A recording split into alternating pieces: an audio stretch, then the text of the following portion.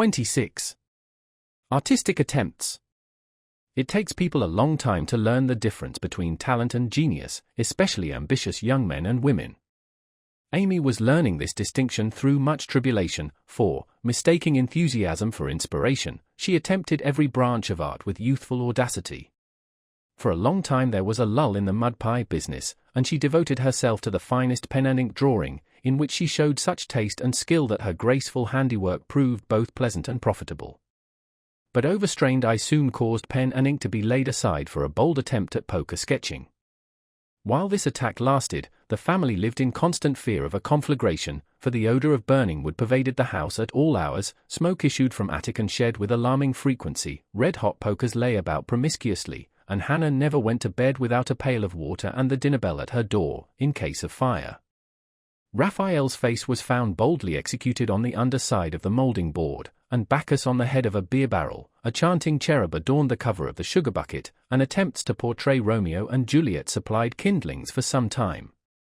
From fire to oil was a natural transition for burnt fingers, and Amy fell to painting with undiminished ardor. An artist friend fitted her out with his cast-off palettes, brushes, and colors, and she daubed away, producing pastoral and marine views such as were never seen on land or sea.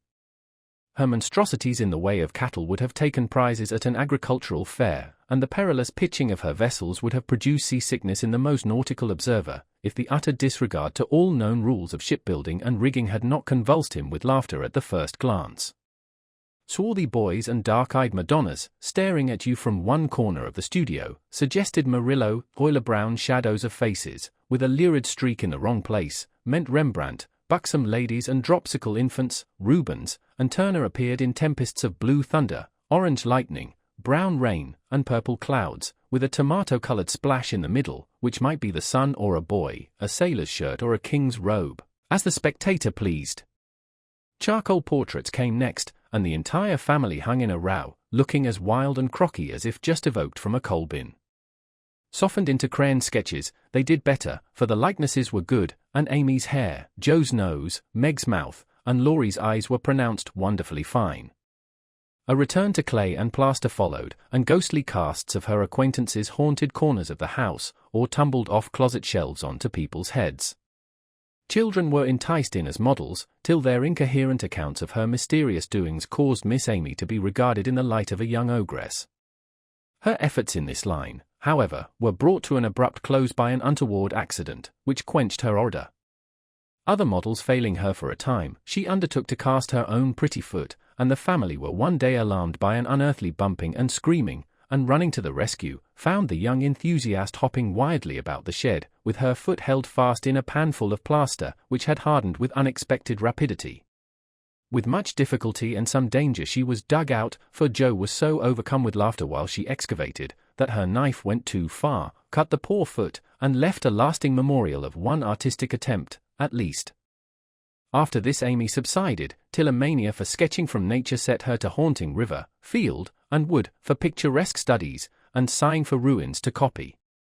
She caught endless cold sitting on damp grass to book a delicious bit, composed of a stone, a stump, one mushroom, and a broken mullein stalk, or a heavenly mass of clouds, that looked like a choice display of featherbeds when done. She sacrificed her complexion floating on the river in the midsummer sun, to study light and shade, and got a wrinkle over her nose, trying after points of sight, or whatever the squint and string performance is called. If a genius is eternal patience, as Michelangelo affirms, Amy certainly had some claim to the divine attribute, for she persevered in spite of all obstacles, failures, and discouragements, firmly believing that in time she should do something worthy to be called high art. She was learning, doing, and enjoying other things, meanwhile, for she had resolved to be an attractive and accomplished woman, even if she never became a great artist. Here she succeeded better, for she was one of those happily created beings who please without effort, make friends everywhere, and take life so gracefully and easily that less fortunate souls are tempted to believe that such are born under a lucky star. Everybody liked her, for among her good gifts was tact. She had an instinctive sense of what was pleasing and proper, always said the right thing to the right person, did just what suited the time and place, and was so self-possessed that her sisters used to say, if Amy went to court without any rehearsal beforehand, she'd know exactly what to do. One of her weaknesses was a desire to move in our best society without being quite sure what the best really was. Money, position, fashionable accomplishments, and elegant manners were most desirable things in her eyes, and she liked to associate with those who possessed them, often mistaking the false for the true, and admiring what was not admirable.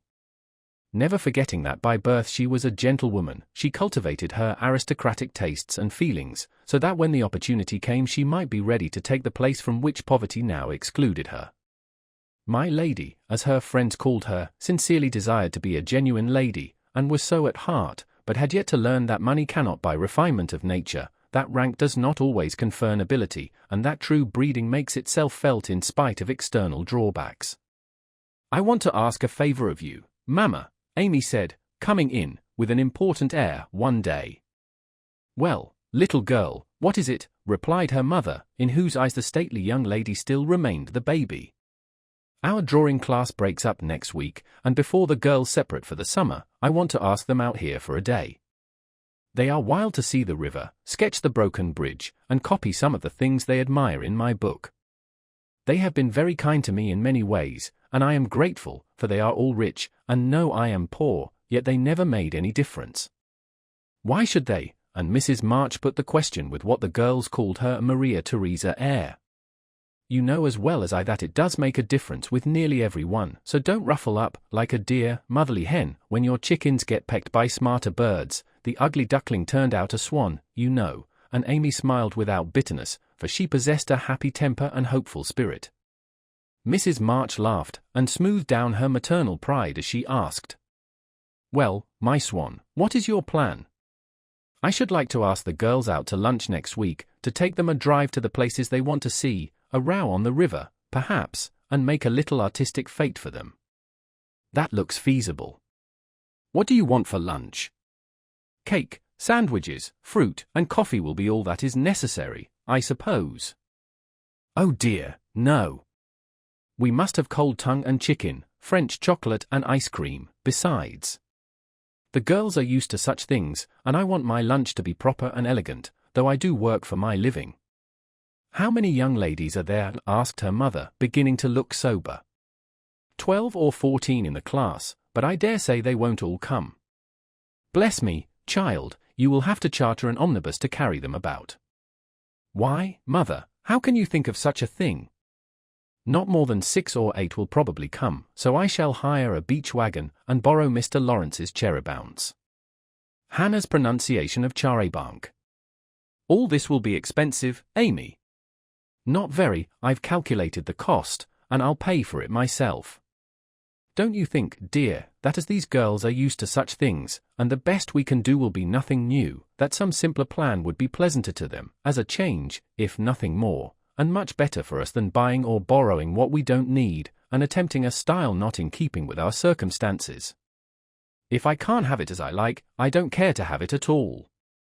I know that I can carry it out perfectly well, if you and the girls will help a little, and I don't see why I can't if I'm willing to pay for it," said Amy, with the decision which opposition was apt to change into obstinacy. Mrs. March knew that experience was an excellent teacher, and when it was possible she left her children to learn alone the lessons which she would gladly have made easier, if they had not objected to taking advice as much as they did salts and senna. "Very well, Amy, if your heart is set upon it, and you see your way through without too great an outlay of money, time, and temper, I'll say no more. Talk it over with the girls, and whichever way you decide, I'll do my best to help you." "Thanks, mother, you are always so kind," and away went Amy to lay her plan before her sisters. Meg agreed at once, and promised her aid, gladly offering anything she possessed, from her little house itself to her very best salt spoons. But Joe frowned upon the whole project, and would have nothing to do with it at first. "Why in the world should you spend your money, worry your family, and turn the house upside down for a parcel of girls who don't care a sixpence for you? I thought you had too much pride and sense to truckle to any mortal woman just because she wears French boots and rides in a coupe," said Joe, who, being called from the tragical climax of her novel, was not in the best mood for social enterprises. "I don't truckle, and I hate being patronized as much as you do," returned Amy indignantly, for the two still jangled when such questions arose. "The girls do care for me, and I for them, and there's a great deal of kindness and sense and talent among them, in spite of what you call fashionable nonsense. You don't care to make people like you, to go into good society, and cultivate your manners and tastes. I do, and I mean to make the most of every chance that comes. You can go through the world with your elbows out and your nose in the air, and call it independence, if you like. That's not my way. When Amy wetted her tongue and freed her mind, she usually got the best of it, for she seldom failed to have common sense on her side, while Jo carried her love of liberty and hate of conventionalities to such an unlimited extent that she naturally found herself worsted in an argument. Amy's definition of Jo's idea of independence was such a good hit that both burst out laughing, and the discussion took a more amiable turn. Much against her will, Jo at length consented to sacrifice a day to Mrs. Grundy and help her sister through what she regarded as a nonsensical business. The invitations were sent, nearly all accepted, and the following Monday was set apart for the grand event. Hannah was out of humour because her week's work was deranged, and prophesied that if the washing and ironing warn't done reglar nothing would go well anywheres. This hitch in the mainspring of the domestic machinery had a bad effect upon the whole concern, but Amy's motto was nil desperandum, and having made up her mind what to do, she proceeded to do it in spite of all obstacles. To begin with, Hannah's cooking didn't turn out well, the chicken was tough, the tongue too salt, and the chocolate wouldn't froth properly. Then the cake and ice cost more than Amy expected, so did the wagon, and various other expenses, which seemed trifling at the outset, counted up rather alarmingly afterward. Beth got cold and took to her bed, Meg had an unusual number of callers to keep her at home, and Jo was in such a divided state of mind that her breakages, accidents, and mistakes were uncommonly numerous, serious, and trying. If it hadn't been for Mother I never should have got through, as Amy declared afterward, and gratefully remembered when the best joke of the season was entirely forgotten by everybody else. If it was not fair on Monday, the young ladies were to come on Tuesday, an arrangement which aggravated Jo and Hannah to the last degree. On Monday morning the weather was in that undecided state which is more exasperating than a steady pour. It drizzled a little, shone a little, blew a little, and didn't make up its mind till it was too late for anyone else to make up theirs. Amy was up at dawn, hustling people out of their beds and through their breakfasts, that the house might be got in order. The parlour struck her as looking uncommonly shabby, but without stopping to sigh for what she had not, she skilfully made the best of what she had, arranging chairs over the worn places in the carpet, covering stains on the walls with pictures framed in ivy, and filling up empty corners with homemade statuary, which gave an artistic air to the room, as did the lovely vases of flowers Jo scattered about. The lunch looked charmingly, and as she surveyed it, she sincerely hoped it would taste well, and that the borrowed glass, china, and silver would get safely home again. The carriages were promised, Meg and Mother were all ready to do the honours, Beth was able to help Hannah behind the scenes, Jo had engaged to be as lively and amiable as an absent mind, an aching head, and a very decided disapproval of everybody and everything would allow, and, as she wearily dressed, Amy cheered herself with anticipations of the happy moment, when, lunch safely over, she should drive away with her friends for an afternoon of artistic delights, for the Cherubounce and the Broken Bridge were her strong points. Then came 2 hours of suspense, during which she vibrated from parlour to porch, while public opinion varied like the weathercock. A smart shower at 11 had evidently quenched the enthusiasm of the young ladies who were to arrive at 12, for nobody came, and at 2 the exhausted family sat down in a blaze of sunshine to consume the perishable portions of the feast, that nothing might be lost.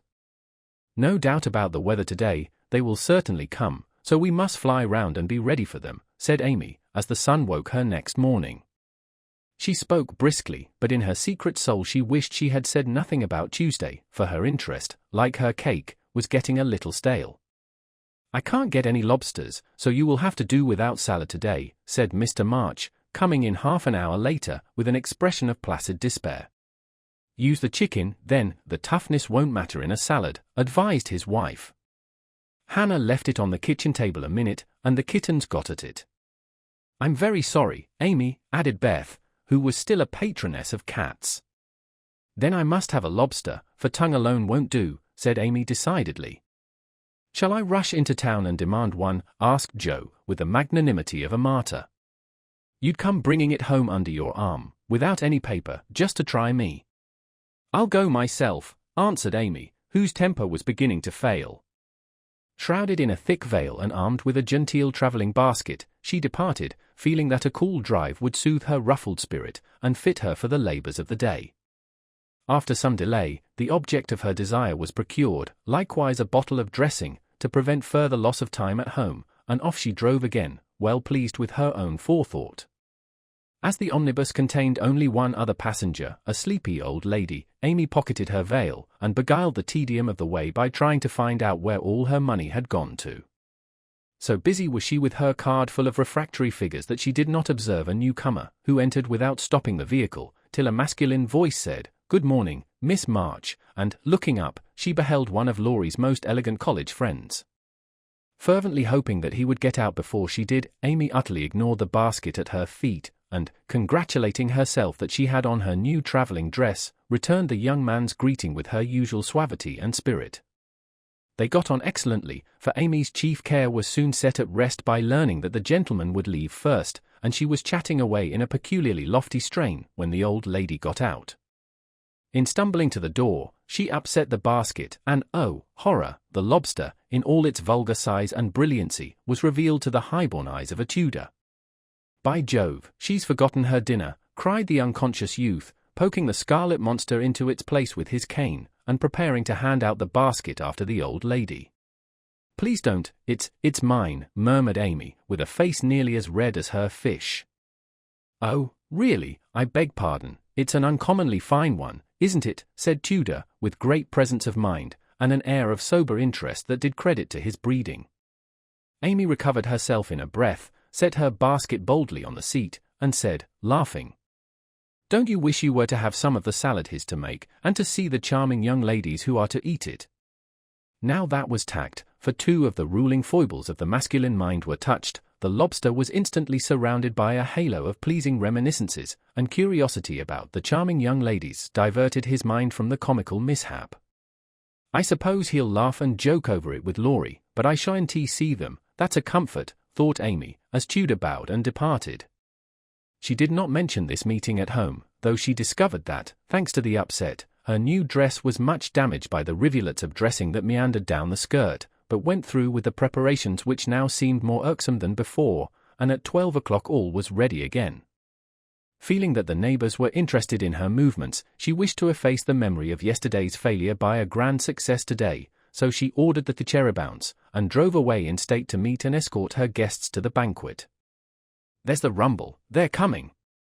I'll go into the porch to meet them, it looks hospitable, and I want the poor child to have a good time after all her trouble," said Mrs. March, suiting the action to the word.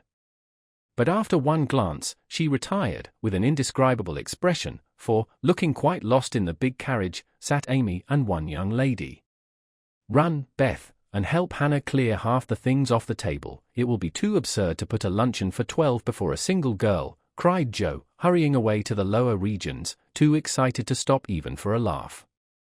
In came Amy, quite calm and delightfully cordial to the one guest who had kept her promise. The rest of the family, being of a dramatic turn, played their parts equally well, and Miss Elliot found them a most hilarious set, for it was impossible to entirely control the merriment which possessed them. The remodelled lunch being gaily partaken of, the studio and garden visited, and art discussed with enthusiasm, Amy ordered a buggy, alas for the elegant charabounce, and drove her friend quietly about the neighbourhood till sunset, when the party went out. As she came walking in, looking very tired, but as composed as ever, she observed that every vestige of the unfortunate fate had disappeared, except a suspicious pucker about the corners of Joe's mouth. "You've had a lovely afternoon for your drive, dear," said her mother, as respectfully as if the whole 12 had come. "Miss Elliot is a very sweet girl, and seemed to enjoy herself, I thought," observed Beth, with unusual warmth. "Could you spare me some of your cake?" "I really need some, I have so much company, and I can't make such delicious stuff as yours," asked Meg soberly. "Take it all, I'm the only one here who likes sweet things, and it will mould before I can dispose of it," answered Amy, thinking with a sigh of the generous store she had laid in for such an end as this. "It's a pity Laurie isn't here to help us," began Joe, as they sat down to ice cream and salad for the second time in 2 days. A warning look from her mother checked any further remarks, and the whole family ate in heroic silence, till Mr. March mildly observed, salad was one of the favourite dishes of the ancients, and Evelyn, Here a general explosion of laughter cut short the history of salads, to the great surprise of the learned gentleman. Bundle everything into a basket and send it to the Hummels. Germans like messes. I'm sick of the sight of this, and there's no reason you should all die of a surfeit because I've been a fool, cried Amy, wiping her eyes. I thought I should have died when I saw you two girls rattling about in the what-you-call-it, like two little colonels in a very big nutshell, and mother waiting in state to receive the throng, sighed Joe, quite spent with laughter. I'm very sorry you were disappointed, dear, but we all did our best to satisfy you, said Mrs. March, in a tone full of motherly regret. I am satisfied, I've done what I undertook, and it's not my fault that it failed, I comfort myself with that, said Amy, with a little quiver in her voice. I thank you all very much for helping me, and I'll thank you still more if you won't allude to it for a month, at least. No one did for several months, but the word fate always produced a general smile, and Laurie's birthday gift to Amy was a tiny coral lobster in the shape of a charm for her watchguard. 27. Literary lessons. Fortune suddenly smiled upon Joe, and dropped a good-luck penny in her path. Not a golden penny, exactly, but I doubt if 500,000 would have given more real happiness than did the little sum that came to her in this wise. Every few weeks she would shut herself up in her room, put on her scribbling suit, and fall into a vortex, as she expressed it, writing away at her novel with all her heart and soul, for till that was finished she could find no peace. Her scribbling suit consisted of a black woolen pinafore on which she could wipe her pen at will, and a cap of the same material, adorned with a cheerful red bow, into which she bundled her hair when the decks were cleared for action. This cap was a beacon to the inquiring eyes of her family, who during these periods kept their distance, merely popping in their heads semi-occasionally, to ask, with interest, does genius burn, Joe? They did not always venture even to ask this question, but took an observation of the cap, and judged accordingly.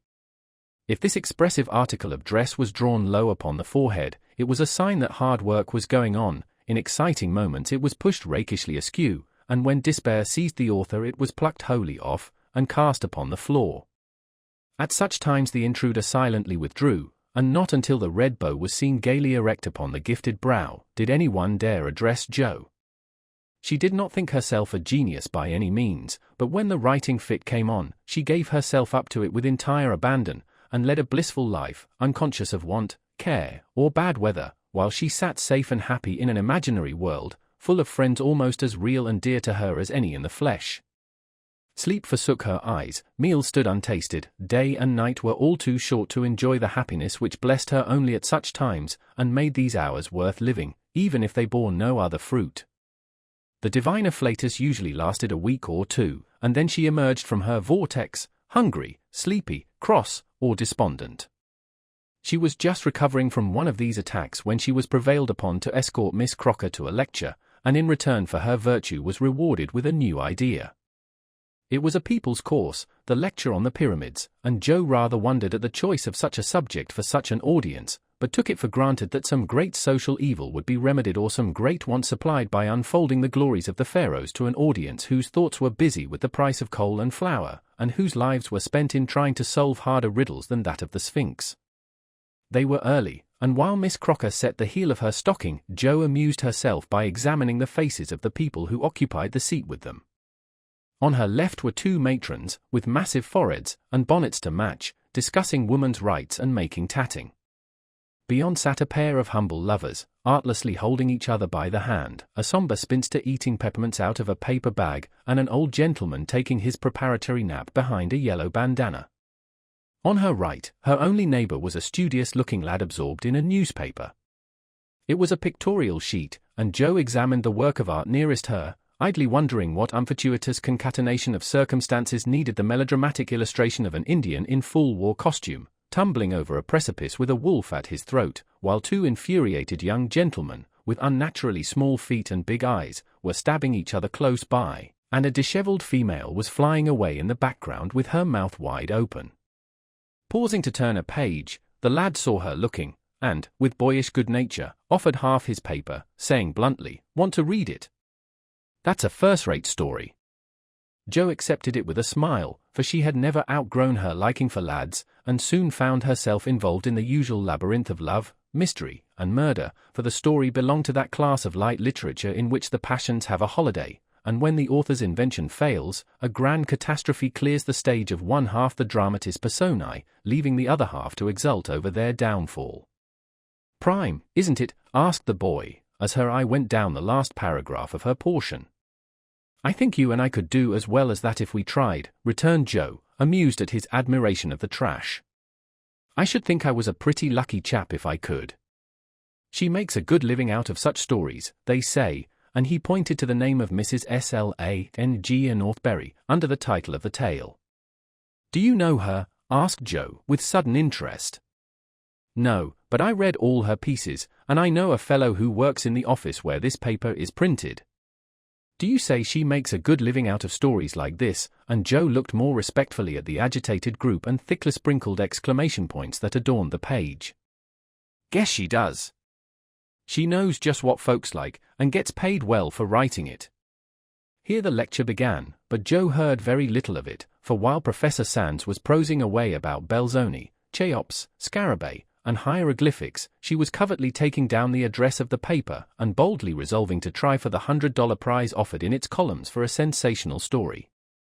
By the time the lecture ended and the audience awoke, she had built up a splendid fortune for herself, not the first founded upon paper, and was already deep in the concoction of her story, being unable to decide whether the duel should come before the elopement or after the murder. She said nothing of her plan at home, but fell to work next day, much to the disquiet of her mother, who always looked a little anxious when a genius took to burning. Joe had never tried this style before, contenting herself with very mild romances for the Spread Eagle. Her theatrical experience and miscellaneous reading were of service now, for they gave her some idea of dramatic effect, and supplied plot, language, and costumes. Her story was as full of desperation and despair as her limited acquaintance with those uncomfortable emotions enabled her to make it, and, having located it in Lisbon, she wound up with an earthquake as a striking and appropriate denouement. The manuscript was privately dispatched, accompanied by a note, modestly saying that if the tale didn't get the prize, which the writer hardly dared expect, she would be very glad to receive any sum it might be considered worth.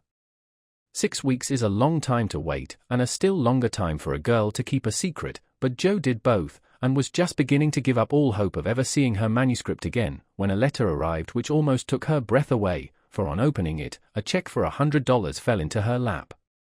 For a minute she stared at it as if it had been a snake, then she read her letter and began to cry. If the amiable gentleman who wrote that kindly note could have known what intense happiness he was giving a fellow creature, I think he would devote his leisure hours, if he has any, to that amusement, for Joe valued the letter more than the money, because it was encouraging, and after years of effort it was so pleasant to find that she had learned to do something, though it was only to write a sensation story. A prouder young woman was seldom seen than she, when, having composed herself, she electrified the family by appearing before them with the letter in one hand, the check in the other, announcing that she had won the prize. Of course there was a great jubilee, and when the story came every one read and praised it, though after her father had told her that the language was good, the romance fresh and hearty, and the tragedy quite thrilling, he shook his head, and said in his unworldly way, "You can do better than this, Joe. Aim at the highest, and never mind the money. I think the money is the best part of it." "What will you do with such a fortune?" asked Amy, regarding the magic slip of paper with a reverential eye. "Send Beth and Mother to the seaside for a month or 2, answered Joe promptly. "Oh, how splendid!" "No, I can't do it, dear, it would be so selfish," cried Beth, who had clapped her thin hands, and taken a long breath, as if pining for fresh ocean breezes, then stopped herself, and motioned away the check which her sister waved before her. "Ah, but you shall go, I've set my heart on it, that's what I tried for, and that's why I succeeded. I never get on when I think of myself alone, so it will help me to work for you, don't you see? Besides, Mommy needs the change, and she won't leave you, so you must go. Won't it be fun to see you come home plump and rosy again? Hurrah for Dr. Joe, who always cures her patients."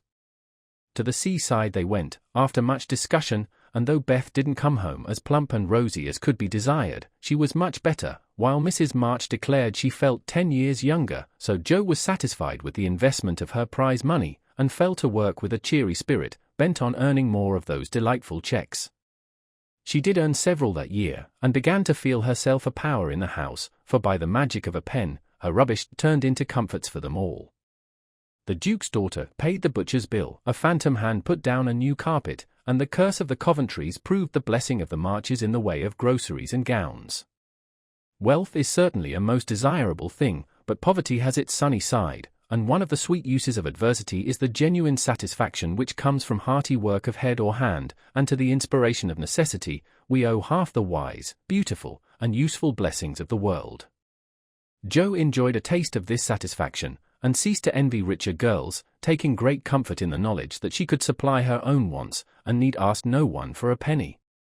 Little notice was taken of her stories, but they found a market, and, encouraged by this fact, she resolved to make a bold stroke for fame and fortune. Having copied her novel for the 4th time, read it to all her confidential friends, and submitted it with fear and trembling to 3 publishers, she at last disposed of it, on condition that she would cut it down 1/3, and omit all the parts which she particularly admired. Now I must either bundle it back into my tin kitchen to mold, pay for printing it myself, or chop it up to suit purchasers, and get what I can for it. Fame is a very good thing to have in the house, but cash is more convenient, so I wish to take the sense of the meeting on this important subject, said Jo, calling a family council. Don't spoil your book, my girl, for there is more in it than you know, and the idea is well worked out. Let it wait and ripen, was her father's advice, and he practiced as he preached, having waited patiently 30 years for fruit of his own to ripen, and being in no haste to gather it, even now, when it was sweet and mellow. It seems to me that Jo will profit more by making the trial than by waiting, said Mrs. March. Criticism is the best test of such work, for it will show her both unsuspected merits and faults, and help her to do better next time. We are too partial, but the praise and blame of outsiders will prove useful, even if she gets but little money. Yes, said Jo, knitting her brows, that's just it, I've been fussing over the thing so long, I really don't know whether it's good, bad, or indifferent.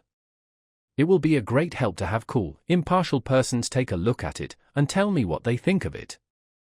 I wouldn't leave out a word of it, you'll spoil it if you do, for the interest of the story is more in the minds than in the actions of the people, and it will be all a muddle if you don't explain as you go on, said Meg, who firmly believed that this book was the most remarkable novel ever written. But Mr. Allen says, leave out the explanations, make it brief and dramatic, and let the characters tell the story, interrupted Jo, turning to the publisher's note. Do as he tells you, he knows what will sell, and we don't. Make a good, popular book, and get as much money as you can. By and by, when you've got a name, you can afford to digress, and have philosophical and metaphysical people in your novels, said Amy, who took a strictly practical view of the subject.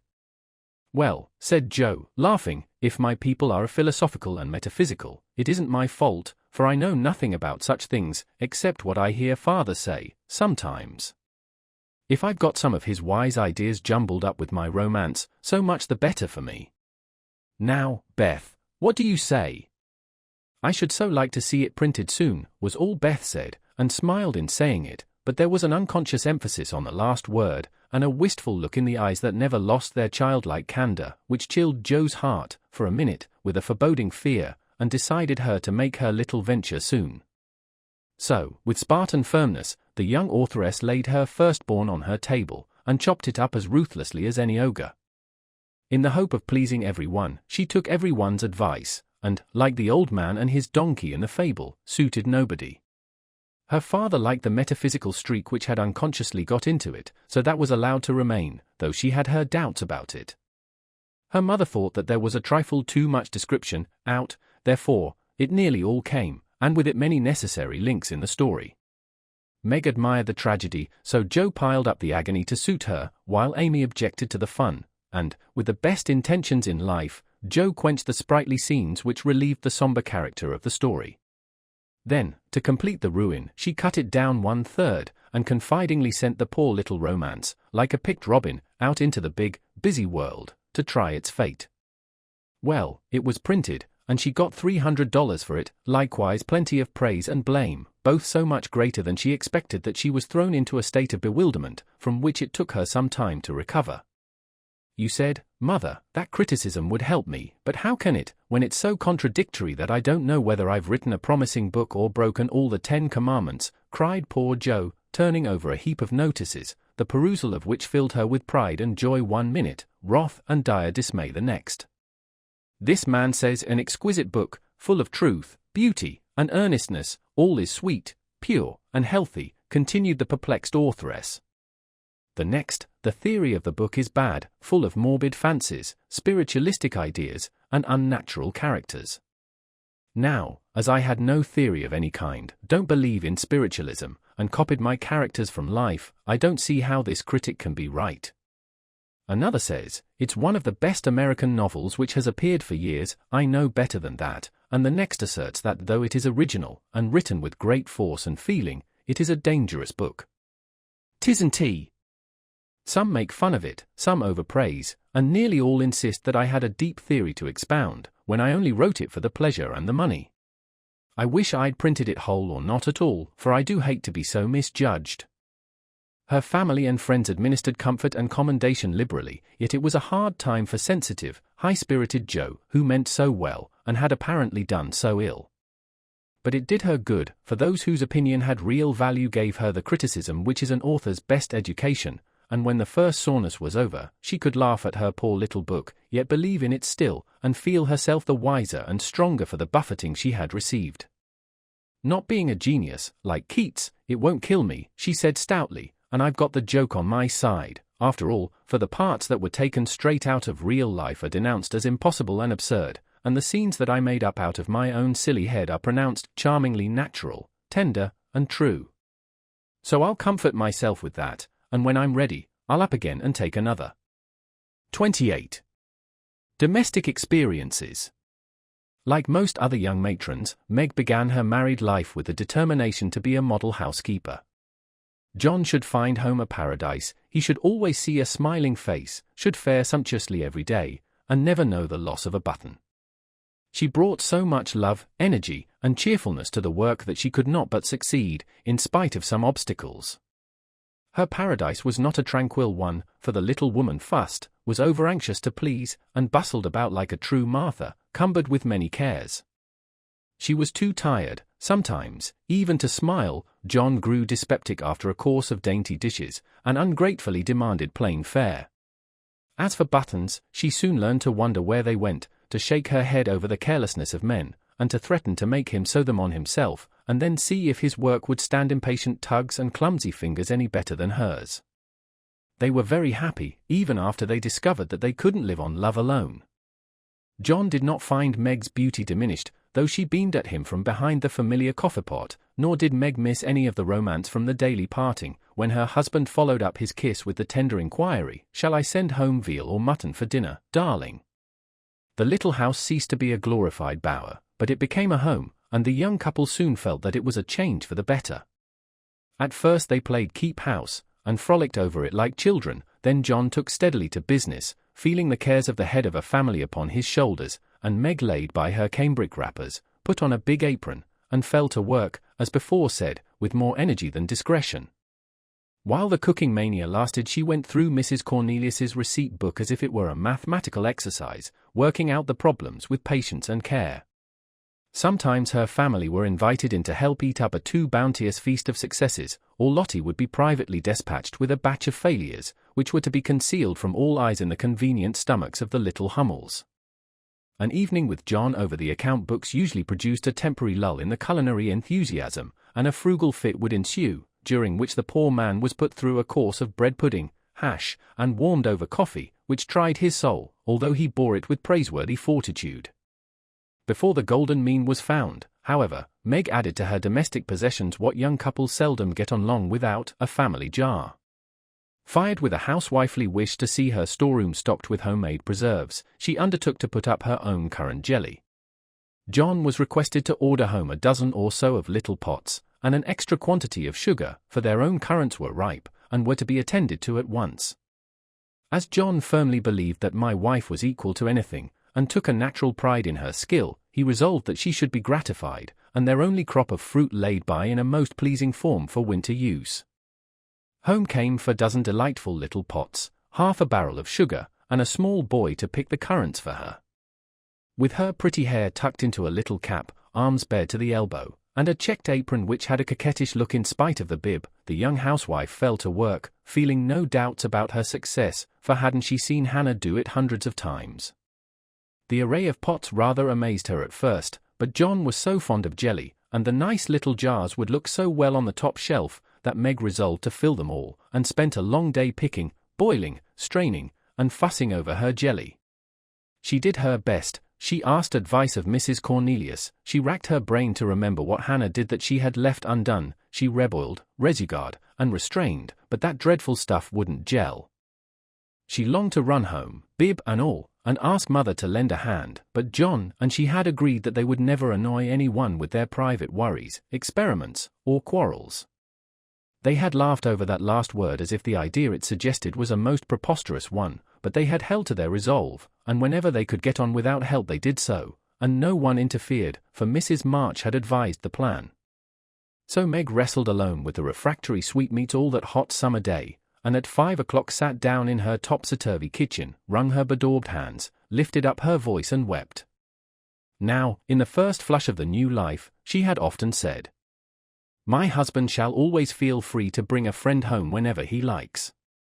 I shall always be prepared, there shall be no flurry, no scolding, no discomfort, but a neat house, a cheerful wife, and a good dinner. John, dear, never stop to ask my leave, invite whom you please, and be sure of a welcome from me." How charming that was, to be sure! John quite glowed with pride to hear her say it, and felt what a blessed thing it was to have a superior wife. But, although they had had company from time to time, it never happened to be unexpected, and Meg had never had an opportunity to distinguish herself till now. It always happens so in this vale of tears. There is an inevitability about such things which we can only wonder at, deplore, and bear as we best can.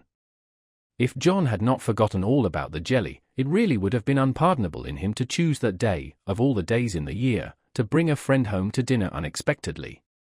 Congratulating himself that a handsome repast had been ordered that morning, feeling sure that it would be ready to the minute, and indulging in pleasant anticipations of the charming effect it would produce, when his pretty wife came running out to meet him, he escorted his friend to his mansion, with the irrepressible satisfaction of a young host and husband. It is a world of disappointments, as John discovered when he reached the dovecot. The front door usually stood hospitably open, now it was not only shut, but locked, and yesterday's mud still adorned the steps. The parlor windows were closed and curtained, no picture of the pretty wife sewing on the piazza, in white, with a distracting little bow in her hair, or a bright-eyed hostess, smiling a shy welcome as she greeted her guest. Nothing of the sort, for not a soul appeared, but a sanguinary-looking boy asleep under the currant bushes. "I'm afraid something has happened. Step into the garden, Scott, while I look up Mrs. Brooke," said John, alarmed at the silence and solitude.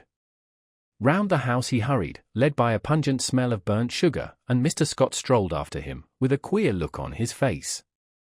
He paused discreetly at a distance when Brooke disappeared, but he could both see and hear, and, being a bachelor, enjoyed the prospect mightily. In the kitchen reigned confusion and despair. One edition of jelly was trickled from pot to pot, another lay upon the floor, and a third was burning gaily on the stove. Lottie, with Teutonic phlegm, was calmly eating bread and currant wine, for the jelly was still in a hopelessly liquid state, while Mrs. Brooke, with her apron over her head, sat sobbing dismally. "My dearest girl, what is the matter?" cried John, rushing in, with awful visions of scalded hands, sudden news of affliction, and secret consternation at the thought of the guest in the garden. "Oh, John, I am so tired and hot and cross and worried. I've been at it till I'm all worn out. Do come and help me or I shall die," and the exhausted housewife cast herself upon his breast, giving him a sweet welcome in every sense of the word, for her pinafore had been baptized at the same time as the floor. "What worries you, dear? Has anything dreadful happened?" asked the anxious John, tenderly kissing the crown of the little cap, which was all askew. "Yes," sobbed Meg despairingly. "Tell me quick, then. Don't cry, I can bear anything better than that. Out with it, love. The jelly won't gel and I don't know what to do." John Brooke laughed then as he never dared to laugh afterward, and the derisive Scot smiled involuntarily as he heard the hearty peal, which put the finishing stroke to poor Meg's woe. "Is that all?"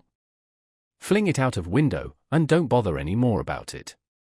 I'll buy you quartz if you want it, but for heaven's sake don't have hysterics, for I've brought Jack Scott home to dinner, and—" John got no further, for Meg cast him off, and clasped her hands with a tragic gesture as she fell into a chair, exclaiming in a tone of mingled indignation, reproach, and dismay, "A man to dinner, and everything in a mess! John Brooke, how could you do such a thing?" "Hush, he's in the garden." "I forgot the confounded jelly, but it can't be helped now," said John, surveying the prospect with an anxious eye. "You ought to have sent word, or told me this morning, and you ought to have remembered how busy I was," continued Meg petulantly, for even turtle doves will peck when ruffled. "I didn't know it this morning, and there was no time to send word, for I met him on the way out. I never thought of asking leave, when you have always told me to do as I liked. I never tried it before, and hang me if I ever do again," added John, with an aggrieved air. "I should hope not. Take him away at once, I can't see him, and there isn't any dinner." "Well, I like that. Where's the beef and vegetables I sent home, and the pudding you promised?" cried John, rushing to the larder. "I hadn't time to cook anything, I meant to dine at Mother's." "I'm sorry, but I was so busy," and Meg's tears began again. John was a mild man, but he was human, and after a long day's work, to come home tired, hungry, and hopeful, to find a chaotic house, an empty table, and a cross wife was not exactly conducive to repose of mind or manner. He restrained himself, however, and the little squall would have blown over, but for one unlucky word. "It's a scrape, I acknowledge, but if you will lend a hand, we'll pull through, and have a good time yet. Don't cry, dear, but just exert yourself a bit, and knock us up something to eat. We're both as hungry as hunters, so we shan't mind what it is. Give us the cold meat, and bread and cheese, we won't ask for jelly." He meant it for a good-natured joke, but that one word sealed his fate. Meg thought it was too cruel to hint about her sad failure, and the last atom of patience vanished as he spoke. "You must get yourself out of the scrape as you can, I'm too used up to exert myself for anyone. It's like a man to propose a bone and vulgar bread and cheese for company. I won't have anything of the sort in my house. Take that Scott up to Mother's, and tell him I'm away, sick, dead, anything. I won't see him, and you two can laugh at me and my jelly as much as you like, you won't have anything else here." And having delivered her defiance all in one breath, Meg cast away her pinafore, and precipitately left the field to bemoan herself in her own room. What those two creatures did in her absence, she never knew, but Mr. Scott was not taken up to Mother's, and when Meg descended, after they had strolled away together, she found traces of a promiscuous lunch which filled her with horror.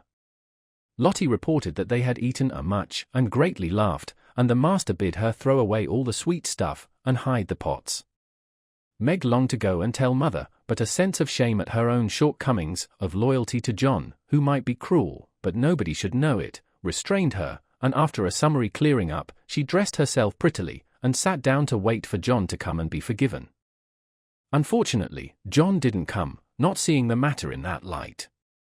He had carried it off as a good joke with Scott, excused his little wife as well as he could, and played the host so hospitably that his friend enjoyed the impromptu dinner, and promised to come again. But John was angry, though he did not show it. He felt that Meg had got him into a scrape, and then deserted him in his hour of need. It wasn't fair to tell a man to bring folks home any time, with perfect freedom, and when he took you at your word, to flame up and blame him, and leave him in the lurch, to be laughed at or pitied. No, by George, it wasn't. And Meg must know it. He had fumed inwardly during the feast, but when the flurry was over, and he strolled home, after seeing Scott off, a milder mood came over him. Poor little thing. It was hard upon her when she tried so heartily to please me. She was wrong, of course, but then she was young. I must be patient and teach her. He hoped she had not gone home. He hated gossip and interference. For a minute he was ruffled again at the mere thought of it, and then the fear that Meg would cry herself sick softened his heart, and sent him on at a quicker pace, resolving to be calm and kind, but firm, quite firm, and show her where she had failed in her duty to her spouse. Meg likewise resolved to be calm and kind, but firm, and show him his duty.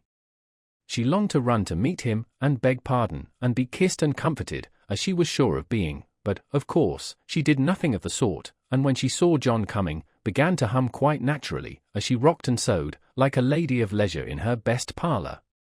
John was a little disappointed not to find a tender Niobe, but, feeling that his dignity demanded the first apology, he made none, only came leisurely in, and laid himself upon the sofa, with the singularly relevant remark, "We are going to have a new moon, my dear." "I've no objection," was Meg's equally soothing remark. A few other topics of general interest were introduced by Mr. Brooke, and wet-blanketed by Mrs. Brooke, and conversation languished. John went to one window, unfolded his paper, and wrapped himself in it, figuratively speaking. Meg went to the other window, and sewed as if new rosettes for her slippers were among the necessaries of life. Neither spoke, both looked quite calm and firm, and both felt desperately uncomfortable. "Oh dear," thought Meg, "married life is very trying, and does need infinite patience, as well as love, as mother says." The word mother suggested other maternal counsels, given long ago, and received with unbelieving protests. John is a good man, but he has his faults, and you must learn to see and bear with them, remembering your own. He is very decided, but never will be obstinate, if you reason kindly, not oppose impatiently. He is very accurate, and particular about the truth, a good trait, though you call him fussy. Never deceive him by look or word, Meg, and he will give you the confidence you deserve, the support you need. He has a temper, not like ours, one flash, and then all over, but the white, still anger, that is seldom stirred, but once kindled, is hard to quench. Be careful, very careful, not to wake this anger against yourself, for peace and happiness depend on keeping his respect.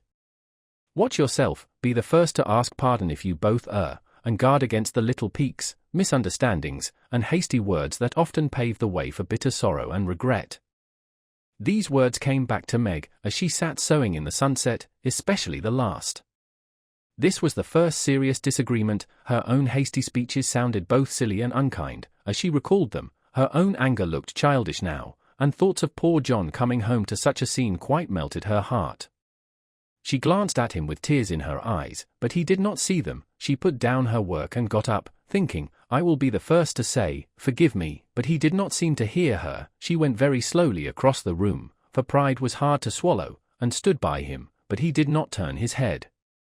For a minute she felt as if she really couldn't do it, then came the thought, "This is the beginning, I'll do my part, and have nothing to reproach myself with," and stooping down, she softly kissed her husband on the forehead.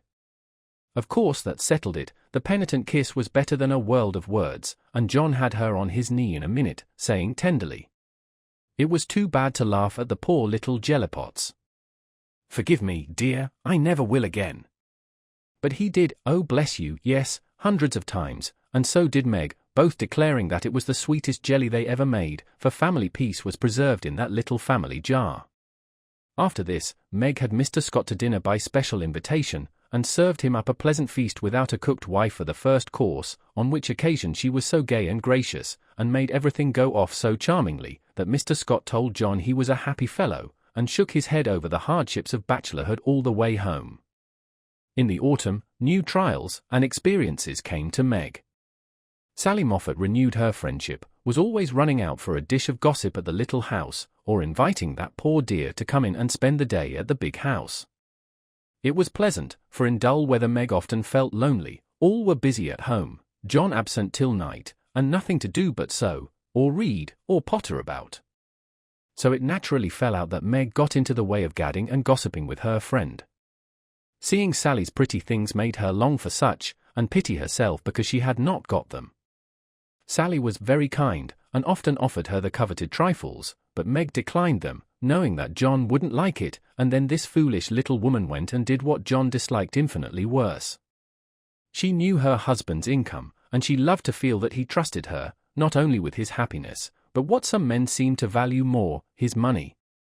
She knew where it was free to take what she liked, and all he asked was that she should keep account of every penny, pay bills once a month, and remember that she was a poor man's wife.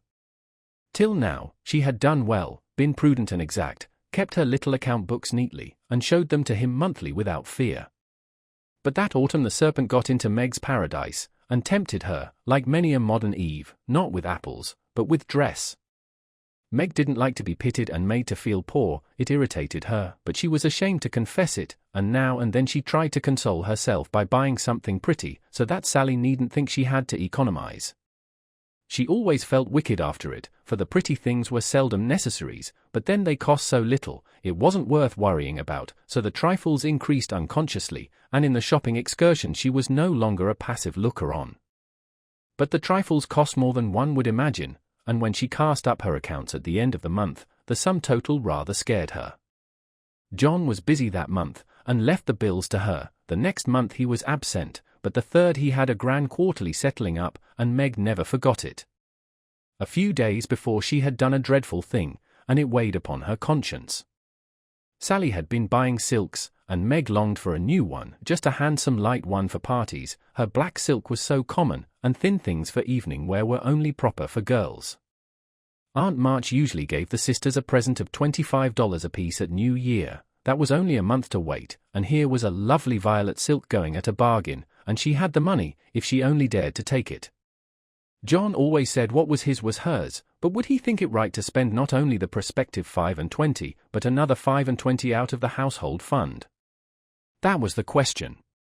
Sally had urged her to do it, had offered to loan the money, and with the best intentions in life, had tempted Meg beyond her strength. In an evil moment the shopman held up the lovely, shimmering folds, and said, "A bargain, I assure you." She answered, "I'll take it," and it was cut off and paid for, and Sally had exulted, and she had laughed as if it were a thing of no consequence, and driven away, feeling as if she had stolen something, and the police were after her. When she got home, she tried to assuage the pangs of remorse by spreading forth the lovely silk, but it looked less silvery now, didn't become her, after all, and the words $50 seemed stamped like a pattern down each breadth. She put it away, but it haunted her, not delightfully, as a new dress should, but dreadfully, like the ghost of a folly that was not easily laid. When John got out his books that night, Meg's heart sank, and for the first time in her married life, she was afraid of her husband. The kind, brown eyes looked as if they could be stern, and though he was unusually merry, she fancied he had found her out, but didn't mean to let her know it. The house bills were all paid, the books all in order. John had praised her, and was undoing the old pocket-book which they called the bank, when Meg, knowing that it was quite empty, stopped his hand, saying nervously, "You haven't seen my private expense book yet." John never asked to see it, but she always insisted on his doing so, and used to enjoy his masculine amazement at the queer things women wanted, and made him guess what piping was, demand fiercely the meaning of a hug-me-tight, or wonder how a little thing composed of 3 rosebuds, a bit of velvet, and a pair of strings, could possibly be a bonnet, and cost $5 or $6. That night he looked as if he would like the fun of quizzing her figures and pretending to be horrified at her extravagance, as he often did, being particularly proud of his prudent wife. The little book was brought slowly out and laid down before him. Meg got behind his chair under pretense of smoothing the wrinkles out of his tired forehead, and standing there, she said, with her panic increasing with every word, "John, dear, I'm ashamed to show you my book, for I've really been dreadfully extravagant lately. I go about so much I must have things, you know, and Sally advised my getting it, so I did, and my New Year's money will partly pay for it, but I was sorry after I'd done it, for I knew you'd think it wrong in me." John laughed, and drew her round beside him, saying good-humouredly, "Don't go and hide. I won't beat you if you have got a pair of killing boots. I'm rather proud of my wife's feet, and don't mind if she does pay $8 or $9 for her boots, if they're good ones." That had been one of her last trifles, and John's eye had fallen on it as he spoke. "Oh, what will he say when he comes to that awful $50, thought Meg, with a shiver. "It's worse than boots, it's a silk dress," she said, with the calmness of desperation, for she wanted the worst over. "Well, dear, what is the DM total, as Mr. Mantalini says?" That didn't sound like John, and she knew he was looking up at her with the straightforward look that she had always been ready to meet and answer with one as frank till now. She turned the page and her head at the same time, pointing to the sum which would have been bad enough without the 50, but which was appalling to her with that added. For a minute the room was very still, then John said slowly, but she could feel it cost him an effort to express no displeasure, "Well, I don't know that 50 is much for a dress, with all the furbelows and notions you have to finish it off these days." It isn't made or trimmed, sighed Meg faintly, for a sudden recollection of the cost still to be incurred quite overwhelmed her. 25 yards of silk seems a good deal to cover one small woman, but I've no doubt my wife will look as fine as Ned Moffat's when she gets it on, said John dryly. I know you are angry, John, but I can't help it. I don't mean to waste your money, and I didn't think those little things would count up so. I can't resist them when I see Sally buying all she wants, and pitying me because I don't. I try to be contented, but it is hard, and I'm tired of being poor. The last words were spoken so low she thought he did not hear them, but he did, and they wounded him deeply, for he had denied himself many pleasures for Meg's sake. She could have bitten her tongue out the minute she had said it, for John pushed the books away, and got up, saying, with a little quiver in his voice, I was afraid of this, I do my best, Meg. If he had scolded her, or even shaken her, it would not have broken her heart like those few words. She ran to him and held him close, crying, with repentant tears, Oh John, my dear, kind, hard-working boy, I didn't mean it. It was so wicked, so untrue and ungrateful, how could I say it? Oh, how could I say it? He was very kind, forgave her readily, and did not utter one reproach, but Meg knew that she had done and said a thing which would not be forgotten soon, although he might never allude to it again. She had promised to love him for better for worse, and then she, his wife, had reproached him with his poverty, after spending his earnings recklessly. It was dreadful, and the worst of it was John went on so quietly afterward, just as if nothing had happened, except that he stayed in town later, and worked at night when she had gone to cry herself to sleep. A week of remorse nearly made Meg sick, and the discovery that John had countermanded the order for his new greatcoat reduced her to a state of despair which was pathetic to behold. He had simply said, in answer to her surprised inquiries as to the change, I can't afford it, my dear. Meg said no more, but a few minutes after he found her in the hall, with her face buried in the old greatcoat, crying as if her heart would break.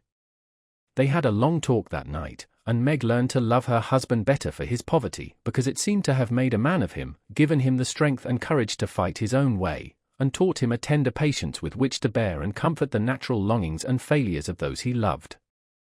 Next day she put her pride in her pocket, went to Sally, told the truth, and asked her to buy the silk as a favor. The good-natured Mrs. Moffat willingly did so, and had the delicacy not to make her a present of it immediately afterward. Then Meg ordered home the greatcoat, and, when John arrived, she put it on, and asked him how he liked her new silk gown. One can imagine what answer he made, how he received his present, and what a blissful state of things ensued. John came home early, Meg gadded no more, and that greatcoat was put on in the morning by a very happy husband, and taken off at night by a most devoted little wife.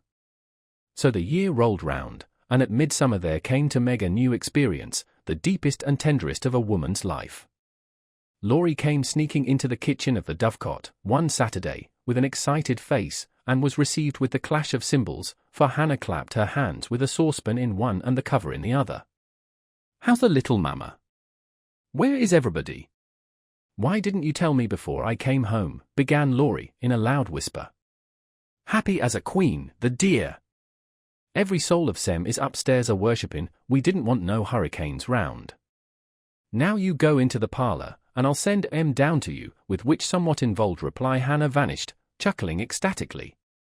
Presently Joe appeared, proudly bearing a flannel bundle laid forth upon a large pillow.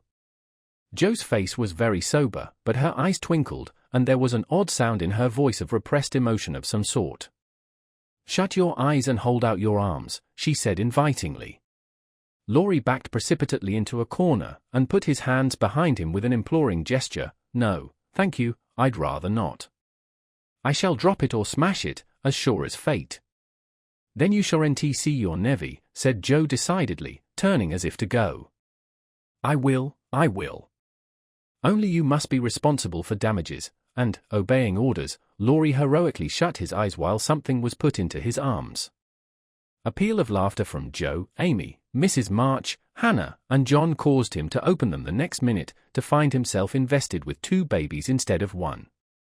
No wonder they laughed, for the expression of his face was droll enough to convulse a Quaker, as he stood and stared wildly from the unconscious innocents to the hilarious spectators, with such dismay that Joe sat down on the floor and screamed.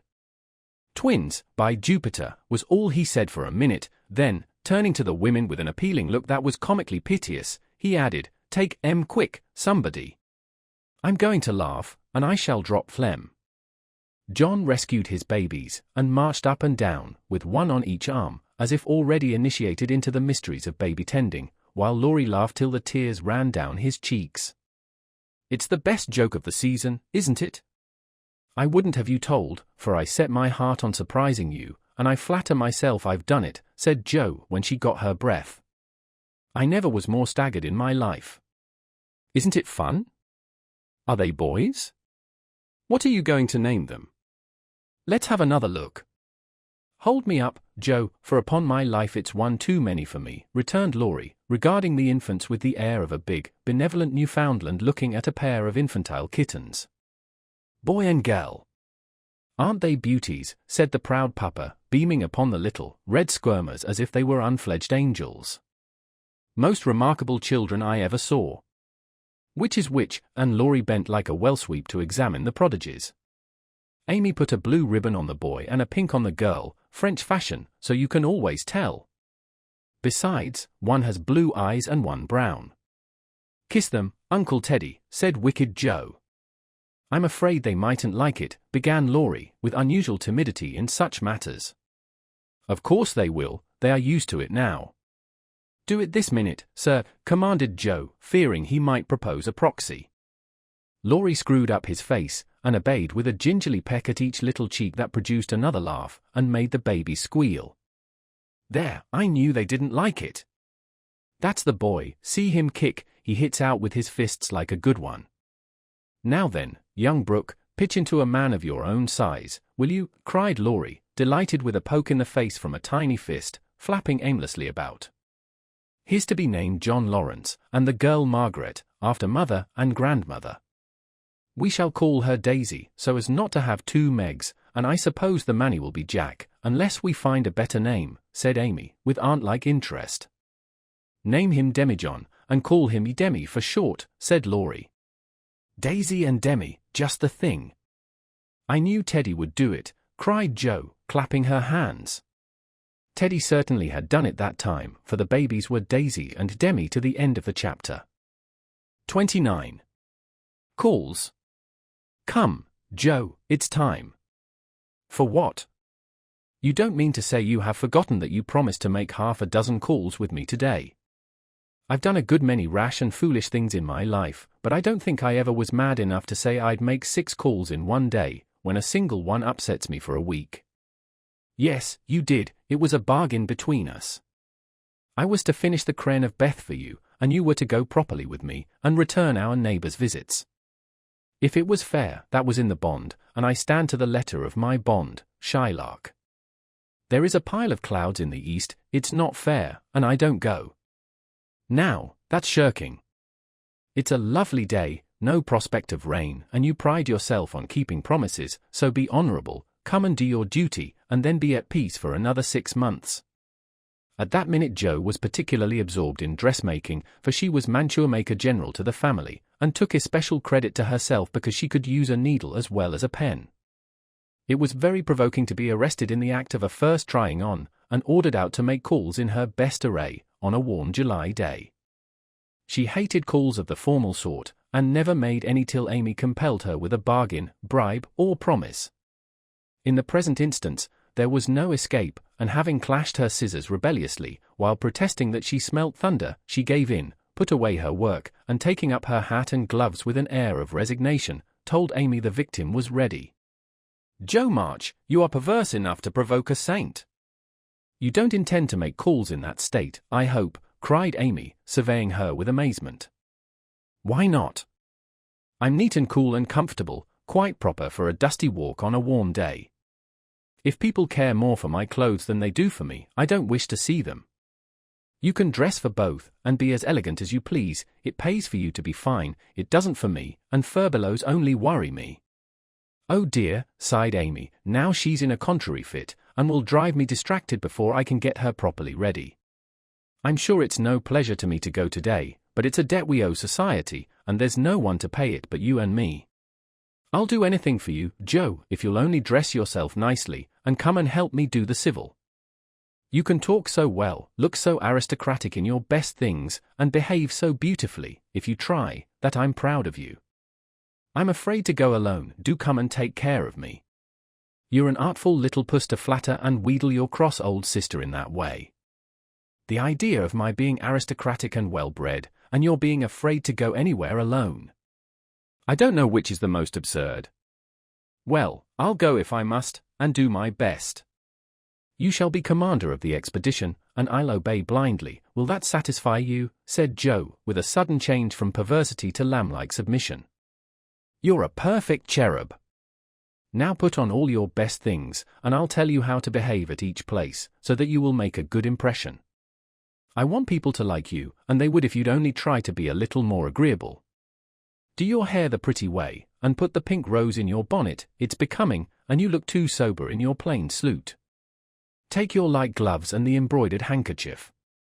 We'll stop at Meg's, and borrow her white sunshade, and then you can have my dove-colored one.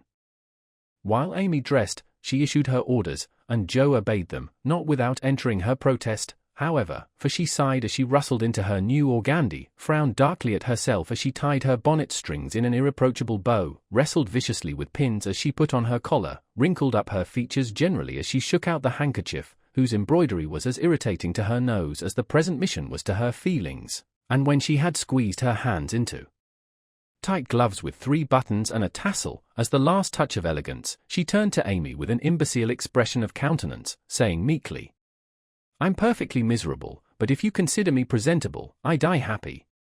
You are highly satisfactory, turn slowly round, and let me get a careful view. Joe revolved, and Amy gave a touch here and there, then fell back, with her head on one side, observing graciously, yes, you'll do, your head is all I could ask, for that white bonnet with the rose is quite ravishing. Hold back your shoulders, and carry your hands easily, no matter if your gloves do pinch. There's one thing you can do well, Joe, that is, wear a shawl. I can't, but it's very nice to see you, and I'm so glad Aunt March gave you that lovely one. It's simple, but handsome, and those folds over the arm are really artistic. Is the point of my mantle in the middle, and have I looped my dress evenly? I like to show my boots, for my feet are pretty, though my nose isn't. You are a thing of beauty and a joy forever, said Joe, looking through her hand with the air of a connoisseur at the blue feather against the gold hair. Am I to drag my best dress through the dust, or loop it up, please? Hold it up when you walk, but drop it in the house. The sweeping style suits you best, and you must learn to trail your skirts gracefully. You haven't half-buttoned one cuff, do it at once.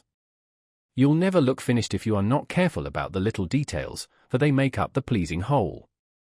Joe sighed, and proceeded to burst the buttons off her glove, in doing up her cuff, but at last both were ready, and sailed away, looking as pretty as pictures, Hannah said, as she hung out of the upper window to watch them.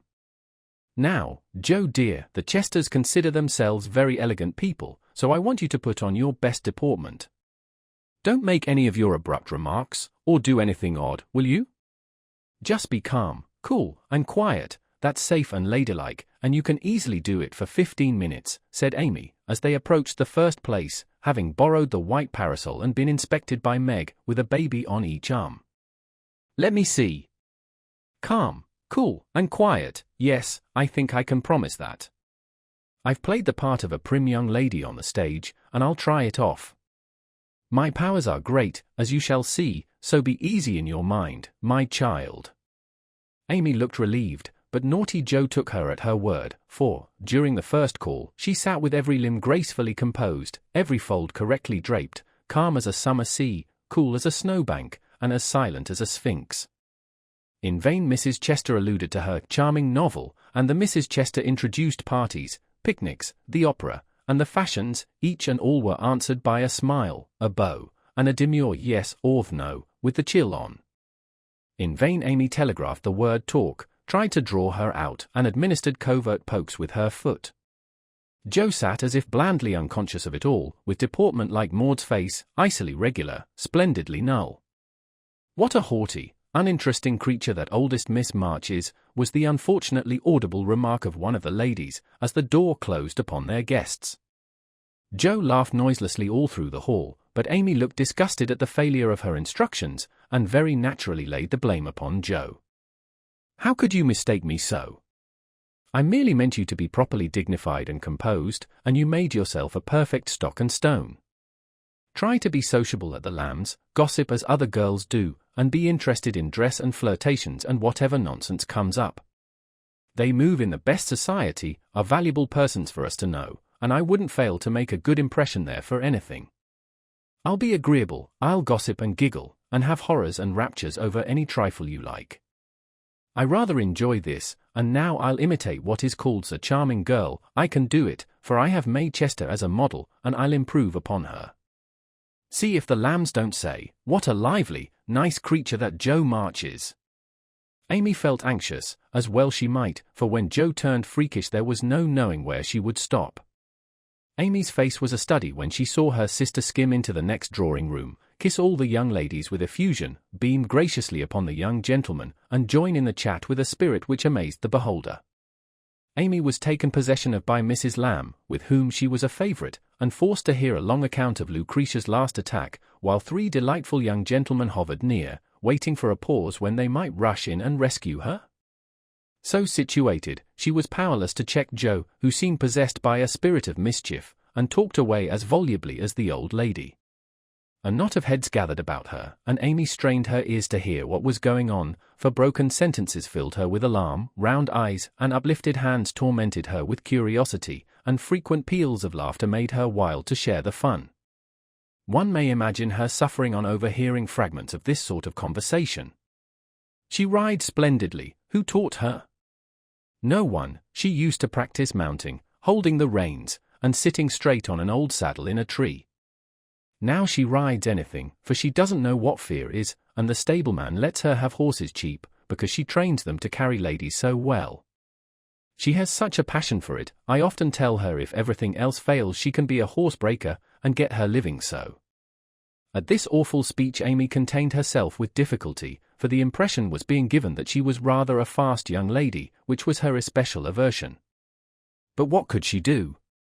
For the old lady was in the middle of her story, and long before it was done Joe was off again, making more droll revelations, and committing still more fearful blunders.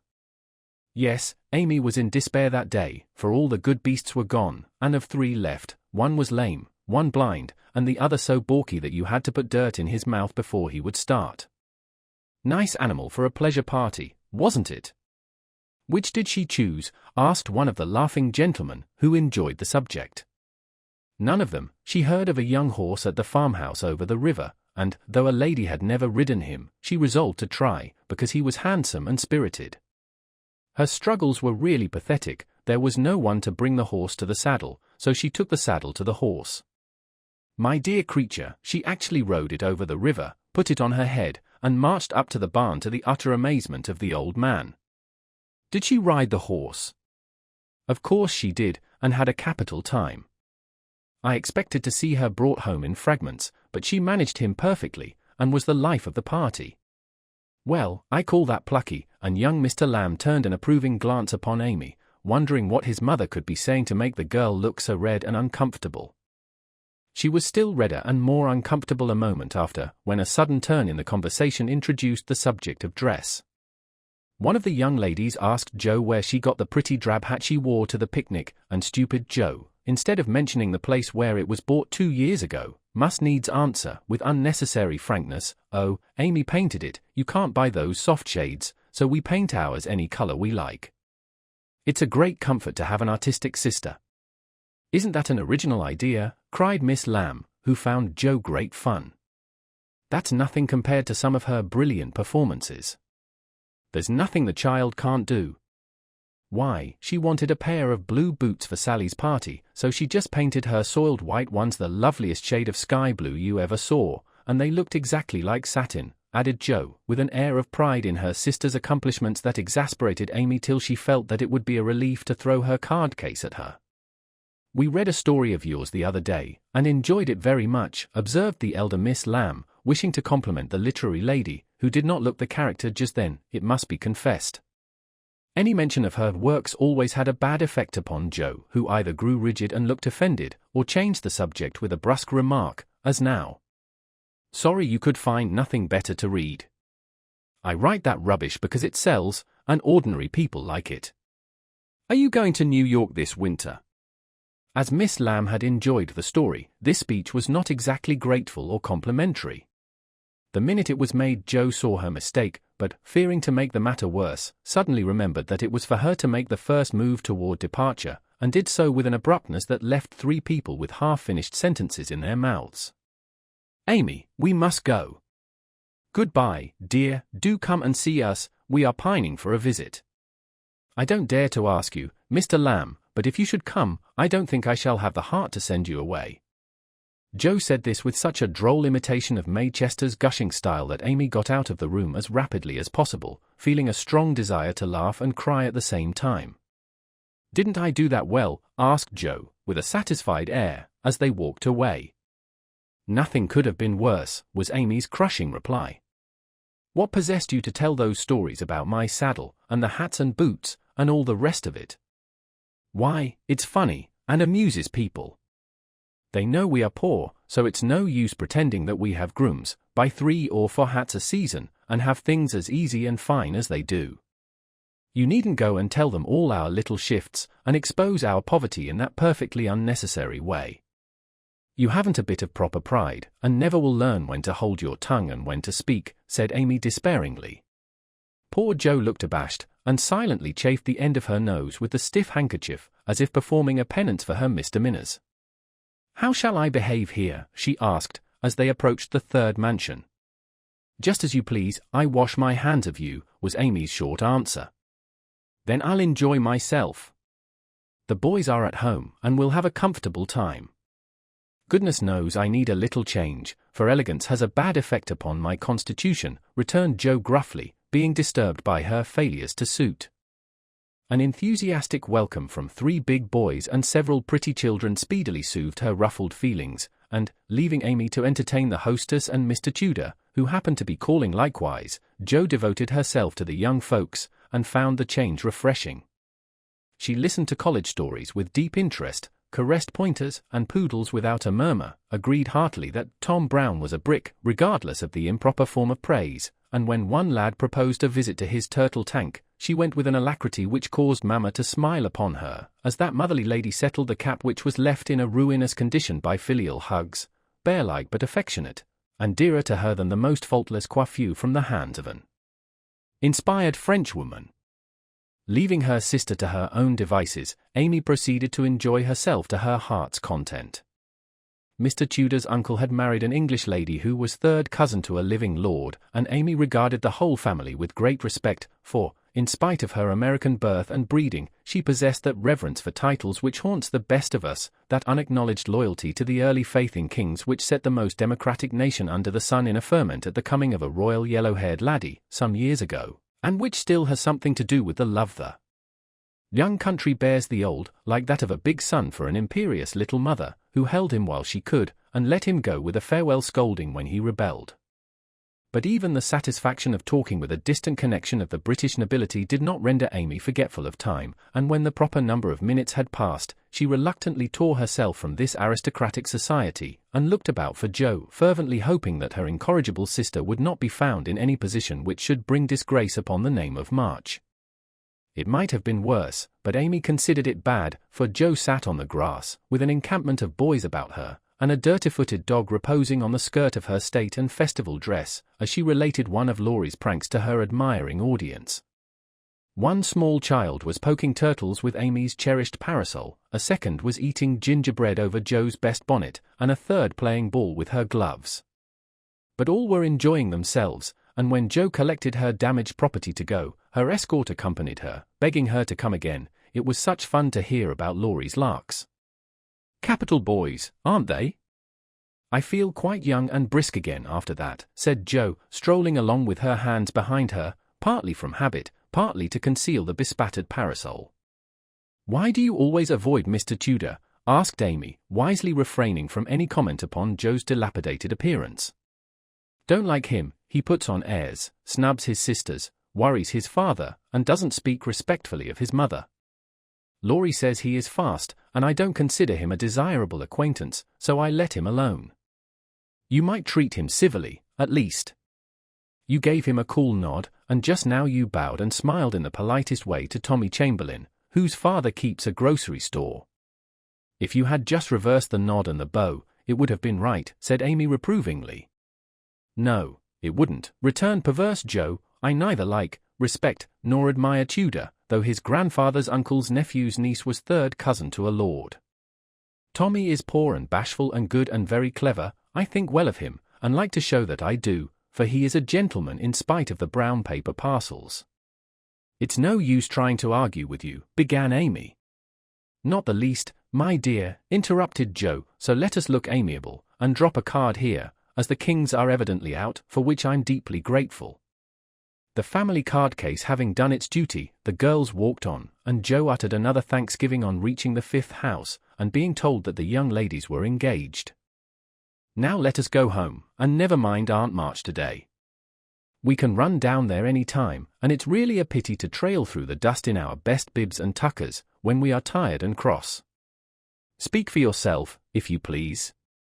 Aunt likes to have us pay her the compliment of coming in style, and making a formal call. It's a little thing to do, but it gives her pleasure, and I don't believe it will hurt your things half so much as letting dirty dogs and clumping boys spoil them. Stoop down, and let me take the crumbs off of your bonnet. What a good girl you are, Amy, said Joe, with a repentant glance from her own damaged costume to that of her sister, which was fresh and spotless still. I wish it was as easy for me to do little things to please people as it is for you. I think of them, but it takes too much time to do them, so I wait for a chance to confer a great favor, and let the small one slip, but they tell best in the end, I fancy. Amy smiled, and was mollified at once, saying with a maternal air, women should learn to be agreeable, particularly poor ones, for they have no other way of repaying the kindnesses they receive. If you'd remember that, and practice it, you'd be better liked than I am, because there is more of you. I'm a crotchety old thing, and always shall be, but I'm willing to own that you are right, only it's easier for me to risk my life for a person than to be pleasant to him when I don't feel like it. It's a great misfortune to have such strong likes and dislikes, isn't it? It's a greater not to be able to hide them. I don't mind saying that I don't approve of Tudor any more than you do, but I'm not called upon to tell him so, neither are you, and there is no use in making yourself disagreeable because he is. But I think girls ought to show when they disapprove of young men, and how can they do it except by their manners? Preaching does not do any good, as I know to my sorrow, since I've had Teddy to manage, but there are many little ways in which I can influence him without a word, and I say we ought to do it to others if we can. Teddy is a remarkable boy, and can't be taken as a sample of other boys, said Amy, in a tone of solemn conviction, which would have convulsed the remarkable boy, if he had heard it.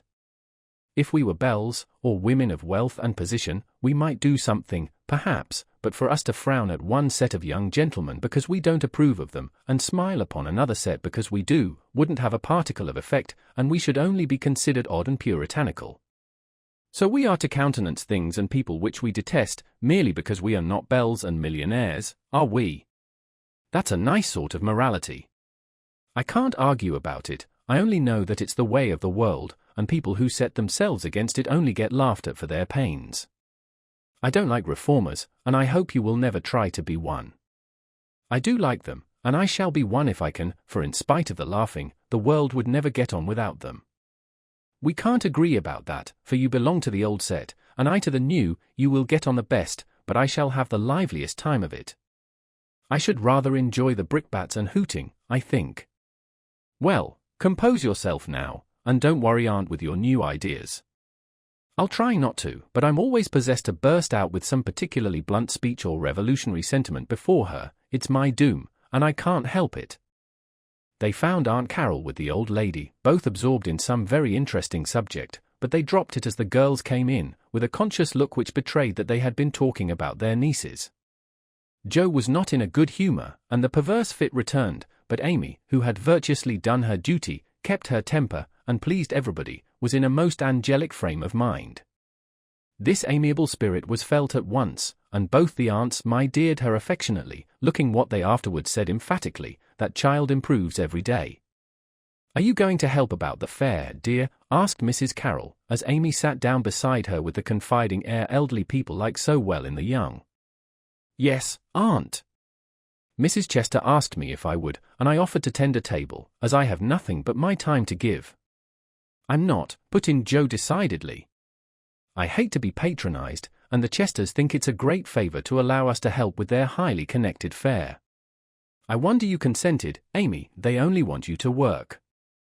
"I am willing to work. It's for the freedmen as well as the Chesters, and I think it very kind of them to let me share the labor and the fun. Patronage does not trouble me when it is well meant. Quite right and proper. I like your grateful spirit, my dear. It's a pleasure to help people who appreciate our efforts. Some do not, and that is trying," observed Aunt March, looking over her spectacles at Joe, who sat apart, rocking herself, with a somewhat morose expression. If Joe had only known what a great happiness was wavering in the balance for one of them, she would have turned dove-like in a minute, but, unfortunately, we don't have windows in our breasts, and cannot see what goes on in the minds of our friends. Better for us that we cannot as a general thing, but now and then it would be such a comfort, such a saving of time and temper. By her next speech, Jo deprived herself of several years of pleasure, and received a timely lesson in the art of holding her tongue. "I don't like favors, they oppress and make me feel like a slave. I'd rather do everything for myself, and be perfectly independent." "Ahem," coughed Aunt Carroll softly, with a look at Aunt March. "I told you so," said Aunt March, with a decided nod to Aunt Carroll. Mercifully unconscious of what she had done, Jo sat with her nose in the air, and a revolutionary aspect which was anything but inviting. "Do you speak French, dear?" asked Mrs. Carroll, laying her hand on Amy's. "Pretty well, thanks to Aunt March, who lets Esther talk to me as often as I like," replied Amy, with a grateful look, which caused the old lady to smile affably. "How are you about languages?" asked Mrs. Carroll of Jo. "Don't know a word. I'm very stupid about studying anything, can't bear French, it's such a slippery, silly sort of language," was the brusque reply. Another look passed between the ladies, and Aunt March said to Amy, "You are quite strong and well, now, dear, I believe. Eyes don't trouble you any more, do they?" "Not at all, thank you, I'm very well, and mean to do great things next winter, so that I may be ready for Rome, whenever that joyful time arrives." "Good girl. You deserve to go, and I'm sure you will some day," said Aunt March, with an approving pat on the head, as Amy picked up her ball for her. "Crosspatch, draw the latch. Sit by the fire and spin," squalled Polly, bending down from his perch on the back of her chair to peep into Joe's face, with such a comical air of impertinent inquiry that it was impossible to help laughing. "Most observing bird," said the old lady. "Come and take a walk, my dear," cried Polly, hopping toward the china closet, with a look suggestive of lump sugar. "Thank you, I will. Come, Amy," and Jo brought the visit to an end, feeling more strongly than ever that calls did have a bad effect upon her constitution. She shook hands in a gentlemanly manner, but Amy kissed both the aunts, and the girls departed, leaving behind them the impression of shadow and sunshine, which impression caused Aunt March to say, as they vanished, "You'd better do it, Mary, I'll supply the money," and Aunt Carroll to reply decidedly, "I certainly will, if her father and mother consent." 30. Consequences. Mrs. Chester's fare was so very elegant and select that it was considered a great honor by the young ladies of the neighborhood to be invited to take a table, and every one was much interested in the matter.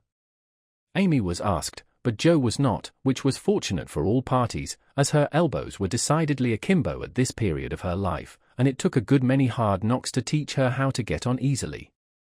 The haughty, uninteresting creature was let severely alone, but Amy's talent and taste were duly complimented by the offer of the art table, and she exerted herself to prepare and secure appropriate and valuable contributions to it. Everything went on smoothly till the day before the fair opened. Then there occurred one of the little skirmishes which it is almost impossible to avoid, when some 25 women, old and young, with all their private piques and prejudices, try to work together. May Chester was rather jealous of Amy because the latter was a greater favorite than herself, and, just at this time, several trifling circumstances occurred to increase the feeling.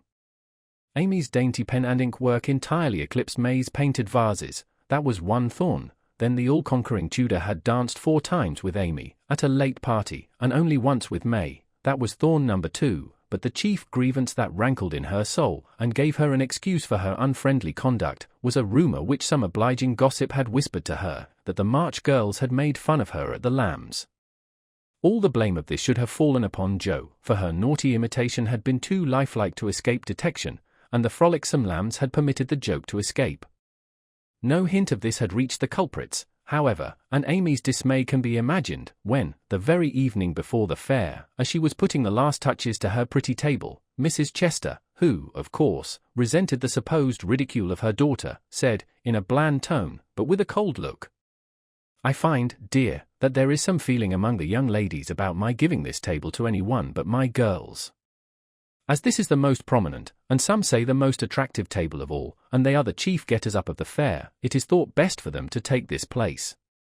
I'm sorry, but I know you are too sincerely interested in the cause to mind a little personal disappointment, and you shall have another table if you like."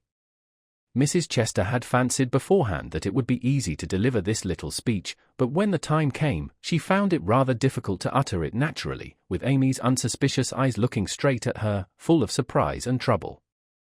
Amy felt that there was something behind this, but could not guess what, and said quietly, feeling hurt, and showing that she did, "Perhaps you had rather I took no table at all. Now, my dear, don't have any ill feeling, I beg, it's merely a matter of expediency. You see, my girls will naturally take the lead, and this table is considered their proper place. I think it very appropriate to you, and feel very grateful for your efforts to make it so pretty, but we must give up our private wishes, of course, and I will see that you have a good place elsewhere. Wouldn't you like the flower table?" The little girls undertook it, but they are discouraged. "You could make a charming thing of it, and the flower table is always attractive, you know. Especially to gentlemen," added May, with a look which enlightened Amy as to one cause of her sudden fall from favor. She colored angrily, but took no other notice of that girlish sarcasm, and answered, with unexpected amiability, "It shall be as you please, Mrs. Chester. I'll give up my place here at once, and attend to the flowers, if you like." "You can put your own things on your own table, if you prefer," began May, feeling a little conscience-stricken, as she looked at the pretty racks, the painted shells, and quaint illuminations Amy had so carefully made and so gracefully arranged. She meant it kindly, but Amy mistook her meaning, and said quickly, "Oh, certainly, if they are in your way," and sweeping her contributions into her apron, pell-mell, she walked off, feeling that herself and her works of art had been insulted past forgiveness. Now she's mad. "Oh, dear, I wish I hadn't asked you to speak, Mamma," said May, looking disconsolately at the empty spaces on her table. "Girls' quarrels are soon over," returned her mother, feeling a trifle ashamed of her own part in this one, as well she might. The little girls hailed Amy and her treasures with delight, which cordial reception somewhat soothed her perturbed spirit, and she fell to work, determined to succeed florally, if she could not artistically. But everything seemed against her, it was late, and she was tired, every one was too busy with their own affairs to help her, and the little girls were only hindrances, for the dears fussed and chattered like so many magpies, making a great deal of confusion in their artless efforts to preserve the most perfect order. The evergreen arch wouldn't stay firm after she got it up, but wiggled and threatened to tumble down on her head when the hanging baskets were filled. Her best tile got a splash of water, which left a sepia tear on the Cupid's cheek. She bruised her hands with hammering, and got cold working in a draught, which last affliction filled her with apprehensions for the morrow. Any girl reader who has suffered like afflictions will sympathize with poor Amy, and wish her well through with her task. There was great indignation at home when she told her story that evening. Her mother said it was a shame, but told her she had done right. Beth declared she wouldn't go to the fair at all, and Jo demanded why she didn't take all her pretty things and leave those mean people to get on without her. "Because they are mean is no reason why I should be. I hate such things, and though I think I've a right to be hurt, I don't intend to show it. They will feel that more than angry speeches or huffy actions, won't they, Mommy?" "That's the right spirit, my dear, a kiss for a blow is always best, though it's not very easy to give it sometimes," said her mother, with the air of one who had learned the difference between preaching and practicing. In spite of various very natural temptations to resent and retaliate, Amy adhered to her resolution all the next day, bent on conquering her enemy by kindness. She began well, thanks to a silent reminder that came to her unexpectedly, but most opportunely. As she arranged her table that morning, while the little girls were in an anteroom filling the baskets, she took up her pet production, a little book, the antique cover of which her father had found among his treasures, and in which, on leaves of vellum, she had beautifully illuminated different texts. As she turned the pages, rich in dainty devices, with very pardonable pride, her eye fell upon one verse that made her stop and think. Framed in a brilliant scrollwork of scarlet, blue, and gold, with little spirits of goodwill helping one another up and down among the thorns and flowers, were the words, "Thou shalt love thy neighbor as thyself." I ought, but I don't, thought Amy, as her eye went from the bright page to May's discontented face behind the big vases, that could not hide the vacancies her pretty work had once filled. Amy stood a minute, turning the leaves in her hand, reading on each some sweet rebuke for all heart-burnings and uncharitableness of spirit. Many wise and true sermons are preached us every day by unconscious ministers in street, school, office, or home. Even a fair table may become a pulpit, if it can offer the good and helpful words which are never out of season. Amy's conscience preached her a little sermon from that text, then and there, and she did what many of us do not always do, took the sermon to heart, and straightway put it in practice. A group of girls were standing about May's table, admiring the pretty things, and talking over the change of saleswomen. They dropped their voices, but Amy knew they were speaking of her, hearing one side of the story, and judging accordingly. It was not pleasant, but a better spirit had come over her, and presently a chance offered for proving it. She heard May say sorrowfully, "It's too bad, for there is no time to make other things, and I don't want to fill up with odds and ends. The table was just complete then, now it's spoilt." "I dare say she'd put them back if you asked her," suggested someone. "How could I after all the fuss?" began May, but she did not finish, for Amy's voice came across the hall, saying pleasantly, "You may have them, and welcome, without asking, if you want them. I was just thinking I'd offer to put them back, for they belong to your table rather than mine. Here they are, please take them, and forgive me if I was hasty in carrying them away last night." As she spoke, Amy returned her contribution, with a nod and a smile, and hurried away again, feeling that it was easier to do a friendly thing than it was to stay and be thanked for it. "Now, I call that lovely of her, don't you?" cried one girl. May's answer was inaudible, but another young lady, whose temper was evidently a little soured by making lemonade, added, with a disagreeable laugh, "Very lovely, for she knew she wouldn't sell them at her own table." Now, that was hard. When we make little sacrifices we like to have them appreciated, at least, and for a minute Amy was sorry she had done it, feeling that virtue was not always its own reward. But it is, as she presently discovered, for her spirits began to rise, and her table to blossom under her skillful hands. The girls were very kind, and that one little act seemed to have cleared the atmosphere amazingly. It was a very long day, and a hard one to Amy, as she sat behind her table, often quite alone, for the little girls deserted very soon, few cared to buy flowers in summer, and her bouquets began to droop long before night. The art table was the most attractive in the room. There was a crowd about it all day long, and the tenders were constantly flying to and fro with important faces and rattling money boxes. Amy often looked wistfully across, longing to be there, where she felt at home and happy, instead of in a corner with nothing to do. It might seem no hardship to some of us, but to a pretty, blithe young girl, it was not only tedious, but very trying, and the thought of being found there in the evening by her family, and Laurie and his friends, made it a real martyrdom. She did not go home till night, and then she looked so pale and quiet that they knew the day had been a hard one, though she made no complaint, and did not even tell what she had done. Her mother gave her an extra cordial cup of tea, Beth helped her dress, and made a charming little wreath for her hair, while Jo astonished her family by getting herself up with unusual care, and hinting darkly that the tables were about to be turned. "Don't do anything rude, pray, Jo. I won't have any fuss made, so let it all pass, and behave yourself," begged Amy, as she departed early, hoping to find a reinforcement of flowers to refresh her poor little table. "I merely intend to make myself entrancingly agreeable to everyone I know, and to keep them in your corner as long as possible. Teddy and his boys will lend a hand, and we'll have a good time yet," returned Jo, leaning over the gate to watch for Laurie. Presently the familiar tramp was heard in the dusk, and she ran out to meet him. "Is that my boy?" "As sure as this is my girl, and Laurie tucked her hand under his arm, with the air of a man whose every wish was gratified. "Oh Teddy, such doings," and Joe told Amy's wrongs with sisterly zeal. "A flock of our fellows are going to drive over by and by, and I'll be hanged if I don't make them buy every flower she's got, and camp down before her table afterward," said Laurie, espousing her cause with warmth. "The flowers are not at all nice," Amy says, "and the fresh ones may not arrive in time. I don't wish to be unjust or suspicious, but I shouldn't wonder if they never came at all."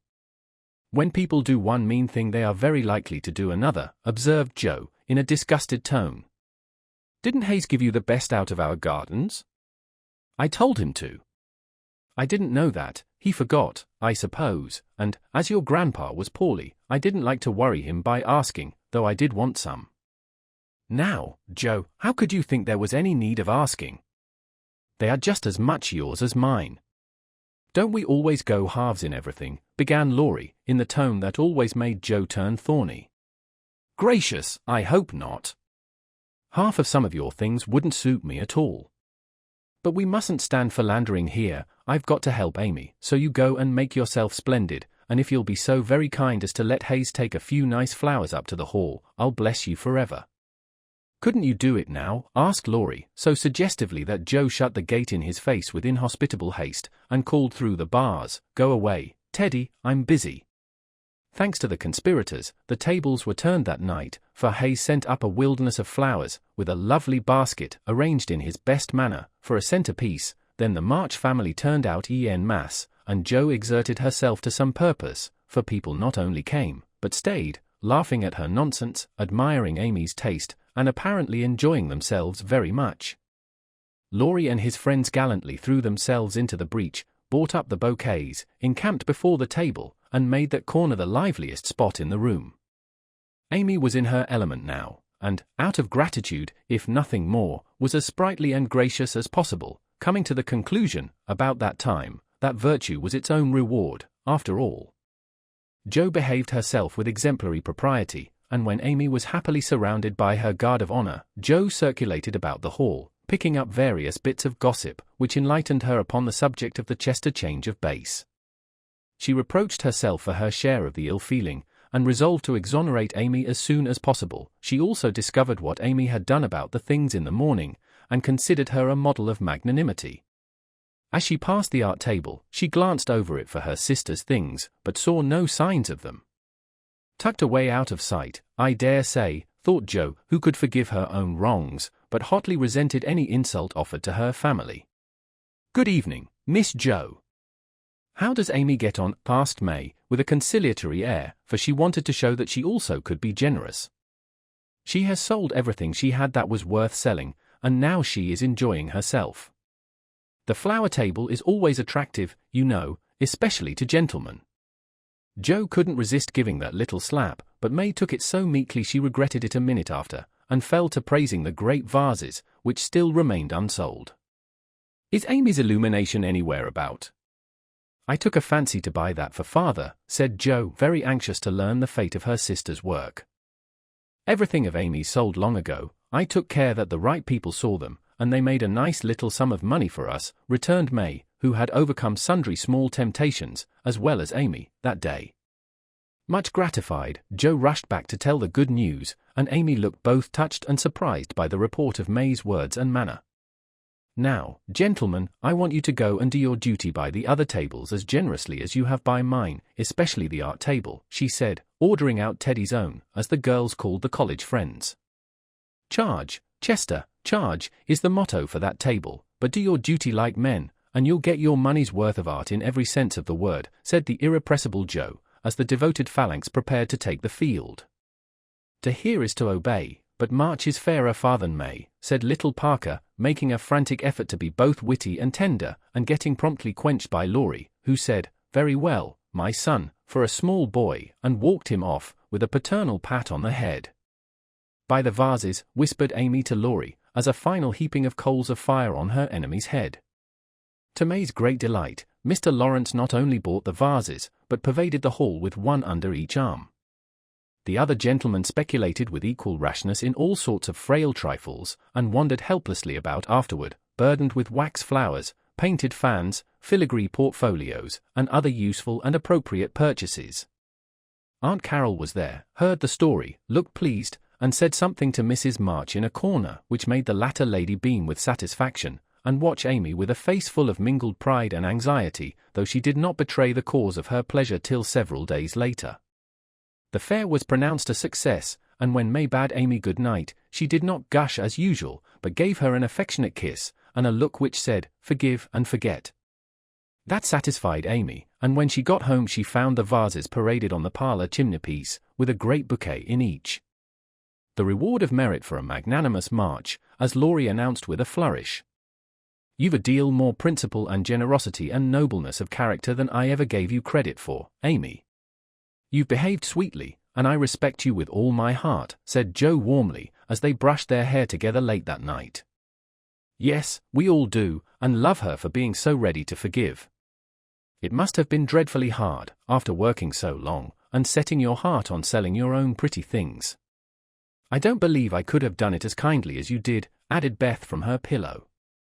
"Why, girls, you needn't praise me so, I only did as I'd be done by. You laugh at me when I say I want to be a lady, but I mean a true gentlewoman in mind and manners, and I try to do it as far as I know how. I can't explain exactly, but I want to be above the little meannesses and follies and faults that spoil so many women. I'm far from it now, but I do my best, and hope in time to be what Mother is." Amy spoke earnestly, and Joe said, with a cordial hug, "I understand now what you mean, and I'll never laugh at you again. You are getting on faster than you think, and I'll take lessons of you in true politeness, for you've learned the secret, I believe. Try away, dearie, you'll get your reward some day, and no one will be more delighted than I shall." A week later Amy did get her reward, and poor Joe found it hard to be delighted. A letter came from Aunt Carol, and Mrs. March's face was illuminated to such a degree, when she read it, that Joe and Beth, who were with her, demanded what the glad tidings were. "Aunt Carol is going abroad next month, and wants me to go with her," burst in Joe, flying out of her chair in an uncontrollable rapture. "No, dear, not you, it's Amy." "Oh, Mother. She's too young, it's my turn first. I've wanted it so long, it would do me so much good, and be so altogether splendid, I must go." "I'm afraid it's impossible, Joe." "Aunt," says Amy, decidedly, "and it is not for us to dictate when she offers such a favor. It's always so. Amy has all the fun and I have all the work." "It isn't fair, oh, it isn't fair," cried Joe passionately. "I'm afraid it is partly your own fault, dear. When Aunt spoke to me the other day, she regretted your blunt manners and too independent spirit, and here she writes, as if quoting something you had said, 'I planned at first to ask Joe, but as a favors burden her, and she hates French, I think I won't venture to invite her. Amy is more docile, will make a good companion for Flo, and receive gratefully any help the trip may give her.' Oh, my tongue, my abominable tongue! Why can't I learn to keep it quiet?" groaned Joe, remembering words which had been her undoing. When she had heard the explanation of the quoted phrases, Mrs. March said sorrowfully, "I wish you could have gone, but there is no hope of it this time, so try to bear it cheerfully, and don't sadden Amy's pleasure by reproaches or regrets." "I'll try," said Joe, winking hard, as she knelt down to pick up the basket she had joyfully upset. "I'll take a leaf out of her book, and try not only to seem glad, but to be so, and not grudge her 1 minute of happiness, but it won't be easy, for it is a dreadful disappointment," and poor Joe bedewed the little fat pincushion she held with several very bitter tears. "Joe, dear, I'm very selfish, but I couldn't spare you, and I'm glad you are not going quite yet," whispered Beth, embracing her, basket and all, with such a clinging touch and loving face, that Joe felt comforted in spite of the sharp regret that made her want to box her own ears, and humbly beg Aunt Carol to burden her with this favor, and see how gratefully she would bear it. By the time Amy came in, Joe was able to take her part in the family jubilation, not quite as heartily as usual, perhaps, but without repinings at Amy's good fortune. The young lady herself received the news as tidings of great joy, went about in a solemn sort of rapture, and began to sort her colors and pack her pencils that evening, leaving such trifles as clothes, money, and passports to those less absorbed in visions of art than herself. It isn't a mere pleasure trip to me, girls, she said impressively, as she scraped her best palette. It will decide my career, for if I have any genius, I shall find it out in Rome, and will do something to prove it. Suppose you haven't, said Joe, sewing away, with red eyes, at the new collars which were to be handed over to Amy. Then I shall come home and teach drawing for my living, replied the aspirant for fame, with philosophic composure, but she made a wry face at the prospect, and scratched away at her palette as if bent on vigorous measures before she gave up her hopes. No, you won't, you hate hard work, and you'll marry some rich man, and come home to sit in the lap of luxury all your days, said Joe. Your predictions sometimes come to pass, but I don't believe that one will. I'm sure I wish it would, for if I can't be an artist myself, I should like to be able to help those who are, said Amy, smiling, as if the part of Lady Bountiful would suit her better than that of a poor drawing teacher. Said Joe, with a sigh, if you wish it you'll have it, for your wishes are always granted, mine never. Would you like to go? Asked Amy, thoughtfully patting her nose with her knife. Rather. Well, in a year or two I'll send for you, and we'll dig in the forum for relics, and carry out all the plans we've made so many times. Thank you, I'll remind you of your promise when that joyful day comes, if it ever does, returned Joe, accepting the vague but magnificent offer as gratefully as she could. There was not much time for preparation, and the house was in a ferment till Amy was off. Joe bore up very well till the last flutter of blue ribbon vanished, when she retired to her refuge, the garret, and cried till she couldn't cry any more. Amy likewise bore up stoutly till the steamer sailed. Then, just as the gangway was about to be withdrawn, it suddenly came over her that a whole ocean was soon to roll between her and those who loved her best, and she clung to Laurie, the last lingerer, saying with a sob, "Oh, take care of them for me, and if anything should happen." "I will, dear, I will, and if anything happens, I'll come and comfort you," whispered Laurie, little dreaming that he would be called upon to keep his word. So Amy sailed away to find the old world, which is always new and beautiful to young eyes, while her father and friend watched her from the shore, fervently hoping that none but gentle fortunes would befall the happy-hearted girl, who waved her hand to them till they could see nothing but the summer sunshine dazzling on the sea. 31. Our Foreign Correspondent. London. Dearest people, here I really sit at a front window of the Bath Hotel, Piccadilly. It's not a fashionable place, but Uncle stopped here years ago, and won't go anywhere else. However, we don't mean to stay long, so it's no great matter. Oh, I can't begin to tell you how I enjoy it all. I never can, so I'll only give you bits out of my notebook, for I've done nothing but sketch and scribble since I started. I sent a line from Halifax, when I felt pretty miserable, but after that I got on delightfully, seldom ill, on deck all day, with plenty of pleasant people to amuse me. Everyone was very kind to me, especially the officers. Don't laugh, Joe, gentlemen really are very necessary aboard ship, to hold on to, or to wait upon one, and as they have nothing to do, it's a mercy to make them useful, otherwise they would smoke themselves to death, I'm afraid. Aunt and Flo were poorly all the way, and liked to be let alone, so when I had done what I could for them, I went and enjoyed myself. Such walks on deck, such sunsets, such splendid air and waves. It was almost as exciting as riding a fast horse, when we went rushing on so grandly. I wish Beth could have come, it would have done her so much good. As for Joe, she would have gone up and sat on the maintop jib, or whatever the high thing is called, made friends with the engineers, and tooted on the captain's speaking trumpet. She'd have been in such a state of rapture. It was all heavenly, but I was glad to see the Irish coast, and found it very lovely, so green and sunny, with brown cabins here and there, ruins on some of the hills, and gentlemen's country seats in the valleys, with deer feeding in the parks. It was early in the morning, but I didn't regret getting up to see it, for the bay was full of little boats, the shore so picturesque, and a rosy sky overhead. I never shall forget it.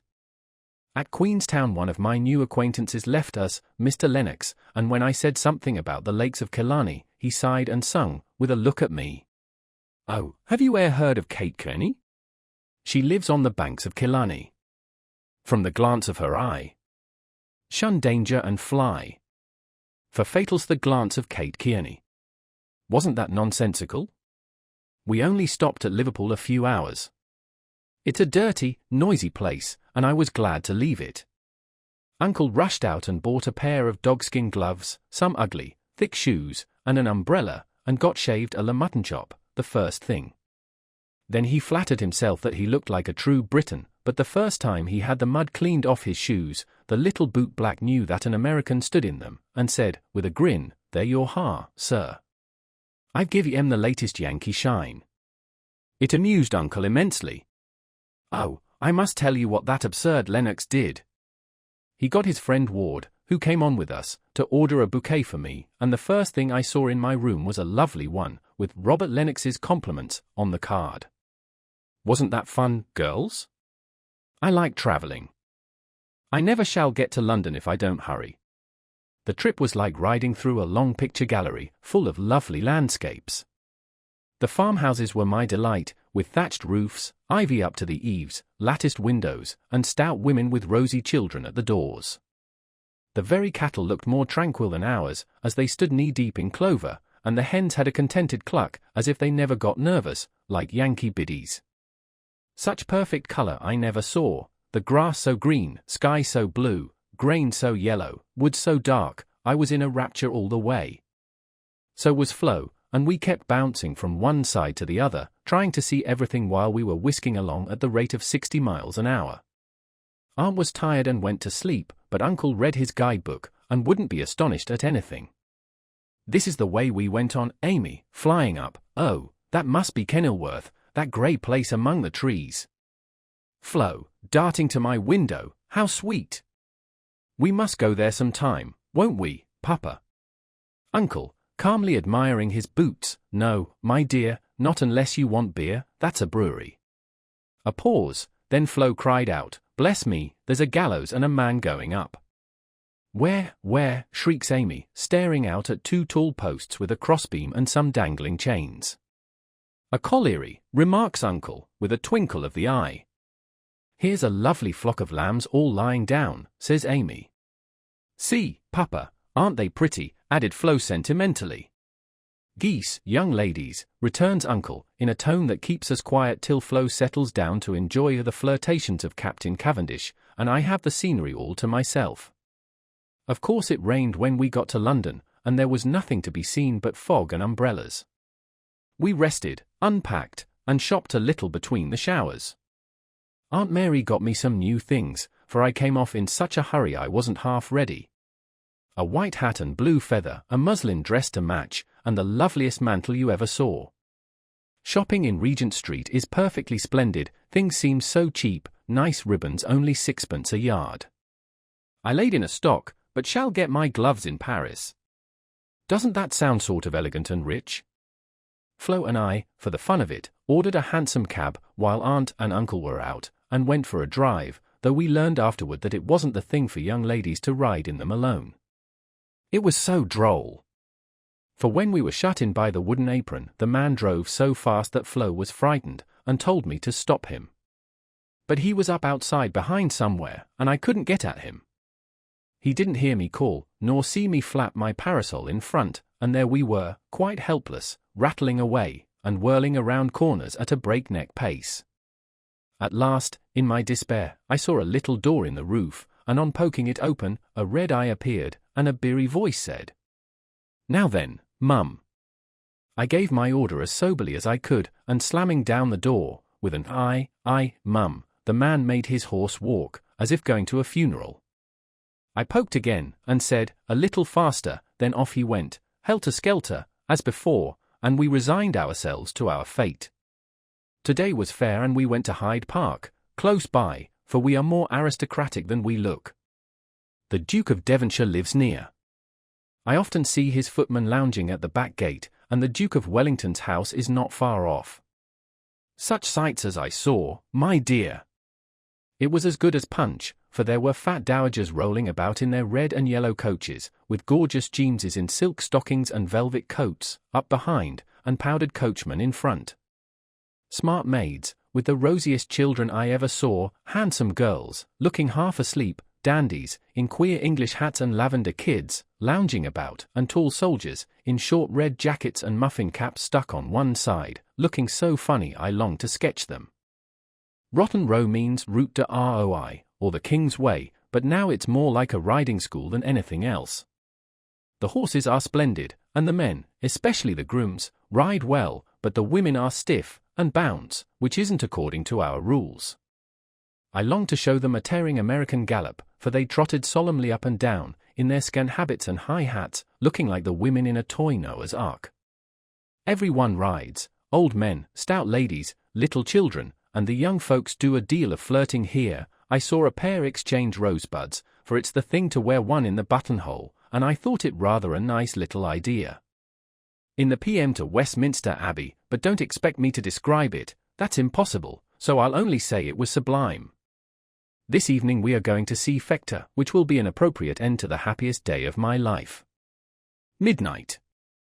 It's very late, but I can't let my letter go in the morning without telling you what happened last evening. Who do you think came in, as we were at tea? Laurie's English friends, Fred and Frank Vaughan. I was so surprised, for I shouldn't have known them but for the cards. Both are tall fellows, with whiskers, Fred handsome in the English style, and Frank much better, for he only limps slightly, and uses no crutches. They had heard from Laurie where we were to be, and came to ask us to their house, but Uncle won't go, so we shall return the call, and see them as we can. They went to the theatre with us, and we did have such a good time, for Frank devoted himself to Flo, and Fred and I talked over past, present, and future fun as if we had known each other all our days. Tell Beth Frank asked for her, and was sorry to hear of her ill health. Fred laughed when I spoke of Joe, and sent his respectful compliments to the big hat. Neither of them had forgotten Camp Lawrence, or the fun we had there. What ages ago it seems, doesn't it? Aunt is tapping on the wall for the third time, so I must stop. I really feel like a dissipated London fine lady, writing here so late, with my room full of pretty things, and my head a jumble of parks, theatres, new gowns, and gallant creatures who say ah, and twirl their blonde moustache with the true English lordliness. I long to see you all, and in spite of my nonsense as ever, your loving Amy. Paris? Dear girls. In my last I told you about our London visit, how kind the Vaughtons were, and what pleasant parties they made for us. I enjoyed the trips to Hampton Court and the Kensington Museum more than anything else, for at Hampton I saw Raphael's cartoons, and, at the museum, rooms full of pictures by Turner, Lawrence, Reynolds, Hogarth, and the other great creatures. The day in Richmond Park was charming, for we had a regular English picnic, and I had more splendid oaks and groups of deer than I could copy, also heard a nightingale, and saw larks go up. We did a London to our heart's content, thanks to Fred and Frank, and were sorry to go away, for, though English people are slow to take you in, when they once make up their minds to do it they cannot be outdone in hospitality, I think. The Vaughtons hope to meet us in Rome next winter, and I shall be dreadfully disappointed if they don't, for Grace and I are great friends, and the boys very nice fellows, especially Fred. Well, we were hardly settled here when he turned up again, saying he had come for a holiday, and was going to Switzerland. Aunt looked sober at first, but he was so cool about it she couldn't say a word, and now we get on nicely, and are very glad he came, for he speaks French like a native, and I don't know what we should do without him. Uncle doesn't know 10 words, and insists on talking English very loud, as if that would make people understand him. Aunt's pronunciation is old-fashioned, and Flo and I, though we flattered ourselves that we knew a good deal, find we don't, and are very grateful to have Fred do the parley-vooing, as Uncle calls it. Such delightful times as we are having. Sightseeing from morning till night, stopping for nice lunches in the gay cafes, and meeting with all sorts of droll adventures. Rainy days I spend in the Louvre, reveling in pictures. Jo would turn up her naughty nose at some of the finest, because she has no soul for art, but I have, and I'm cultivating eye and taste as fast as I can. She would like the relics of great people better, for I've seen her Napoleon's cocked hat and grey coat, his baby's cradle and his old toothbrush, also Marie Antoinette's little shoe, the ring of St. Denis, Charlemagne's sword, and many other interesting things. I'll talk for hours about them when I come, but haven't time to write. The Palais Royal is a heavenly place, so full of bijouterie and lovely things that I'm nearly distracted because I can't buy them. Fred wanted to get me some, but of course I didn't allow it. Then the boys and the Champs-Élysées are très magnifiques. I've seen the imperial family several times, the emperor an ugly, hard-looking man, the empress pale and pretty, but dressed in bad taste, I thought, purple dress, green hat, and yellow gloves. Little Nap is a handsome boy who sits chatting to his tutor and kisses his hand to the people as he passes in his four-horse barouche, with postilions in red satin jackets and a mounted guard before and behind. We often walk in the Tuileries gardens, for they are lovely, though the antique Luxembourg gardens suit me better. Père Lachaise is very curious, for many of the tombs are like small rooms, and, looking in, one sees a table, with images or pictures of the dead, and chairs for the mourners to sit in when they come to lament. That is so Frenchy. Our rooms are on the Rue de Rivoli, and, sitting in the balcony, we look up and down the long, brilliant street. It is so pleasant that we spend our evenings talking there, when too tired with our day's work to go out. Fred is very entertaining, and is altogether the most agreeable young man I ever knew, except Laurie, whose manners are more charming. I wish Fred was dark, for I don't fancy light men. However, the Vaughan's are very rich, and come of an excellent family, so I won't find fault with their yellow hair, as my own is yellower. Next week we are off to Germany and Switzerland, and, as we shall travel fast, I shall only be able to give you hasty letters. I keep my diary, and try to remember correctly and describe clearly all that I see and admire, as father advised. It is good practice for me, and, with my sketchbook, will give you a better idea of my tour than these scribbles. Adieu, I embrace you tenderly. Votre Amy. Heidelberg. My dear Mamma. Having a quiet hour before we leave for Bern, I'll try to tell you what has happened, for some of it is very important, as you will see. The sail up the Rhine was perfect, and I just sat and enjoyed it with all my might. Get father's old guidebooks, and read about it. I haven't words beautiful enough to describe it. At Koblenz we had a lovely time, for some students from Bonn, with whom Fred got acquainted on the boat, gave us a serenade. It was a moonlight night, and, about 1 o'clock, Flo and I were waked by the most delicious music under our windows. We flew up, and hid behind the curtains, but sly peeps showed us Fred and the students singing away down below. It was the most romantic thing I ever saw, the river, the bridge of boats, the great fortress opposite, moonlight everywhere, and music fit to melt a heart of stone. When they were done we threw down some flowers, and saw them scramble for them, kiss their hands to the invisible ladies, and go laughing away, to smoke and drink beer, I suppose. Next morning Fred showed me one of the crumpled flowers in his vest pocket, and looked very sentimental. I laughed at him, and said I didn't throw it, but Flo, which seemed to disgust him, for he tossed it out of the window, and turned sensible again. I'm afraid I'm going to have trouble with that boy, it begins to look like it. The baths at Nassau were very gay, so was Baden-Baden, where Fred lost some money, and I scolded him. He needs someone to look after him when Frank is not with him. Kate said once she hoped he'd marry soon, and I quite agree with her that it would be well for him. Frankfurt was delightful. I saw Goethe's house, Schiller's statue, and Danica's famous Ariadne. It was very lovely, but I should have enjoyed it more if I had known the story better. I didn't like to ask, as everyone knew it, or pretended they did. I wish Joe would tell me all about it. I ought to have read more, for I find I don't know anything, and it mortifies me. Now comes the serious part, for it happened here, and Fred is just gone. He has been so kind and jolly that we all got quite fond of him. I never thought of anything but a travelling friendship, till the serenade night. Since then I've begun to feel that the moonlight walks, balcony talks, and daily adventures were something more to him than fun. I haven't flirted, Mother, truly, but remembered what you said to me, and have done my very best. I can't help it if people like me. I don't try to make them, and it worries me if I don't care for them, though Joe says I haven't got any heart.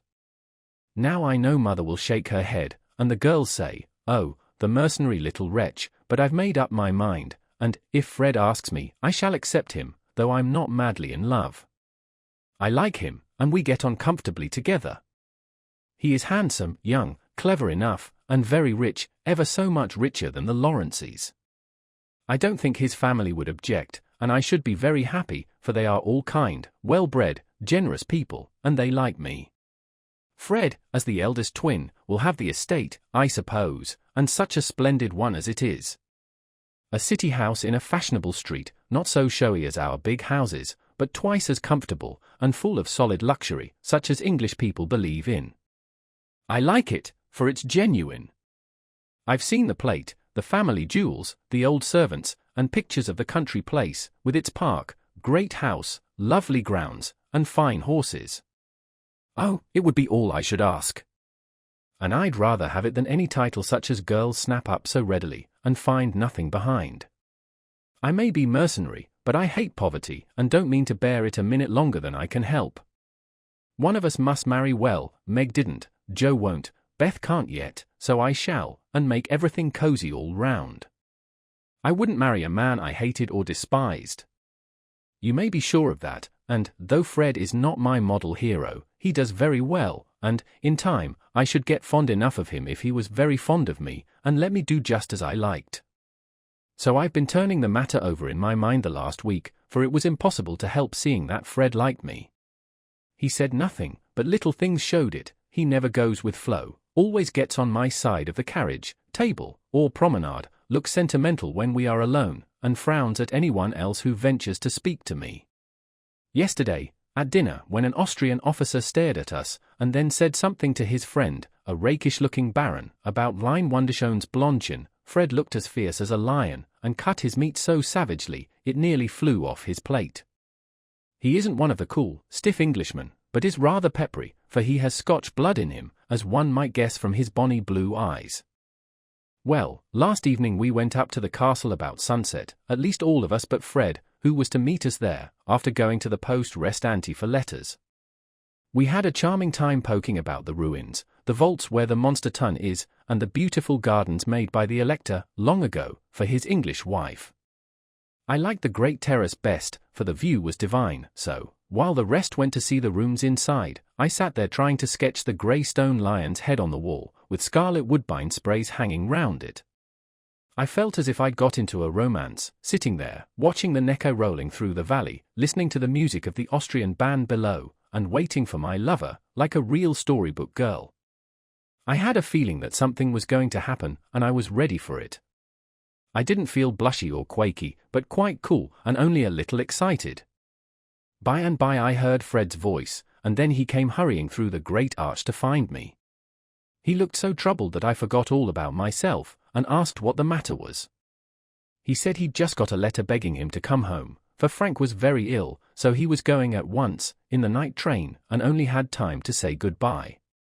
I was very sorry for him, and disappointed for myself, but only for a minute, because he said, as he shook hands, and said it in a way that I could not mistake, "I shall soon come back, you won't forget me, Amy." I didn't promise, but I looked at him, and he seemed satisfied, and there was no time for anything but messages and goodbyes, for he was off in an hour, and we all miss him very much. I know he wanted to speak, but I think, from something he once hinted, that he had promised his father not to do anything of the sort yet a while, for he is a rash boy, and the old gentleman dreads a foreign daughter-in-law. We shall soon meet in Rome, and then, if I don't change my mind, I'll say yes, thank you, when he says will you, please.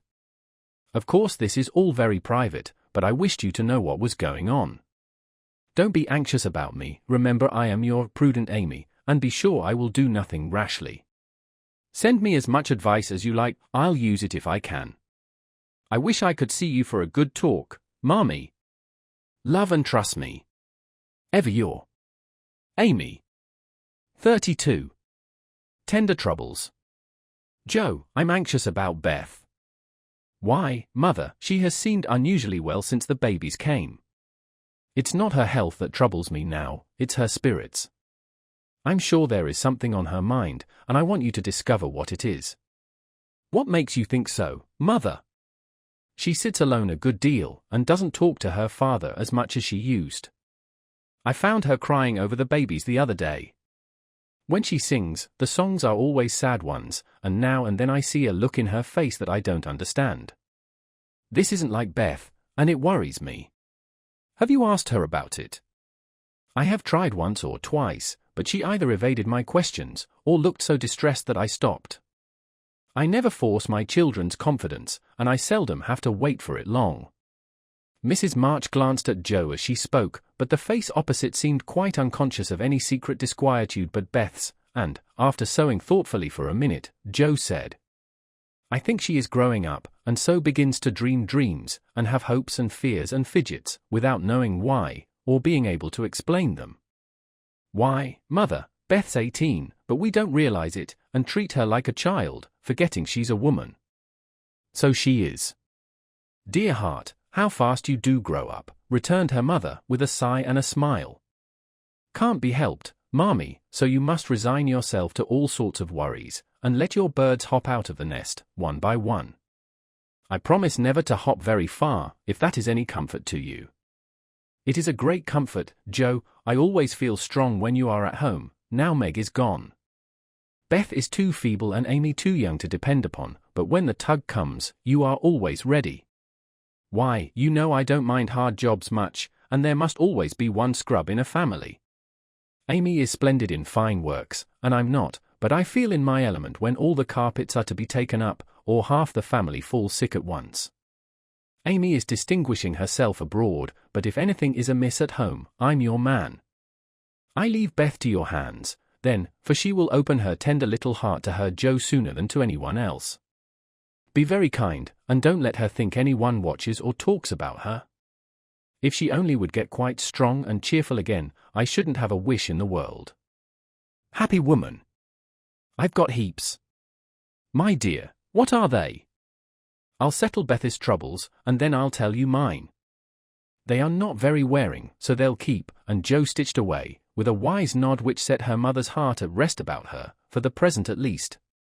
While apparently absorbed in her own affairs, Joe watched Beth, and, after many conflicting conjectures, finally settled upon one which seemed to explain the change in her. A slight incident gave Joe the clue to the mystery, she thought, and lively fancy, loving heart did the rest. She was affecting to write busily one Saturday afternoon, when she and Beth were alone together, yet as she scribbled, she kept her eye on her sister, who seemed unusually quiet. Sitting at the window, Beth's work often dropped into her lap, and she leaned her head upon her hand, in a dejected attitude, while her eyes rested on the dull, autumnal landscape. Suddenly some one passed below, whistling like an operatic blackbird, and a voice called out, "All serene! Coming in tonight." Beth started, leaned forward, smiled and nodded, watched the passer-by till his quick tramp died away, then said softly, as if to herself, "How strong and well and happy that dear boy looks." Said Joe, still intent upon her sister's face, for the bright color faded as quickly as it came, the smile vanished, and presently a tear lay shining on the window ledge. Beth whisked it off, and glanced apprehensively at Joe, but she was scratching away at a tremendous rate, apparently engrossed in Olympia's oath. The instant Beth turned, Joe began her watch again, saw Beth's hand go quietly to her eyes more than once, and, in her half-averted face, read a tender sorrow that made her own eyes fill. Fearing to betray herself, she slipped away, murmuring something about needing more paper. "Mercy on me, Beth loves Laurie," she said, sitting down in her own room, pale with the shock of the discovery which she believed she had just made. "I never dreamt of such a thing. What will Mother say? I wonder if he—" There Joe stopped, and turned scarlet with a sudden thought. If he shouldn't love back again, how dreadful it would be. He must, I'll make him, and she shook her head threateningly at the picture of the mischievous-looking boy laughing at her from the wall. Oh dear, we are growing up with a vengeance. Here's Meg married and a mamma, Amy flourishing away at Paris, and Beth in love. I'm the only one that has sense enough to keep out of mischief. Joe thought intently for a minute, with her eyes fixed on the picture, then she smoothed out her wrinkled forehead, and said, with a decided nod at the face opposite, "No, thank you, sir, you're very charming, but you've no more stability than a weathercock, so you needn't write touching notes, and smile in that insinuating way, for it won't do a bit of good, and I won't have it." Then she sighed, and fell into a reverie, from which she did not wake till the early twilight sent her down to take new observations, which only confirmed her suspicion. Though Laurie flirted with Amy and joked with Joe, his manner to Beth had always been peculiarly kind and gentle, but so was everybody's, therefore, no one thought of imagining that he cared more for her than for the others. Indeed, a general impression had prevailed in the family, of late, that our boy was getting fonder than ever of Joe, who, however, wouldn't hear a word upon the subject, and scolded violently if anyone dared to suggest it. If they had known the various tender passages of the past year, or rather attempts at tender passages which had been nipped in the bud, they would have had the immense satisfaction of saying, "I told you so." But Jo hated philandering, and wouldn't allow it, always having a joke or a smile ready at the least sign of impending danger. When Laurie first went to college, he fell in love about once a month, but these small flames were as brief as ardent, did no damage, and much amused Jo, who took great interest in the alternations of hope, despair, and resignation, which were confided to her in their weekly conferences. But there came a time when Laurie ceased to worship at many shrines, hinted darkly at one all-absorbing passion, and indulged occasionally in Byronic fits of gloom. Then he avoided the tender subject altogether, wrote philosophical notes to Jo, turned studious, and gave out that he was going to dig, intending to graduate in a blaze of glory. This suited the young lady better than twilight confidences, tender pressures of the hand, and eloquent glances of the eye, for with Jo, brain developed earlier than heart, and she preferred imaginary heroes to real ones, because, when tired of them, the former could be shut up in the tin kitchen till called for, and the latter were less manageable. Things were in this state when the grand discovery was made, and Jo watched Laurie that night as she had never done before. If she had not got the new idea into her head, she would have seen nothing unusual in the fact that Beth was very quiet, and Laurie very kind to her. But having given the rein to her lively fancy, it galloped away with her at a great pace, and common sense, being rather weakened by a long course of romance writing, did not come to the rescue. As usual, Beth lay on the sofa, and Laurie sat in a low chair close by, amusing her with all sorts of gossip, for she depended on her weekly spin, and he never disappointed her. But that evening, Jo fancied that Beth's eyes rested on the lively, dark face beside her with peculiar pleasure, and that she listened with intense interest to an account of some exciting cricket match, though the phrases, "caught off a tice," "stumped off his ground," and "the leg hit for 3," were as intelligible to her as Sanskrit. She also fancied, having set her heart upon seeing it, that she saw a certain increase of gentleness in Laurie's manner, that he dropped his voice now and then, laughed less than usual, was a little absent-minded, and settled the Afghan over Beth's feet with an assiduity that was really almost tender. Who knows? Stranger things have happened, thought Jo, as she fussed about the room. She will make quite an angel of him, and he will make life delightfully easy and pleasant for the dear, if they only love each other.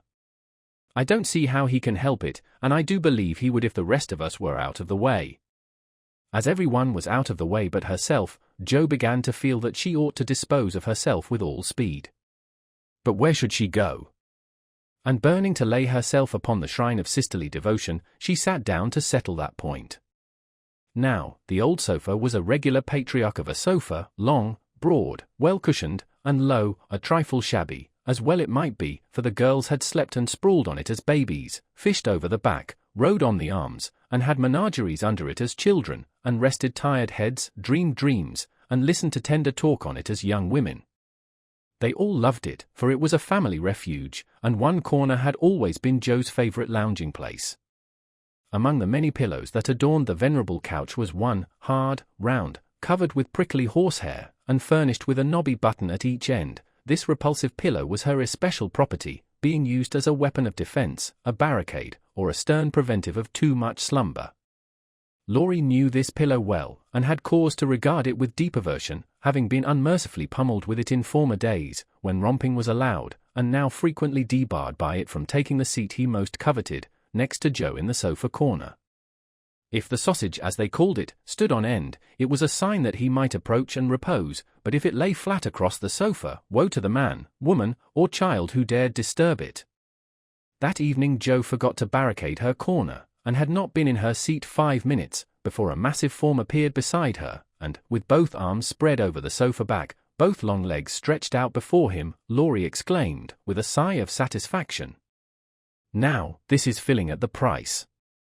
"No slang," snapped Jo, slamming down the pillow.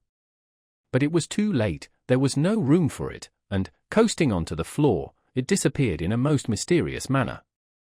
"Come, Jo, don't be thorny. After studying himself to a skeleton all the week, a fellow deserves petting, and ought to get it. Beth will pet you, I'm busy." No, she's not to be bothered with me, but you like that sort of thing, unless you've suddenly lost your taste for it. Have you? Do you hate your boy, and want to fire pillows at him? Anything more wheedlesome than that touching appeal was seldom heard, but Jo quenched her boy by turning on him with the stern query. How many bouquets have you sent Miss Randall this week? Not one, upon my word. She's engaged. Now then. I'm glad of it. That's one of your foolish extravagances, sending flowers and things to girls for whom you don't care two pins, continued Jo reprovingly. Sensible girls, for whom I do care whole papers of pins, won't let me send them flowers and things, so what can I do? My feelings must have a vent. Mother doesn't approve of flirting, even in fun, and you do flirt desperately, Teddy. I'd give anything if I could answer, so do you. As I can't, I'll merely say that I don't see any harm in that pleasant little game, if all parties understand that it's only play. Well, it does look pleasant, but I can't learn how it's done. I've tried, because one feels awkward in company, not to do as everybody else is doing, but I don't seem to get on, said Jo, forgetting to play mentor. Take lessons of Amy, she has a regular talent for it. Yes, she does it very prettily, and never seems to go too far. I suppose it's natural to some people to please without trying, and others to always say and do the wrong thing in the wrong place. I'm glad you can't flirt. It's really refreshing to see a sensible, straightforward girl who can be jolly and kind without making a fool of herself. Between ourselves, Jo, some of the girls I know really do go on at such a rate I'm ashamed of them. They don't mean any harm, I'm sure, but if they knew how we fellows talked about them afterward, they'd mend their ways, I fancy. They do the same, and, as their tongues are the sharpest, you fellows get the worst of it, for you are as silly as they, every bit.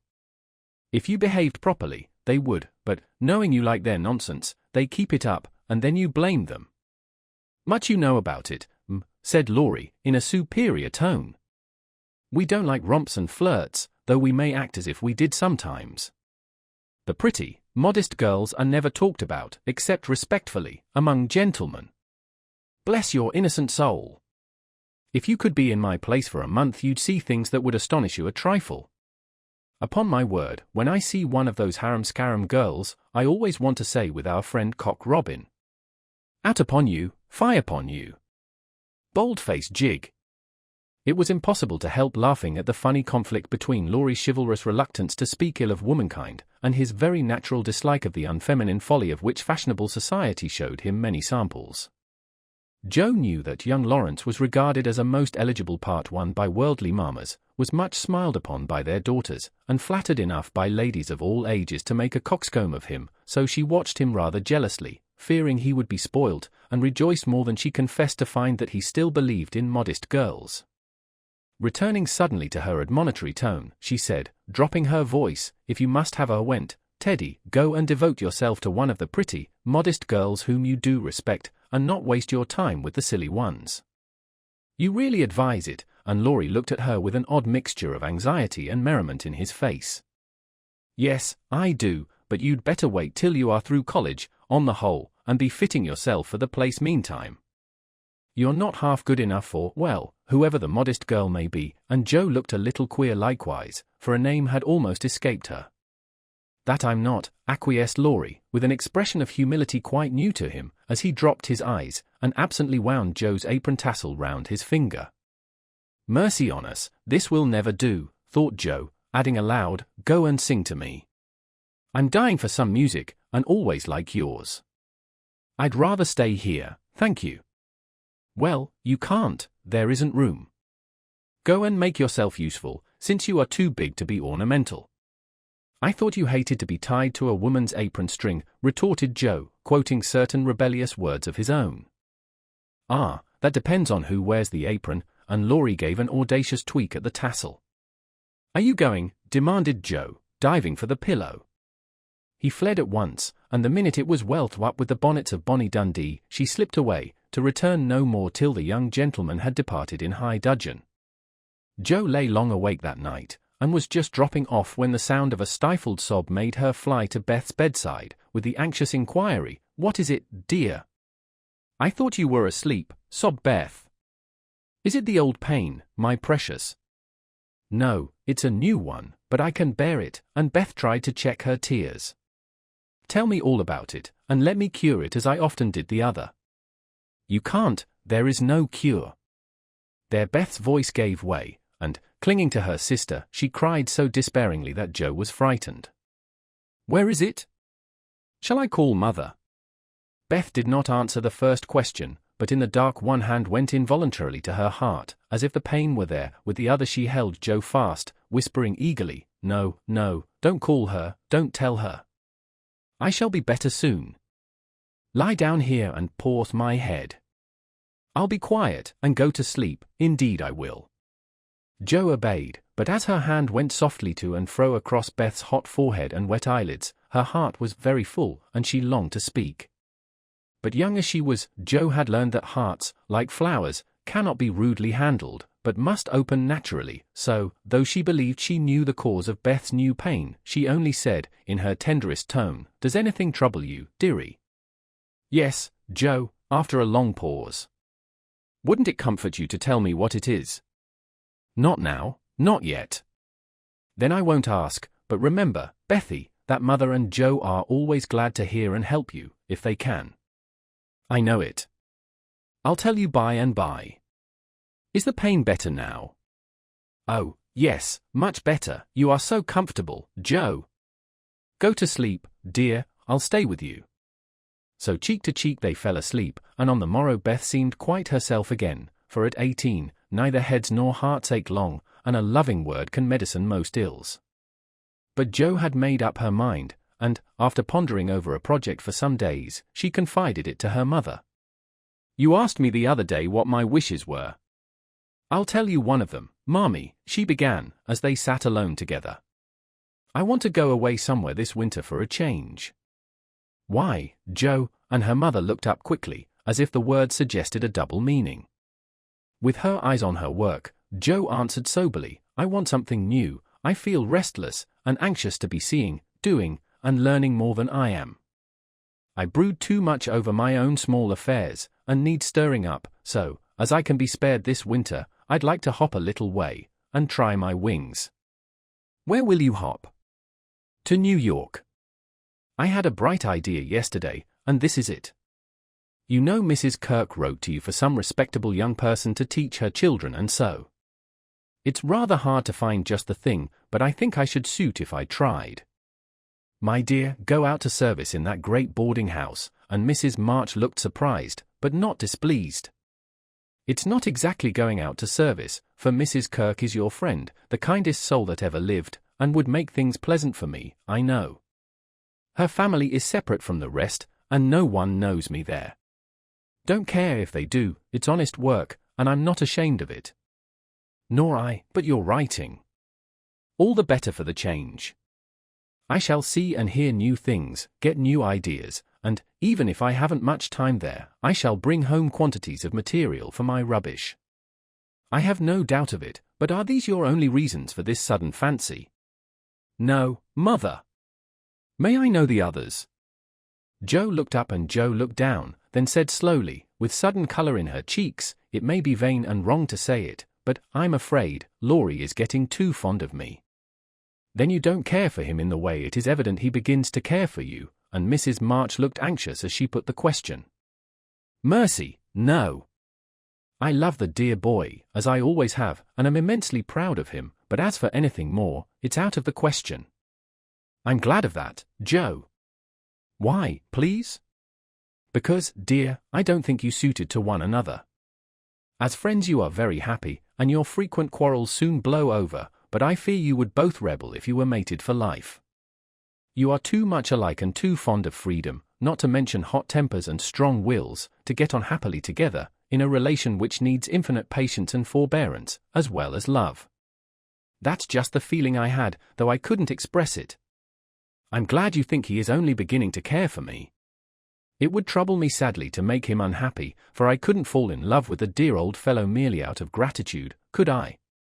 You are sure of his feeling for you? The colour deepened in Joe's cheeks, as she answered, with a look of mingled pleasure, pride, and pain which young girls wear when speaking of first lovers.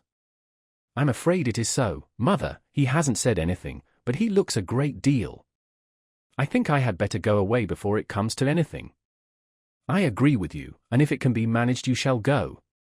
Joe looked relieved, and, after a pause, said, smiling, how Mrs. Moffat would wonder at your want of management, if she knew, and how she will rejoice that Annie still may hope.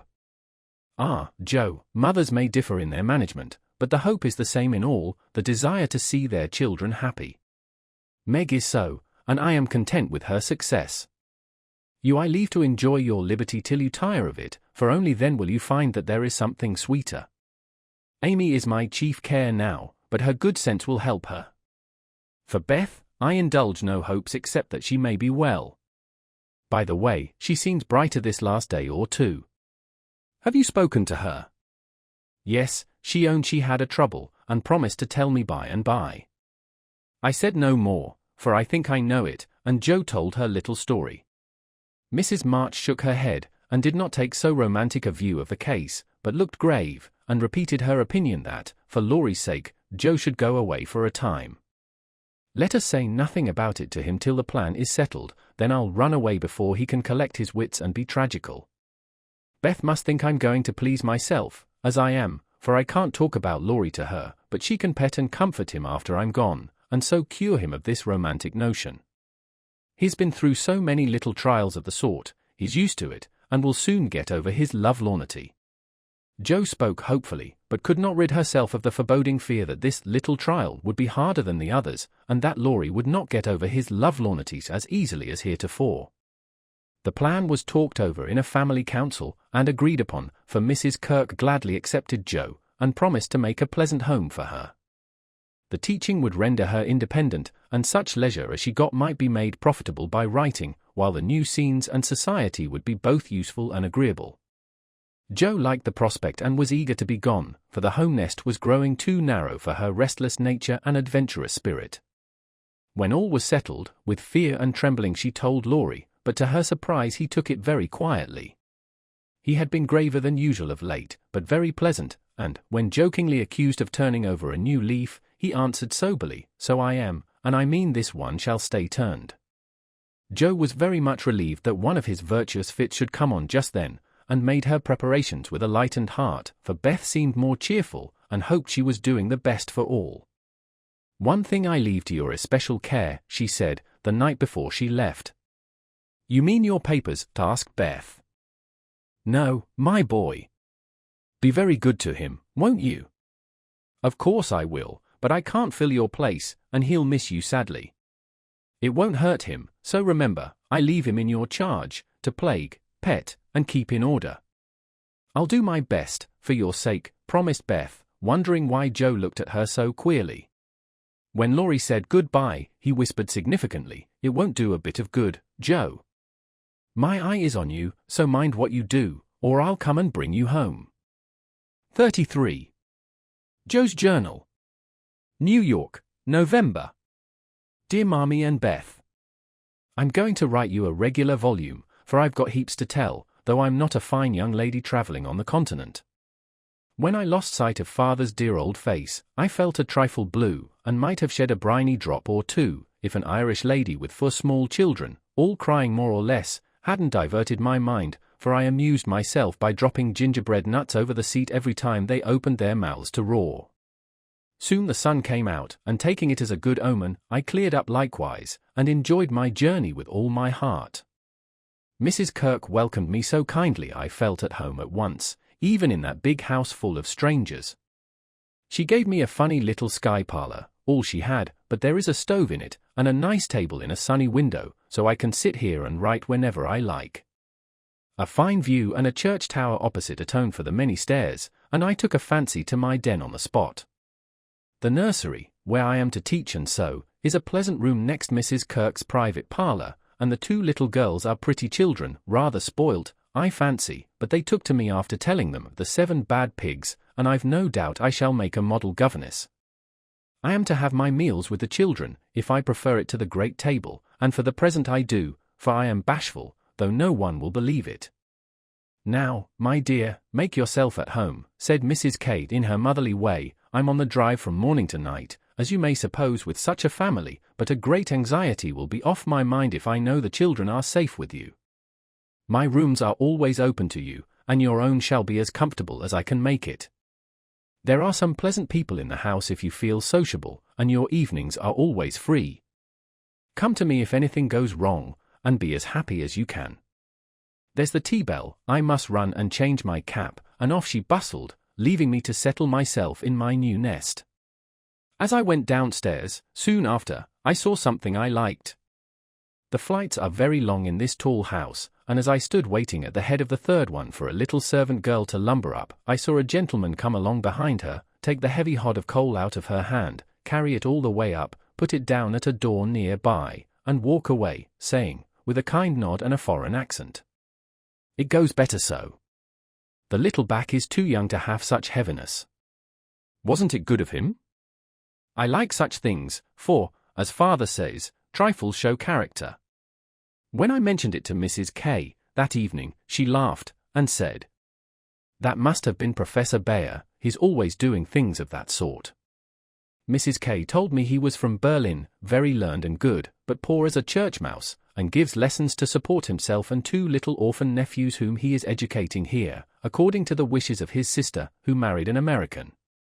Not a very romantic story, but it interested me, and I was glad to hear that Mrs. K. lends him her parlour for some of his scholars. There is a glass door between it and the nursery, and I mean to peep at him, and then I'll tell you how he looks. He's almost 40, so it's no harm, Marmee.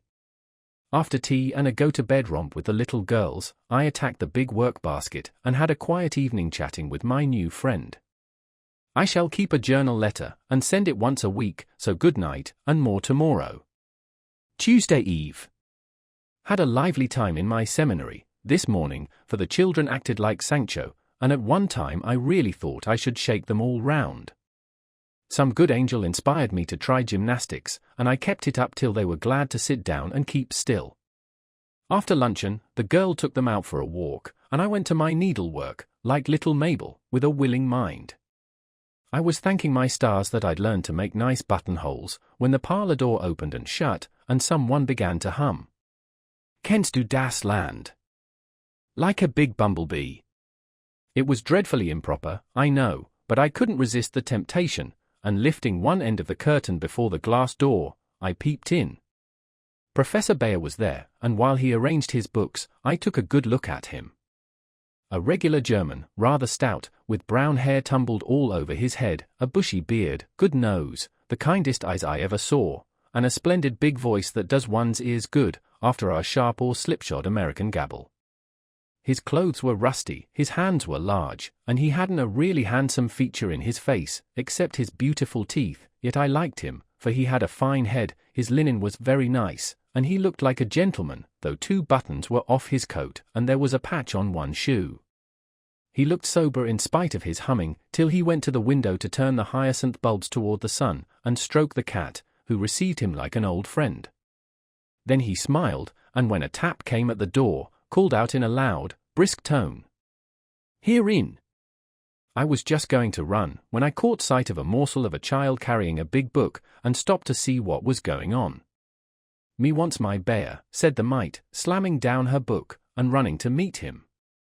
"Thou shalt have thy Bayer, come, then, and take a goot hug from him, my Tina," said the professor, catching her up, with a laugh, and holding her so high over his head that she had to stoop her little face to kiss him.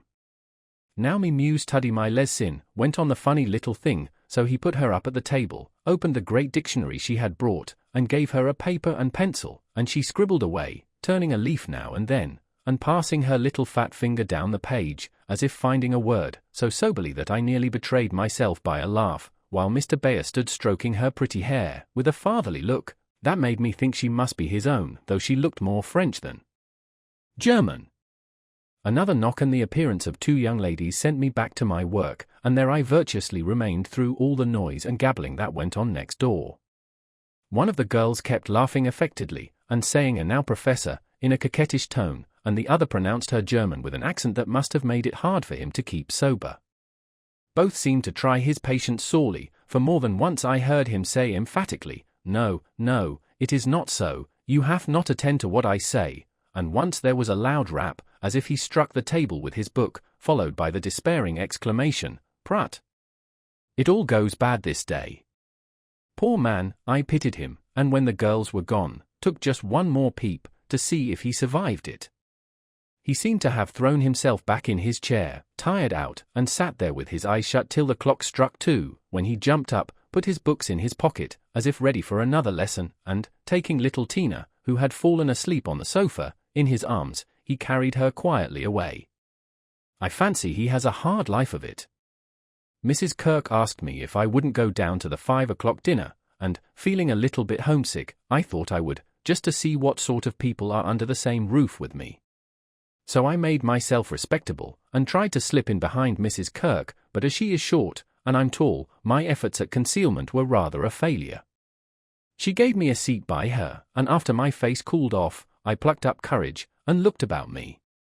The long table was full, and every one intent on getting their dinner, the gentlemen especially, who seemed to be eating on time, for they bolted in every sense of the word, vanishing as soon as they were done. There was the usual assortment of young men absorbed in themselves, young couples absorbed in each other, married ladies in their babies, and old gentlemen in politics. I don't think I shall care to have much to do with any of them, except one sweet-faced maiden lady, who looks as if she had something in her. Cast away at the very bottom of the table was the professor, shouting answers to the questions of a very inquisitive, deaf old gentleman on one side, and talking philosophy with a Frenchman on the other. If Amy had been here, she'd have turned her back on him forever, because, sad to relate, he had a great appetite, and shovelled in his dinner in a manner which would have horrified her ladyship. I didn't mind, for I like to see folks eat with a relish, as Hannah says, and the poor man must have needed a deal of food after teaching idiots all day. As I went upstairs after dinner, 2 of the young men were settling their hats before the hall mirror, and I heard one say low to the other, "Who's the new party? Governess, or something of that sort. What the deuce is she at our table for? Friend of the old lady's. Handsome head, but no style. Not a bit of it. Give us a light and come on." I felt angry at first, and then I didn't care, for a governess is as good as a clerk, and I've got sense, if I haven't style, which is more than some people have, judging from the remarks of the elegant beings who clattered away, smoking like bad chimneys. I hate ordinary people. Thursday. Yesterday was a quiet day, spent in teaching, sewing, and writing in my little room, which is very cosy, with a light and fire. I picked up a few bits of news, and was introduced to the professor. It seems that Tina is the child of the Frenchwoman who does the fine ironing in the laundry here. The little thing has lost her heart to Mr. Bayer, and follows him about the house like a dog whenever he is at home, which delights him, as he is very fond of children, though a bachelor. Kitty and Minnie Kirk likewise regard him with affection, and tell all sorts of stories about the plays he invents, the presents he brings, and the splendid tales he tells. The young men quiz him, it seems, call him Old Fritz, Lager Beer, Ursa Major, and make all manner of jokes on his name. But he enjoys it like a boy, Mrs. K says, and takes it so good-naturedly that they all like him, in spite of his foreign ways. The maiden lady is a Miss Norton, rich, cultivated, and kind. She spoke to me at dinner today, for I went to table again, it's such fun to watch people, and asked me to come and see her at her room. She has fine books and pictures, knows interesting persons, and seems friendly, so I shall make myself agreeable, for I do want to get into good society, only it isn't the same sort that Amy likes. I was in our parlour last evening, when Mr. Bayer came in with some newspapers for Mrs. Kirk. She wasn't there, but Minnie, who is a little old woman, introduced me very prettily. "This is Mamma's friend, Miss March." "Yes, and she's jolly and we like her lots," added Kitty, who is an enfant terrible. We both bowed, and then we laughed, for the prim introduction and the blunt addition were rather a comical contrast. "Ah, yes, I hear these naughty ones go to vex you, Miss Marsh. If so again, call at me and I come," he said, with a threatening frown that delighted the little wretches. I promised I would, and he departed, but it seems as if I was doomed to see a good deal of him, for today, as I passed his door on my way out, by accident I knocked against it with my umbrella. It flew open, and there he stood in his dressing gown, with a big blue sock on one hand, and a darning needle in the other. He didn't seem at all ashamed of it, for when I explained and hurried on, he waved his hand, sock and all, saying in his loud, cheerful way, "You have a fine day to make your walk. Bon voyage, mademoiselle." I laughed all the way downstairs, but it was a little pathetic, also, to think of the poor man having to mend his own clothes. The German gentlemen embroider, I know, but darning hose is another thing, and not so pretty. Saturday. Nothing has happened to write about, except to call on Miss Norton, who has a room full of lovely things, and who was very charming, for she showed me all her treasures, and asked me if I would sometimes go with her to lectures and concerts, as her escort, if I enjoyed them. She put it as a favor, but I'm sure Mrs. Kirk has told her about us, and she does it out of kindness to me. I'm as proud as Lucifer, but such favors from such people don't burden me, and I accepted gratefully. When I got back to the nursery there was such an uproar in the parlor that I looked in, and there was Mr. Bayer down on his hands and knees, with Tina on his back, Kitty leading him with a jump rope, and Minnie feeding two small boys with seed cakes, as they roared and ramped in cages built of chairs. "We are playing Nargery," explained Kitty. "This is mine effluent," added Tina, holding on by the professor's hair. "Mama always allows us to do what we like Saturday afternoon, when Franz and Emil come, doesn't she, Mr. Bayer?" said Minnie. The effluent sat up, looking as much in earnest as any of them, and said soberly to me, "I give you my word it is so. If we make too large a noise you shall say hush to us, and we go more softly." I promised to do so, but left the door open, and enjoyed the fun as much as they did, for a more glorious frolic I never witnessed. They played tag and soldiers, danced and sung, and when it began to grow dark they all piled onto the sofa about the professor, while he told charming fairy stories of the storks on the chimney-tops, and the little kobolds, who ride the snowflakes as they fall. I wish Americans were as simple and natural as Germans, don't you? I'm so fond of writing, I should go spinning on forever if motives of economy didn't stop me, for though I've used thin paper and written fine, I tremble to think of the stamps this long letter will need. Pray forward Amy's as soon as you can spare them. My small news will sound very flat after her splendors, but you will like them, I know. Is Teddy studying so hard that he can't find time to write to his friends? Take good care of him for me, Beth, and tell me all about the babies, and give heaps of love to everyone. From your faithful Joe. P.S.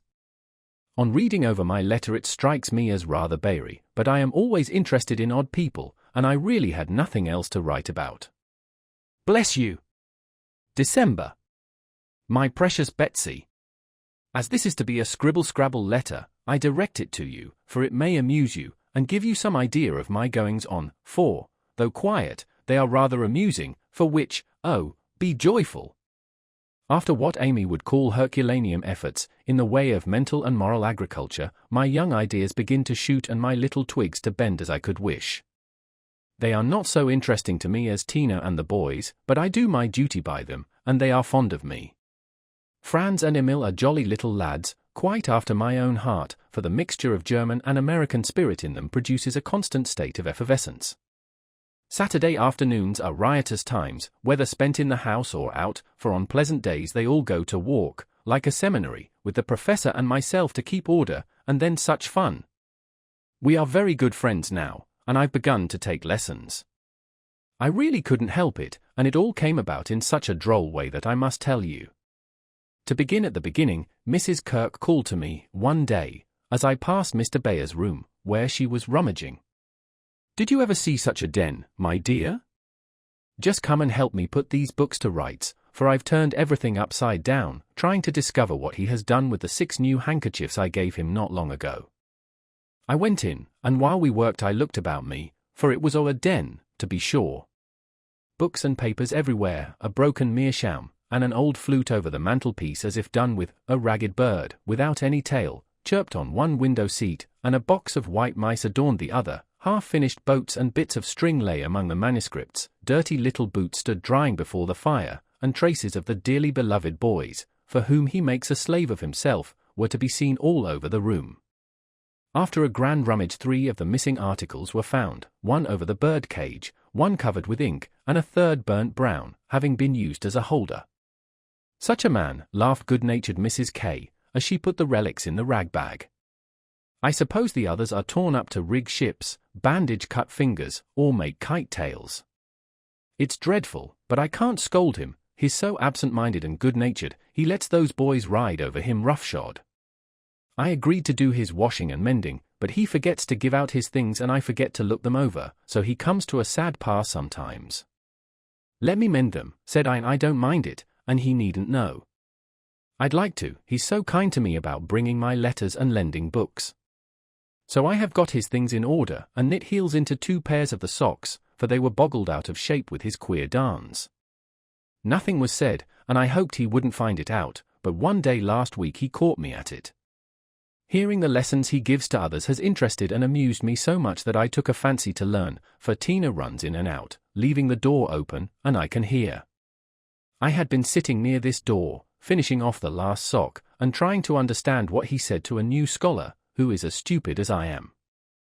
The girl had gone, and I thought he had also. It was so still, and I was busily gabbling over a verb, and rocking to and fro in a most absurd way, when a little crow made me look up, and there was Mr. Bear looking and laughing quietly, while he made signs to Tina not to betray him. So, he said, as I stopped and stared like a goose, you peep at me, I peep at you, and that is not bad, but see, I am not pleasanting when I say, have you a wish for German? Yes, but you are too busy.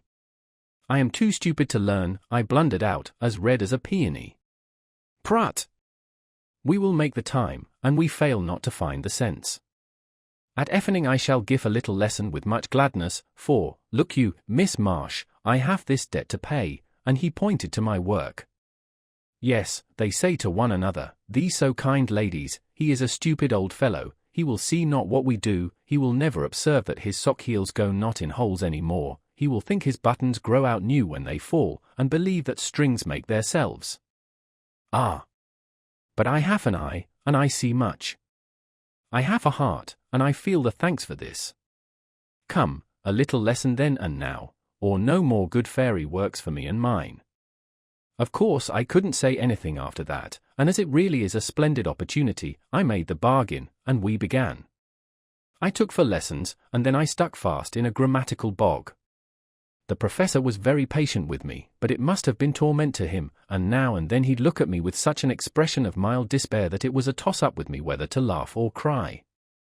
I tried both ways, and when it came to a sniff of utter mortification and woe, he just threw the grammar onto the floor, and marched out of the room. I felt myself disgraced and deserted forever, but didn't blame him a particle, and was scrambling my papers together, meaning to rush upstairs and shake myself hard, when in he came, as brisk and beaming as if I'd covered myself with glory. Now we shall try a new way.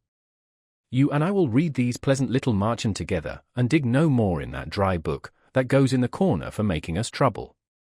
He spoke so kindly, and opened Hans Andersen's fairy tales so invitingly before me, that I was more ashamed than ever, and went at my lesson in a neck-or-nothing style that seemed to amuse him immensely. I forgot my bashfulness, and pegged away, no other word will express it, with all my might, tumbling over long words, pronouncing according to the inspiration of the minute, and doing my very best. When I finished reading my first page, and stopped for breath, he clapped his hands and cried out, in his hearty way, "Das ist gut. Now we go well.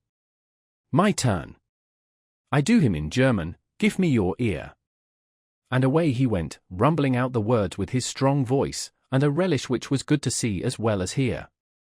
Fortunately the story was The Constant Tin Soldier, which is droll, you know, so I could laugh, and I did, though I didn't understand half he read, for I couldn't help it, he was so earnest, I so excited, and the whole thing so comical. After that we got on better, and now I read my lessons pretty well, for this way of studying suits me, and I can see that the grammar gets tucked into the tales and poetry as one gives pills in jelly. I like it very much, and he doesn't seem tired of it yet, which is very good of him, isn't it?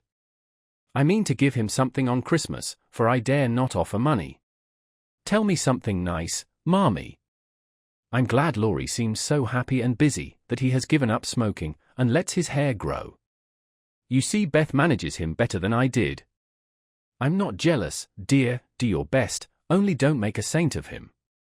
I'm afraid I couldn't like him without a spice of human naughtiness. Read him bits of my letters. I haven't time to write much, and that will do just as well.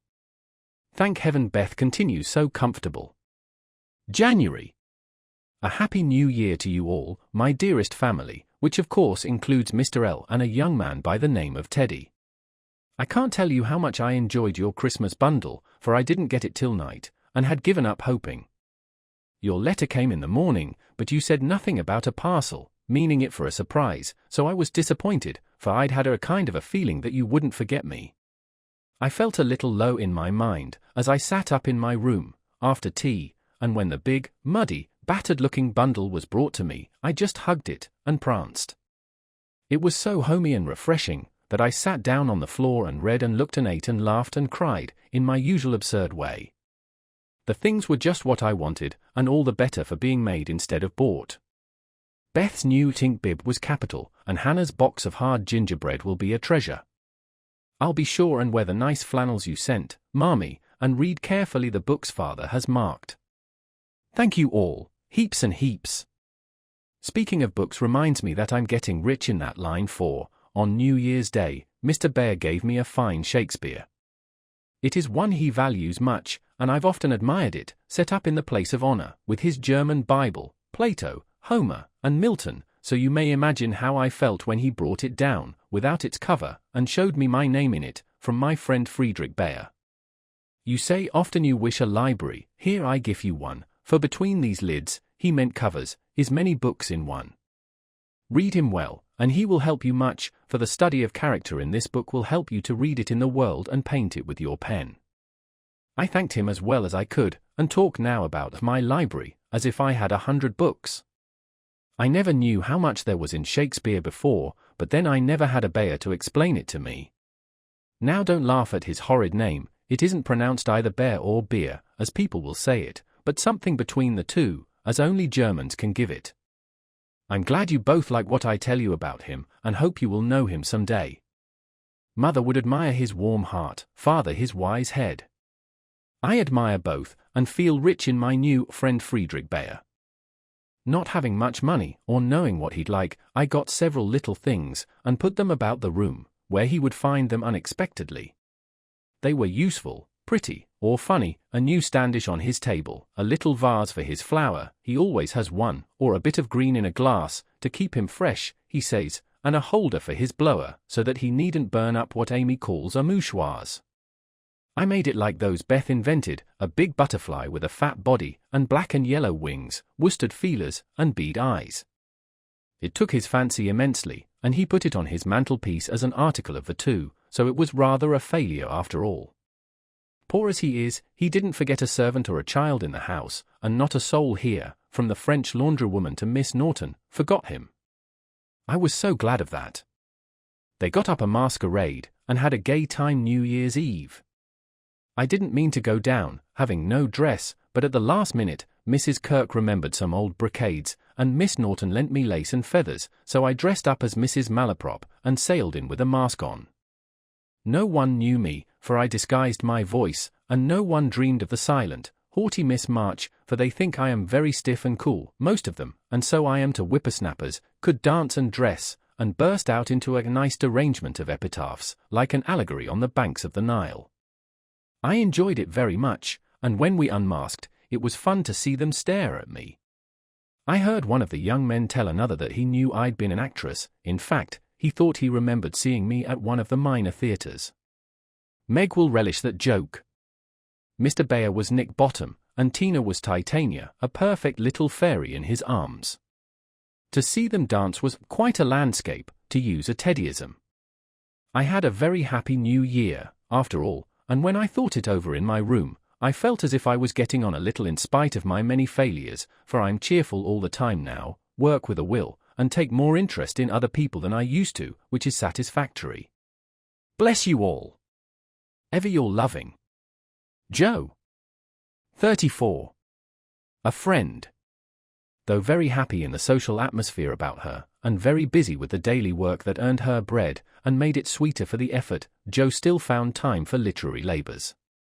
The purpose which now took possession of her was a natural one to a poor and ambitious girl, but the means she took to gain her end were not the best. She saw that money conferred power, money and power, therefore, she resolved to have, not to be used for herself alone, but for those whom she loved more than self. The dream of filling home with comforts, giving Beth everything she wanted, from strawberries in winter to an organ in her bedroom, going abroad herself, and always having more than enough, so that she might indulge in the luxury of charity, had been for years Jo's most cherished castle in the air. The prize story experience had seemed to open a way which might, after long travelling and much uphill work, lead to this delightful Chateau en Espagne. But the novel disaster quenched her courage for a time, for public opinion is a giant which has frightened stouter-hearted Jacks on bigger beanstalks than hers. Like that immortal hero, she reposed a while after the first attempt, which resulted in a tumble, and the least lovely of the giant's treasures, if I remember rightly. But the up again and take another spirit was as strong in Jo as in Jack, so she scrambled up on the shady side this time, and got more booty, but nearly left behind her what was far more precious than the money bags. She took to writing sensation stories, for in those dark ages, even all-perfect America read rubbish. She told no one, but concocted a thrilling tale, and boldly carried it herself to Mr. Dashwood, editor of the Weekly Volcano. She had never read Sartor Resartus, but she had a womanly instinct that clothes possess an influence more powerful over many than the worth of character or the magic of manners. So she dressed herself in her best, and, trying to persuade herself that she was neither excited nor nervous, bravely climbed 2 pairs of dark and dirty stairs to find herself in a disorderly room, a cloud of cigar smoke, and the presence of 3 gentlemen, sitting with their heels rather higher than their hats, which articles of dress none of them took the trouble to remove on her appearance. Somewhat daunted by this reception, Jo hesitated on the threshold, murmuring in much embarrassment, "Excuse me, I was looking for the Weekly Volcano's office. I wish to see Mr. Dashwood." Down went the highest pair of heels, up rose the smokiest gentleman, and, carefully cherishing his cigar between his fingers, he advanced, with a nod, and a countenance expressive of nothing but sleep. Feeling that she must get through the matter somehow, Jo produced her manuscript, and, blushing redder and redder with each sentence, blundered out fragments of the little speech carefully prepared for the occasion. "A friend of mine desired me to offer a story, just as an experiment. Would like your opinion, be glad to write more if this suits." While she blushed and blundered, Mr. Dashwood had taken the manuscript, and was turning over the leaves with a pair of rather dirty fingers, and casting critical glances up and down the neat pages. Not a first attempt, I take it, observing that the pages were numbered, covered only on one side, and not tied up with a ribbon, sure sign of a novice. "No, sir, she has had some experience, and got a prize for a tale in the Blarneystone Banner." "Oh, did she?" And Mr. Dashwood gave Jo a quick look, which seemed to take note of everything she had on, from the bow in her bonnet to the buttons on her boots. "Well, you can leave it, if you like. We've more of this sort of thing on hand than we know what to do with at present, but I'll run my eye over it, and give you an answer next week." Now, Jo did not like to leave it, for Mr. Dashwood didn't suit her at all, but, under the circumstances, there was nothing for her to do but bow and walk away, looking particularly tall and dignified, as she was apt to do when nettled or abashed. Just then she was both, for it was perfectly evident, from the knowing glances exchanged among the gentlemen, that her little fiction of my friend was considered a good joke, and a laugh, produced by some inaudible remark of the editor, as he closed the door, completed her discomfiture. Half resolving never to return, she went home, and worked off her irritation by stitching pinafores vigorously, and in an hour or 2 was cool enough to laugh over the scene, and long for next week. When she went again, Mr. Dashwood was alone, whereat she rejoiced. Mr. Dashwood was much wider awake than before, which was agreeable, and Mr. Dashwood was not too deeply absorbed in a cigar to remember his manners, so the second interview was much more comfortable than the first. "We'll take this, editors never say I, if you don't object to a few alterations. It's too long, but omitting the passages I've marked will make it just the right length," he said, in a business-like tone. Jo hardly knew her own mis again, so crumpled and underscored were its pages and paragraphs, but, feeling as a tender parent might on being asked to cut off her baby's legs in order that it might fit into a new cradle, she looked at the marked passages, and was surprised to find that all the moral reflections, which she had carefully put in as ballast for much romance, had been stricken out. "But, sir, I thought every story should have some sort of a moral, so I took care to have a few of my sinners repent." Mr. Dashwood's editorial gravity relaxed into a smile, for Jo had forgotten her friend, and spoken as only an author could. People want to be amused, not preached at, you know. Morals don't sell nowadays, which was not quite a correct statement, by the way. You think it would do with these alterations, then? Yes, it's a new plot, and pretty well worked up, language good, and so on, was Mr. Dashwood's affable reply. What compensation, began Jo, not exactly knowing how to express herself.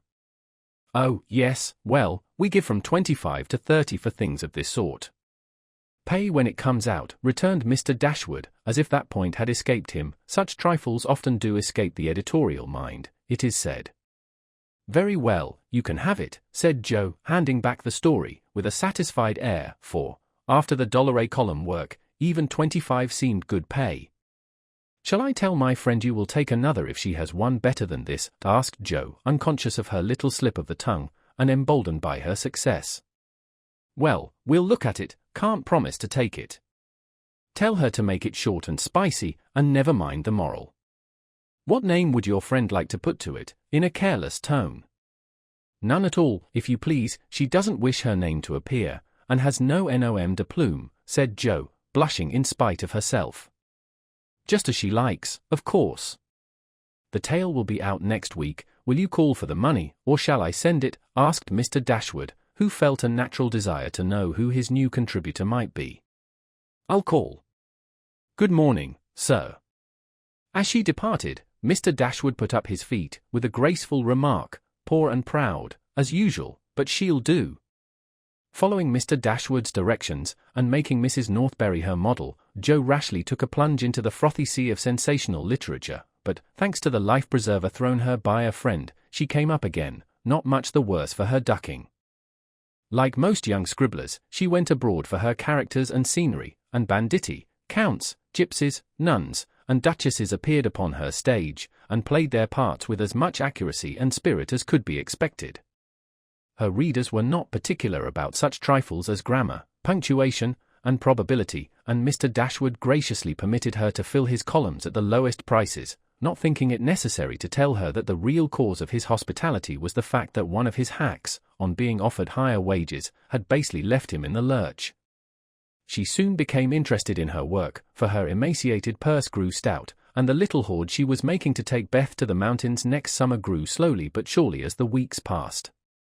One thing disturbed her satisfaction, and that was that she did not tell them at home. She had a feeling that father and mother would not approve, and preferred to have her own way first, and beg pardon afterward.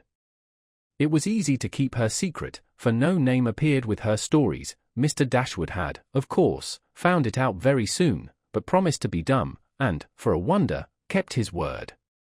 She thought it would do her no harm, for she sincerely meant to write nothing of which she should be ashamed, and quieted all pricks of conscience by anticipations of the happy minute when she should show her earnings and laugh over her well-kept secret.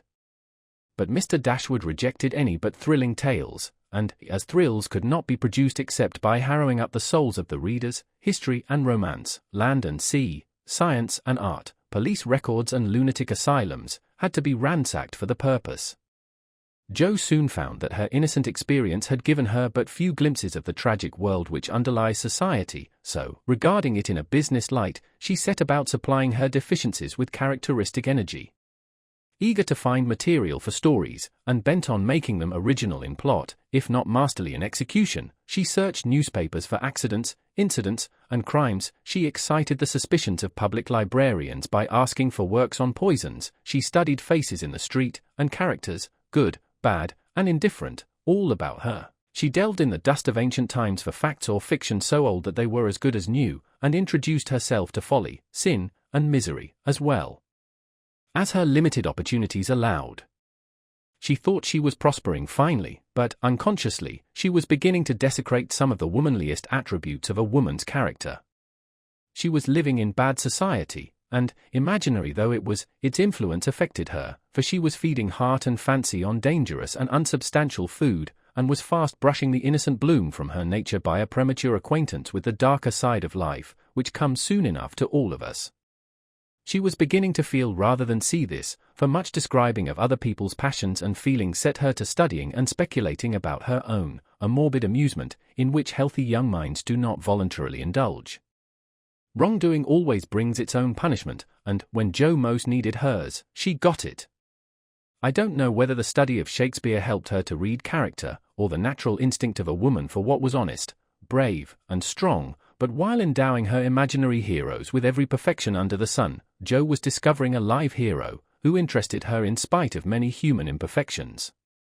Mr. Bayer, in one of their conversations, had advised her to study simple, true, and lovely characters, wherever she found them, as good training for a writer. Jo took him at his word, for she coolly turned round and studied him, a proceeding which would have much surprised him, had he known it, for the worthy professor was very humble in his own conceit. Why everybody liked him was what puzzled Jo, at first. He was neither rich nor great, young nor handsome, in no respect what is called fascinating, imposing, or brilliant, and yet he was as attractive as a genial fire, and people seemed to gather about him as naturally as about a warm hearth. He was poor, yet always appeared to be giving something away, a stranger, yet every one was his friend, no longer young, but as happy-hearted as a boy, plain and peculiar, yet his face looked beautiful to many, and his oddities were freely forgiven for his sake. Jo often watched him, trying to discover the charm, and, at last, decided that it was benevolence which worked the miracle. If he had any sorrow, it sat with its head under its wing, and he turned only his sunny side to the world. There were lines upon his forehead, but time seemed to have touched him gently, remembering how kind he was to others. The pleasant curves about his mouth were the memorials of many friendly words and cheery laughs, his eyes were never cold or hard, and his big hand had a warm, strong grasp that was more expressive than words.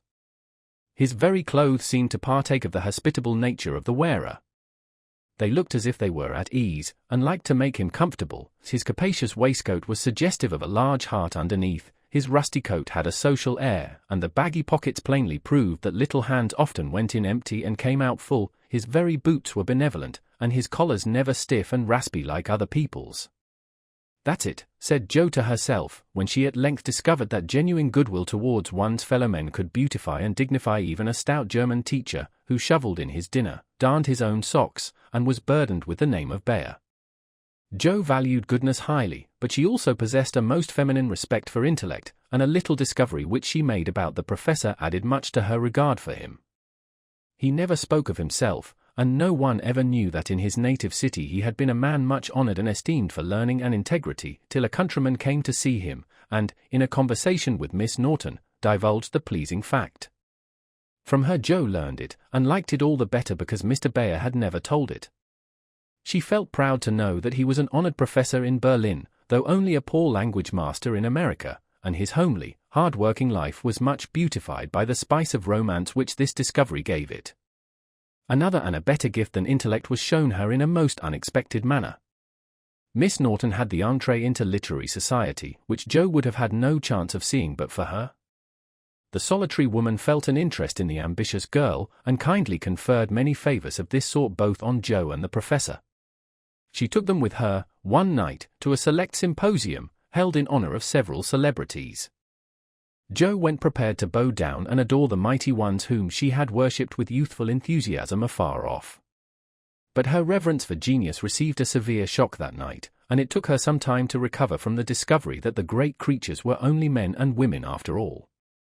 Imagine her dismay, on stealing a glance of timid admiration at the poet whose lines suggested an ethereal being fed on spirit, fire, and dew, to behold him devouring his supper with an odour which flushed his intellectual countenance. Turning as from a fallen idol, she made other discoveries which rapidly dispelled her romantic illusions. The great novelist vibrated between two decanters with the regularity of a pendulum. The famous divine flirted openly with one of the Madame de Staëls of the age, who looked daggers at another Corinne, who was amiably satirizing her, after outmanoeuvring her in efforts to absorb the profound philosopher, who imbibed tea Johnsonianly and appeared to slumber, the loquacity of the lady rendering speech impossible. The scientific celebrities, forgetting their mollusks and glacial periods, gossiped about art, while devoting themselves to oysters and ices with characteristic energy. The young musician, who was charming the city like a second Orpheus, talked horses, and the specimen of the British nobility present happened to be the most ordinary man of the party. Before the evening was half over, Jo felt so completely disillusioned that she sat down in a corner to recover herself. Mr. Bayer soon joined her, looking rather out of his element, and presently several of the philosophers, each mounted on his hobby, came ambling up to hold an intellectual tournament in the recess.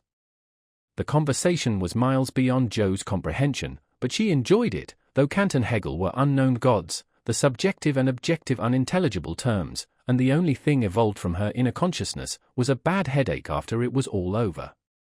It dawned upon her gradually that the world was being picked to pieces and put together on new, and, according to the talkers, on infinitely better principles than before, that religion was in a fair way to be reasoned into nothingness, and intellect was to be the only god.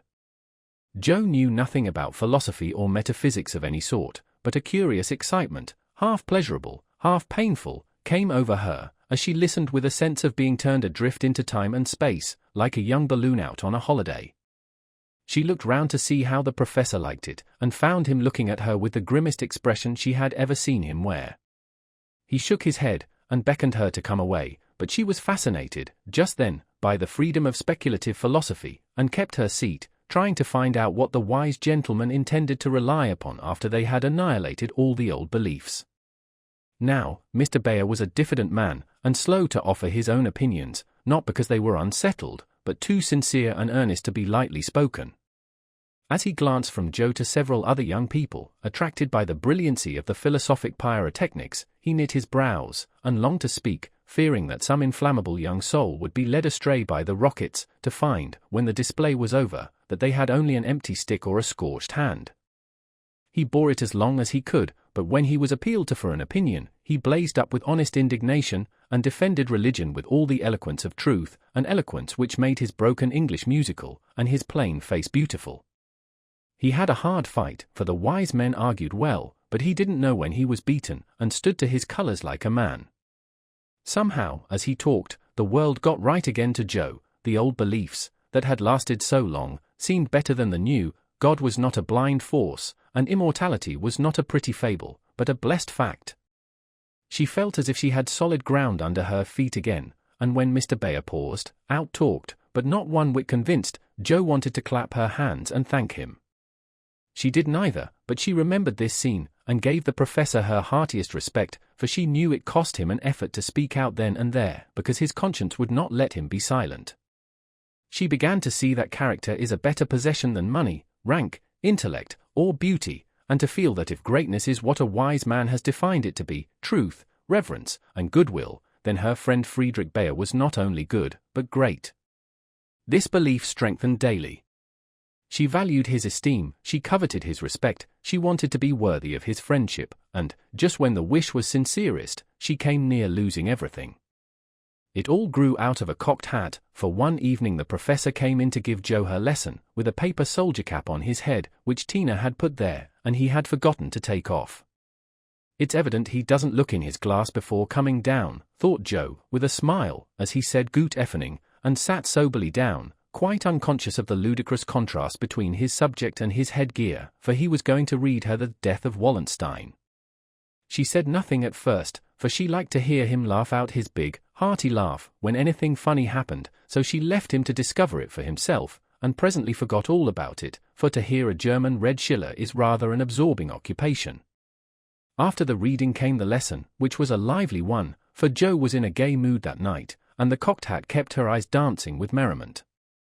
The professor didn't know what to make of her, and stopped at last, to ask, with an air of mild surprise that was irresistible, "Miss Marsh, for what do you laugh in your master's face?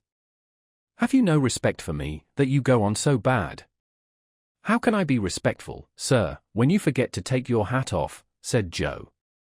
Lifting his hand to his head, the absent-minded professor gravely felt and removed the little cocked hat, looked at it a minute, and then threw back his head, and laughed like a merry bass viol. "Ah! I see him now, it is that imp Tina who makes me a fool with my cap. Well, it is nothing, but see you, if this lesson goes not well, you too shall wear him." But the lesson did not go at all for a few minutes, because Mr. Bayer caught sight of a picture on the hat, and, unfolding it, said, with an air of great disgust, "I wish these papers did not come in the house, they are not for children to see, nor young people to read." It is not well, and I have no patience with those who make this harm." Joe glanced at the sheet and saw a pleasing illustration composed of a lunatic, a corpse, a villain, and a viper. She did not like it, but the impulse that made her turn it over was not one of displeasure but fear, because, for a minute, she fancied the paper was the volcano. It was not, however, and her panic subsided as she remembered that, even if it had been, and one of her own tales in it, there would have been no name to betray her.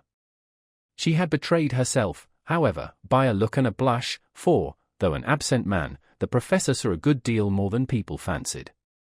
He knew that Joe wrote and had met her down among the newspaper offices more than once, but as she never spoke of it, he asked no questions, in spite of a strong desire to see her work. Now it occurred to him that she was doing what she was ashamed to own, and it troubled him. He did not say to himself, "It is none of my business, I've no right to say anything," as many people would have done. He only remembered that she was young and poor, a girl far away from mother's love and father's care, and he was moved to help her with an impulse as quick and natural as that which would prompt him to put out his hand to save a baby from a puddle.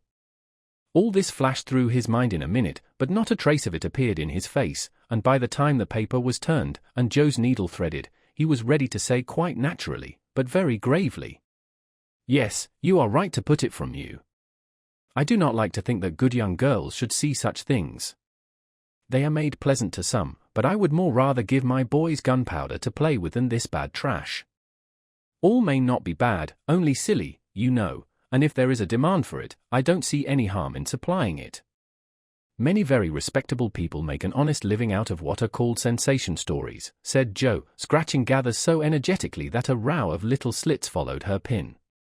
"There is a demand for whiskey, but I think you and I do not care to sell it. If the respectable people knew what harm they did, they would not feel that the living was honest. They have no right to put poison in the sugar plum, and let the small ones eat it. No, they should think a little, and sweep mud in the street before they do this thing." Mr. Bayer spoke warmly, and walked to the fire, crumpling the paper in his hands. Joe sat still, looking as if the fire had come to her, for her cheeks burned long after the cocked hat had turned to smoke, and gone harmlessly up the chimney. "I should like much to send all the rest after him," muttered the professor, coming back with a relieved air. Joe thought what a blaze her pile of papers upstairs would make, and her hard-earned money lay rather heavily on her conscience at that minute. Then she thought consolingly to herself, "Mine are not like that, they are only silly, never bad, so I won't be worried," and taking up her book, she said, with a studious face, "Shall we go on, sir? I'll be very good and proper now." "I shall hope so," was all he said, but he meant more than she imagined, and the grave, kind look he gave her made her feel as if the words "weekly volcano" were printed in large type on her forehead. As soon as she went to her room, she got out her papers, and carefully reread every one of her stories. Being a little short-sighted, Mr. Bayer sometimes used eyeglasses, and Joe had tried them once, smiling to see how they magnified the fine print of her book. Now she seemed to have got on the professor's mental or moral spectacles also, for the faults of these poor stories glared at her dreadfully, and filled her with dismay. "They are trash, and will soon be worse than trash if I go on, for each is more sensational than the last. I've gone blindly on, hurting myself and other people, for the sake of money, I know it's so, for I can't read this stuff in sober earnest without being horribly ashamed of it, and what should I do if they were seen at home, or Mr. Bayer got hold of them?" Joe turned hot at the bare idea, and stuffed the whole bundle into her stove, nearly setting the chimney afire with the blaze. "Yes, that's the best place for such inflammable nonsense. I'd better burn the house down, I suppose, than let other people blow themselves up with my gunpowder," she thought, as she watched this demon of the Jura whisk away, a little black cinder with fiery eyes. But when nothing remained of all her 3 months' work except a heap of ashes, and the money in her lap, Joe looked sober, as she sat on the floor, wondering what she ought to do about her wages. "I think I haven't done much harm yet, and may keep this to pay for my time," she said, after a long meditation, adding impatiently, "I almost wish I hadn't any conscience, it's so inconvenient. If I didn't care about doing right, and didn't feel uncomfortable when doing wrong, I should get on capitally. I can't help wishing sometimes that father and mother hadn't been so particular about such things." "Ah, Joe, instead of wishing that, thank God that father and mother were particular, and pity from your heart those who have no such guardians to hedge them round with principles which may seem like prison walls to impatient youth, but which will prove sure foundations to build character upon in womanhood. Jo wrote no more sensational stories, deciding that the money did not pay for her share of the sensation, but, going to the other extreme, as is the way with people of her stamp, she took a course of Mrs. Sherwood, Miss Edgeworth, and Hannah More, and then produced a tale which might have been more properly called an essay or a sermon, so intensely moral was it. She had her doubts about it from the beginning, for her lively fancy and girlish romance felt as ill at ease in the new style as she would have done masquerading in the stiff and cumbrous costume of the last century. She sent this didactic gem to several markets, but it found no purchaser, and she was inclined to agree with Mr. Dashwood that morals didn't sell. Then she tried a child's story, which she could easily have disposed of if she had not been mercenary enough to demand filthy lucre for it. The only person who offered enough to make it worth her while to try juvenile literature was a worthy gentleman who felt it his mission to convert all the world to his particular belief. But much as she liked to write for children, Jo could not consent to depict all her naughty boys as being eaten by bears or tossed by mad bulls, because they did not go to a particular Sabbath school, nor all the good infants, who did go, as rewarded by every kind of bliss, from gilded gingerbread to escorts of angels, when they departed this life with psalms or sermons on their lisping tongues. So nothing came of these trials, and Jo corked up her inkstand, and said, in a fit of very wholesome humility, "I don't know anything, I'll wait till I do before I try again, and, meantime, sweep mud in the street, if I can't do better, that's honest, at least," which decision proved that her second tumble down the beanstalk had done her some good. While these internal revolutions were going on, her external life had been as busy and uneventful as usual, and if she sometimes looked serious or a little sad no one observed it but Professor Bayer. He did it so quietly that Jo never knew he was watching to see if she would accept and profit by his reproof, but she stood the test, and he was satisfied, for, though no words passed between them, he knew that she had given up writing.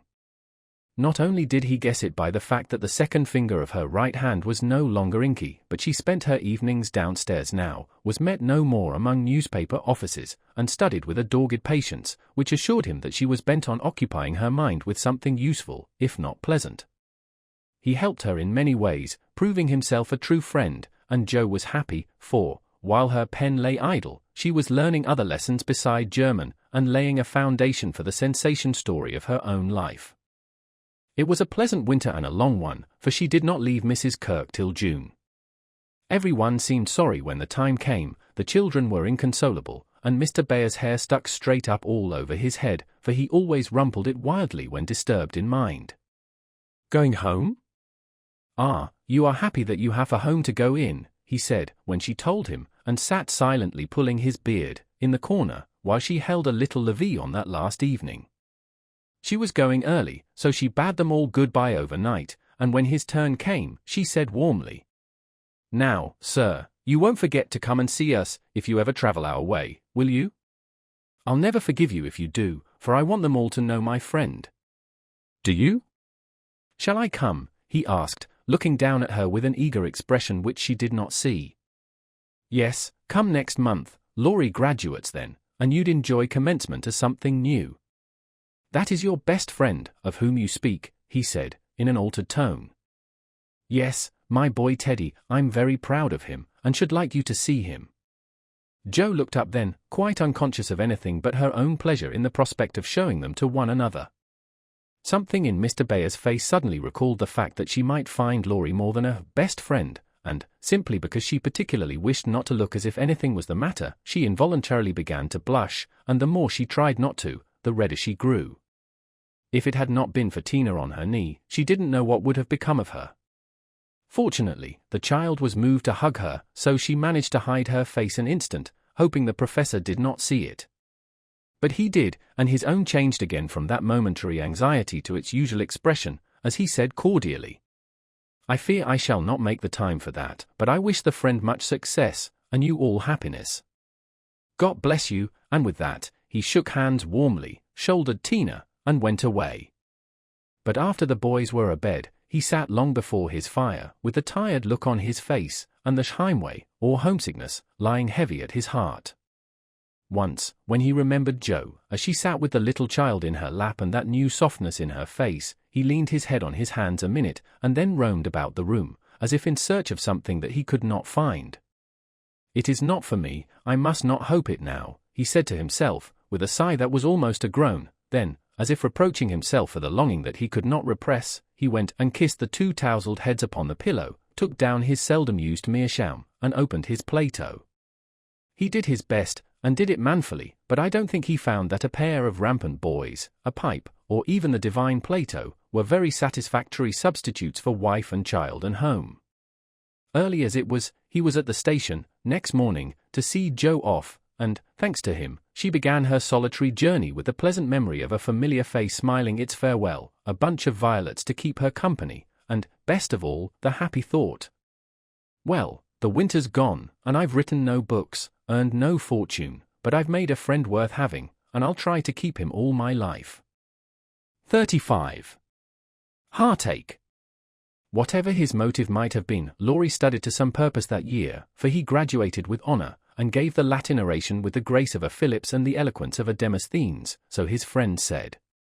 They were all there, his grandfather, oh, so proud, Mr. and Mrs. March, John and Meg, Jo and Beth, and all exulted over him with the sincere admiration which boys make light of at the time, but fail to win from the world by any after triumphs. "I've got to stay for this confounded supper, but I shall be home early tomorrow. You'll come and meet me as usual, girls," Laurie said, as he put the sisters into the carriage after the joys of the day were over. He said girls, but he meant Jo, for she was the only one who kept up the old custom. She had not the heart to refuse her splendid, successful boy anything, and answered warmly, "I'll come, Teddy, rain or shine, and march before you, playing Hail the Conquering Hero Comes, on a Jew's harp." Laurie thanked her with a look that made her think, in a sudden panic, "Oh, dearie me. I know he'll say something, and then what shall I do?" Evening meditation and morning work somewhat allayed her fears, and having decided that she wouldn't be vain enough to think people were going to propose when she had given them every reason to know what her answer would be, she set forth at the appointed time, hoping Teddy wouldn't do anything to make her hurt his poor little feelings. A call at Meg's, and a refreshing sniff and sip at the Daisy and Demijohn, still further fortified her for the tete-a-tete, but when she saw a stalwart figure looming in the distance, she had a strong desire to turn about and run away. "Where's the Jew's harp, Jo?" cried Laurie, as soon as he was within speaking distance. "I forgot it," and Jo took heart again, for that salutation could not be called lover-like. She always used to take his arm on these occasions, now she did not, and he made no complaint, which was a bad sign, but talked on rapidly about all sorts of faraway subjects, till they turned from the road into the little path that led homeward through the grove. Then he walked more slowly, suddenly lost his fine flow of language, and, now and then, a dreadful pause occurred. To rescue the conversation from one of the wells of silence into which it kept falling, Jo said hastily, "Now you must have a good long holiday." "I intend to." Something in his resolute tone made Jo look up quickly to find him looking down at her with an expression that assured her the dreaded moment had come, and made her put out her hand with an imploring, "No, Teddy, please don't." "I will, and you must hear me." "It's no use, Jo, we've got to have it out, and the sooner the better for both of us," he answered, getting flushed and excited all at once. "Say what you like, then I'll listen," said Jo, with a desperate sort of patience. Laurie was a young lover, but he was in earnest, and meant to have it out, if he died in the attempt, so he plunged into the subject with characteristic impetuosity, saying in a voice that would get choky now and then, in spite of manful efforts to keep it steady, "I've loved you ever since I've known you, Jo, couldn't help it, you've been so good to me. I've tried to show it, but you wouldn't let me. Now I'm going to make you hear, and give me an answer, for I can't go on so any longer." "I wanted to save you this, I thought you'd understand," began Jo, finding it a great deal harder than she expected. "I know you did, but girls are so queer you never know what they mean. They say no when they mean yes, and drive a man out of his wits just for the fun of it," returned Laurie, entrenching himself behind an undeniable fact. "I don't. I never wanted to make you care for me so, and I went away to keep you from it if I could. I thought so, it was like you, but it was no use. I only loved you all the more, and I worked hard to please you, and I gave up billiards and everything you didn't like, and waited and never complained, for I hoped you'd love me, though I'm not half good enough. Here there was a choke that couldn't be controlled, so he decapitated Buttercups while he cleared his confounded throat. Yes, you're a great deal too good for me, and I'm so grateful to you, and so proud and fond of you. I don't see why I can't love you as you want me to. I've tried, but I can't change the feeling, and it would be a lie to say I do when I don't. Really, truly, Joe. He stopped short, and caught both her hands as he put his question with a look that she did not soon forget. Really, truly, dear. They were in the grove now, close by the stile, and when the last words fell reluctantly from Joe's lips, Laurie dropped her hands and turned as if to go on, but for once in his life that fence was too much for him, so he just laid his head down on the mossy post, and stood so still that Joe was frightened. "Oh Teddy, I'm so sorry, so desperately sorry, I could kill myself if it would do any good. I wish you wouldn't take it so hard. I can't help it, you know it's impossible for people to make themselves love other people if they don't," cried Joe inelegantly but remorsefully, as she softly patted his shoulder, remembering the time when he had comforted her so long ago. "They do sometimes," said a muffled voice from the post. "I don't believe it's the right sort of love, and I'd rather not try it," was the decided answer. There was a long pause, while a blackbird sung blithely on the willow by the river, and the tall grass rustled in the wind. Presently Joe said very soberly, as she sat down on the step of the stile, "Laurie, I want to tell you something." He started as if he had been shot, threw up his head, and cried out in a fierce tone, "Don't tell me that, Joe, I can't bear it now."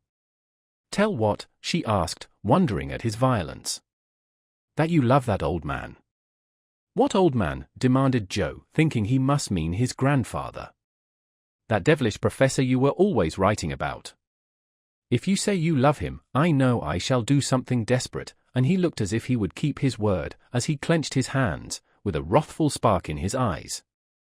Joe wanted to laugh, but restrained herself, and said warmly, for she, too, was getting excited with all this, "Don't swear, Teddy.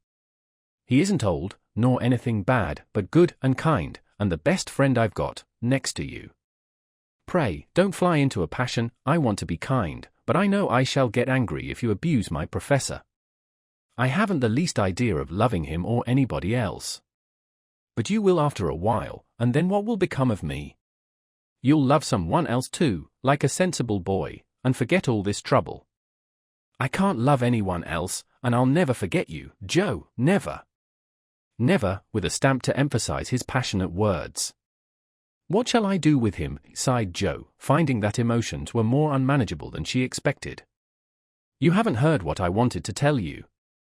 "Sit down and listen, for indeed I want to do right and make you happy," she said, hoping to soothe him with a little reason, which proved that she knew nothing about love. Seeing a ray of hope in that last speech, Laurie threw himself down on the grass at her feet, leaned his arm on the lower step of the stile, and looked up at her with an expectant face. Now that arrangement was not conducive to calm speech or clear thought on Joe's part, for how could she say hard things to her boy while he watched her with eyes full of love and longing, and lashes still wet with the bitter drop or two her hardness of heart had wrung from him? She gently turned his head away, saying, as she stroked the wavy hair which had been allowed to grow for her sake, "How touching that was, to be sure! I agree with Mother that you and I are not suited to each other, because our quick tempers and strong wills would probably make us very miserable, if we were so foolish as to—" Joe paused a little over the last word, but Laurie uttered it with a rapturous expression. "Marry? No, we shouldn't. If you loved me, Joe, I should be a perfect saint, for you could make me anything you like. No, I can't. I've tried it and failed, and I won't risk our happiness by such a serious experiment. We don't agree and we never shall, so we'll be good friends all our lives, but we won't go and do anything rash."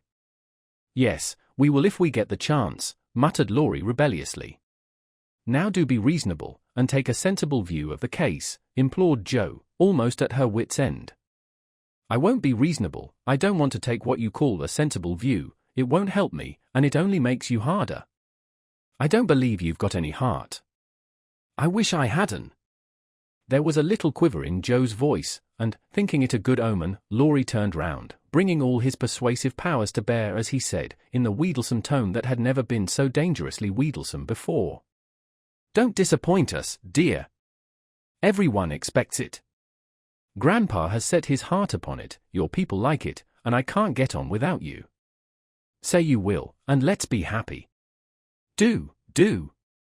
Not until months afterward did Jo understand how she had the strength of mind to hold fast to the resolution she had made when she decided that she did not love her boy, and never could. It was very hard to do, but she did it, knowing that delay was both useless and cruel. "I can't say yes, truly, so I won't say it at all. You'll see that I'm right, by and by, and thank me for it," she began solemnly. "I'll be hanged if I do," and Laurie bounced up off the grass, burning with indignation at the bare idea. "Yes, you will," persisted Jo. "You'll get over this after a while, and find some lovely, accomplished girl, who will adore you, and make a fine mistress for your fine house. I shouldn't. I'm homely and awkward and odd and old, and you'd be ashamed of me, and we should quarrel. We can't help it even now, you see, and I shouldn't like elegant society and you would, and you'd hate my scribbling, and I couldn't get on without it, and we should be unhappy, and wish we hadn't done it, and everything would be horrid." "Anything more?" asked Laurie, finding it hard to listen patiently to this prophetic burst. "Nothing more, except that I don't believe I shall ever marry. I'm happy as I am, and love my liberty too well to be in any hurry to give it up for any mortal man." "I know better," broke in Laurie. "You think so now, but there'll come a time when you will care for somebody, and you'll love him tremendously, and live and die for him. I know you will, it's your way, and I shall have to stand by and see it," and the despairing lover cast his hat upon the ground with a gesture that would have seemed comical if his face had not been so tragical. "Yes, I will live and die for him, if he ever comes and makes me love him in spite of myself, and you must do the best you can," cried Jo, losing patience with poor Teddy. "I've done my best, but you won't be reasonable, and it's selfish of you to keep teasing for what I can't give. I shall always be fond of you, very fond indeed, as a friend, but I'll never marry you, and the sooner you believe it, the better for both of us, so now." That speech was like fire to gunpowder. Laurie looked at her a minute as if he did not quite know what to do with himself, then turned sharply away, saying, in a desperate sort of tone, "You'll be sorry some day, Jo." "Oh, where are you going?" she cried, for his face frightened her. "To the devil," was the consoling answer.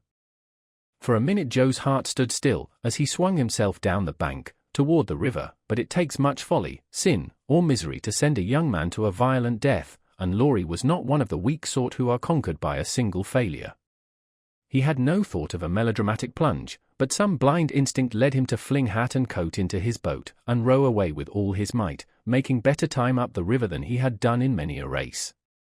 Jo drew a long breath and unclasped her hands as she watched the poor fellow trying to outstrip the trouble which he carried in his heart. "That will do him good, and he'll come home in such a tender, penitent state of mind, that I shan't dare to see him," she said, adding, as she went slowly home, feeling as if she had murdered some innocent thing, and buried it under the leaves. "Now I must go and prepare Mr. Lawrence to be very kind to my poor boy. I wish he'd love Beth, perhaps he may, in time, but I begin to think I was mistaken about her. Oh dear! How can girls like to have lovers and refuse them? I think it's dreadful." Being sure that no one could do it so well as herself, she went straight to Mr. Lawrence, told the hard story bravely through, and then broke down, crying so dismally over her own insensibility that the kind old gentleman, though sorely disappointed, did not utter a reproach. He found it difficult to understand how any girl could help loving Laurie, and hoped she would change her mind, but he knew even better than Jo that love cannot be forced, so he shook his head sadly, and resolved to carry his boy out of harm's way, for young impetuosity's parting words to Jo disturbed him more than he would confess. When Laurie came home, dead tired, but quite composed, his grandfather met him as if he knew nothing, and kept up the delusion very successfully for an hour or two. But when they sat together in the twilight, the time they used to enjoy so much, it was hard work for the old man to ramble on as usual, and harder still for the young one to listen to praises of the last year's success, which to him now seemed love's labor lost. He bore it as long as he could, then went to his piano, and began to play. The windows were open, and Jo, walking in the garden with Beth, for once understood music better than her sister, for he played the sonata pathétique, and played it as he never did before. "That's very fine, I dare say, but it's sad enough to make one cry. Give her something gayer, lad," said Mr. Lawrence, whose kind old heart was full of sympathy, which he longed to show, but knew not how. Laurie dashed into a livelier strain, played stormily for several minutes, and would have got through bravely, if, in a momentary lull, Mrs. March's voice had not been heard calling, "Joe, dear, come in, I want you." Just what Laurie longed to say, with a different meaning. As he listened, he lost his place, the music ended with a broken chord, and the musician sat silent in the dark. "I can't stand this," muttered the old gentleman. Up he got, groped his way to the piano, laid a kind hand on either of the broad shoulders, and said, as gently as a woman, "I know, my boy, I know." No answer for an instant, then Laurie asked sharply, "Who told you?" "Joe herself." "Then there's an end of it," and he shook off his grandfather's hands with an impatient motion, for, though grateful for the sympathy, his man's pride could not bear a man's pity. "Not quite, I want to say one thing, and then there shall be an end of it," returned Mr. Lawrence, with unusual mildness. "You won't care to stay at home just now, perhaps?" "I don't intend to run away from a girl. Joe can't prevent my seeing her, and I shall stay and do it as long as I like," interrupted Laurie, in a defiant tone. "Not if you are the gentleman I think you.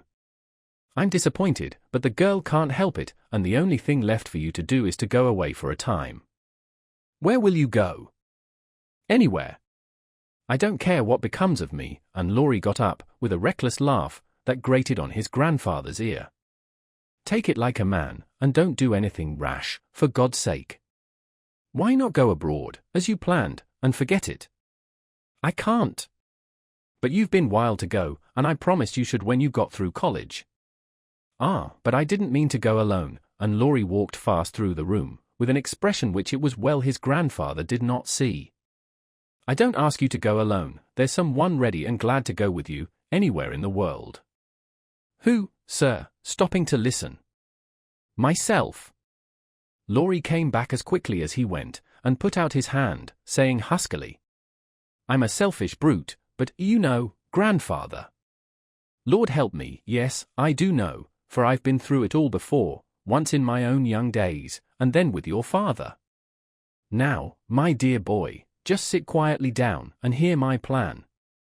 It's all settled, and can be carried out at once," said Mr. Lawrence, keeping hold of the young man, as if fearful that he would break away, as his father had done before him. "Well, sir, what is it?" and Laurie sat down, without a sign of interest in face or voice. "There is business in London that needs looking after. I meant you should attend to it, but I can do it better myself, and things here will get on very well with Brooke to manage them. My partners do almost everything, I'm merely holding on till you take my place, and can be off at any time." "But you hate travelling, sir, I can't ask it of you at your age," began Laurie, who was grateful for the sacrifice, but much preferred to go alone, if he went at all. The old gentleman knew that perfectly well, and particularly desired to prevent it, for the mood in which he found his grandson assured him that it would not be wise to leave him to his own devices. So, stifling a natural regret at the thought of the home comforts he would leave behind him, he said stoutly, "Bless your soul, I'm not superannuated yet. I quite enjoy the idea, it will do me good, and my old bones won't suffer, for travelling nowadays is almost as easy as sitting in a chair." A restless movement from Laurie suggested that his chair was not easy, or that he did not like the plan, and made the old man add hastily, "I don't mean to be a marplot or a burden, I go because I think you'd feel happier than if I was left behind. I don't intend to gad about with you, but leave you free to go where you like, while I amuse myself in my own way. I've friends in London and Paris, and should like to visit them. Meantime you can go to Italy, Germany, Switzerland, where you will, and enjoy pictures, music, scenery, and adventures to your heart's content." Now, Laurie felt just then that his heart was entirely broken, and the world a howling wilderness, but at the sound of certain words which the old gentleman artfully introduced into his closing sentence, the broken heart gave an unexpected leap, and a green oasis or two suddenly appeared in the howling wilderness. He sighed, and then said, in a spiritless tone, "Just as you like, "Sir, it doesn't matter where I go or what I do." "It does to me, remember that, my lad. I give you entire liberty, but I trust you to make an honest use of it. Promise me that, Laurie." "Anything you like, sir." "Good," thought the old gentleman. "You don't care now, but there'll come a time when that promise will keep you out of mischief, or I'm much mistaken." Being an energetic individual, Mr. Lawrence struck while the iron was hot, and before the blighted being recovered spirit enough to rebel, they were off. During the time necessary for preparation, Laurie bore himself as young gentlemen usually do in such cases. He was moody, irritable, and pensive by turns, lost his appetite, neglected his dress, and devoted much time to playing tempestuously on his piano, avoided Jo, but consoled himself by staring at her from his window, with a tragical face that haunted her dreams by night, and oppressed her with a heavy sense of guilt by day. Unlike some sufferers, he never spoke of his unrequited passion, and would allow no one, not even Mrs. March, to attempt consolation or offer sympathy. On some accounts, this was a relief to his friends, but the weeks before his departure were very uncomfortable, and everyone rejoiced that the poor, dear fellow was going away to forget his trouble, and come home happy. Of course, he smiled darkly at their delusion, but passed it by, with the sad superiority of one who knew that his fidelity, like his love, was unalterable. When the parting came he affected high spirits, to conceal certain inconvenient emotions which seemed inclined to assert themselves. This gaiety did not impose upon anybody, but they tried to look as if it did, for his sake, and he got on very well till Mrs. March kissed him, with a whisper full of motherly solicitude. Then, feeling that he was going very fast, he hastily embraced them all round, not forgetting the afflicted Hannah, and ran downstairs as if for his life. Jo followed a minute after to wave her hand to him if he looked round. He did look round, came back, put his arms about her, as she stood on the step above him, and looked up at her with a face that made his short appeal both eloquent and pathetic. "Oh, Jo, can't you?" "Teddy, dear, I wish I could." That was all, except a little pause. Then Laurie straightened himself up, said it's all right, never mind, and went away without another word. But it wasn't all right, and Jo did mind, for while the curly head lay on her arm a minute after her hard answer, she felt as if she had stabbed her dearest friend, and when he left her without a look behind him, she knew that the boy Laurie never would come again. 36. Beth's secret. When Jo came home that spring, she had been struck with the change in Beth. No one spoke of it or seemed aware of it, for it had come too gradually to startle those who saw her daily, but to eyes sharpened by absence, it was very plain, and a heavy weight fell on Jo's heart as she saw her sister's face. It was no paler and but little thinner than in the autumn, yet there was a strange, transparent look about it, as if the mortal was being slowly refined away, and the immortal shining through the frail flesh with an indescribably pathetic beauty. Jo saw and felt it, but said nothing at the time, and soon the first impression lost much of its power, for Beth seemed happy, no one appeared to doubt that she was better, and, presently, in other cares, Jo for a time forgot her fear. But when Laurie was gone, and peace prevailed again, the vague anxiety returned and haunted her. She had confessed her sins and been forgiven, but when she showed her savings and proposed the mountain trip, Beth had thanked her heartily, but begged not to go so far away from home. Another little visit to the seashore would suit her better, and, as Grandma could not be prevailed upon to leave the babies, Jo took Beth down to the quiet place, where she could live much in the open air, and let the fresh sea breezes blow a little color into her pale cheeks. It was not a fashionable place, but, even among the pleasant people there, the girls made few friends, preferring to live for one another. Beth was too shy to enjoy society, and Jo too wrapped up in her to care for anyone else, so they were all in all to each other, and came and went, quite unconscious of the interest they excited in those about them, who watched with sympathetic eyes the strong sister and the feeble one, always together, as if they felt instinctively that a long separation was not far away. They did feel it, yet neither spoke of it, for often between ourselves and those nearest and dearest to us there exists a reserve which it is very hard to overcome. Jo felt as if a veil had fallen between her heart and Beth's, but when she put out her hand to lift it up, there seemed something sacred in the silence, and she waited for Beth to speak. She wondered, and was thankful also, that her parents did not seem to see what she saw, and, during the quiet weeks, when the shadow grew so plain to her, she said nothing of it to those at home, believing that it would tell itself when Beth came back no better. She wondered still more if her sister really guessed the hard truth, and what thoughts were passing through her mind during the long hours when she lay on the warm rocks, with her head in Joe's lap, while the winds blew healthfully over her, and the sea made music at her feet. One day Beth told her. Joe thought she was asleep. She lay so still, and, putting down her book, sat looking at her with wistful eyes, trying to see signs of hope in the faint color on Beth's cheeks. But she could not find enough to satisfy her, for the cheeks were very thin, and the hand seemed too feeble to hold even the rosy little shells they had been gathering. It came to her then more bitterly than ever that Beth was slowly drifting away from her, and her arms instinctively tightened their hold upon the dearest treasure she possessed. For a minute her eyes were too dim for seeing, and, when they cleared, Beth was looking up at her so tenderly that there was hardly any need for her to say, "Joe, dear, I'm glad you know it. I've tried to tell you, but I couldn't." There was no answer except her sister's cheek against her own, not even tears, for when most deeply moved, Joe did not cry. She was the weaker, then, and Beth tried to comfort and sustain her, with her arms about her, and the soothing words she whispered in her ear. "I've known it for a good while, dear, and, now I'm used to it, it isn't hard to think of or to bear. Try to see it so, and don't be troubled about me, because it's best, indeed it is." Is this what made you so unhappy in the autumn, Beth? You did not feel it then, and keep it to yourself so long, did you? Asked Joe, refusing to see or say that it was best, but glad to know that Laurie had no part in Beth's trouble. Yes, I gave up hoping then, but I didn't like to own it. I tried to think it was a sick fancy, and would not let it trouble anyone. But when I saw you all so well and strong, and full of happy plans, it was hard to feel that I could never be like you, and then I was miserable, Joe. Oh, Beth, and you didn't tell me, didn't let me comfort and help you. How could you shut me out, and bear it all alone? Joe's voice was full of tender reproach, and her heart ached to think of the solitary struggle that must have gone on while Beth learned to say goodbye to health, love, and life, and take up her cross so cheerfully.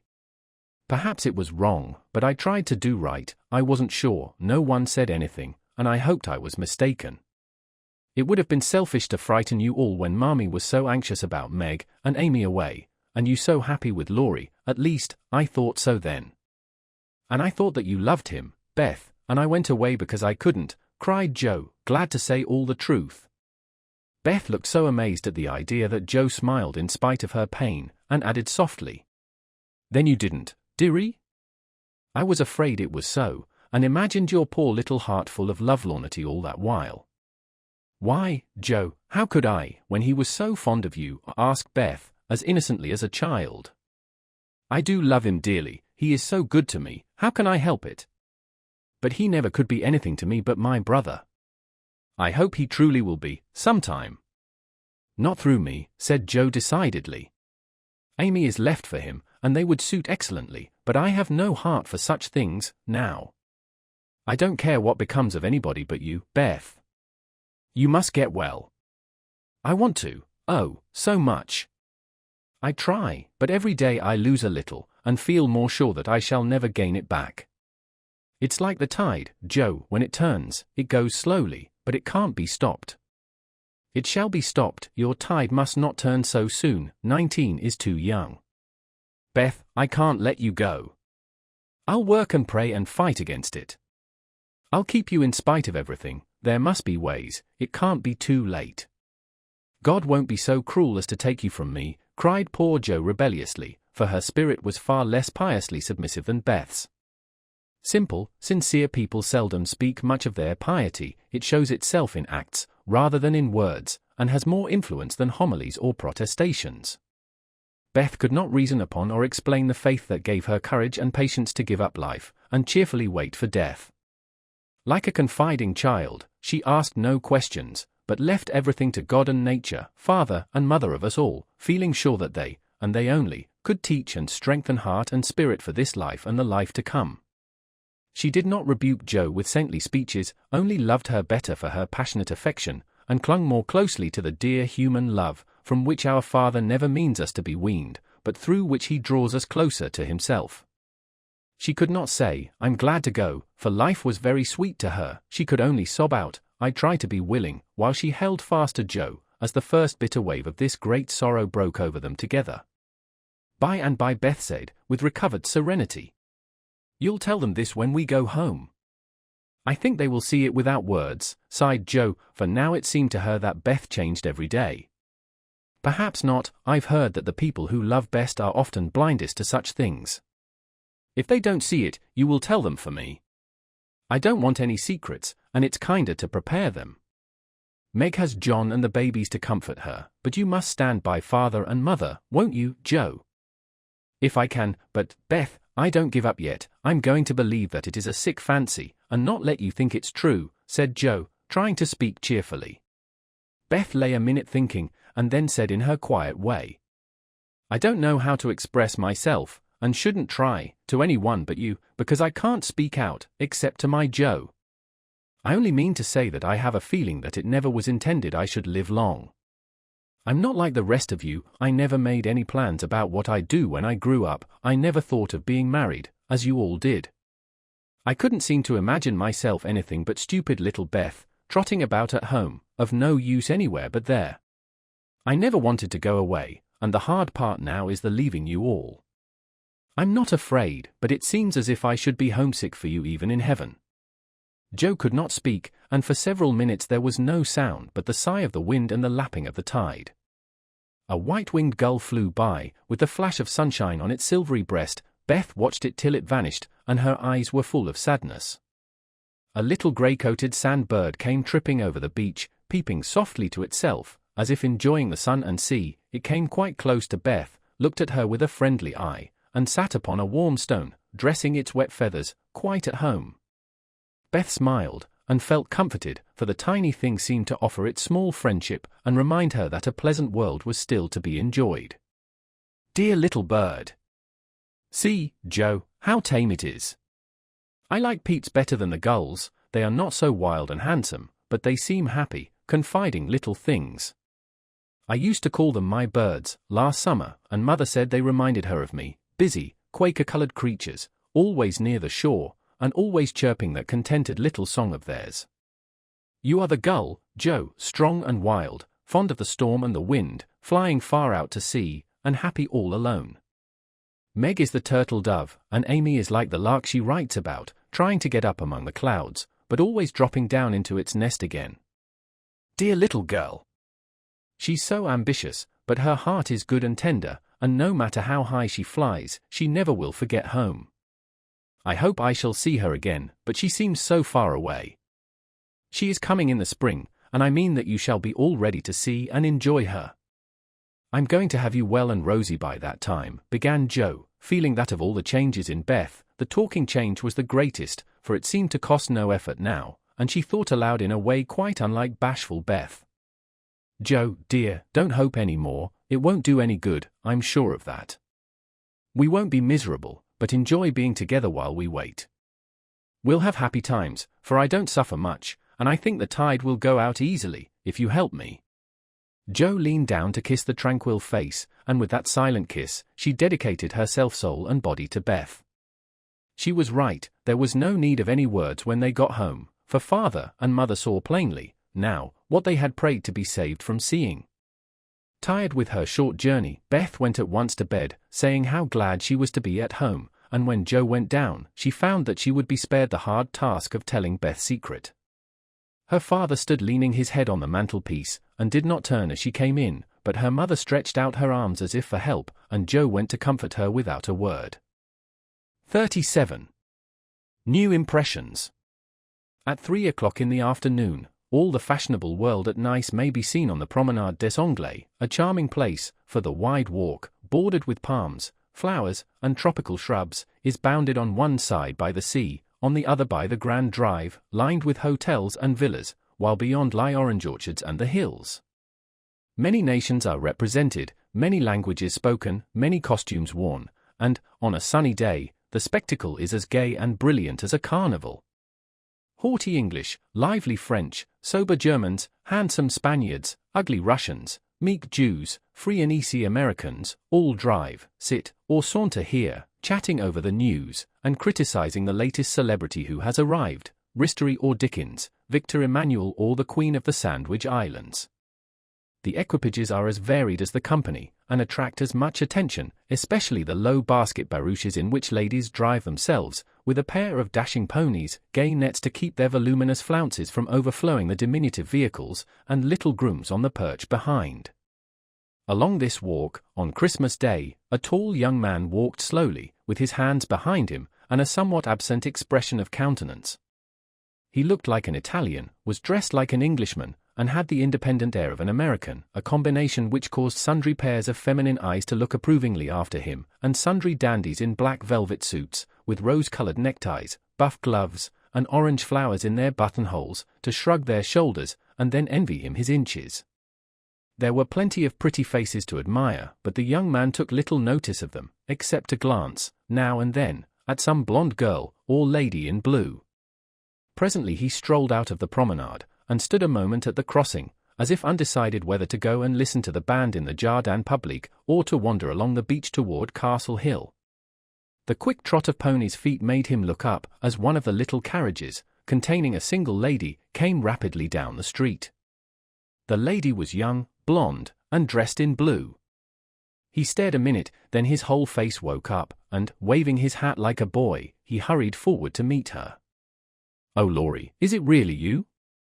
I thought you'd never come," cried Amy, dropping the reins, and holding out both hands, to the great scandalization of a French mamma, who hastened her daughter's steps, lest she should be demoralized by beholding the free manners of these mad English.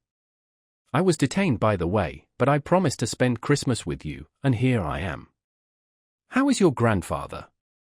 When did you come? Where are you staying?" "Very well, last night, at the Chow Vane.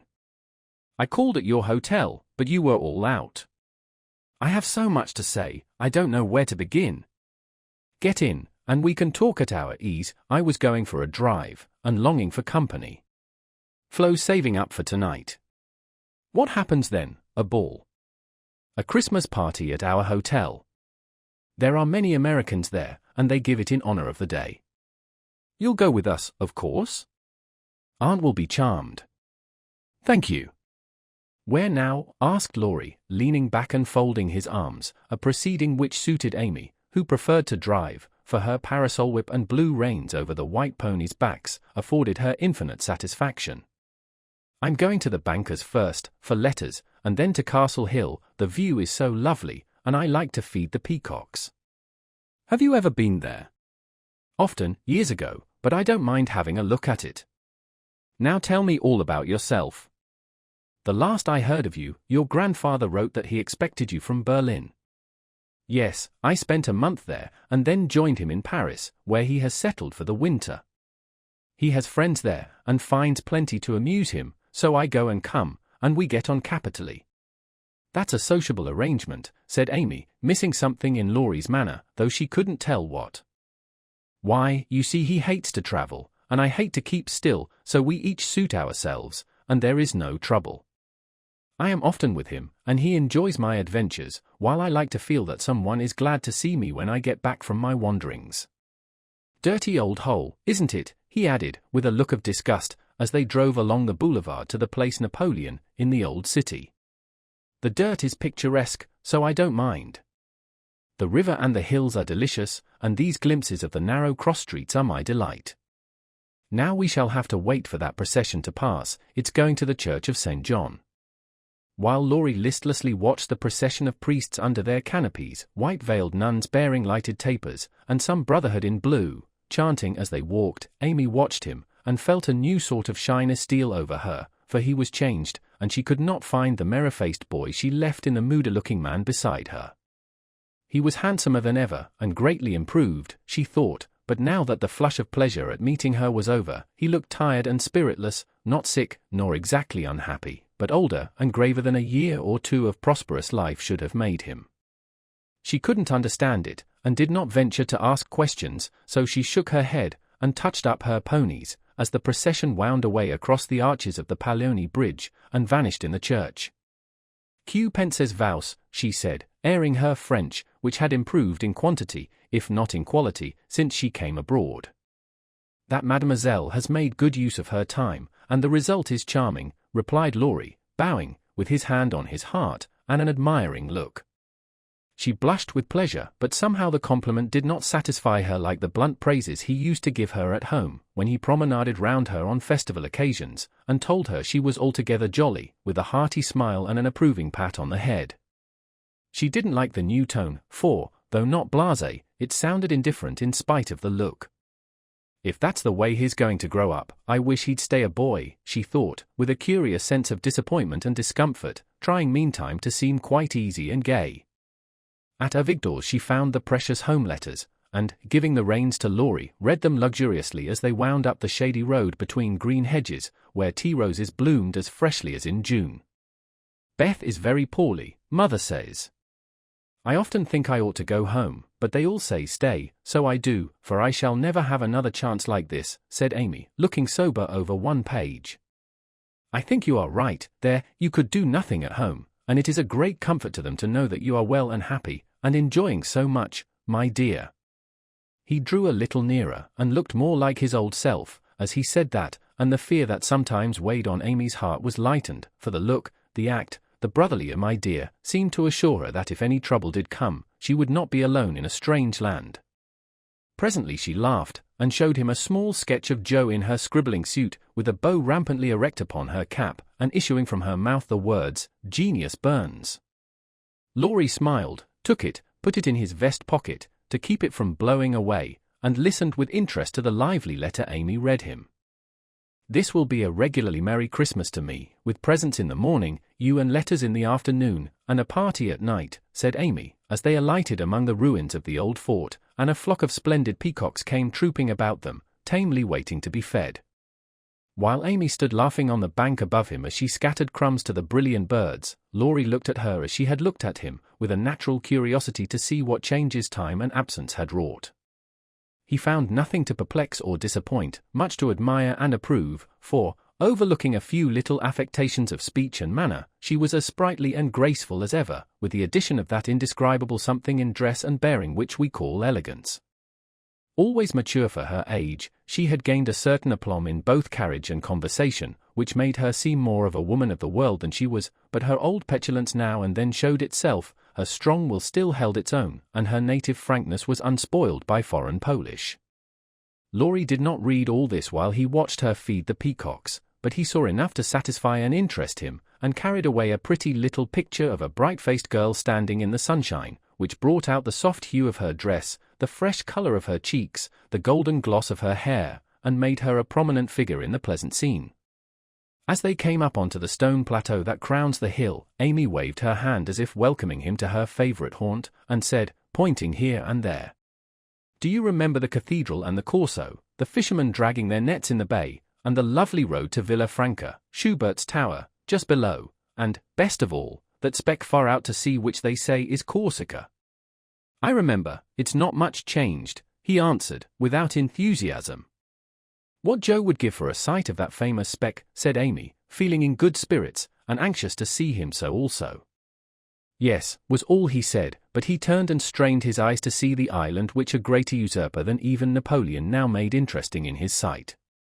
"Take a good look at it for her sake, and then come and tell me what you have been doing with yourself all this while," said Amy, seating herself, ready for a good talk.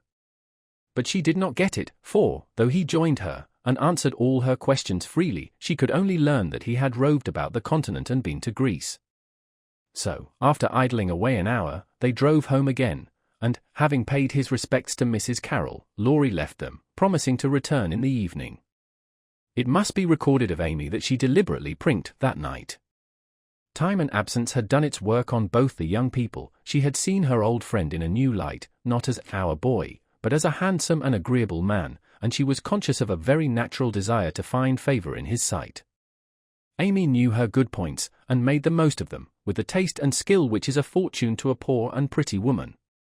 Tarleton and tulle were cheap at Nice, so she enveloped herself in them on such occasions, and, following the sensible English fashion of simple dress for young girls, got up charming little toilettes with fresh flowers, a few trinkets, and all manner of dainty devices, which were both inexpensive and effective.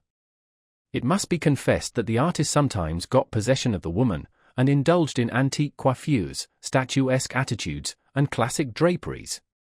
But, dear heart, we all have our little weaknesses, and find it easy to pardon such in the young, who satisfy our eyes with their comeliness, and keep our hearts merry with their artless vanities.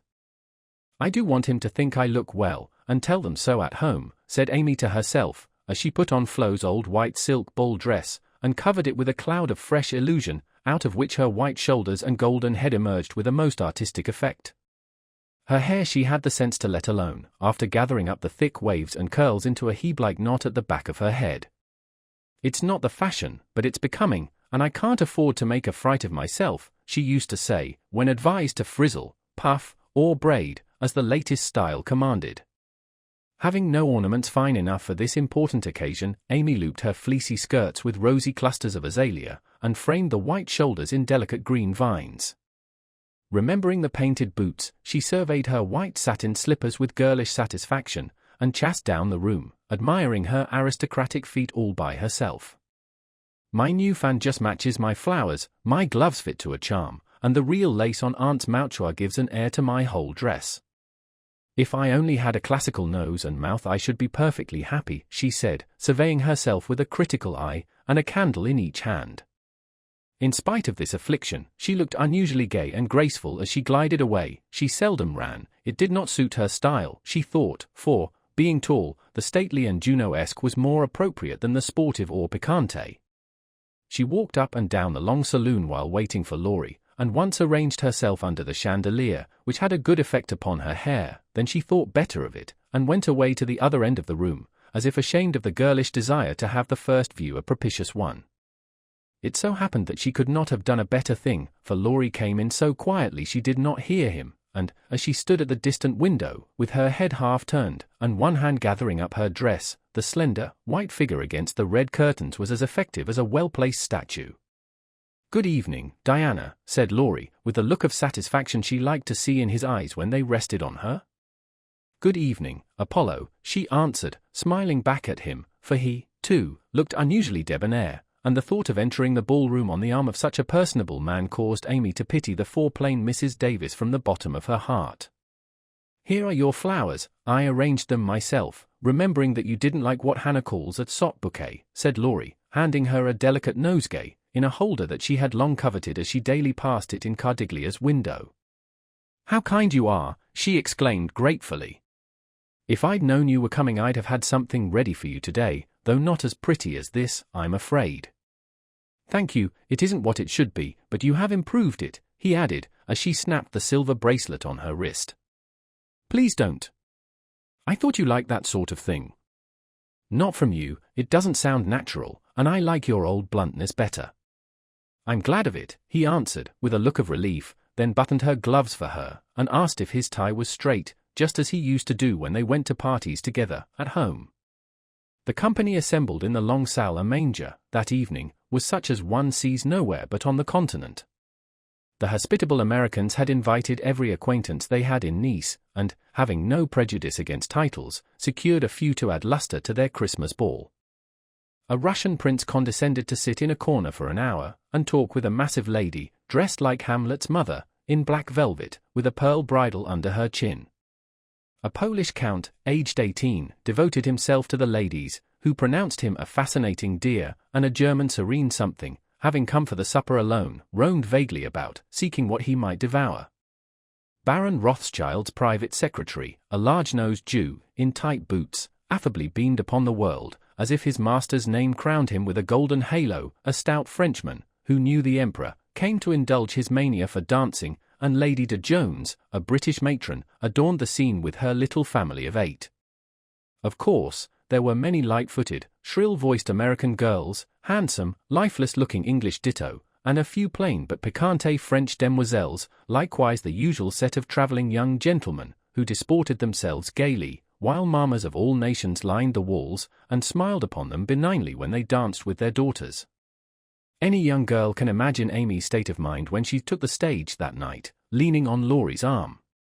She knew she looked well, she loved to dance, she felt that her foot was on her native heath in a ballroom, and enjoyed the delightful sense of power which comes when young girls first discover the new and lovely kingdom they are born to rule by virtue of beauty, youth, and womanhood.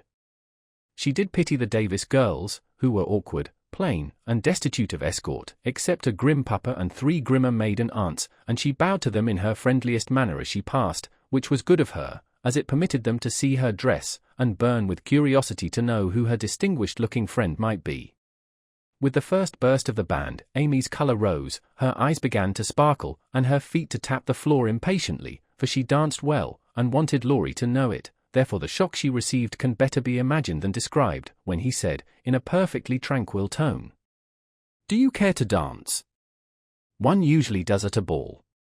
Her amazed look and quick answer caused Laurie to repair his error as fast as possible. "I meant the first dance. May I have the honor? I can give you one if I put off the count." "He dances divinely, but he will excuse me, as you are an old friend," said Amy, hoping that the name would have a good effect and show Laurie that she was not to be trifled with. "Nice little boy, but rather a short pole to support. A daughter of the gods. Divinely tall and most divinely fair," was all the satisfaction she got, however. The set in which they found themselves was composed of English, and Amy was compelled to walk decorously through a cotillion, feeling all the while as if she could dance the tarantula with a relish. Laurie resigned her to the nice little boy, and went to do his duty to Flo, without securing Amy for the joys to come, which reprehensible want of forethought was properly punished, for she immediately engaged herself till supper, meaning to relent if he then gave any signs of penitence. She showed him her ball book with demure satisfaction when he strolled, instead of rushing, up to claim her for the next, a glorious polka hour, but his polite regrets didn't impose upon her, and when she gallopaded away with the Count, she saw Laurie sit down by her aunt with an actual expression of relief. That was unpardonable, and Amy took no more notice of him for a long while, except a word now and then, when she came to her chaperone, between the dances, for a necessary pin or a moment's rest. Her anger had a good effect, however, for she hid it under a smiling face, and seemed unusually blithe and brilliant. Laurie's eyes followed her with pleasure, for she neither romped nor sauntered, but danced with spirit and grace, making the delightsome pastime what it should be. He very naturally fell to studying her from this new point of view, and, before the evening was half over, had decided that little Amy was going to make a very charming woman. It was a lively scene, for soon the spirit of the social season took possession of everyone, and Christmas merriment made all faces shine, hearts happy, and heels light. The musicians fiddled, tooted, and banged as if they enjoyed it, everybody danced who could, and those who couldn't admired their neighbours with uncommon warmth. The air was dark with Davises, and many Joneses gambolled like a flock of young giraffes. The golden secretary darted through the room like a meteor, with a dashing Frenchwoman, who carpeted the floor with her pink satin train. The serene Teuton found the supper table, and was happy, eating steadily through the bill of fare, and dismayed the garçons by the ravages he committed. But the Emperor's friend covered himself with glory, for he danced everything, whether he knew it or not, and introduced impromptu pirouettes when the figures bewildered him. The boyish abandon of that stout man was charming to behold, for, though he'd carried weight, he danced like an india-rubber ball. He ran, he flew, he pranced, his face glowed, his bald head shone, his coat-tails waved wildly, his pumps actually twinkled in the air, and when the music stopped, he wiped the drops from his brow, and beamed upon his fellowmen like a French Pickwick without glasses. Amy and her pole distinguished themselves by equal enthusiasm, but more graceful agility, and Laurie found himself involuntarily keeping time to the rhythmic rise and fall of the white slippers as they flew by as indefatigably as if winged. When little Vladimir finally relinquished her, with assurances that he was desolated to leave so early, she was ready to rest, and see how her recreant knight had borne his punishment. It had been successful, for, at 23, blighted affections find a balm in friendly society, and young nerves will thrill, young blood dance, and healthy young spirits rise, when subjected to the enchantment of beauty, light, music, and motion. Laurie had a waked-up look as he rose to give her his seat, and when he hurried away to bring her some supper, she said to herself, with a satisfied smile, "Ah, I thought that would do him good." "You look like Balzac's femme peinte par elle-même," he said, as he fanned her with one hand, and held her coffee cup in the other. "My rouge won't come off," and Amy rubbed her brilliant cheek, and showed him her white glove with a sober simplicity that made him laugh outright. "What do you call this stuff?" he asked, touching a fold of her dress that had blown over his knee. "Illusion." Good name for it. It's very pretty, new thing, isn't it? It's as old as the hills, you have seen it on dozens of girls, and you never found out that it was pretty till now, stupidity. I never saw it on you before, which accounts for the mistake, you see. None of that, it is forbidden. I'd rather take coffee than compliments just now. No, don't lounge, it makes me nervous. Laurie sat bolt upright, and meekly took her empty plate, feeling an odd sort of pleasure in having little Amy order him about, for she had lost her shyness now, and felt an irresistible desire to trample on him, as girls have a delightful way of doing when lords of creation show any signs of subjection. Where did you learn all this sort of thing? He asked, with a quizzical look. As this sort of thing is rather a vague expression, would you kindly explain, returned Amy, knowing perfectly well what he meant, but wickedly leaving him to describe what is indescribable. Well, the general air, the style, the self-possession, the illusion, you know, laughed Laurie, breaking down, and helping himself out of his quandary with the new word. Amy was gratified, but, of course, didn't show it, and demurely answered, foreign life polishes one in spite of oneself. I study as well as play, and as for this, with a little gesture toward her dress, why, tulle is cheap, pose is to be had for nothing, and I am used to making the most of my poor little things. Amy rather regretted that last sentence, fearing it wasn't in good taste, but Laurie liked her the better for it, and found himself both admiring and respecting the brave patience that made the most of opportunity, and the cheerful spirit that covered poverty with flowers. Amy did not know why he looked at her so kindly, nor why he filled up her book with his own name, and devoted himself to her for the rest of the evening, in the most delightful manner, but the impulse that wrought this agreeable change was the result of one of the new impressions which both of them were unconsciously giving and receiving. 38. On the shelf. In France the young girls have a dull time of it till they are married, when Vive la Liberté becomes their motto. In America, as everyone knows, girls early sign the Declaration of Independence, and enjoy their freedom with Republican zest, but the young matrons usually abdicate with the first heir to the throne, and go into a seclusion almost as close as a French nunnery, though by no means as quiet.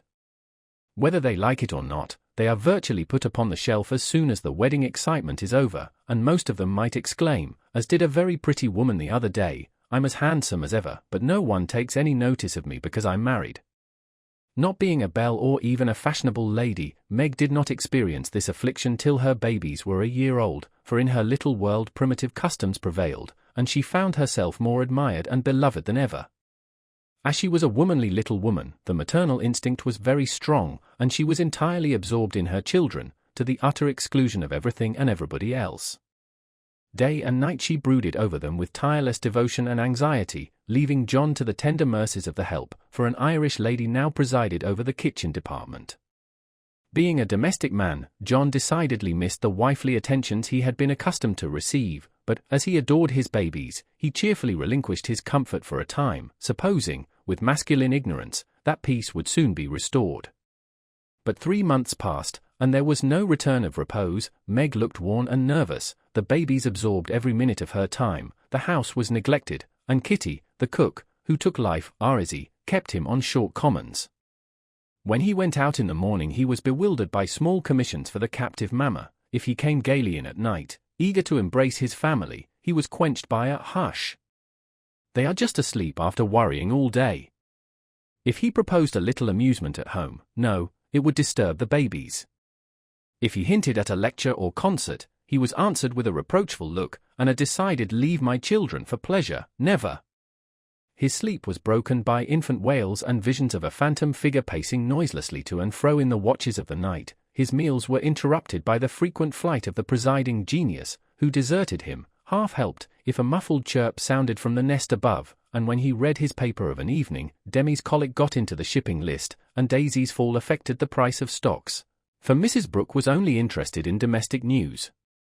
The poor man was very uncomfortable, for the children had bereft him of his wife, home was merely a nursery, and the perpetual hushing made him feel like a brutal intruder whenever he entered the sacred precincts of Babyland. He bore it very patiently for 6 months, and, when no signs of amendment appeared, he did what other paternal exiles do, tried to get a little comfort elsewhere.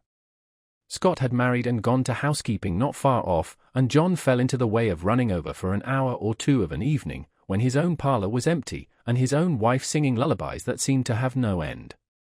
Mrs. Scott was a lively, pretty girl, with nothing to do but be agreeable, and she performed her mission most successfully.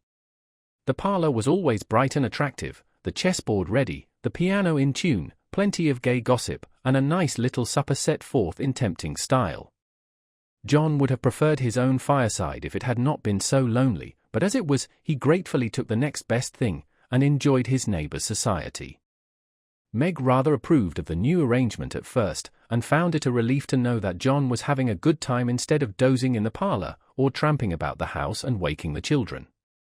But by and by, when the teething worry was over, and the idols went to sleep at proper hours, leaving Mama time to rest, she began to miss John, and find her work basket dull company, when he was not sitting opposite in his old dressing gown, comfortably scorching his slippers on the fender. She would not ask him to stay at home, but felt injured because he did not know that she wanted him without being told, entirely forgetting the many evenings he had waited for her in vain. She was nervous and worn out with watching and worry, and in that unreasonable frame of mind which the best of mothers occasionally experience when domestic cares oppress them. Want of exercise robs them of cheerfulness, and too much devotion to that idol of American women, the teapot, makes them feel as if they were all nerve and no muscle. Yes, she would say, looking in the glass, I'm getting old and ugly, John doesn't find me interesting any longer, so he leaves his faded wife and goes to see his pretty neighbor, who has no encumbrances. Well, the babies love me, they don't care if I am thin and pale, and haven't time to crimp my hair, they are my comfort, and someday John will see what I've gladly sacrificed for them, won't he, my precious? To which pathetic appeal Daisy would answer with a coo, or Demi with a crow, and Meg would put by her lamentations for a maternal revel, which soothed her solitude for the time being. But the pain increased as politics absorbed John, who was always running over to discuss interesting points with Scott, quite unconscious that Meg missed him. Not a word did she say, however, till her mother found her in tears one day, and insisted on knowing what the matter was, for Meg's drooping spirits had not escaped her observation. I wouldn't tell anyone except you, Mother, but I really do need advice, for, if John goes on so much longer I might as well be widowed, replied Mrs. Brooke, drying her tears on Daisy's bib, with an injured air. Goes on how, my dear? Asked her mother anxiously. He's away all day, and at night, when I want to see him, he is continually going over to the Scots. It isn't fair that I should have the hardest work, and never any amusement. Men are very selfish, even the best of them. So are women, don't blame John till you see where you are wrong yourself. But it can't be right for him to neglect me. Don't you neglect him. Why, Mother, I thought you'd take my part. So I do, as far as sympathizing goes, but I think the fault is yours, Meg. I don't see how. Let me show you. Did John ever neglect you, as you call it, while you made it a point to give him your society of an evening, his only leisure time? No, but I can't do it now, with 2 babies to tend. I think you could, dear, and I think you ought. May I speak quite freely, and will you remember that it's Mother who blames as well as Mother who sympathizes? Indeed I will. Speak to me as if I were little Meg again. I often feel as if I needed teaching more than ever since these babies look to me for everything. Meg drew her low chair beside her mother's, and, with a little interruption in either lap, the 2 women rocked and talked lovingly together, feeling that the tie of motherhood made them more one than ever. You have only made the mistake that most young wives make, forgotten your duty to your husband in your love for your children. A very natural and forgivable mistake, Meg, but one that had better be remedied before you take to different ways, for children should draw you nearer than ever, not separate you, as if they were all yours, and John had nothing to do but support them. I've seen it for some weeks, but have not spoken, feeling sure it would come right in time. I'm afraid it won't. If I ask him to stay, he'll think I'm jealous, and I wouldn't insult him by such an idea. He doesn't see that I want him, and I don't know how to tell him without words. Make it so pleasant he won't want to go away. My dear, he's longing for his little home, but it isn't home without you, and you are always in the nursery. Oughtn't I to be there? Not all the time. Too much confinement makes you nervous, and then you are unfitted for everything. Besides, you owe something to John as well as to the babies. Don't neglect husband for children, don't shut him out of the nursery, but teach him how to help in it. His place is there as well as yours, and the children need him. Let him feel that he has his part to do, and he will do it gladly and faithfully, and it will be better for you all." "You really think so, Mother?" "I know it, Meg, for I've tried it, and I seldom give advice unless I've proved its practicability. When you and Joe were little, I went on just as you are, feeling as if I didn't do my duty unless I devoted myself wholly to you. Poor father took to his books, after I had refused all offers of help, and left me to try my experiment alone. I struggled along as well as I could, but Joe was too much for me. I nearly spoilt her by indulgence. You were poorly, and I worried about you till I fell sick myself. Then father came to the rescue, quietly managed everything, and made himself so helpful that I saw my mistake, and never have been able to get on without him since. That is the secret of our home happiness. He does not let business wean him from the little cares and duties that affect us all, and I try not to let domestic worries destroy my interest in his pursuits. Each do our part alone in many things, but at home we work together, always. It is so, Mother, and my great wish is to be to my husband and children what you have been to yours. Show me how, I'll do anything you say. You always were my docile daughter. Well, dear, if I were you, I'd let John have more to do with the management of Demi, for the boy needs training, and it's none too soon to begin. Then I'd do what I have often proposed, let Hannah come and help you. She is a capital nurse, and you may trust the precious babies to her while you do more housework. You need the exercise, Hannah would enjoy the rest, and John would find his wife again. Go out more, keep cheerful as well as busy, for you are the sunshine maker of the family, and if you get dismal there is no fair weather.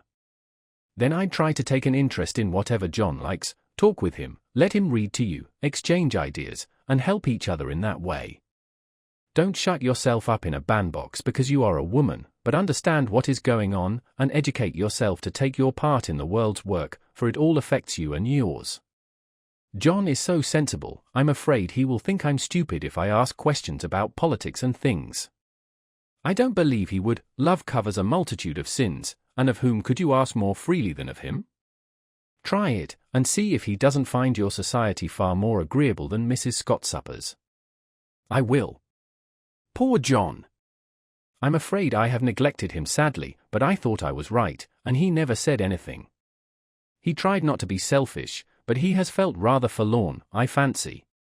This is just the time, Meg, when young married people are apt to grow apart, and the very time when they ought to be most together, for the first tenderness soon wears off, unless care is taken to preserve it, and no time is so beautiful and precious to parents as the first years of the little lives given them to train.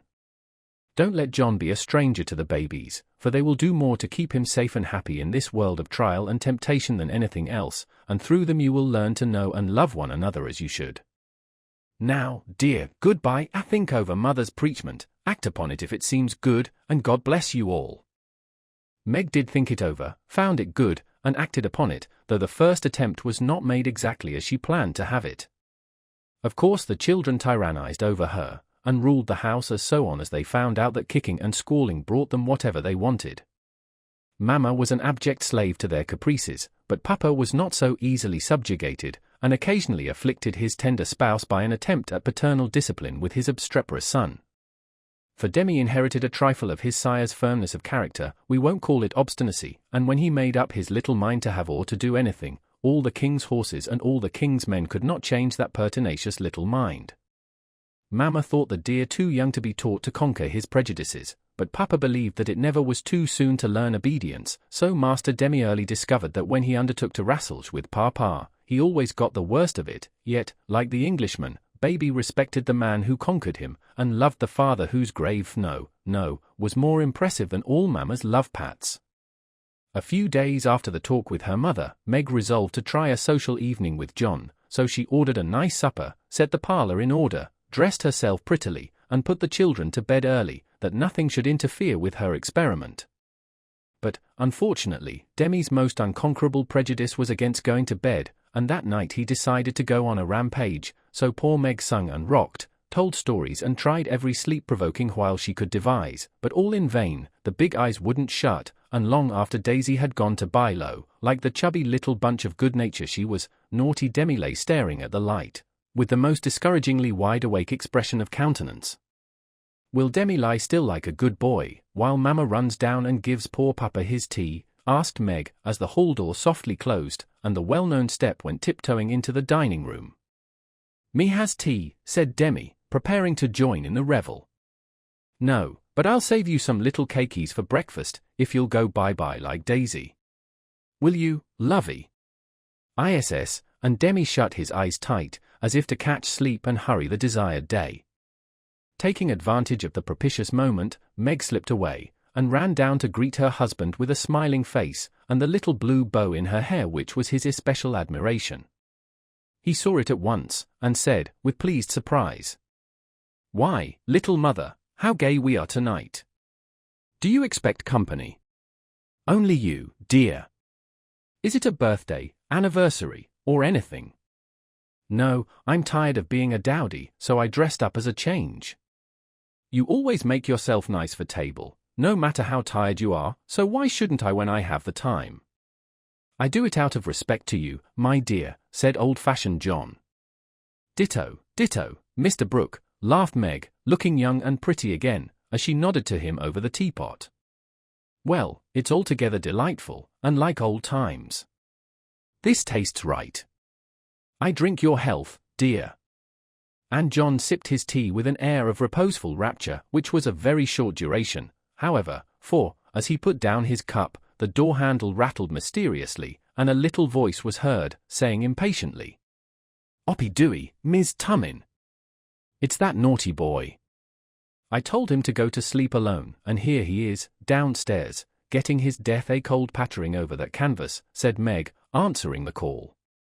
"Morning now," announced Demi, in a joyful tone, as he entered, with his long nightgown gracefully festooned over his arm, and every curl bobbing gaily as he pranced about the table, eyeing the cakeys with loving glances. "No, it isn't morning yet. You must go to bed, and not trouble poor Mama, then you can have the little cake with sugar on it." "Me loves Papa," said the artful one, preparing to climb the paternal knee, and revel in forbidden joys.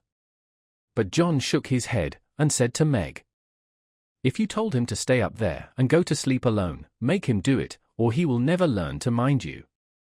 "Yes, of course. Come, Demi," and Meg led her son away, feeling a strong desire to spank the little marplot who hopped beside her, laboring under the delusion that the bribe was to be administered as soon as they reached the nursery. Nor was he disappointed, for that short-sighted woman actually gave him a lump of sugar, tucked him into his bed, and forbade any more promenades till morning. ISS, said Demi the perjured, blissfully sucking his sugar, and regarding his first attempt as eminently successful. Meg returned to her place, and supper was progressing pleasantly, when the little ghost walked again, and exposed the maternal delinquencies by boldly demanding, "More Sudar, Mama." "Now this won't do," said John, hardening his heart against the engaging little sinner. "We shall never know any peace till that child learns to go to bed properly. You have made a slave of yourself long enough, give him one lesson, and then there will be an end of it. Put him in his bed and leave him, Meg. He won't stay there, he never does, unless I sit by him. I'll manage him. Demi, go upstairs, and get into your bed, as Mama bids you."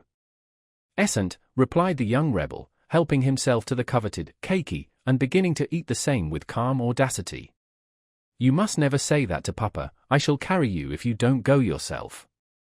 "Go away, me don't love Papa," and Demi retired to his mother's skirts for protection.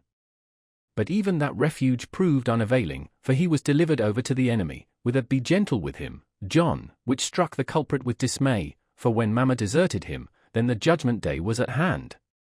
Bereft of his cake, defrauded of his frolic, and borne away by a strong hand to that detested bed, poor Demi could not restrain his wrath, but openly defied Papa, and kicked and screamed lustily all the way upstairs. The minute he was put into bed on one side, he rolled out on the other, and made for the door, only to be ignominiously caught up by the tail of his little toga, and put back again, which lively performance was kept up till the young man's strength gave out, when he devoted himself to roaring at the top of his voice. This vocal exercise usually conquered Meg, but John sat as unmoved as the post which is popularly believed to be deaf. No coaxing, no sugar, no lullaby, no story, Even the light was put out, and only the red glow of the fire enlivened the big dark, which Demi regarded with curiosity rather than fear. This new order of things disgusted him, and he howled dismally for "Mama," as his angry passion subsided, and recollections of his tender bondwoman returned to the captive autocrat. The plaintive wail which succeeded the passionate roar went to Meg's heart, and she ran up to say beseechingly, "Let me stay with him, he'll be good, now, John." "No, my dear, I've told him he must go to sleep, as you bid him, and he must, if I stay here all night." "But he'll cry himself sick," pleaded Meg, reproaching herself for deserting her boy. "No, he won't, he's so tired he will soon drop off, and then the matter is settled, for he will understand that he has got to mind. Don't interfere, I'll manage him. He's my child, and I can't have his spirit broken by harshness. He's my child, and I won't have his temper spoiled by indulgence. Go down, my dear, and leave the boy to me." When John spoke in that masterful tone, Meg always obeyed, and never regretted her docility. "Please let me kiss him once, John." "Certainly." "Demi, say good night to Mama, and let her go and rest, for she is very tired with taking care of you all day." Meg always insisted upon it that the kiss won the victory, for after it was given, Demi sobbed more quietly, and lay quite still at the bottom of the bed, whither he had wriggled in his anguish of mind.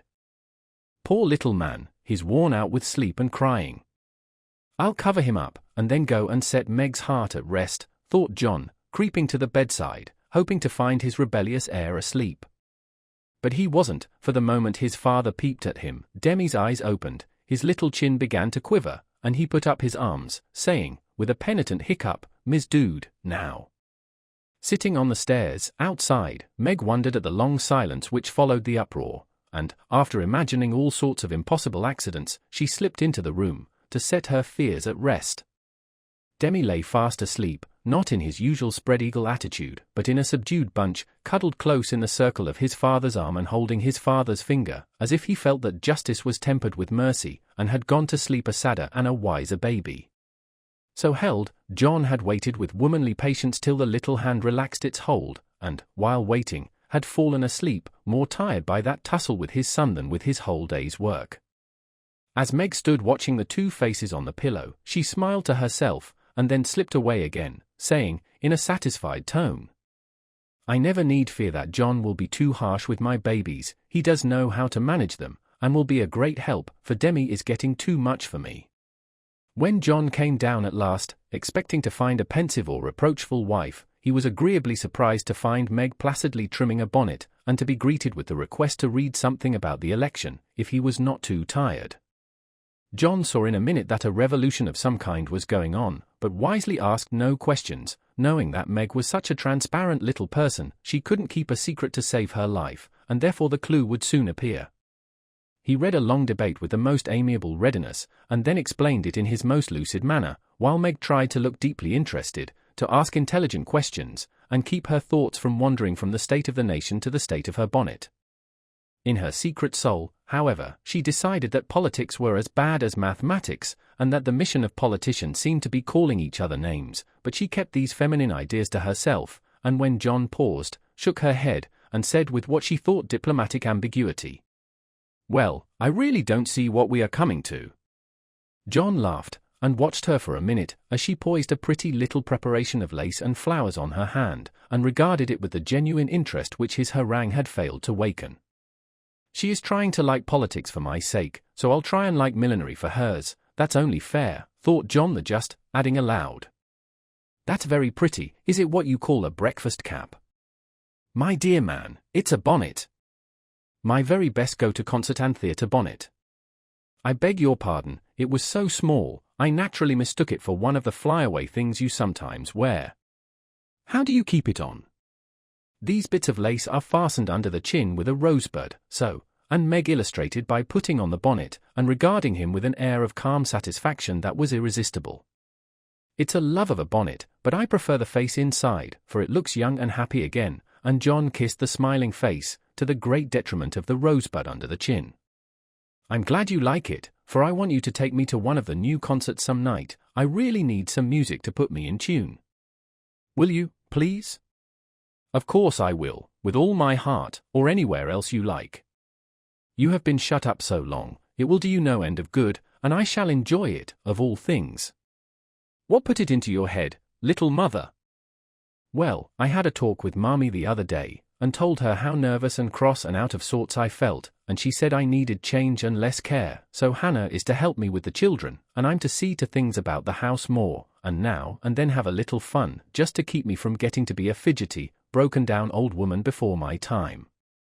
It's only an experiment, John, and I want to try it for your sake as much as for mine, because I've neglected you shamefully lately, and I'm going to make home what it used to be, if I can. You don't object, I hope? Never mind what John said, or what a very narrow escape the little bonnet had from utter ruin. All that we have any business to know is that John did not appear to object, judging from the changes which gradually took place in the house and its inmates. It was not all paradise by any means, but every one was better for the division of labor system. The children throve under the paternal rule, for accurate, steadfast John brought order and obedience into babydom, while Meg recovered her spirits and composed her nerves by plenty of wholesome exercise, a little pleasure, and much confidential conversation with her sensible husband. Home grew homelike again, and John had no wish to leave it, unless he took Meg with him. The Scotts came to the Brooks now, and every one found the little house a cheerful place, full of happiness, content, and family love. Even gay Sally Moffat liked to go there. It is always so quiet and pleasant here, it does me good, Meg, she used to say, looking about her with wistful eyes, as if trying to discover the charm, that she might use it in her great house, full of splendid loneliness, for there were no riotous, sunny-faced babies there, and Ned lived in a world of his own, where there was no place for her. This household happiness did not come all at once, but John and Meg had found the key to it, and each year of married life taught them how to use it, unlocking the treasuries of real home love and mutual helpfulness, which the poorest may possess, and the richest cannot buy. This is the sort of shelf on which young wives and mothers may consent to be laid, safe from the restless fret and fever of the world, finding loyal lovers in the little sons and daughters who cling to them, undaunted by sorrow, poverty, or age, walking side by side, through fair and stormy weather, with a faithful friend, who is, in the true sense of the good old Saxon word, the house band, and learning, as Meg learned, that a woman's happiest kingdom is home, her highest honor the art of ruling it, not as a queen, but a wise wife and mother. 39. Lazy Lawrence. Laurie went to Nice intending to stay a week, and remained a month. He was tired of wandering about alone, and Amy's familiar presence seemed to give a homelike charm to the foreign scenes in which she bore a part. He rather missed that petting he used to receive, and enjoyed a taste of it again, for no attentions, however flattering, from strangers, were half so pleasant as the sisterly adoration of the girls at home.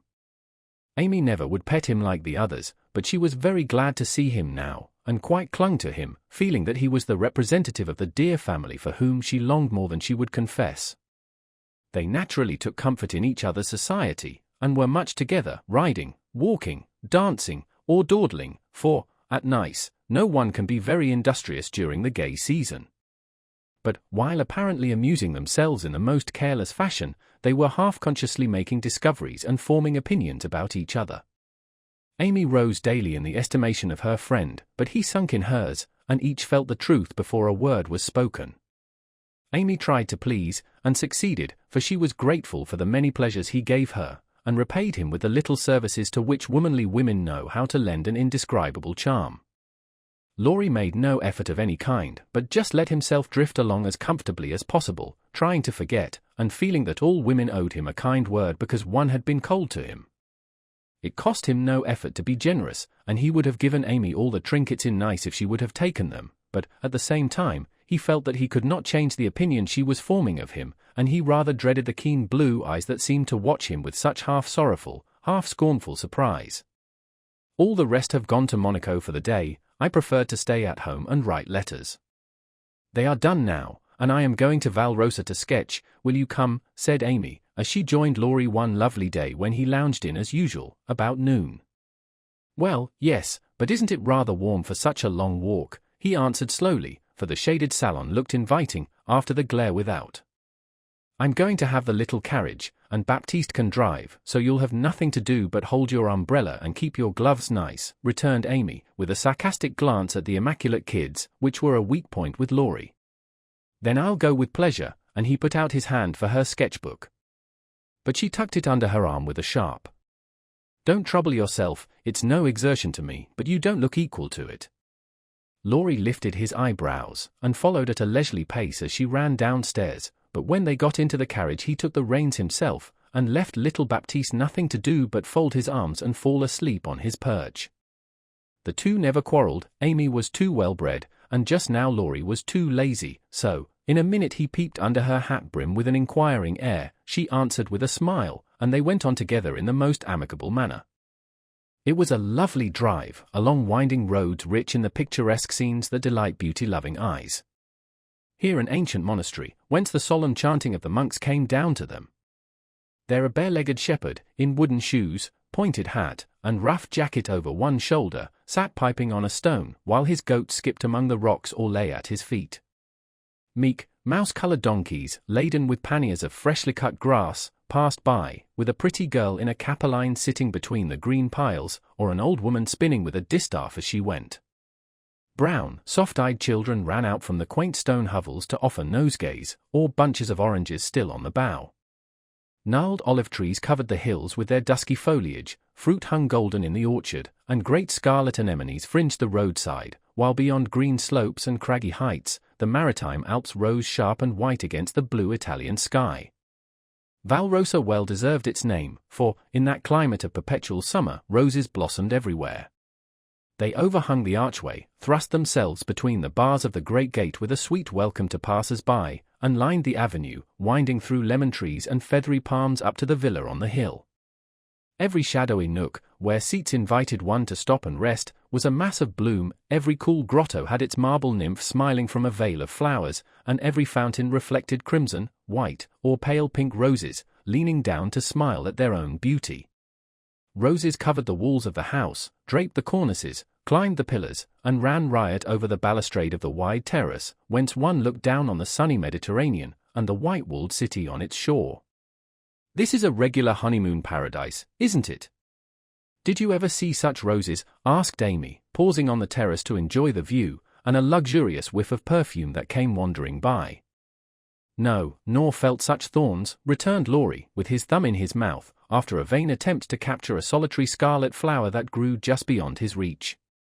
"Try lower down, and pick those that have no thorns," said Amy, gathering 3 of the tiny cream-coloured ones that starred the wall behind her.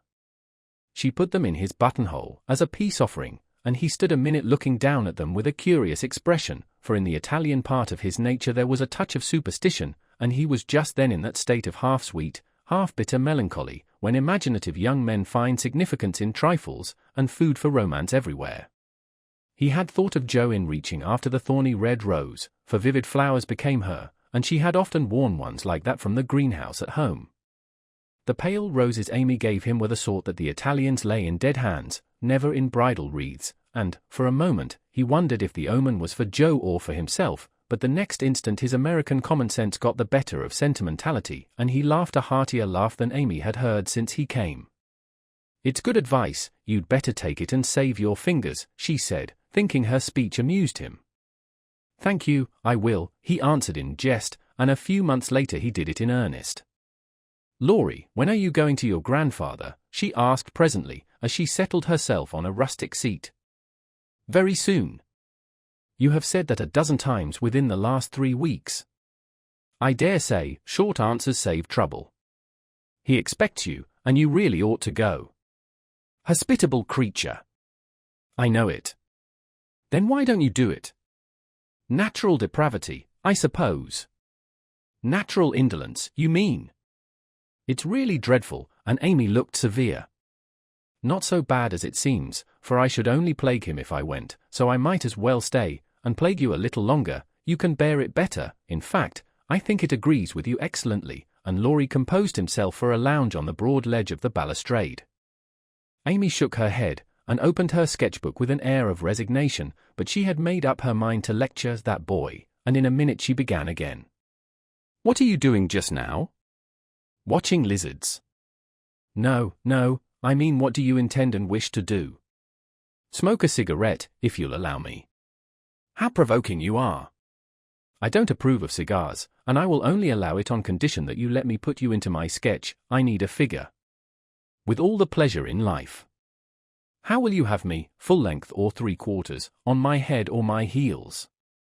I should respectfully suggest a recumbent posture, then put yourself in also, and call it the dolce far niente. Stay as you are, and go to sleep if you like. I intend to work hard, said Amy, in her most energetic tone. What delightful enthusiasm, and he leaned against a tall urn with an air of entire satisfaction. What would Jo say if she saw you now? Asked Amy impatiently, hoping to stir him up by the mention of her still more energetic sister's name. As usual, go away, Teddy, I'm busy. He laughed as he spoke, but the laugh was not natural, and a shade passed over his face, for the utterance of the familiar name touched the wound that was not healed yet. Both tone and shadow struck Amy, for she had seen and heard them before, and now she looked up in time to catch a new expression on Laurie's face, a hard, bitter look, full of pain, dissatisfaction, and regret. It was gone before she could study it, and the listless expression back again. She watched him for a moment with artistic pleasure, thinking how like an Italian he looked as he lay basking in the sun with uncovered head, and eyes full of southern dreaminess, for he seemed to have forgotten her, and fallen into a reverie. You look like the effigy of a young knight asleep on his tomb, she said, carefully tracing the well-cut profile defined against the dark stone. Wish I was. That's a foolish wish, unless you have spoilt your life. You are so changed, I sometimes think. There Amy stopped, with a half-timid, half-wistful look, more significant than her unfinished speech. Laurie saw and understood the affectionate anxiety which she hesitated to express, and looking straight into her eyes, said, just as he used to say it to her mother. It's all right. That satisfied her and set at rest the doubts that had begun to worry her lately.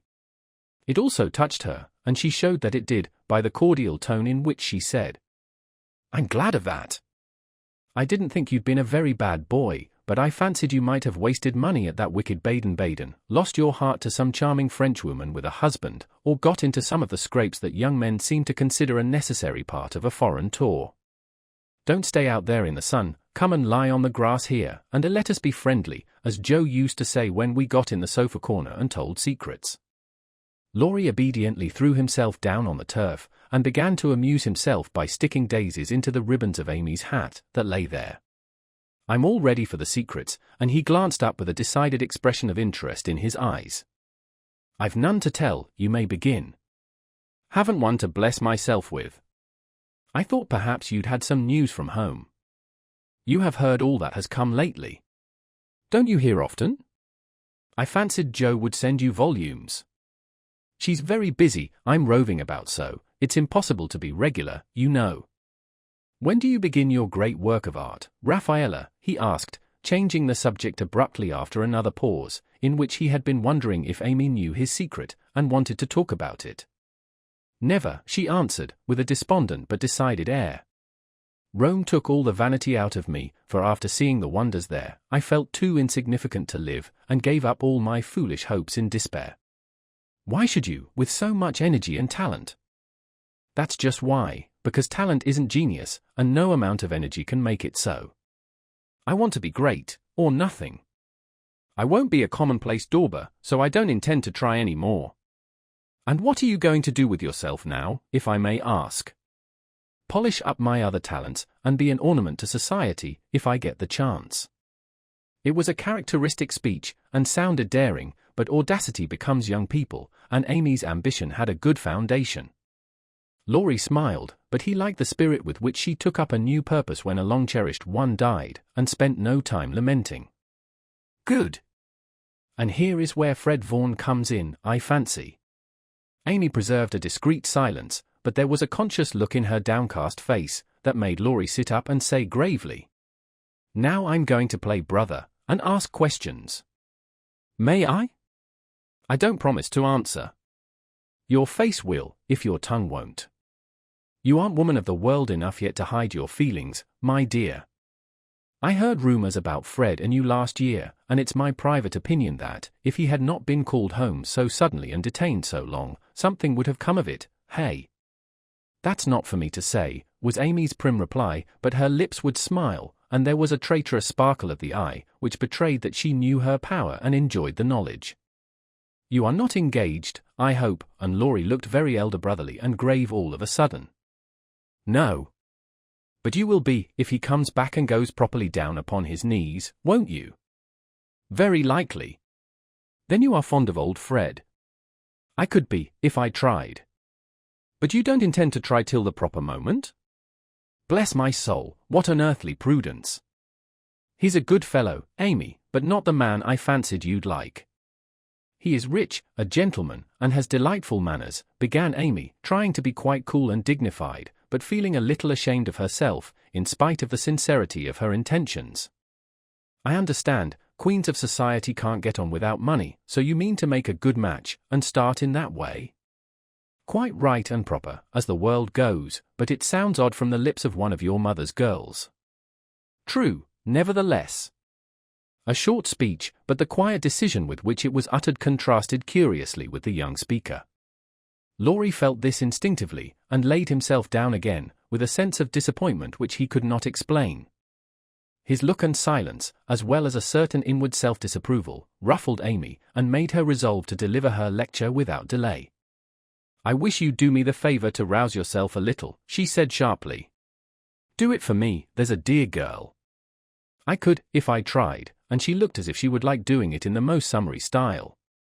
Try, then, I give you leave, returned Laurie, who enjoyed having someone to tease, after his long abstinence from his favorite pastime. You'd be angry in 5 minutes. I'm never angry with you. It takes 2 flints to make a fire, you are as cool and soft as snow. You don't know what I can do, snow produces a glow and a tingle, if applied rightly.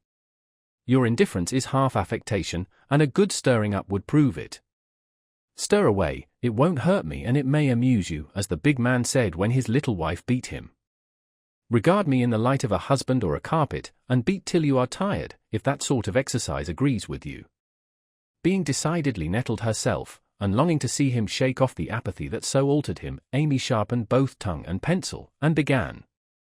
Flo and I have got a new name for you, it's Lazy Lawrence.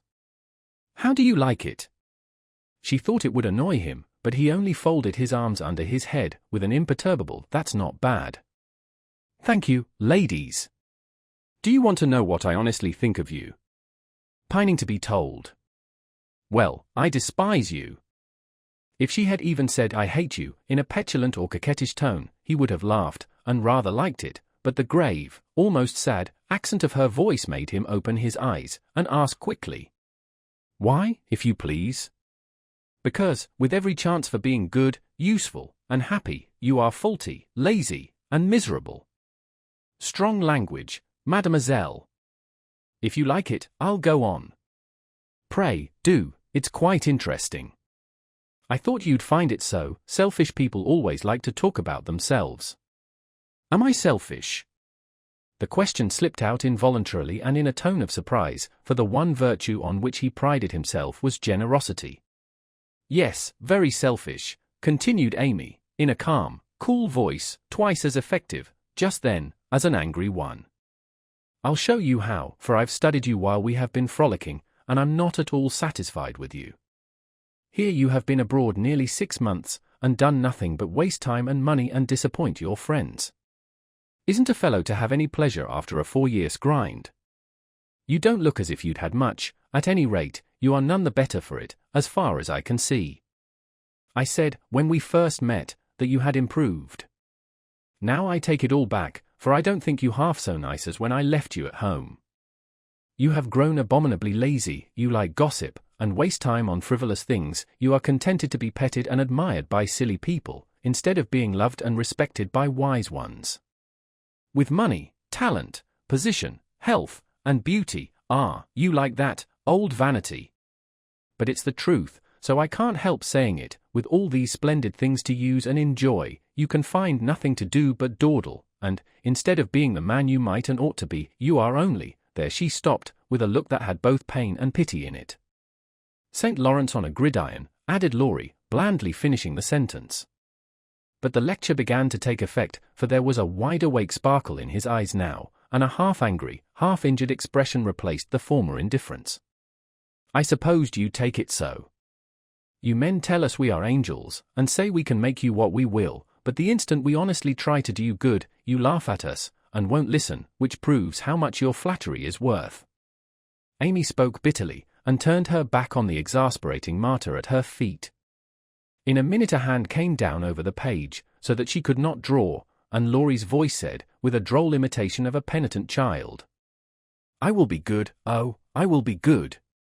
But Amy did not laugh, for she was in earnest, and, tapping on the outspread hand with her pencil, said soberly, "Aren't you ashamed of a hand like that?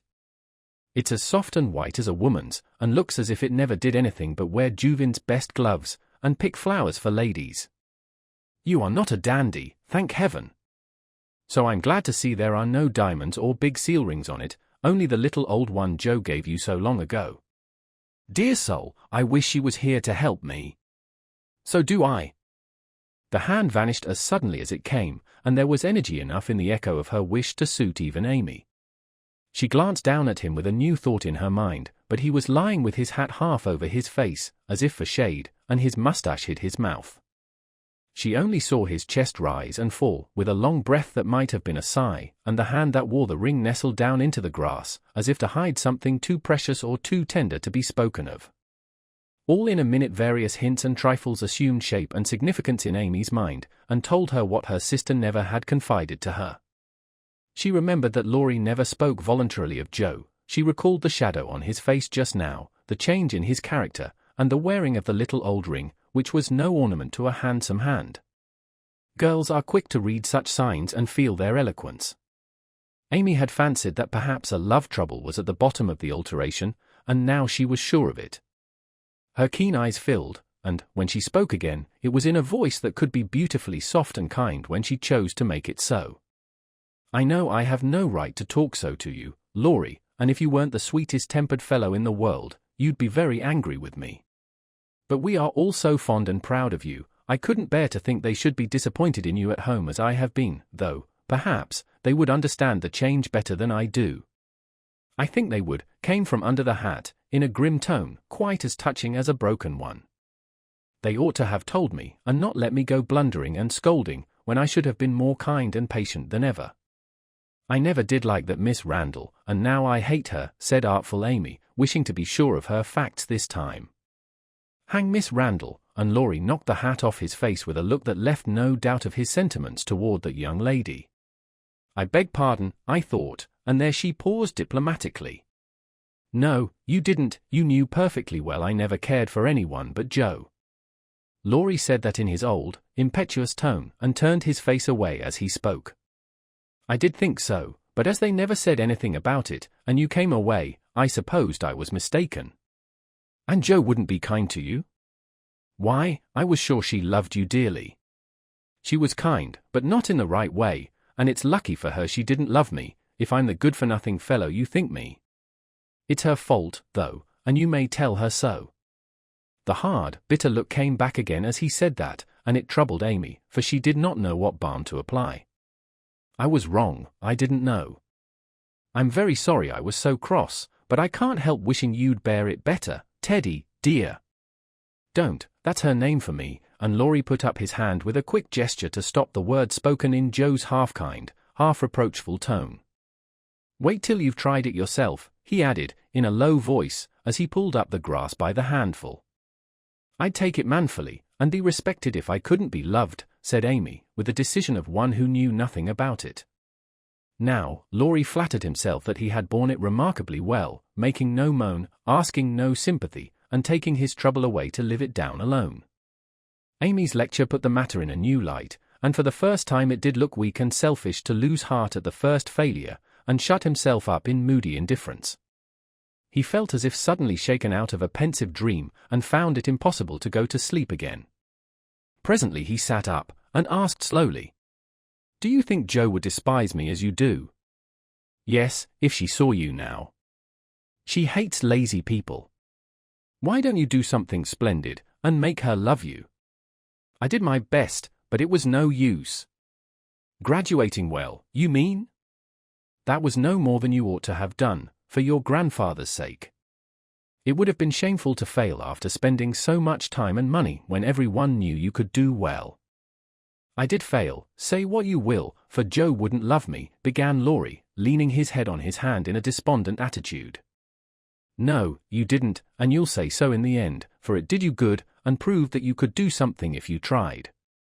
If you'd only set about another task of some sort, you'd soon be your hearty, happy self again, and forget your trouble. That's impossible. Try it and see. You needn't shrug your shoulders, and think much she knows about such things. I don't pretend to be wise, but I am observing, and I see a great deal more than you'd imagine. I'm interested in other people's experiences and inconsistencies, and, though I can't explain, I remember and use them for my own benefit. Love Joe all your days, if you choose, but don't let it spoil you, for it's wicked to throw away so many good gifts because you can't have the one you want.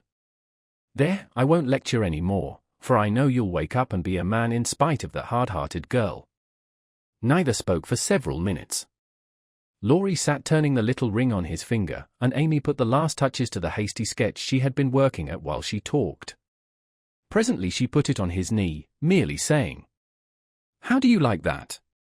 He looked and then he smiled, as he could not well help doing, for it was capitally done, the long, lazy figure on the grass, with listless face, half-shut eyes, and one hand holding a cigar, from which came the little wreath of smoke that encircled the dreamer's head.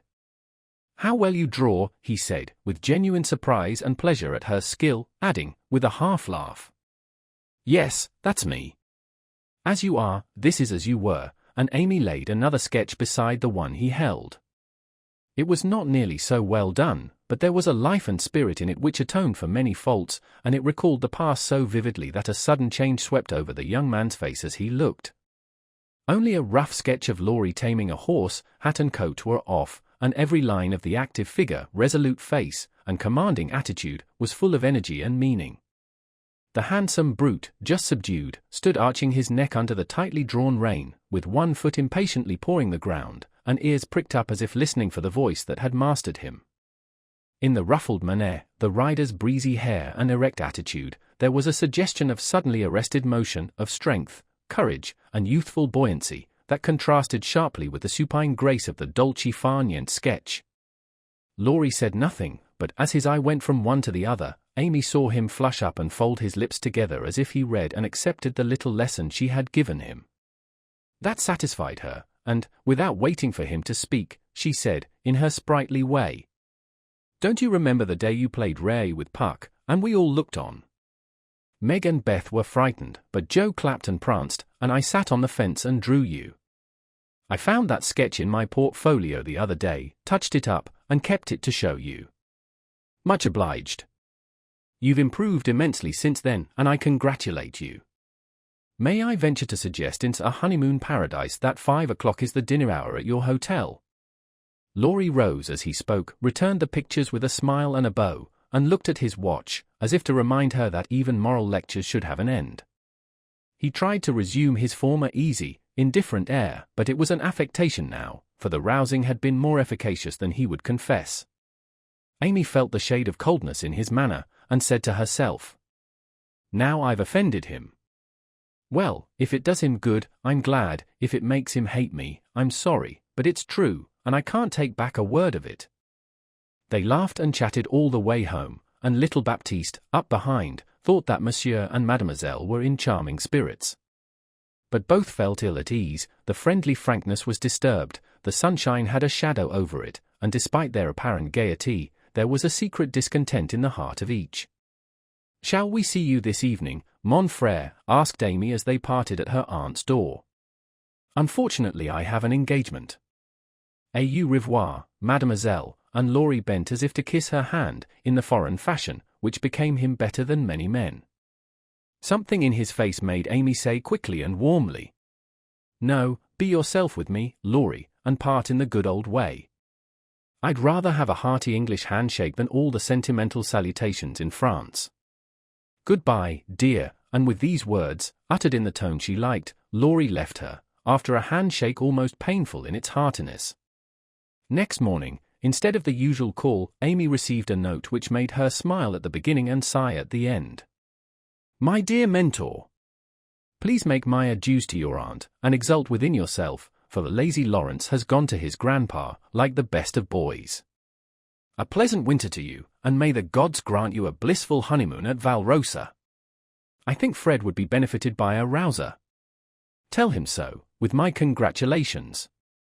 Yours gratefully, Telemachus. Good boy.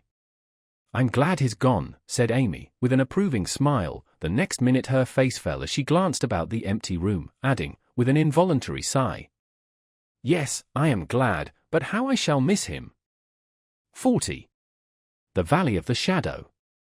When the first bitterness was over, the family accepted the inevitable, and tried to bear it cheerfully, helping one another by the increased affection which comes to bind households tenderly together in times of trouble. They put away their grief, and each did his or her part toward making that last year a happy one. The pleasantest room in the house was set apart for Beth, and in it was gathered everything that she most loved: flowers, pictures, her piano, the little work table, and the beloved pussies. Father's best books found their way there, Mother's easy chair, Joe's desk, Amy's finest sketches, and every day Meg brought her babies on a loving pilgrimage to make sunshine for Auntie Beth. John quietly set apart a little sum, that he might enjoy the pleasure of keeping the invalid supplied with the fruit she loved and longed for. Old Hannah never wearied of concocting dainty dishes to tempt a capricious appetite, dropping tears as she worked, and from across the sea came little gifts and cheerful letters, seeming to bring breaths of warmth and fragrance from lands that know no winter. Here, cherished like a household saint in its shrine, sat Beth, tranquil and busy as ever, for nothing could change the sweet, unselfish nature, and even while preparing to leave life, she tried to make it happier for those who should remain behind. The feeble fingers were never idle, and one of her pleasures was to make little things for the school children daily passing to and fro, to drop a pair of mittens from her window for a pair of purple hands, a needlebook for some small mother of many dolls, pen wipers for young penmen toiling through forests of pothooks, scrapbooks for picture-loving eyes, and all manner of pleasant devices, till the reluctant climbers up the ladder of learning found their way strewn with flowers, as it were, and came to regard the gentle giver as a sort of fairy godmother, who sat above there and showered down gifts miraculously suited to their tastes and needs. If Beth had wanted any reward, she found it in the bright little faces always turned up to her window, with nods and smiles, and the droll little letters which came to her, full of blots and gratitude. The first few months were very happy ones, and Beth often used to look round and say how beautiful this is, as they all sat together in her sunny room, the babies kicking and crowing on the floor, mother and sisters working near, and father reading, in his pleasant voice, from the wise old books which seemed rich in good and comfortable words, as applicable now as when written centuries ago, a little chapel, where a paternal priest taught his flock the hard lessons all must learn, trying to show them that hope can comfort love, and faith make resignation possible. Simple sermons, that went straight to the souls of those who listened, for the father's heart was in the minister's religion, and the frequent falter in the voice gave a double eloquence to the words he spoke or read. It was well for all that this peaceful time was given them as preparation for the sad hours to come, for, by and by, Beth said the needle was so heavy, and put it down forever. Talking wearied her, faces troubled her, pain claimed her for its own, and her tranquil spirit was sorrowfully perturbed by the ills that vexed her feeble flesh. Ah me! Such heavy days, such long, long nights, such aching hearts and imploring prayers, when those who loved her best were forced to see the thin hand stretched out to them beseechingly, to hear the bitter cry, help me, and to feel that there was no help. A sad eclipse of the serene soul, a sharp struggle of the young life with death, but both were mercifully brief, and then, the natural rebellion over, the old peace returned more beautiful than ever. With the wreck of her frail body, Beth's soul grew strong, and, though she said little, those about her felt that she was ready, so that the first pilgrim called was likewise the fittest, and waited with her on the shore, trying to see the shining ones coming to receive her when she crossed the river. Joe never left her for an hour since Beth had said, "I feel stronger when you are here." She slept on a couch in the room, waking often to renew the fire, to feed, lift, or wait upon the patient creature who seldom asked for anything, and tried not to be a trouble. All day she haunted the room, jealous of any other nurse, and prouder of being chosen than of any honor her life ever brought her.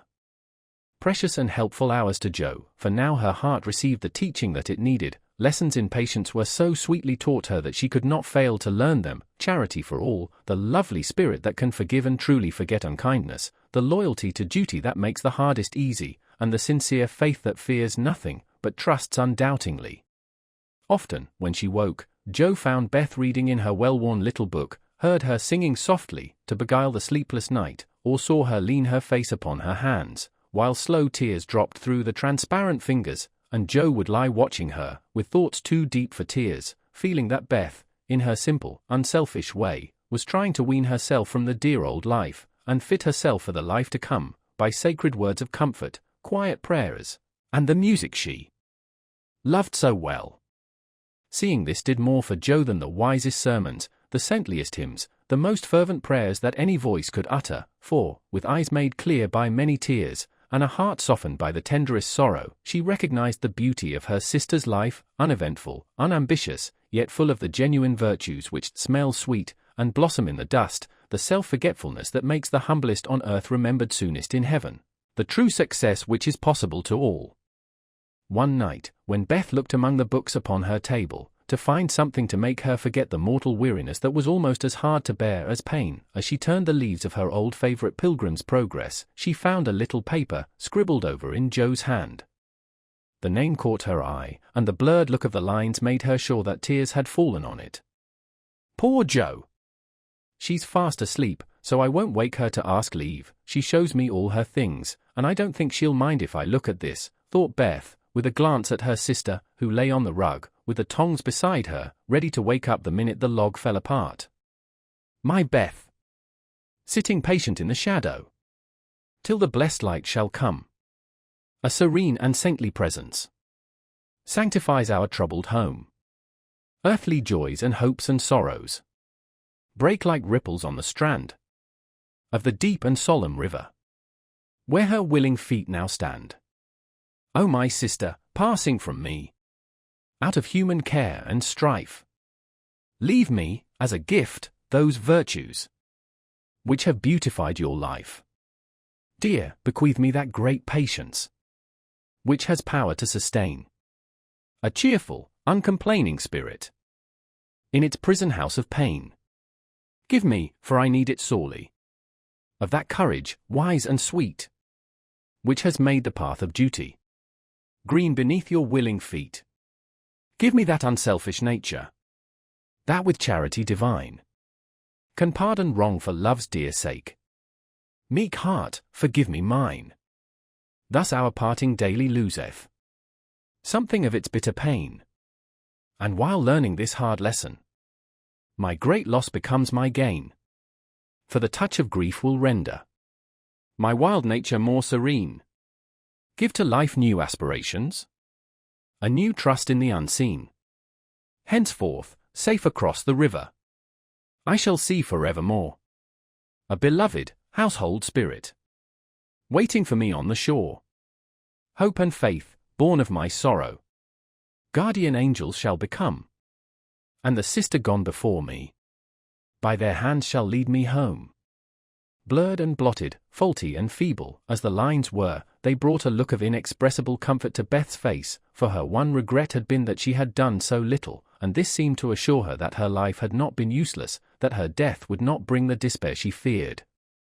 As she sat with the paper folded between her hands, the charred log fell asunder. Jo started up, revived the blaze, and crept to the bedside, hoping Beth slept. Not asleep, but so happy, dear. See, I found this and read it. I knew you wouldn't care. Have I been all that to you, Jo? She asked, with wistful, humble earnestness. Oh, Beth, so much, and Jo's head went down upon the pillow, beside her sister's. Then I don't feel as if I'd wasted my life. I'm not so good as you make me, but I have tried to do right, and now, when it's too late to begin even to do better, it's such a comfort to know that someone loves me so much, and feels as if I'd helped them more than anyone in the world, Beth. I used to think I couldn't let you go, but I'm learning to feel that I don't lose you, that you'll be more to me than ever, and death can't part us, though it seems to. I know it cannot, and I don't fear it any longer, for I'm sure I shall be your Beth still, to love and help you more than ever. You must take my place, Joe, and be everything to father and mother when I'm gone. They will turn to you, don't fail them, and if it's hard to work alone, remember that I don't forget you, and that you'll be happier in doing that than writing splendid books or seeing all the world, for love is the only thing that we can carry with us when we go, and it makes the end so easy. I'll try, Beth, and then and there Joe renounced her old ambition, pledged herself to a new and better one, acknowledging the poverty of other desires, and feeling the blessed solace of a belief in the immortality of love. So the spring days came and went, the sky grew clearer, the earth greener, the flowers were up fair and early, and the birds came back in time to say goodbye to Beth, who, like a tired but trustful child, clung to the hands that had led her all her life, as father and mother guided her tenderly through the valley of the shadow, and gave her up to God. Seldom, except in books, do the dying utter memorable words, see visions, or depart with beatified countenances, and those who have sped many parting souls know that to most the end comes as naturally and simply as sleep. As Beth had hoped, the tide went out easily, and in the dark hour before the dawn, on the bosom where she had drawn her first breath, she quietly drew her last, with no farewell but one loving look, one little sigh. With tears and prayers and tender hands, mother and sisters made her ready for the long sleep that pain would never mar again, seeing with grateful eyes the beautiful serenity that soon replaced the pathetic patience that had wrung their hearts so long, and feeling, with reverent joy, that to their darling death was a benignant angel, not a phantom full of dread. When morning came, for the first time in many months the fire was out, Joe's place was empty, and the room was very still. But a bird sang blithely on a budding bough, close by, the snowdrops blossomed freshly at the window, and the spring sunshine streamed in like a benediction over the placid face upon the pillow, a face so full of painless peace that those who loved it best smiled through their tears, and thanked God that Beth was well at last. 41. Learning to forget. Amy's lecture did Laurie good, though, of course, he did not own it till long afterward. Men seldom do, for when women are the advisers, the lords of creation don't take the advice till they have persuaded themselves that it is just what they intended to do, then they act upon it, and, if it succeeds, they give the weaker vessel half the credit of it, if it fails, they generously give her the whole.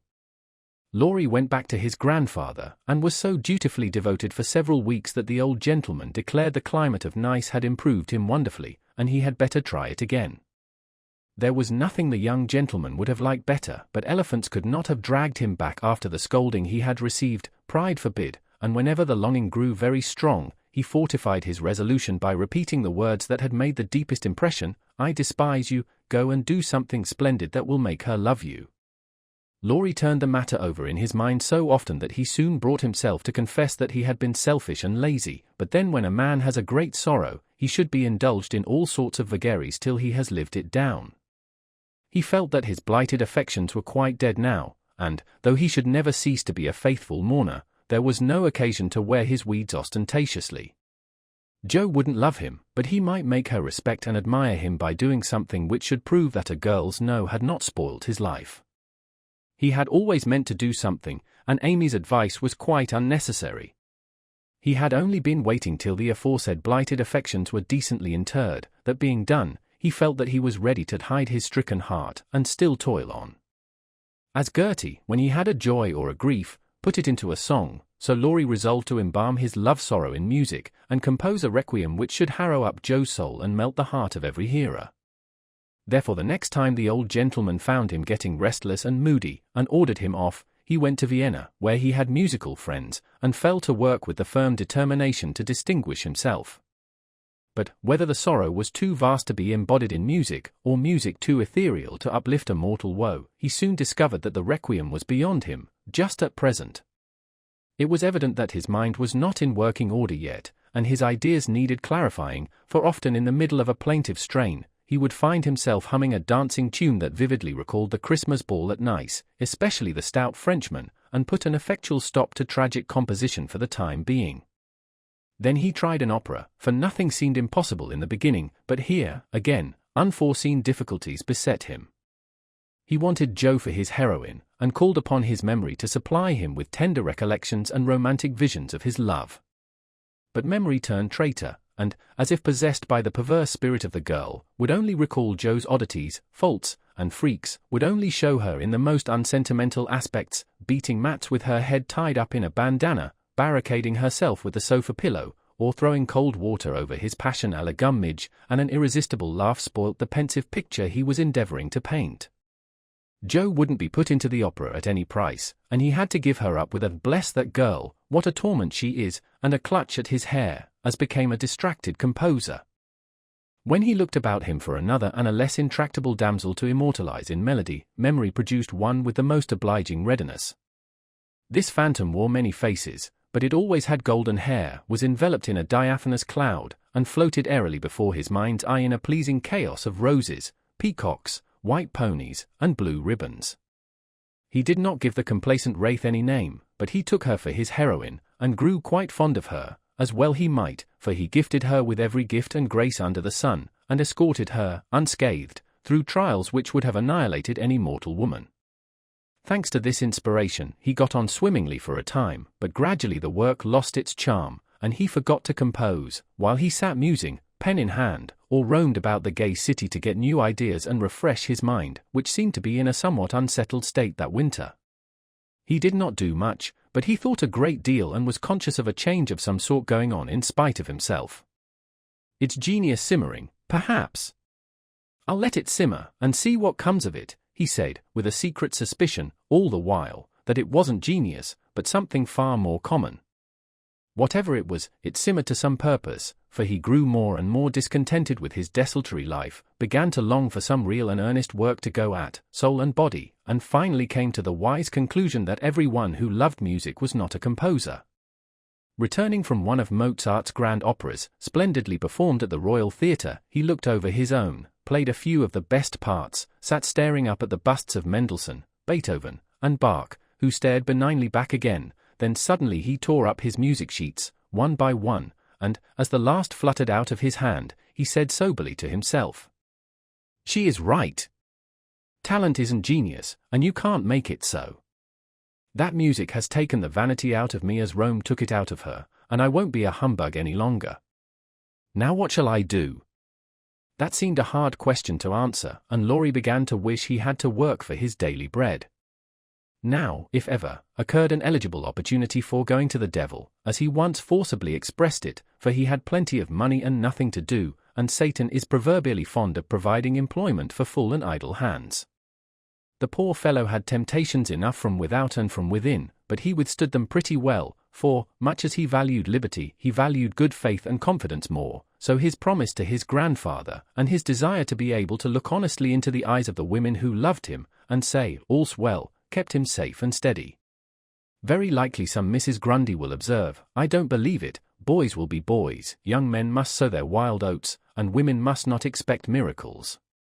I dare say you don't, Mrs. Grundy, but it's true nevertheless. Women work a good many miracles, and I have a persuasion that they may perform even that of raising the standard of manhood by refusing to echo such sayings.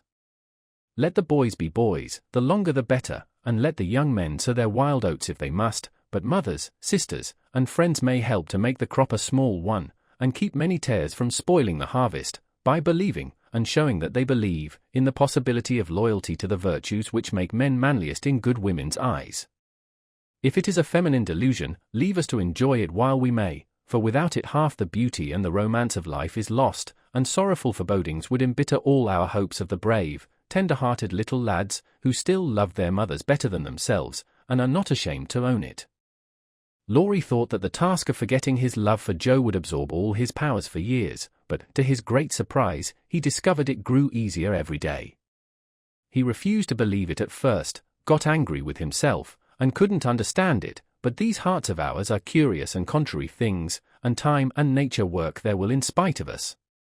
Laurie's heart wouldn't ache, the wound persisted in healing with a rapidity that astonished him, and, instead of trying to forget, he found himself trying to remember. He had not foreseen this turn of affairs, and was not prepared for it. He was disgusted with himself, surprised at his own fickleness, and full of a queer mixture of disappointment and relief that he could recover from such a tremendous blow so soon. He carefully stirred up the embers of his lost love, but they refused to burst into a blaze. There was only a comfortable glow that warmed and did him good without putting him into a fever, and he was reluctantly obliged to confess that the boyish passion was slowly subsiding into a more tranquil sentiment, very tender, a little sad and resentful still, but that was sure to pass away in time, leaving a brotherly affection which would last unbroken to the end. As the word brotherly passed through his mind in one of these reveries, he smiled, and glanced up at the picture of Mozart that was before him. Well, he was a great man, and when he couldn't have one sister he took the other, and was happy. Laurie did not utter the words, but he thought them, and the next instant kissed the little old ring, saying to himself, "No, I won't. I haven't forgotten, I never can. I'll try again, and if that fails, why, then." Leaving his sentence unfinished, he seized pen and paper and wrote to Jo, telling her that he could not settle to anything while there was the least hope of her changing her mind. Couldn't she, wouldn't she, and let him come home and be happy? While waiting for an answer he did nothing, but he did it energetically, for he was in a fever of impatience. It came at last, and settled his mind effectually on one point, for Jo decidedly couldn't and wouldn't. She was wrapped up in Beth, and never wished to hear the word love again. Then she begged him to be happy with somebody else, but always to keep a little corner of his heart for his loving sister Jo. In a postscript she desired him not to tell Amy that Beth was worse, she was coming home in the spring, and there was no need of saddening the remainder of her stay. That would be time enough, please God, but Laurie must write to her often, and not let her feel lonely, homesick, or anxious. So I will, at once. Poor little girl, it will be a sad going home for her, I'm afraid. And Laurie opened his desk, as if writing to Amy had been the proper conclusion of the sentence left unfinished some weeks before. But he did not write the letter that day, for, as he rummaged out his best paper, he came across something which changed his purpose. Tumbling about in one part of the desk, among bills, passports, and business documents of various kinds, were several of Jo's letters, and in another compartment were 3 notes from Amy, carefully tied up with one of her blue ribbons, and sweetly suggestive of the little dead roses put away inside. With a half-repentant, half-amused expression, Laurie gathered up all Jo's letters, smoothed, folded, and put them neatly into a small drawer of the desk, stood a minute turning the ring thoughtfully on his finger, then slowly drew it off, laid it with the letters, locked the drawer, and went out to hear High Mass at St. Stephan's, feeling as if there had been a funeral, and, though not overwhelmed with affliction, this seemed a more proper way to spend the rest of the day than in writing. Letters to charming young ladies. The letter went very soon, however, and was promptly answered, for Amy was homesick, and confessed it in the most delightfully confiding manner. The correspondence flourished famously, and letters flew to and fro, with unfailing regularity, all through the early spring. Laurie sold his busts, made allumettes of his opera, and went back to Paris, hoping somebody would arrive before long.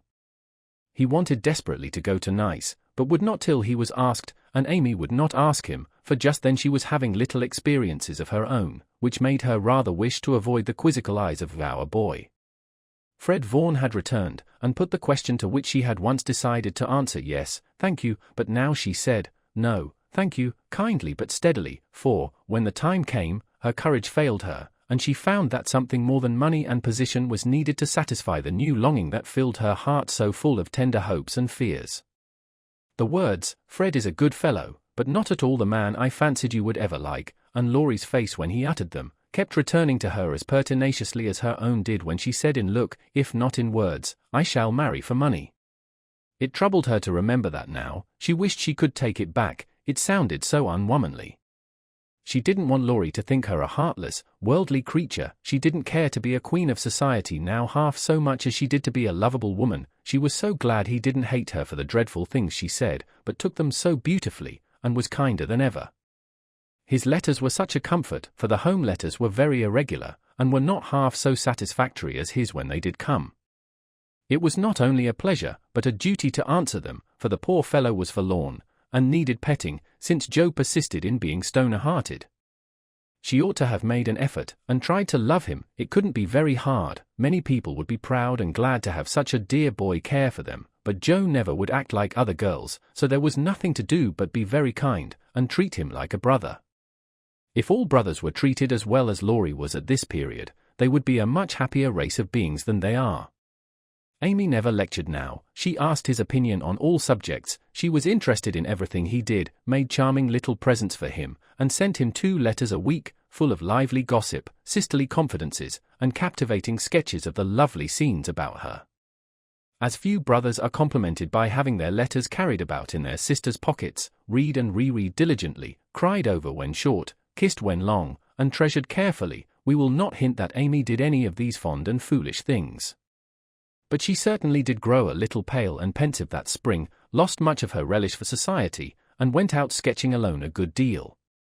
She never had much to show when she came home, but was studying nature, I dare say, while she sat for hours, with her hands folded, on the terrace at Valrosa, or absently sketched any fancy that occurred to her, a stalwart knight carved on a tomb, a young man asleep in the grass, with his hat over his eyes, or a curly-haired girl in gorgeous array, promenading down a ballroom on the arm of a tall gentleman, both faces being left a blur according to the last fashion in art, which was safe, but not altogether satisfactory.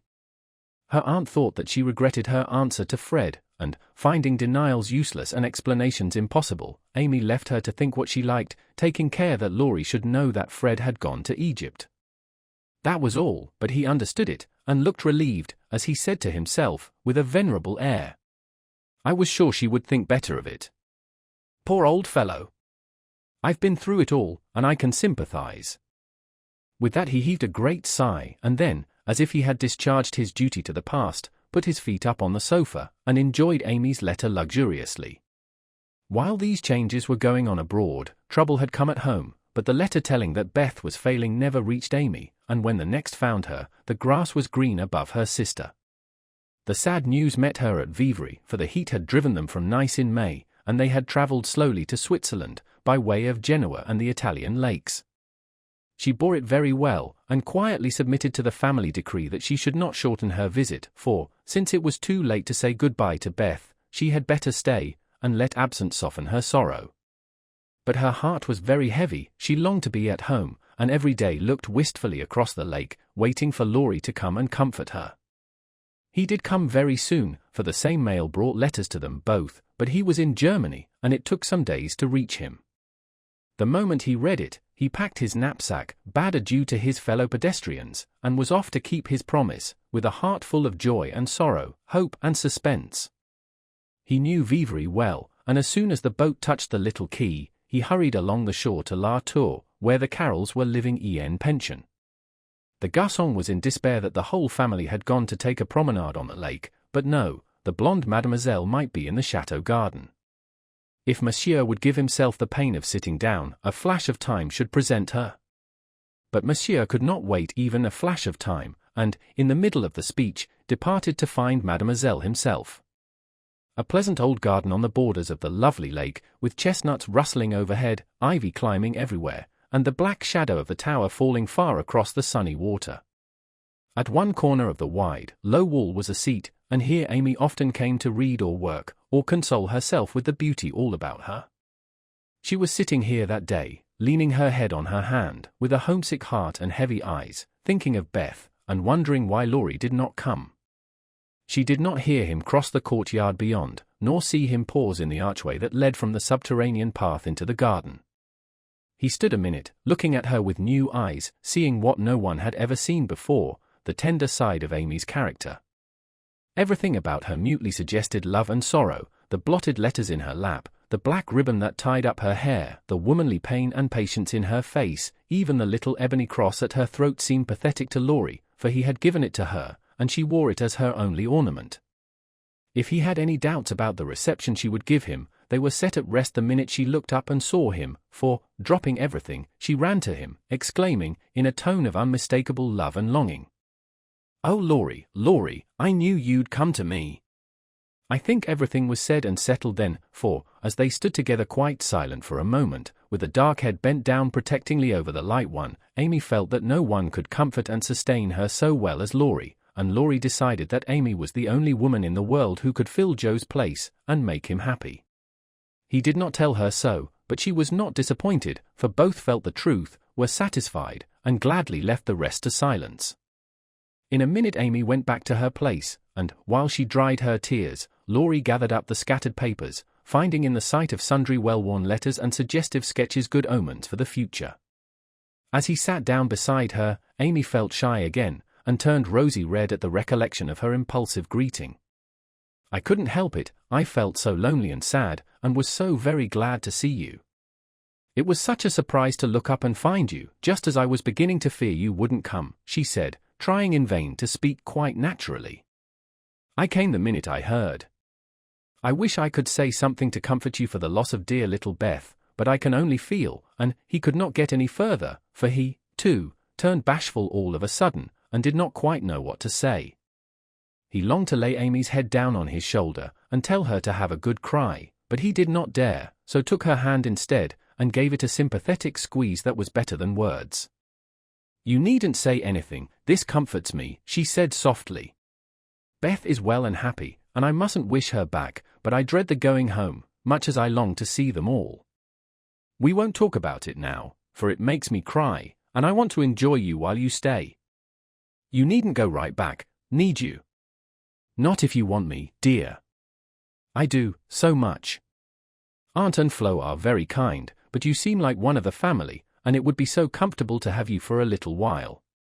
Amy spoke and looked so like a homesick child, whose heart was full, that Laurie forgot his bashfulness all at once, and gave her just what she wanted, the petting she was used to and the cheerful conversation she needed. "Poor little soul, you look as if you'd grieved yourself half sick.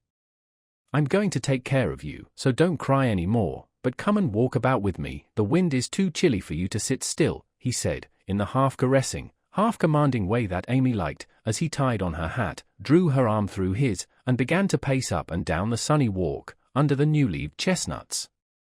He felt more at ease upon his legs, and Amy found it very pleasant to have a strong arm to lean upon, a familiar face to smile at her, and a kind voice to talk delightfully for her alone. The quaint old garden had sheltered many pairs of lovers, and seemed expressly made for them, so sunny and secluded was it, with nothing but the tower to overlook them, and the wide lake to carry away the echo of their words, as it rippled by below. For an hour this new pair walked and talked, or rested on the wall, enjoying the sweet influences which gave such a charm to time and place, and when an unromantic dinner bell warned them away, Amy felt as if she left her burden of loneliness and sorrow behind her in the chateau garden. The moment Mrs. Carroll saw the girl's altered face, she was illuminated with a new idea, and exclaimed to herself, "Now I understand it all, the child has been pining for young Lawrence. Bless my heart, I never thought of such a thing." With praiseworthy discretion, the good lady said nothing, and betrayed no sign of enlightenment, but cordially urged Laurie to stay, and begged Amy to enjoy his society, for it would do her more good than so much solitude. Amy was a model of docility, and, as her aunt was a good deal occupied with Flo, she was left to entertain her friend, and did it with more than her usual success. At Nice, Laurie had lounged and Amy had scolded. At Vivry, Laurie was never idle, but always walking, riding, boating, or studying, in the most energetic manner, while Amy admired everything he did, and followed his example as far and as fast as she could. He said the change was owing to the climate, and she did not contradict him, being glad of a like excuse for her own recovered health and spirits. The invigorating air did them both good, and much exercise worked wholesome changes in minds as well as bodies. They seemed to get clearer views of life and duty up there among the everlasting hills. The fresh winds blew away desponding doubts, delusive fancies, and moody mists. The warm spring sunshine brought out all sorts of aspiring ideas, tender hopes, and happy thoughts. The lake seemed to wash away the troubles of the past, and the grand old mountains to look benignly down upon them, saying, "Little children, love one another." In spite of the new sorrow, it was a very happy time, so happy that Laurie could not bear to disturb it by a word. It took him a little while to recover from his surprise at the rapid cure of his first, and, as he had firmly believed, his last and only love. He consoled himself for the seeming disloyalty by the thought that Joe's sister was almost the same as Joe's self, and the conviction that it would have been impossible to love any other woman but Amy so soon and so well. His first wooing had been of the tempestuous order, and he looked back upon it as if through a long vista of years, with a feeling of compassion blended with regret. He was not ashamed of it, but put it away as one of the bittersweet experiences of his life, for which he could be grateful when the pain was over. His second wooing he resolved should be as calm and simple as possible. There was no need of having a scene, hardly any need of telling Amy that he loved her, she knew it without words, and had given him his answer long ago. It all came about so naturally that no one could complain, and he knew that everybody would be pleased, even Joe. But when our first little passion has been crushed, we are apt to be wary and slow in making a second trial, so Laurie let the days pass, enjoying every hour, and leaving to chance the utterance of the word that would put an end to the first and sweetest part of his new romance. He had rather imagined that the denouement would take place in the chateau garden by moonlight, and in the most graceful and decorous manner, but it turned out exactly the reverse, for the matter was settled on the lake, at noonday, in a few blunt words. They had been floating about all the morning, from gloomy St. Gin Gulf to sunny Montrose, with the Alps of Savoy on one side, Morne St. Bernard and the Dent du Midi on the other, pretty Vivery in the valley, and Lausanne upon the hill beyond, a cloudless blue sky overhead, and the Blure Lake below, dotted with the picturesque boats that looked like white-winged gulls. They had been talking of Bonnivard, as they glided past Chillon, and of Rousseau, as they looked up at Clarens, where he wrote his Heloise. Neither had read it, but they knew it was a love story, and each privately wondered if it was half as interesting as their own. Amy had been dabbling her hand in the water during the little pause that fell between them, and, when she looked up, Laurie was leaning on his oars, with an expression in his eyes that made her say hastily, merely for the sake of saying something, "You must be tired, rest a little, and let me row, it will do me good, for, since you came, I have been altogether lazy and luxurious." "I'm not tired, but you may take an oar, if you like." "There's room enough, though I have to sit nearly in the middle, else the boat won't trim," returned Laurie, as if he rather liked the arrangement. Feeling that she had not mended matters much, Amy took the offered third of a seat, shook her hair over her face, and accepted an oar. She rowed as well as she did many other things, and, though she used both hands, and Laurie but one, the oars kept time, and the boat went smoothly through the water. "How well we pull together, don't we?" said Amy, who objected to silence just then. "So well that I wish we might always pull in the same boat."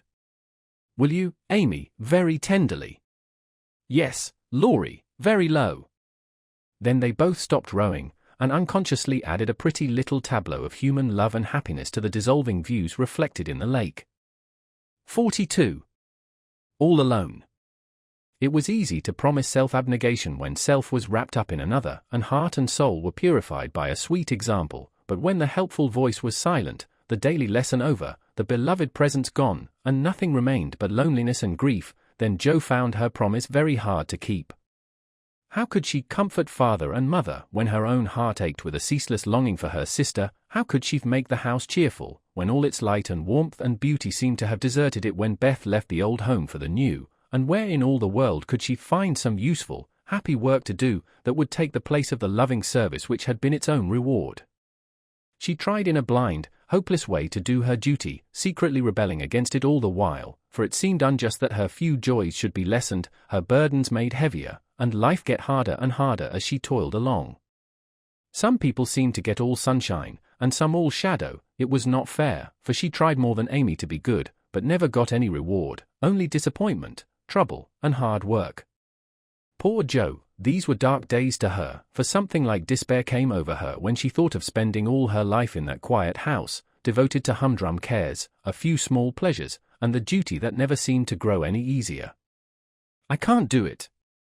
I wasn't meant for a life like this, and I know I shall break away and do something desperate if somebody don't come and help me," she said to herself, when her first efforts failed, and she fell into the moody, miserable state of mind which often comes when strong wills have to yield to the inevitable.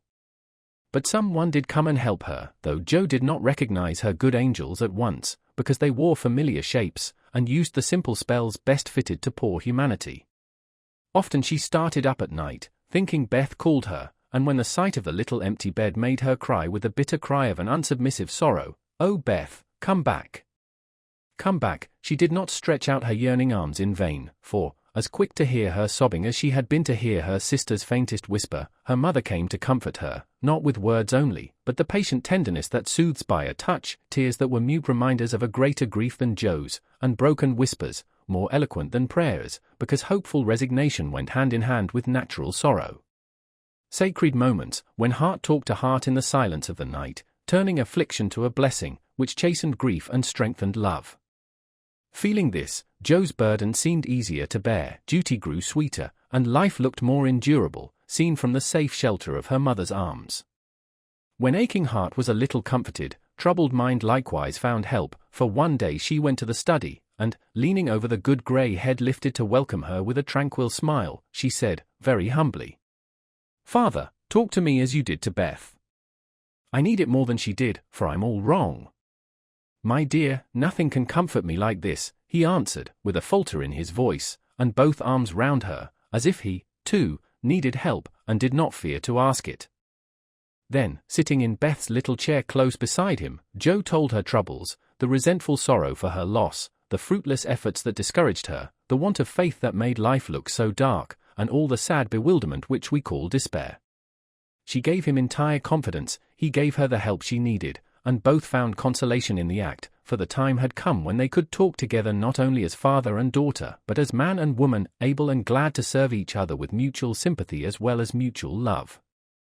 Happy, thoughtful times there in the old study which Joe called the Church of One Member, and from which she came with fresh courage, recovered cheerfulness, and a more submissive spirit, for the parents who had taught one child to meet death without fear, were trying now to teach another to accept life without despondency or distrust, and to use its beautiful opportunities with gratitude and power.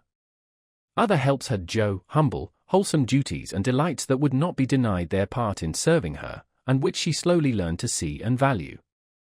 Brooms and dishcloths never could be as distasteful as they once had been, for Beth had presided over both, and something of her housewifely spirit seemed to linger round the little mop and the old brush, that was never thrown away.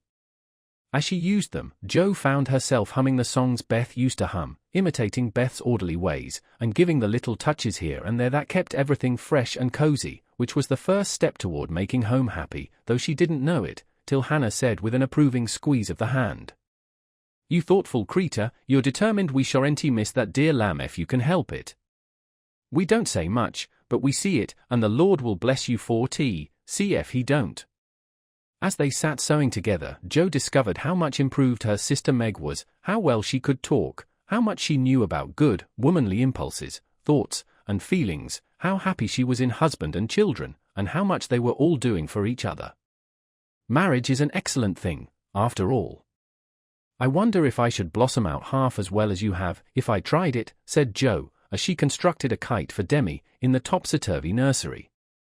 "It's just what you need to bring out the tender, womanly half of your nature, Joe. You are like a chestnut burr, prickly outside, but silky soft within, and a sweet kernel, if one can only get at it. Love will make you show your heart some day, and then the rough burr will fall off. Frost opens chestnut burrs, and it takes a good shake to bring them down. Boys go nutting, and I don't care to be bagged by them," returned Joe, pasting away at the kite which no wind that blows would ever carry up, for Daisy had tied herself on as a bob. Meg laughed, for she was glad to see a glimmer of Joe's old spirit, but she felt it her duty to enforce her opinion by every argument in her power, and the sisterly chats were not wasted, especially as two of Meg's most effective arguments were the babies, whom Joe loved tenderly. Grief is the best opener for some hearts, and Joe's was nearly ready for the bag, a little more sunshine to ripen the nut. Then, not a boy's impatient shake, but a man's hand reached up to pick it gently from the burr, and find the kernel sound and sweet. If she had suspected this, she would have shut up tight, and been more prickly than ever. Fortunately she wasn't thinking about herself, so, when the time came, down she dropped. Now, if she had been the heroine of a moral storybook, she ought at this period of her life to have become quite saintly, renounced the world, and gone about doing good in a mortified bonnet, with tracts in her pocket. But, you see, Jo wasn't a heroine, she was only a struggling human girl, like hundreds of others, and she just acted out her nature, being sad, cross, listless, or energetic, as the mood suggested. It's highly virtuous to say we'll be good, but we can't do it all at once, and it takes a long pull, a strong pull, and a pull all together, before some of us even get our feet set in the right way.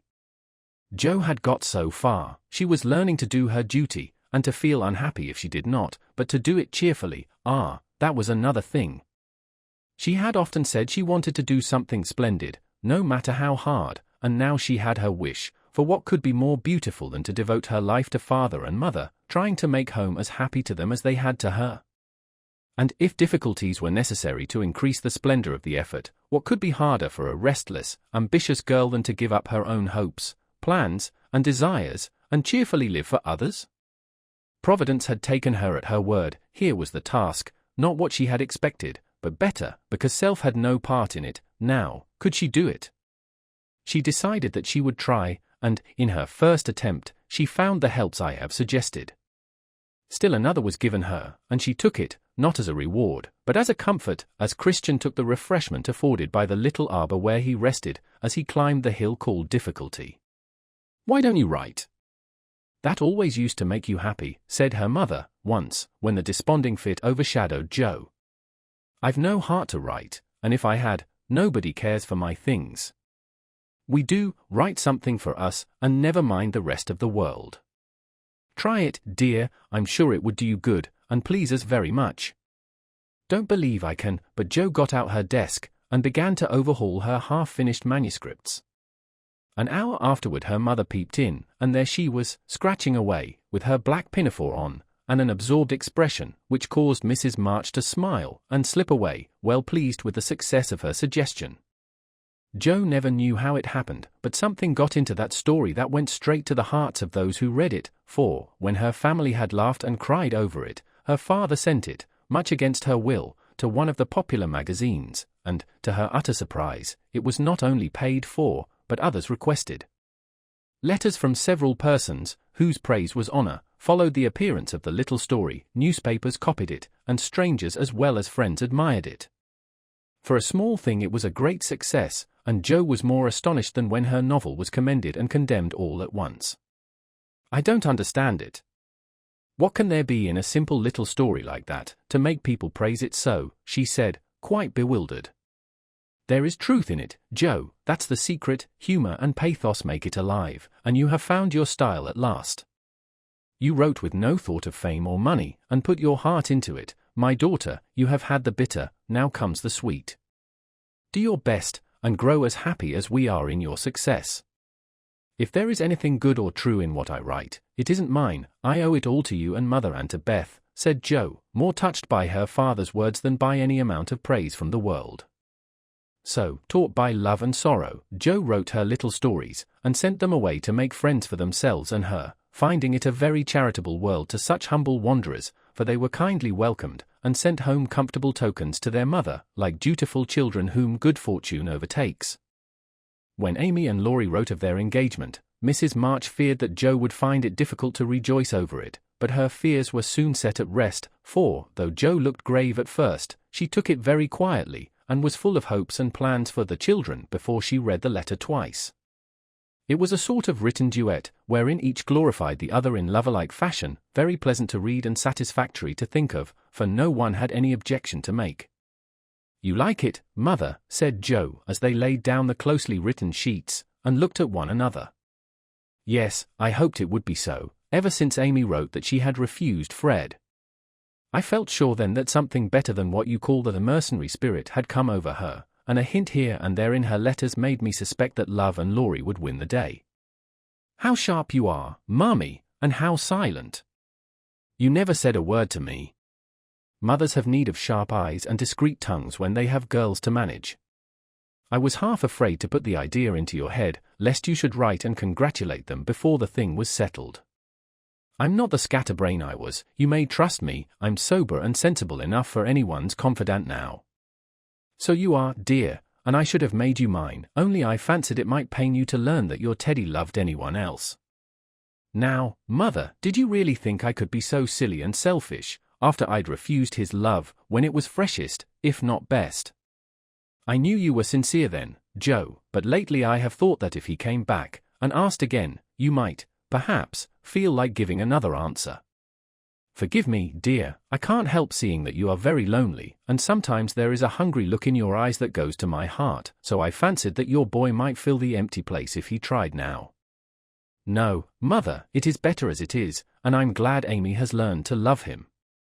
But you are right in one thing, I am lonely, and perhaps if Teddy had tried again, I might have said a yes, not because I love him any more, but because I care more to be loved than when he went away. I'm glad of that, Joe, for it shows that you are getting on. There are plenty to love you, so try to be satisfied with father and mother, sisters and brothers, friends and babies, till the best lover of all comes to give you your reward. Mothers are the best lovers in the world, but I don't mind whispering to Mommy that I'd like to try all kinds. It's very curious, but the more I try to satisfy myself with all sorts of natural affections, the more I seem to want. I'd no idea hearts could take in so many. Mine is so elastic, it never seems full now, and I used to be quite contented with my family. I don't understand it. I do, and Mrs. March smiled her wise smile as Joe turned back the leaves to read what Amy said of Laurie. It is so beautiful to be loved as Laurie loves me. He isn't sentimental, doesn't say much about it, but I see and feel it in all he says and does, and it makes me so happy and so humble that I don't seem to be the same girl I was. I never knew how good and generous and tender he was till now, for he lets me read his heart, and I find it full of noble impulses and hopes and purposes, and am so proud to know it's mine. He says he feels as if he could make a prosperous voyage now with me aboard as mate, and lots of love for ballast. I pray he may, and try to be all he believes me, for I love my gallant captain with all my heart and soul and might, and never will desert him, while God lets us be together. Oh mother, I never knew how much like heaven this world could be when two people love and live for one another. And that's our cool, reserved, and worldly Amy. Truly, love does work miracles. How very, very happy they must be. And Joe laid the rustling sheets together with a careful hand, as one might shut the covers of a lovely romance, which holds the reader fast till the end comes, and he finds himself alone in the workaday world again. By and by Joe roamed away upstairs, for it was rainy, and she could not walk. A restless spirit possessed her, and the old feeling came again, not bitter as it once was, but a sorrowfully patient wonder why one sister should have all she asked, the other nothing. It was not true, she knew that, and tried to put it away, but the natural craving for affection was strong, and Amy's happiness woke the hungry longing for someone to love with heart and soul, and cling to while God let them be together. Up in the garret, where Joe's unquiet wanderings ended, stood 4 little wooden chests in a row, each marked with its owner's name, and each filled with relics of the childhood and girlhood ended now for all. Joe glanced into them, and when she came to her own, leaned her chin on the edge, and stared absently at the chaotic collection, till a bundle of old exercise books caught her eye. She drew them out, turned them over, and relived that pleasant winter at kind Mrs. Kirk's. She had smiled at first, then she looked thoughtful, next sad, and when she came to a little message written in the professor's hand, her lips began to tremble, the book slid out of her lap, and she sat looking at the friendly words, as if they took a new meaning, and touched a tender spot in her heart. Wait for me, my friend. I may be a little late, but I shall surely come. Oh, if he only would. So kind, so good, so patient with me always, my dear old Fritz. I didn't value him half enough when I had him, but now how I should love to see him, for every one seems going away from me, and I'm all alone. And holding the little paper fast, as if it were a promise yet to be fulfilled, Joe laid her head down on a comfortable rag bag and cried, as if in opposition to the rain pattering on the roof. Was it all self-pity, loneliness, or low spirits? Or was it the waking up of a sentiment which had bided its time as patiently as its inspirer? Who shall say? 43. Surprises. Joe was alone in the twilight, lying on the old sofa, looking at the fire, and thinking. It was her favorite way of spending the hour of dusk, no one disturbed her, and she used to lie there on Beth's little red pillow, planning stories, dreaming dreams, or thinking tender thoughts of the sister who never seemed far away. Her face looked tired, grave, and rather sad, for tomorrow was her birthday, and she was thinking how fast the years went by, how old she was getting, and how little she seemed to have accomplished. Almost 25, and nothing to show for it.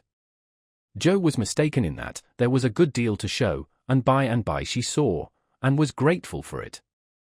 An old maid, that's what I'm to be.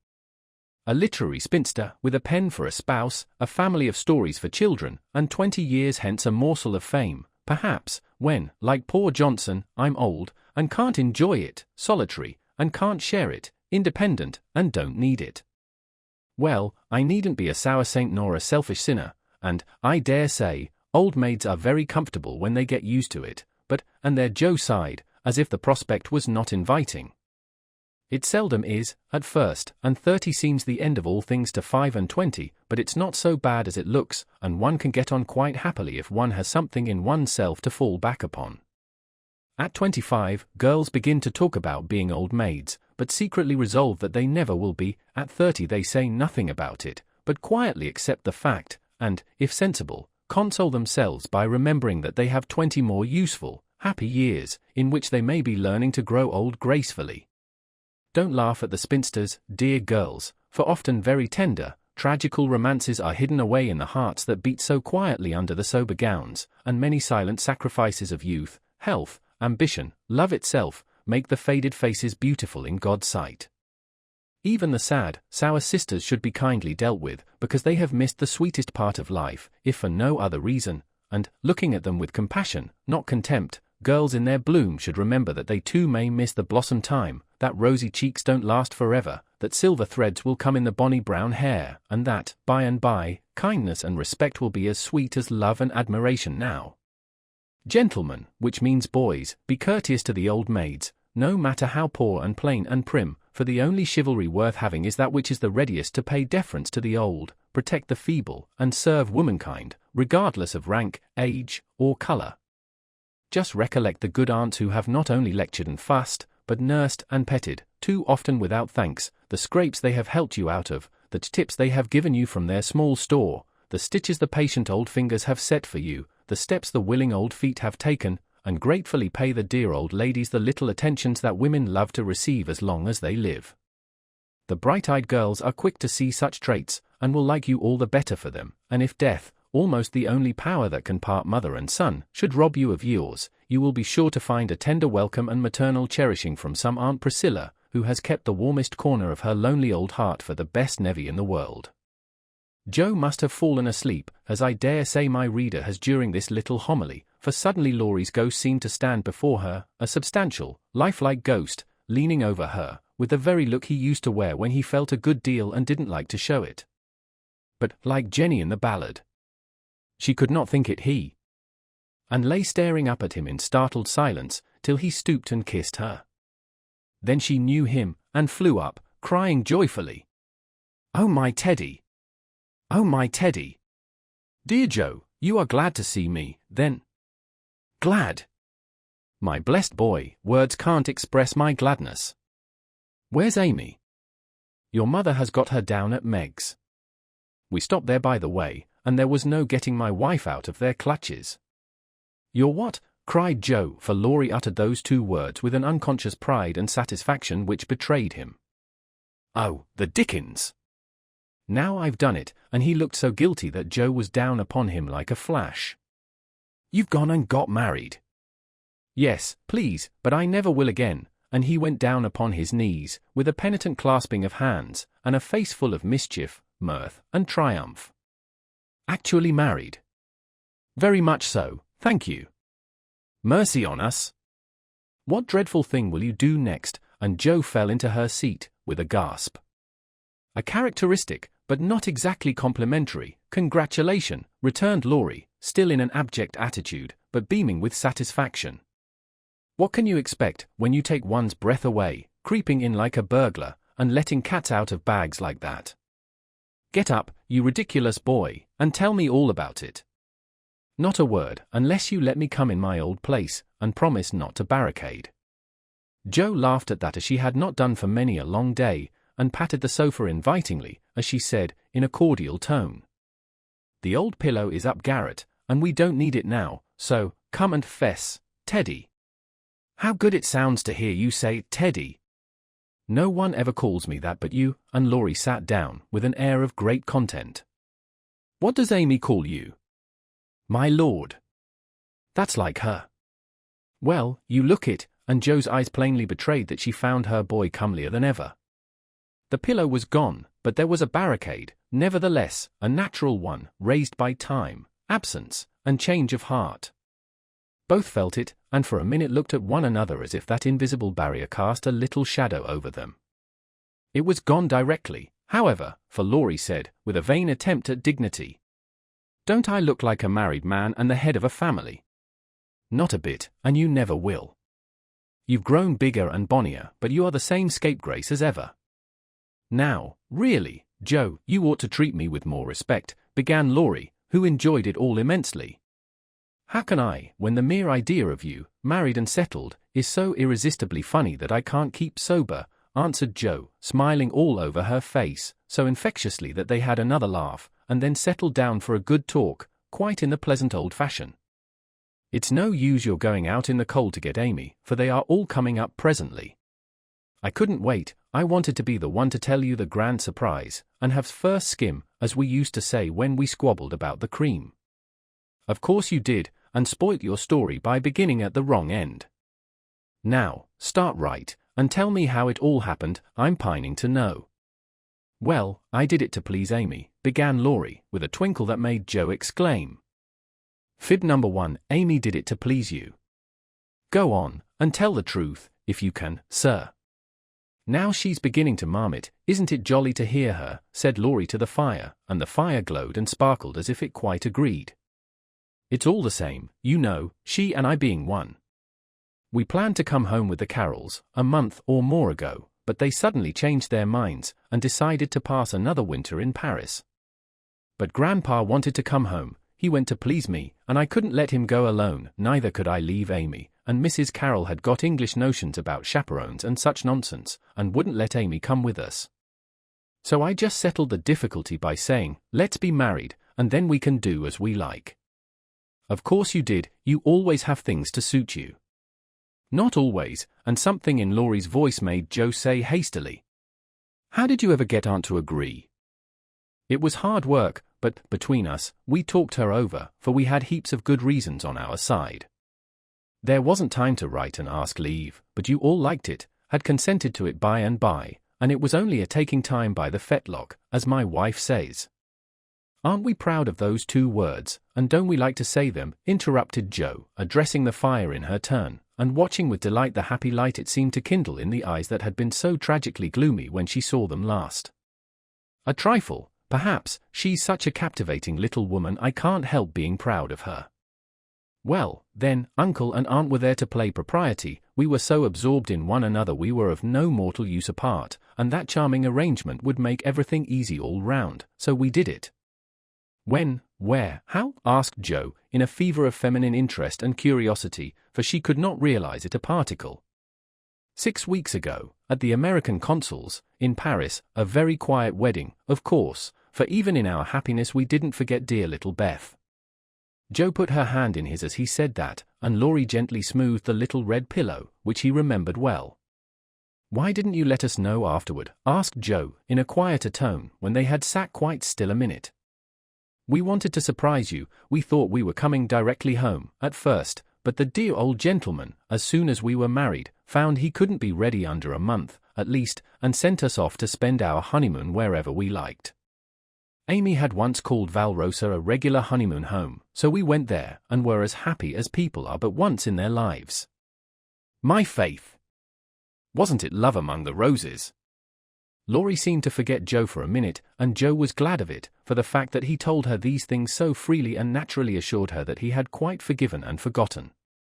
She tried to draw away her hand, but as if he guessed the thought that prompted the half-involuntary impulse, Laurie held it fast, and said, with a manly gravity she had never seen in him before, Joe, dear, I want to say one thing, and then we'll put it by forever.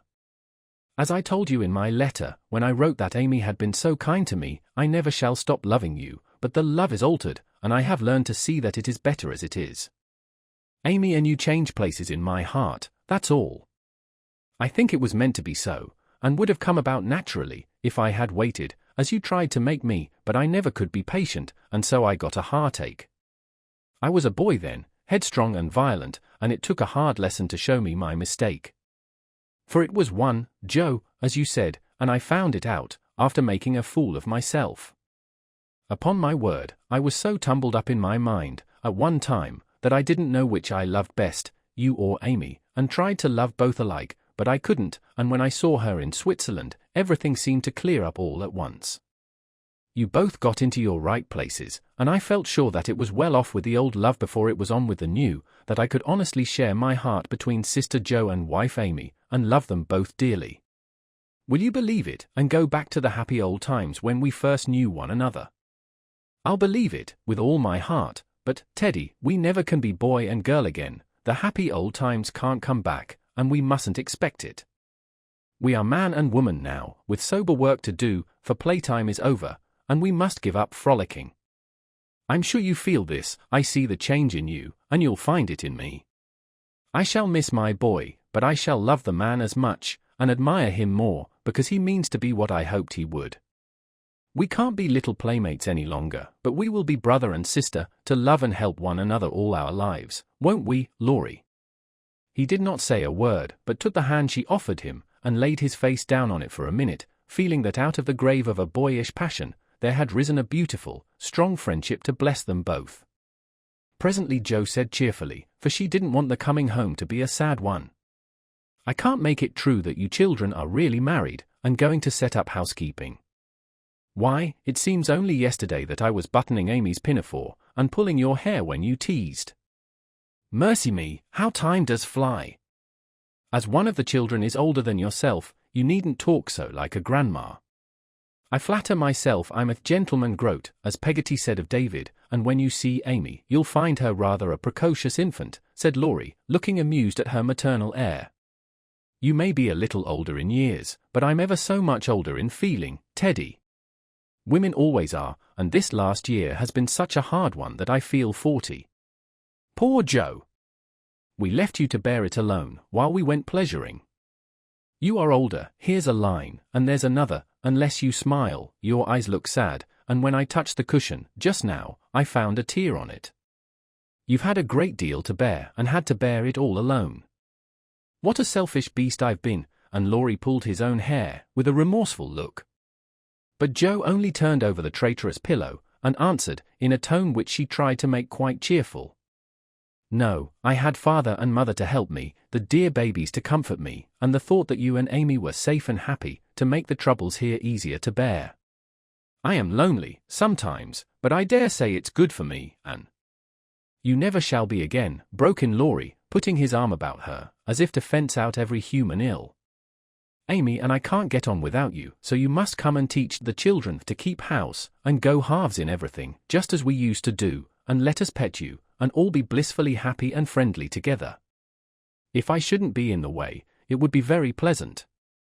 I begin to feel quite young already, for, somehow, all my troubles seemed to fly away when you came. You always were a comfort, Teddy, and Jo leaned her head on his shoulder, just as she did years ago, when Beth lay ill, and Laurie told her to hold on to him. He looked down at her, wondering if she remembered the time, but Jo was smiling to herself, as if, in truth, her troubles had all vanished at his coming. You are the same Jo still, dropping tears about 1 minute, and laughing the next. You look a little wicked now. What is it, Grandma?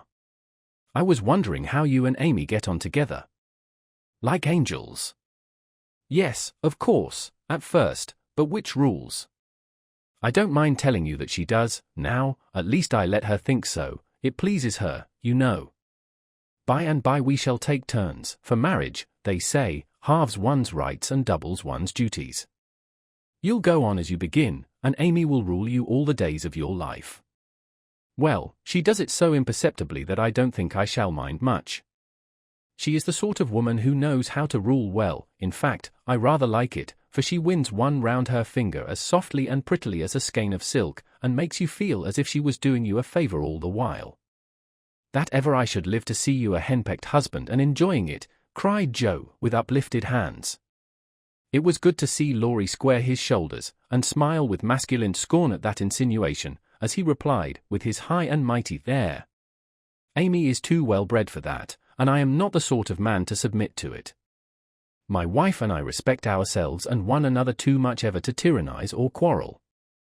Jo liked that, and thought the new dignity very becoming, but the boy seemed changing very fast into the man, and regret mingled with her pleasure. I am sure of that, Amy and you never did quarrel as we used to. She is the sun and I the wind, in the fable, and the sun managed the man best, you remember. She can blow him up as well as shine on him, laughed Laurie. Such a lecture as I got at Nice. I give you my word it was a deal worse than any of your scoldings, a regular rouser. I'll tell you all about it sometime. She never will, because, after telling me that she despised and was ashamed of me, she lost her heart to the despicable party and married the good-for-nothing. What baseness! Well, if she abuses you, come to me, and I'll defend you. I look as if I needed it, don't I? Said Laurie, getting up and striking an attitude which suddenly changed from the imposing to the rapturous, as Amy's voice was heard calling. Where is she? Where's my dear old Joe? In trooped the whole family, and everyone was hugged and kissed all over again, and, after several vain attempts, the three wanderers were set down to be looked at and exulted over. Mr. Lawrence, hale and hearty as ever, was quite as much improved as the others by his foreign tour, for the crustiness seemed to be nearly gone, and the old-fashioned courtliness had received a polish which made it kindlier than ever. It was good to see him beam at "my children," as he called the young pair. It was better still to see Amy pay him the daughterly duty and affection which completely won his old heart, and best of all, to watch Laurie revolve about the two, as if never tired of enjoying the pretty picture they made.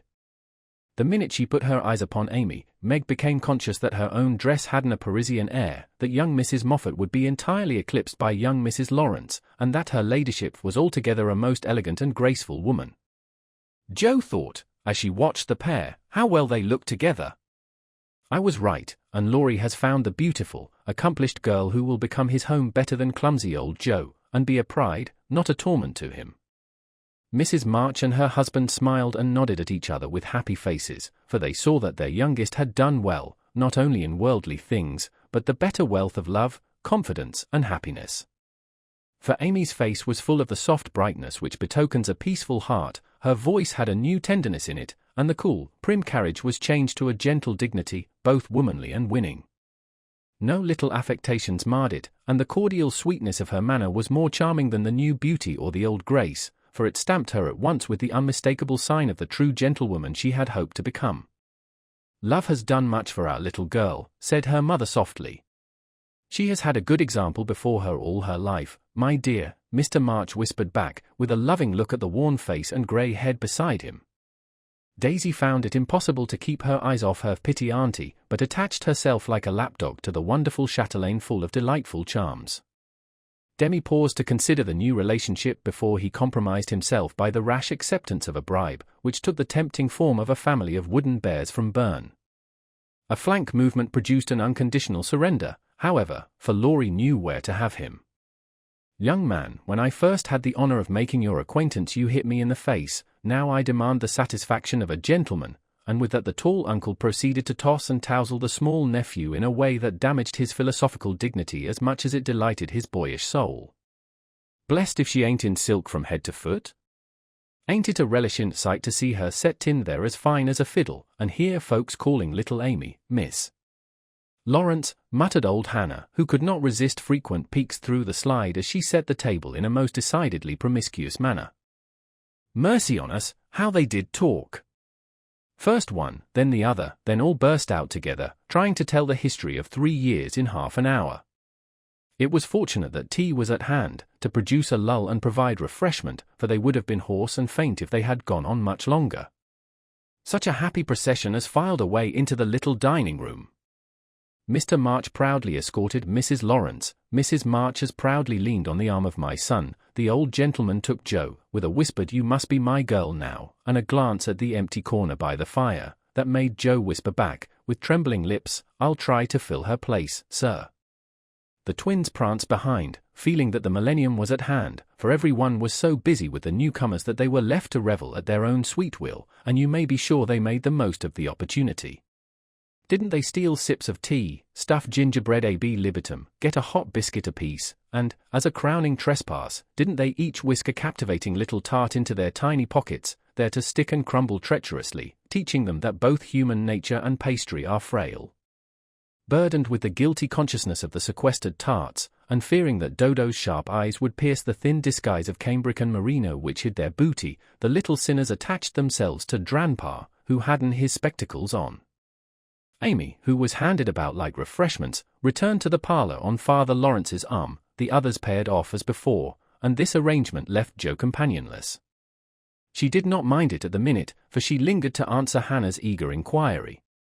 "Will Miss Amy ride in her coupe, and use all them lovely silver dishes that stored away over yonder.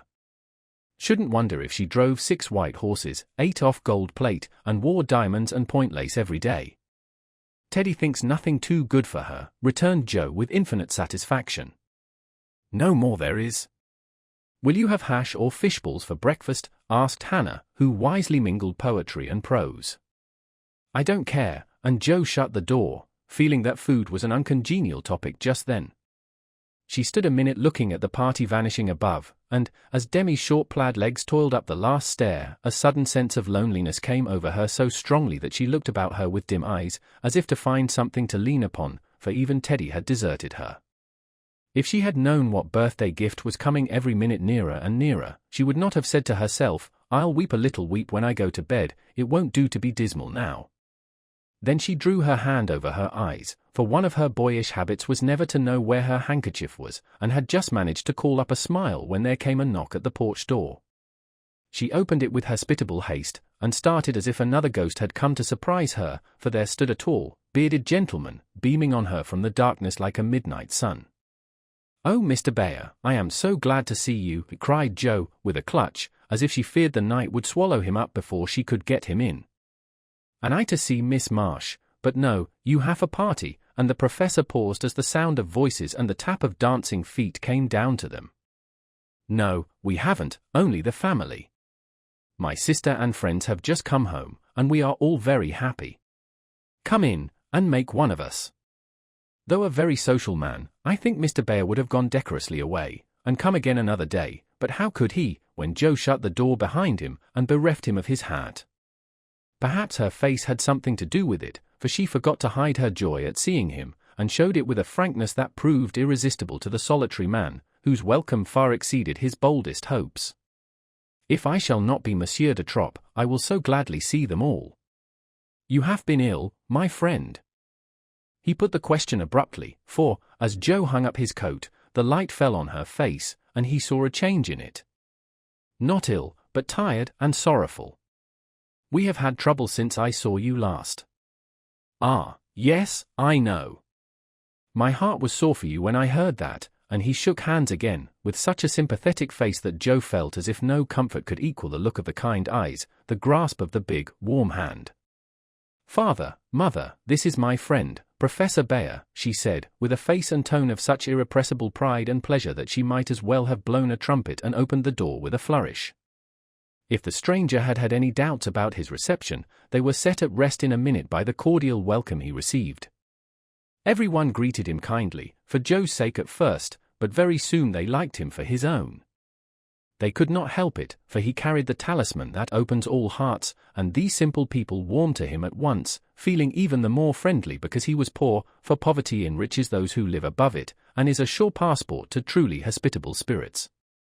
Mr. Bayer sat looking about him with the air of a traveller who knocks at a strange door, and, when it opens, finds himself at home. The children went to him like bees to a honey-pot, and, establishing themselves on each knee, proceeded to captivate him by rifling his pockets, pulling his beard, and investigating his watch, with juvenile audacity. The women telegraphed their approval to one another, and Mr. March, feeling that he had got a kindred spirit, opened his choicest stores for his guests' benefit, while silent John listened and enjoyed the talk, but said not a word, and Mr. Lawrence found it impossible to go to sleep. If Joe had not been otherwise engaged, Laurie's behavior would have amused her, for a faint twinge, not of jealousy, but something like suspicion, caused that gentleman to stand aloof at first, and observe the newcomer with brotherly circumspection. But it did not last long. He got interested in spite of himself, and, before he knew it, was drawn into the circle, for Mr. Bayer talked well in this genial atmosphere, and did himself justice. He seldom spoke to Laurie, but he looked at him often, and a shadow would pass across his face, as if regretting his own lost youth, as he watched the young man in his prime. Then his eye would turn to Joe so wistfully that she would have surely answered the mute inquiry if she had seen it, but Joe had her own eyes to take care of, and, feeling that they could not be trusted, she prudently kept them on the little sock she was knitting, like a model maiden aunt. A stealthy glance now and then refreshed her like sips of fresh water after a dusty walk, for the sidelong peeps showed her several propitious omens. Mr. Bayer's face had lost the absent-minded expression, and looked all alive with interest in the present moment, actually young and handsome, she thought, forgetting to compare him with Laurie, as she usually did strange men, to their great detriment. Then he seemed quite inspired, though the burial customs of the ancients, to which the conversation had strayed, might not be considered an exhilarating topic. Jo quite glowed with triumph when Teddy got quenched in an argument, and thought to herself, as she watched her father's absorbed face, how he would enjoy having such a man as my professor to talk with every day. Lastly, Mr. Bear was dressed in a new suit of black, which made him look more like a gentleman than ever. His bushy hair had been cut and smoothly brushed, but didn't stay in order long, for, in exciting moments, he rumpled it up in the droll way he used to do, and Jo liked it rampantly erect better than flat, because she thought it gave his fine forehead a Jove-like aspect. Poor Jo, how she did glorify that plain man, as she sat knitting away so quietly, yet letting nothing escape her, not even the fact that Mr. Bear actually had gold sleeve buttons in his immaculate wristbands. Dear old fellow! He couldn't have got himself up with more care if he'd been going a-wooing, said Jo to herself, and then a sudden thought, born of the words, made her blush so dreadfully that she had to drop her ball and go down after it to hide her face. The maneuver did not succeed as well as she expected, however, for, though just in the act of setting fire to a funeral pile, the professor dropped his torch, metaphorically speaking, and made a dive after the little blue ball. Of course they bumped their heads smartly together, saw stars, and both came up flushed and laughing, without the ball, to resume their seats, wishing they had not left them. Nobody knew where the evening went to, for Hannah skillfully abstracted the babies at an early hour, nodding like two rosy poppies, and Mr. Lawrence went home to rest. The others sat round the fire, talking away, utterly regardless of the lapse of time, till Meg, whose maternal mind was impressed with a firm conviction that Daisy had tumbled out of bed, and Demi set his nightgown afire studying the structure of matches, made a move to go. We must have our sing, in the good old way, for we are all together again once more, said Jo, feeling that a good shout would be a safe and pleasant vent for the jubilant emotions of her soul. They were not all there. But no one found the words thoughtless or untrue, for Beth still seemed among them, a peaceful presence, invisible, but dearer than ever, since death could not break the household league that love made indissoluble. The little chair stood in its old place, the tidy basket, with the bit of work she left unfinished when the needle grew so heavy, was still on its accustomed shelf, the beloved instrument, seldom touched now, had not been moved, and above it Beth's face, serene and smiling, as in the early days, looked down upon them, seeming to say, "Be happy. I am here. Play something, Amy." "Let them hear how much you have improved," said Laurie, with pardonable pride in his promising pupil. But Amy whispered, with full eyes, as she twirled the faded stool. "Not tonight, dear. I can't show off tonight." But she did show something better than brilliancy or skill, for she sung Beth songs with a tender music in her voice which the best master could not have taught, and touched the listeners' hearts with a sweeter power than any other inspiration could have given her. The room was very still when the clear voice failed suddenly at the last line of Beth's favourite hymn. It was hard to say, "Earth hath no sorrow that heaven cannot heal." And Amy leaned against her husband, who stood behind her, feeling that her welcome home was not quite perfect without Beth's kiss. "Now, we must finish with Mignon's song, for Mr. Bear sings that," said Jo, before the pause grew painful. And Mr. Bear cleared his throat with a gratified hem as he stepped into the corner where Jo stood, saying, "You will sing with me? We go excellently well together." A pleasing fiction, by the way, for Jo had no more idea of music than a grasshopper. But she would have consented if he had proposed to sing a whole opera, and warbled away, blissfully regardless of time and tune. It didn't much matter, for Mr. Bear sang like a true German, heartily and well, and Jo soon subsided into a subdued hum, that she might listen to the mellow voice that seemed to sing for her alone. "Knowest thou the land where the citron blooms?" used to be the professor's favourite line, for Das Land meant Germany to him, but now he seemed to dwell, with peculiar warmth and melody, upon the words. "There, oh there, might I with thee? Oh my beloved, go." And one listener was so thrilled by the tender invitation that she longed to say she did know the land, and would joyfully depart thither whenever he liked. The song was considered a great success, and the singer retired covered with laurels.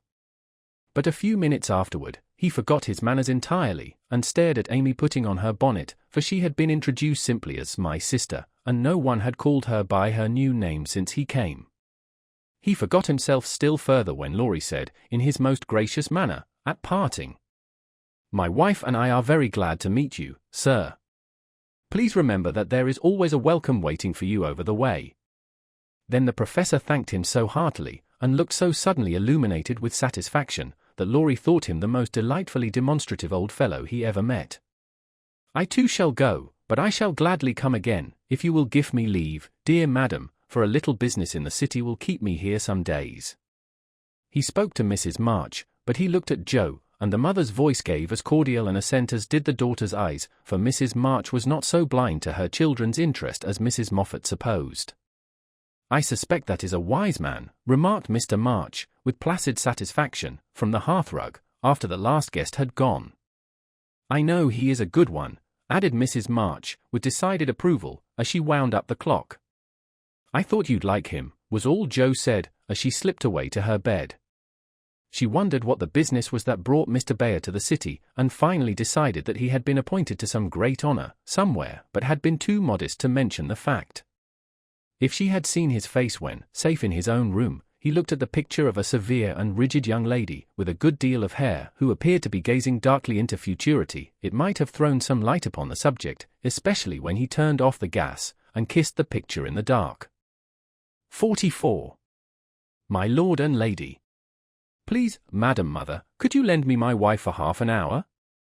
The luggage has come, and I've been making hay of Amy's Paris finery, trying to find some things I want," said Laurie, coming in the next day to find Mrs. Lawrence sitting in her mother's lap, as if being made the baby again.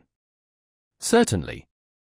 Go, dear, I forget that you have any home but this," and Mrs. March pressed the white hand that wore the wedding ring, as if asking pardon for her maternal covetousness. "I shouldn't have come over if I could have helped it, but I can't get on without my little woman any more than a weathercock can without wind," suggested Joe. As he paused for a simile, Joe had grown quite her own saucy self again since Teddy came home. "Exactly, for Amy keeps me pointing due west most of the time, with only an occasional whiffle round to the south, and I haven't had an easterly spell since I was married, don't know anything about the north, but am altogether salubrious and balmy, hey, my lady. Lovely weather so far, I don't know how long it will last, but I'm not afraid of storms, for I'm learning how to sail my ship. Come home, dear, and I'll find your boot jack. I suppose that's what you are rummaging after among my things." "Men are so helpless, mother," said Amy, with a matronly air, which delighted her husband. "What are you going to do with yourselves after you get settled?" asked Joe, buttoning Amy's cloak as she used to button her pinafores. "We have our plans, we don't mean to say much about them yet, because we are such very new brooms, but we don't intend to be idle. I'm going into business with a devotion that shall delight grandfather, and prove to him that I'm not spoilt. I need something of the sort to keep me steady.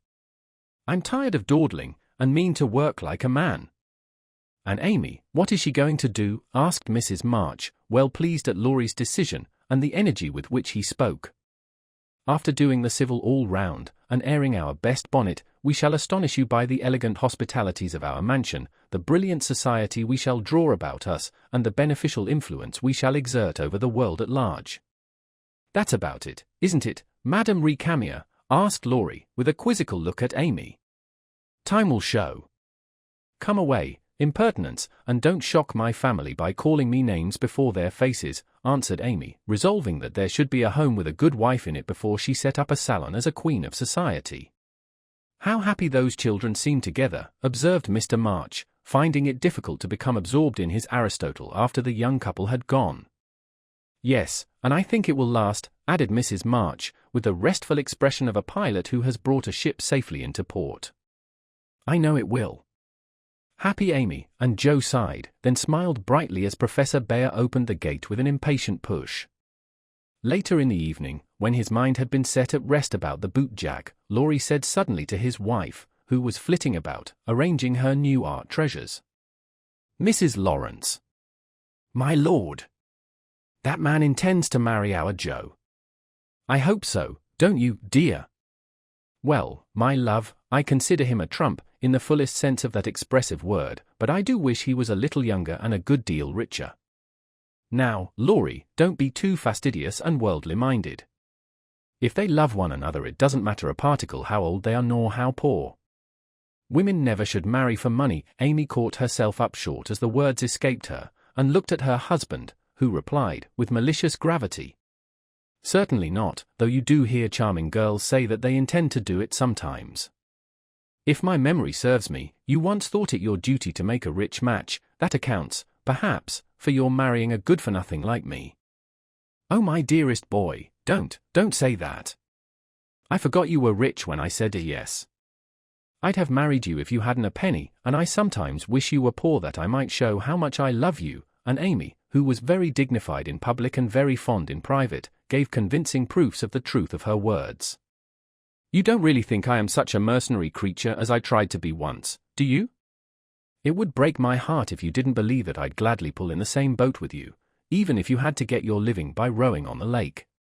Am I an idiot and a brute? How could I think so, when you refused a richer man for me, and won't let me give you half I want to now, when I have the right? Girls do it every day, poor things, and are taught to think it is their only salvation, but you had better lessons, and, though I trembled for you at one time, I was not disappointed, for the daughter was true to the mother's teaching. I told Mamma so yesterday, and she looked as glad and grateful as if I'd given her a check for $1 million, to be spent in charity." "You are not listening to my moral remarks, Mrs. Lawrence," and Laurie paused, for Amy's eyes had an absent look, though fixed upon his face. "Yes, I am, and admiring the dimple in your chin at the same time. I don't wish to make you vain, but I must confess that I'm prouder of my handsome husband than of all his money. Don't laugh, but your nose is such a comfort to me," and Amy softly caressed the well-cut feature with artistic satisfaction. Laurie had received many compliments in his life, but never one that suited him better, as he plainly showed, though he did laugh at his wife's peculiar taste, while she said slowly, "May I ask you a question, dear?" "Of course you may." "Shall you care if Joe does marry Mr. Bayer?" "Oh, that's the trouble, is it? I thought there was something in the dimple that didn't suit you. Not being a dog in the manger, but the happiest fellow alive, I assure you I can dance at Joe's wedding with a heart as light as my heels. Do you doubt it, my darling?" Amy looked up at him, and was satisfied. Her last little jealous fear vanished forever, and she thanked him, with a face full of love and confidence. "I wish we could do something for that capital old professor. Couldn't we invent a rich relation, who shall obligingly die out there in Germany, and leave him a tidy little fortune?" said Laurie, when they began to pace up and down the long drawing-room, arm in arm, as they were fond of doing, in memory of the chateau garden. "Joe would find us out, and spoil it all. She is very proud of him, just as he is, and said yesterday that she thought poverty was a beautiful thing. Bless her dear heart! She won't think so when she has a literary husband, and a dozen little professors and professorins to support. We won't interfere now, but watch our chance, and do them a good turn in spite of themselves.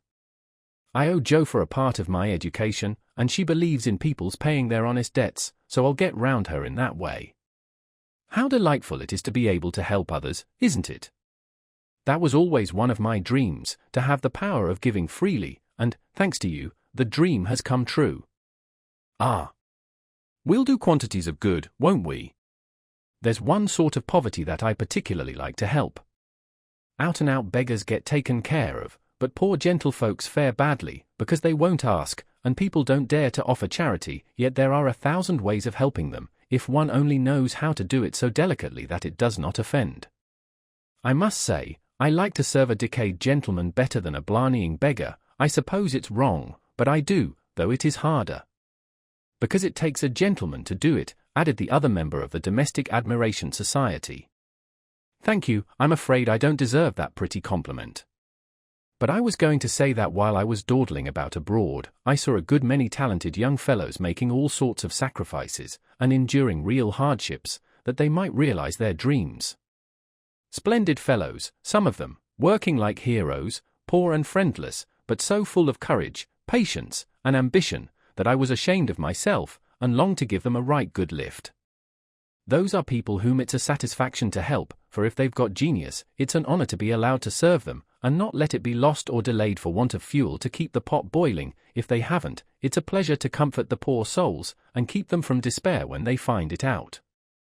Yes, indeed, and there's another class who can't ask, and who suffer in silence.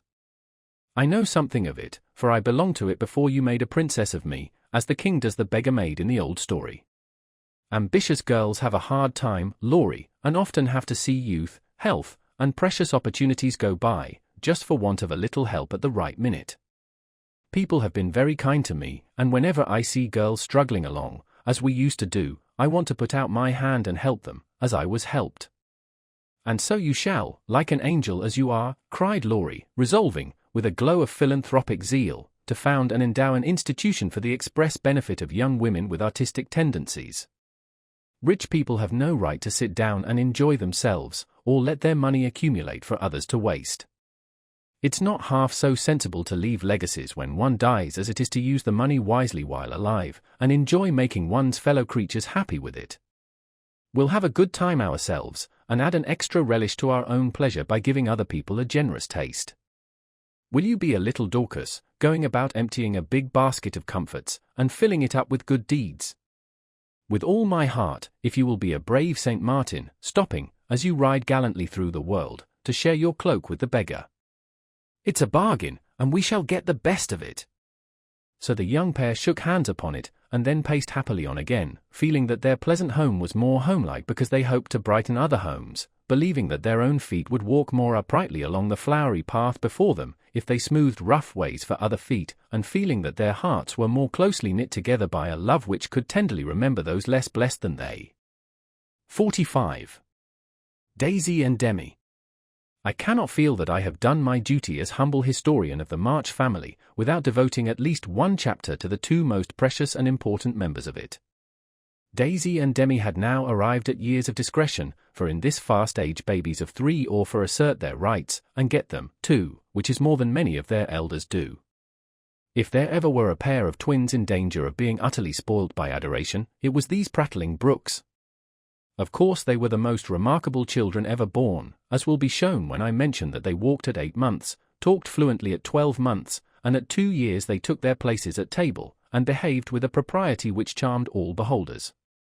At 3, Daisy demanded a needler, and actually made a bag with 4 stitches in it. She likewise set up housekeeping in the sideboard, and managed a microscopic cooking stove with a skill that brought tears of pride to Hannah's eyes, while Demi learned his letters with his grandfather, who invented a new mode of teaching the alphabet by forming the letters with his arms and legs, thus uniting gymnastics for head and heels.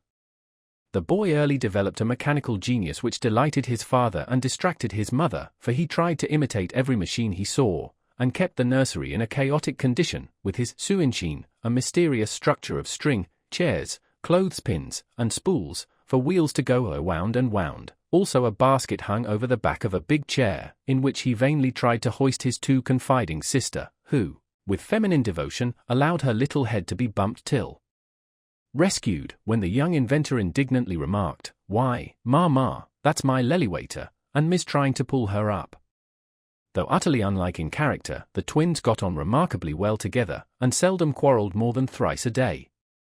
Of course, Demi tyrannized over Daisy, and gallantly defended her from every other aggressor, while Daisy made a gala slave of herself, and adored her brother as the one perfect being in the world. A rosy, chubby, sunshiny little soul was Daisy, who found her way to everybody's heart, and nestled there.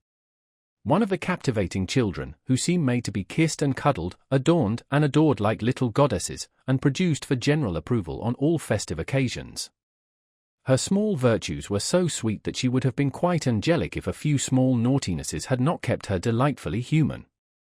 It was all fair weather in her world, and every morning she scrambled up to the window in her little nightgown to look out, and say, no matter whether it rained or shone, "Oh, pity day, oh, pity day." Everyone was a friend, and she offered kisses to a stranger so confidingly that the most inveterate bachelor relented, and baby lovers became faithful worshippers. "Me loves everybody," she once said, opening her arms, with her spoon in one hand, and her mug in the other, as if eager to embrace and nourish the whole world.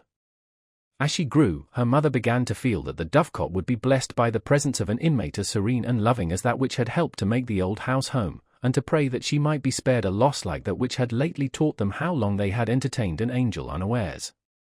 Her grandfather often called her Beth, and her grandmother watched over her with untiring devotion, as if trying to atone for some past mistake, which no eye but her own could see. Demi, like a true Yankee, was of an inquiring turn, wanting to know everything, and often getting much disturbed because he could not get satisfactory answers to his perpetual "what for?"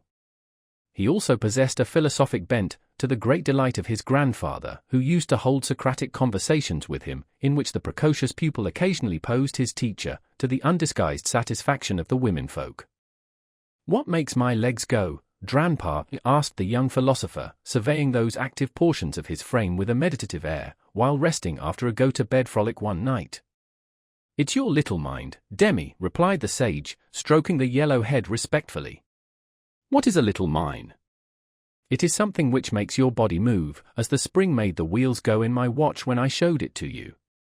Open me, I want to see it go wound." "I can't do that any more than you could open the watch. God winds you up, and you go till he stops you." "Does I?" And Demi's brown eyes grew big and bright as he took in the new thought. "Is I wounded up like the watch?" "Yes, but I can't show you how, for it is done when we don't see." Demi felt of his back, as if expecting to find it like that of the watch, and then gravely remarked, "I des dod does it when I's asleep." A careful explanation followed, to which he listened so attentively that his anxious grandmother said, "My dear, do you think it wise to talk about such things to that baby? He's getting great bumps over his eyes, and learning to ask the most unanswerable questions. If he is old enough to ask the questions, he is old enough to receive true answers.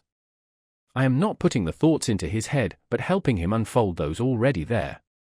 These children are wiser than we are, and I have no doubt the boy understands every word I have said to him. Now, Demi, tell me where you keep your mind." If the boy had replied like Alcibiades, "By the gods, Socrates, I cannot tell," his grandfather would not have been surprised, but when, after standing a moment on one leg, like a meditative young stork, he answered, in a tone of calm conviction, "In my little belly," the old gentleman could only join in grandma's laugh, and dismiss the class in metaphysics. There might have been cause for maternal anxiety, if Demi had not given convincing proofs that he was a true boy, as well as a budding philosopher, for, often, after a discussion which caused Hannah to prophesy, with ominous nods, "That child ain't long for this world," he would turn about and set her fears at rest by some of the pranks with which dear, dirty, naughty little rascals distract and delight their parents' souls. Meg made many moral rules, and tried to keep them, but what mother was ever proof against the winning wiles, the ingenious evasions, or the tranquil audacity of the miniature men and women who so early show themselves accomplished artful dodgers? "No more raisins, Demi, they'll make you sick," says Mamma to the young person who offers his services in the kitchen with unfailing regularity on plum pudding day. "Me likes to be sick. I don't want to have you, so run away and help Daisy make patty cakes." He reluctantly departs, but his wrongs weigh upon his spirit, and by, when an opportunity comes to redress them, he outwits Mamma by a shrewd bargain. "Now you have been good children, and I'll play anything you like," says Meg, as she leads her assistant cooks upstairs, when the pudding is safely bouncing in the pot. "Truly, Mama?" asks Demi, with a brilliant idea in his well-powdered head. "Yes, truly, anything you say," replies the short-sighted parent, preparing herself to sing the Three Little Kittens half a dozen times over, or to take her family to buy a penny bun, regardless of wind or limb. But Demi corners her by the cool reply, "Then we'll go and eat up all the raisins." Aunt Dodo was chief playmate and confidant of both children, and the trio turned the little house topsy-turvy. Aunt Amy was as yet only a name to them, Aunt Beth soon faded into a pleasantly vague memory, but Aunt Dodo was a living reality, and they made the most of her, for which compliment she was deeply grateful. But when Mr. Bayer came, Jo neglected her playfellows, and dismay and desolation fell upon their little souls. Daisy, who was fond of going about peddling kisses, lost her best customer and became bankrupt. Demi, with infantile penetration, soon discovered that Dodo liked to play with the bearman better than she did with him, but, though hurt, he concealed his anguish, for he hadn't the heart to insult a rival who kept a mine of chocolate drops in his waistcoat pocket, and a watch that could be taken out of its case and freely shaken by ardent admirers. Some persons might have considered these pleasing liberties as bribes, but Demi didn't see it in that light, and continued to patronize the bearman with pensive affability, while Daisy bestowed her small affections upon him at the third call, and considered his shoulder her throne, his arm her refuge, his gifts treasures of surpassing worth. Gentlemen are sometimes seized with sudden fits of admiration for the young relatives of ladies whom they honor with their regard, but this counterfeit philoprogenitiveness sits uneasily upon them, and does not deceive anybody a particle. Mr. Bayer's devotion was sincere, however likewise effective, for honesty is the best policy in love as in law. He was one of the men who are at home with children, and looked particularly well when little faces made a pleasant contrast with his manly one. His business, whatever it was, detained him from day to day, but evening seldom failed to bring him out to see. Well, he always asked for Mr. March, so I suppose he was the attraction. The excellent papa labored under the delusion that he was, and revelled in long discussions with the kindred spirit, till a chance remark of his more observing grandson suddenly enlightened him. Mr. Bayer came in one evening to pause on the threshold of the study, astonished by the spectacle that met his eye. Prone upon the floor lay Mr. March, with his respectable legs in the air, and beside him, likewise prone, was Demi, trying to imitate the attitude with his own short, scarlet-stockinged legs, both grovelers so seriously absorbed that they were unconscious of spectators, till Mr. Bayer laughed his sonorous laugh, and Joe cried out, with a scandalized face, "Father, father, here's the professor!" Down went the black legs and up came the grey head, as the preceptor said, with undisturbed dignity, "Good evening, Mr. Bayer. Excuse me for a moment, we are just finishing our lesson. Now, Demi, make the letter and tell its name." I knows him, and, after a few convulsive efforts, the red legs took the shape of a pair of compasses, and the intelligent pupil triumphantly shouted, "It's a wee, Dranpa, it's a wee." "He's a born Weller," laughed Joe, as her parent gathered himself up, and her nephew tried to stand on his head, as the only mode of expressing his satisfaction that school was over. "What have you been at today, Bubchen?" asked Mr. Bayer, picking up the gymnast. "Me went to see little Mary." "And what did you there?" "I kissed her," began Demi, with artless frankness. "Prut! Thou beginnest early." "What did the little Mary say to that?" asked Mr. Bayer, continuing to confess the young sinner, who stood upon his knee, exploring the waistcoat pocket. "Oh, she liked it, and she kissed me, and I liked it." "Don't little boys like little girls?" added Demi, with his mouth full, and an air of bland satisfaction. "You precocious chick!" "Who put that into your head?" said Joe, enjoying the innocent revelations as much as the professor. "'Tisn't in mine head, it's in mine moof," answered literal Demi, putting out his tongue, with a chocolate drop on it, thinking she alluded to confectionery, not ideas.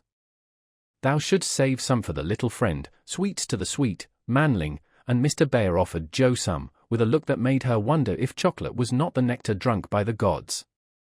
Demi also saw the smile, was impressed by it, and artlessly inquired, "Do great boys like great girls, too, Fessor?" Like young Washington, Mr. Bayer couldn't tell a lie, so he gave the somewhat vague reply that he believed they did sometimes, in a tone that made Mr. March put down his clothes brush, glance at Joe's retiring face, and then sink into his chair, looking as if the precocious chick had put an idea into his head that was both sweet and sour. Why Dodo, when she caught him in the china closet half an hour afterward, nearly squeezed the breath out of his little body with a tender embrace, instead of shaking him for being there, and why she followed up this novel performance by the unexpected gift of a big slice of bread and jelly, remained one of the problems over which Demi puzzled his small wits, and was forced to leave unsolved forever. 46. Under the umbrella. While Laurie and Amy were taking conjugal strolls over velvet carpets, as they set their house in order, and planned a blissful future, Mr. Bayer and Joe were enjoying promenades of a different sort, along muddy roads and sodden fields. "I always do take a walk toward evening, and I don't know why I should give it up, just because I often happen to meet the professor on his way out," said Joe to herself, after 2 or 3 encounters, for, though there were 2 paths to Meg's, whichever one she took she was sure to meet him, either going or returning. He was always walking rapidly, and never seemed to see her till quite close, when he would look as if his short-sighted eyes had failed to recognize the approaching lady till that moment. Then, if she was going to Meg's, he always had something for the babies. If her face was turned homeward, he had merely strolled down to see the river, and was just about returning, unless they were tired of his frequent calls. Under the circumstances, what could Jo do but greet him civilly, and invite him in?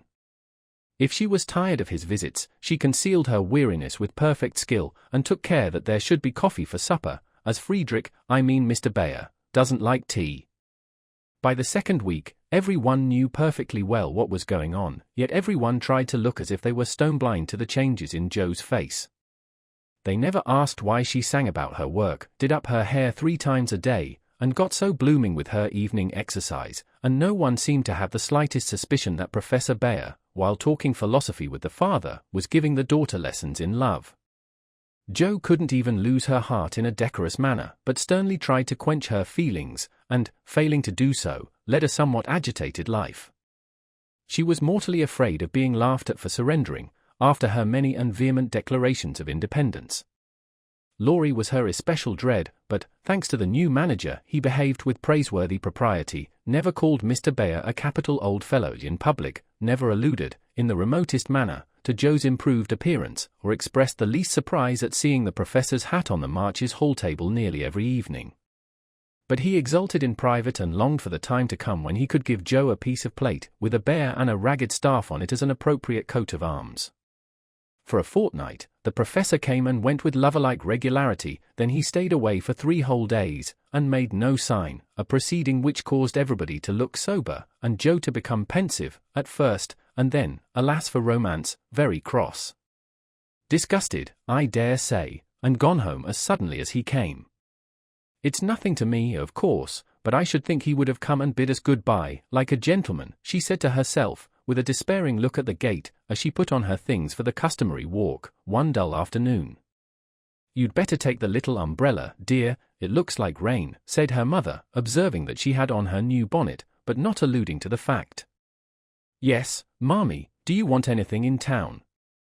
I've got to run in and get some paper, returned Jo, pulling out the bow under her chin before the glass as an excuse for not looking at her mother. Yes, I want some twilled silesia, a paper of No. 9 needles, and 2 yards of narrow lavender ribbon. Have you got your thick boots on, and something warm under your cloak? I believe so, answered Jo absently. If you happen to meet Mr. Bayer, bring him home to tea. I quite long to see the dear man, added Mrs. March. Jo heard that, but made no answer, except to kiss her mother, and walk rapidly away, thinking with a glow of gratitude, in spite of her heartache. How good she is to me! What do girls do who haven't any mothers to help them through their troubles? The dry goods stores were not down among the counting houses, banks, and wholesale warerooms, where gentlemen most do congregate, but Jo found herself in that part of the city before she did a single errand, loitering along as if waiting for someone, examining engineering instruments in one window and samples of wool in another with most unfeminine interest, tumbling over barrels, being half smothered by descending bales, and hustled unceremoniously by busy men who looked as if they wondered how the deuce she got there. A drop of rain on her cheek recalled her thoughts from baffled hopes to ruined ribbons, for the drops continued to fall, and, being a woman as well as a lover, she felt that, though it was too late to save her heart, she might her bonnet. Now she remembered the little umbrella, which she had forgotten to take in her hurry to be off, but regret was unavailing, and nothing could be done but borrow one or submit to a drenching. She looked up at the lowering sky, down at the crimson bow already flecked with black, forward along the muddy street, then one long, lingering look behind, at a certain grimy warehouse, with Hoffman, Swartz, and company, over the door, and said to herself, with a sternly reproachful air, "It serves me right. What business had I to put on all my best things and come philandering down here, hoping to see the professor? Jo, I'm ashamed of you. No, you shall not go there to borrow an umbrella, or find out where he is, from his friends. You shall trudge away, and do your errands in the rain, and if you catch your death and ruin your bonnet, it's no more than you deserve. Now then." With that she rushed across the street so impetuously that she narrowly escaped annihilation from a passing truck, and precipitated herself into the arms of a stately old gentleman, who said, "I beg pardon, and looked mortally offended. Somewhat daunted, Jo righted herself, spread her handkerchief over the devoted ribbons, and, putting temptation behind her, hurried on, with increasing dampness about the ankles, and much clashing of umbrellas overhead. The fact that a somewhat dilapidated blue one remained stationary above the unprotected bonnet attracted her attention, and, looking up, she saw Mr. Bayer looking down. "I feel to know the strong-minded lady who goes so bravely under many horse-noses, and so fast through much mud. What do you down here, my friend?" "I'm shopping." Mr. Bayer smiled, as he glanced from the pickle factory on one side, to the wholesale hide and leather concern on the other, but he only said politely, "You have no umbrella. May I go also, and take for you the bundles?" "Yes, thank you." Jo's cheeks were as red as her ribbon, and she wondered what he thought of her, but she didn't care, for in a minute she found herself walking away arm in arm with her professor, feeling as if the sun had suddenly burst out with uncommon brilliancy, that the world was all right again, and that one thoroughly happy woman was paddling through the wet that day. "We thought you had gone," said Jo hastily, for she knew he was looking at her. Her bonnet wasn't big enough to hide her face, and she feared he might think the joy it betrayed unmaidenly. "Did you believe that I should go with no farewell to those who have been so heavenly kind to me?" he asked so reproachfully that she felt as if she had insulted him by the suggestion, and answered heartily, "No, I didn't. I knew you were busy about your own affairs, but we rather missed you, father and mother especially." "And you?" "I'm always glad to see you, sir." In her anxiety to keep her voice quite calm, Jo made it rather cool, and the frosty little monosyllable at the end seemed to chill the professor, for his smile vanished, as he said gravely, "I thank you, and come one time more before I go." "You are going, then?" "I have no longer any business here, it is done." "Successfully, I hope," said Jo, for the bitterness of disappointment was in that short reply of his. "I ought to think so, for I have a way open to me by which I can make my bread and give my junglings much help." "Tell me, please." "I like to know all about the boys," said Jo eagerly. "That is so kind, I gladly tell you. My friends find for me a place in a college, where I teach as at home, and earn enough to make the way smooth for Franz and Emil. For this I should be grateful, should I not?" "Indeed you should. How splendid it will be to have you doing what you like, and be able to see you often, and the boys," cried Jo, clinging to the lads as an excuse for the satisfaction she could not help betraying. "Ah! But we shall not meet often, I fear. This place is at the west. So far away," and Jo left her skirts to their fate, as if it didn't matter now what became of her clothes or herself. Mr. Bayer could read several languages, but he had not learned to read women yet. He flattered himself that he knew Jo pretty well, and was, therefore, much amazed by the contradictions of voice, face, and manner which she showed him in rapid succession that day, for she was in half a dozen different moods in the course of half an hour.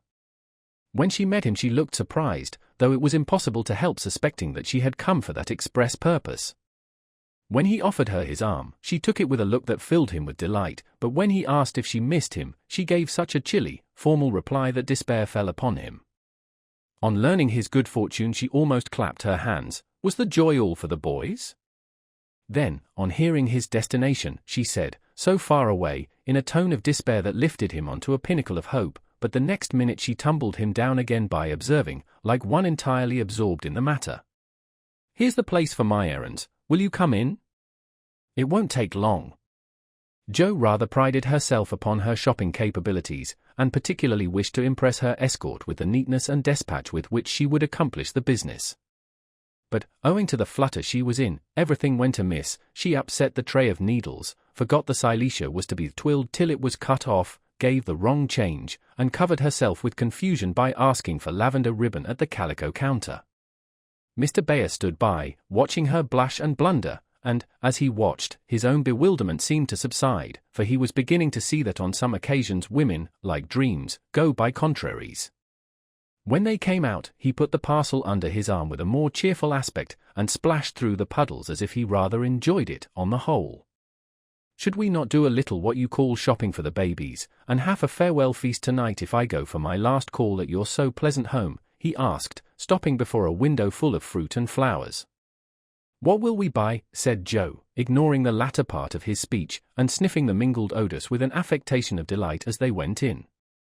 "May they have oranges and figs?" asked Mr. Bayer, with a paternal air. They eat them when they can get them. Do you care for nuts? Like a squirrel. Hamburg grapes, yes, we shall surely drink to the fatherland in those. Joe frowned upon that piece of extravagance, and asked why he didn't buy a frail of dates, a cask of raisins, and a bag of almonds, and done with it. Whereat Mr. Bayer confiscated her purse, produced his own, and finished the marketing by buying several pounds of grapes, a pot of rosy daisies, and a pretty jar of honey, to be regarded in the light of a demijohn. Then, distorting his pockets with the knobby bundles, and giving her the flowers to hold, he put up the old umbrella, and they travelled on again. Miss Marsh, I have a great favour to ask of you, began the professor, after a moist promenade of half a block. Yes, sir, and Joe's heart began to beat so hard she was afraid he would hear it. I am bold to say it in spite of the rain, because so short a time remains to me. Yes, sir, and Joe nearly crushed the small flower pot with the sudden squeeze she gave it. I wish to get a little dress for my Tina, and I am too stupid to go alone. Will you kindly give me a word of taste and help?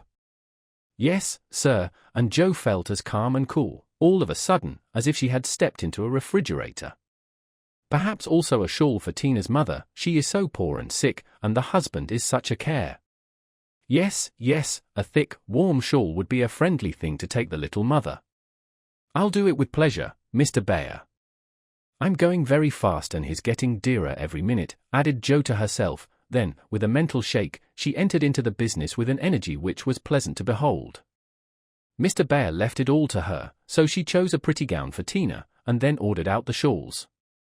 The clerk, being a married man, condescended to take an interest in the couple, who appeared to be shopping for their family. Your lady may prefer this, it's a superior article, a most desirable colour, quite chaste and genteel, he said, shaking out a comfortable grey shawl, and throwing it over Joe's shoulders. Does this suit you, Mr. Bayer? She asked, turning her back to him, and feeling deeply grateful for the chance of hiding her face. Excellently well, we will have it, answered the professor, smiling to himself as he paid for it, while Joe continued to rummage the counters like a confirmed bargain hunter.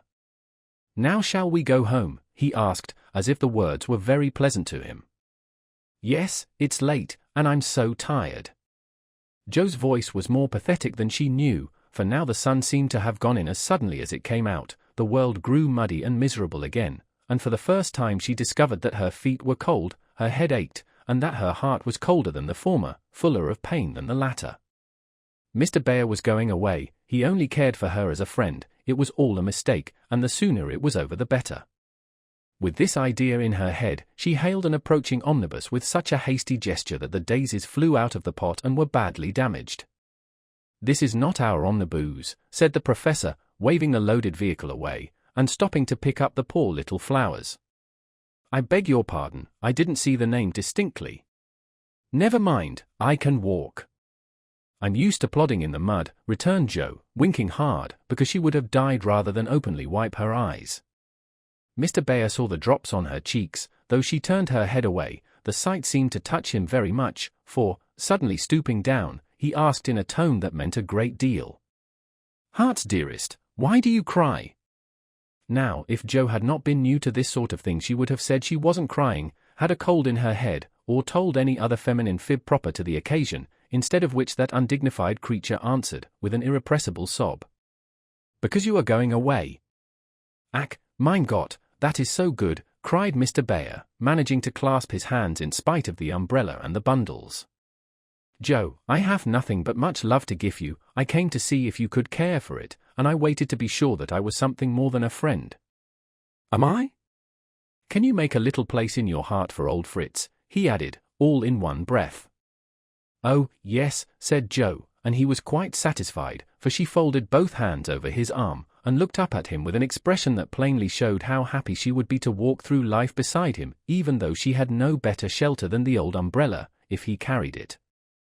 It was certainly proposing under difficulties, for, even if he had desired to do so, Mr. Bayer could not go down upon his knees, on account of the mud, neither could he offer Joe his hand, except figuratively, for both were full, much less could he indulge in tender demonstrations in the open street, though he was near it, so the only way in which he could express his rapture was to look at her, with an expression which glorified his face to such a degree that there actually seemed to be little rainbows in the drops that sparkled on his beard. If he had not loved Jo very much, I don't think he could have done it then, for she looked far from lovely, with her skirts in a deplorable state, her rubber boots splashed to the ankle, and her bonnet a ruin. Fortunately, Mr. Bayer considered her the most beautiful woman living, and she found him more Jove-like than ever, though his hat brim was quite limp with the little rills trickling thence upon his shoulders, for he held the umbrella all over Jo, and every finger of his gloves needed mending.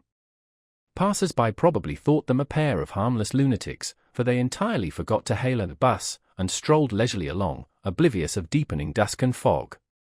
Little they cared what anybody thought, for they were enjoying the happy hour that seldom comes but once in any life, the magical moment which bestows youth on the old, beauty on the plain, wealth on the poor, and gives human hearts a foretaste of heaven.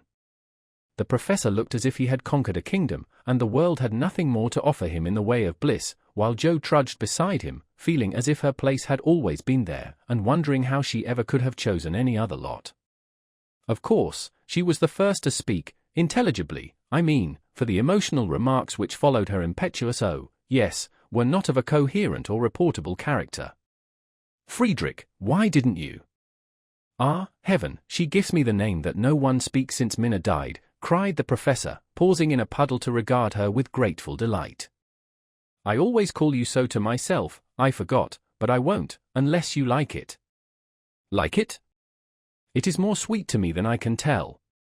"Say thou, also, and I shall say your language is almost as beautiful as mine." "Isn't thou's a little sentimental?" asked Jo, privately thinking it a lovely monosyllable. "Sentimental?" "Yes. Thank God, we Germans believe in sentiment, and keep ourselves young imitate it."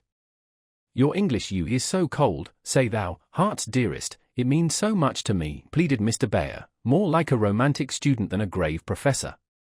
"Well, then, why didn't thou tell me all this sooner?" asked Jo bashfully. "Now I shall have to show thee all my heart, and I so gladly will, because thou must take care of it hereafter. See, then, my Jo, the dear, funny little name, I had a wish to tell something the day I said good-bye, in New York, but I thought the handsome friend was betrothed to thee, and so I spoke not. Wouldst thou have said yes, then, if I had spoken?" "I don't know, I'm afraid not, for I didn't have any heart just then."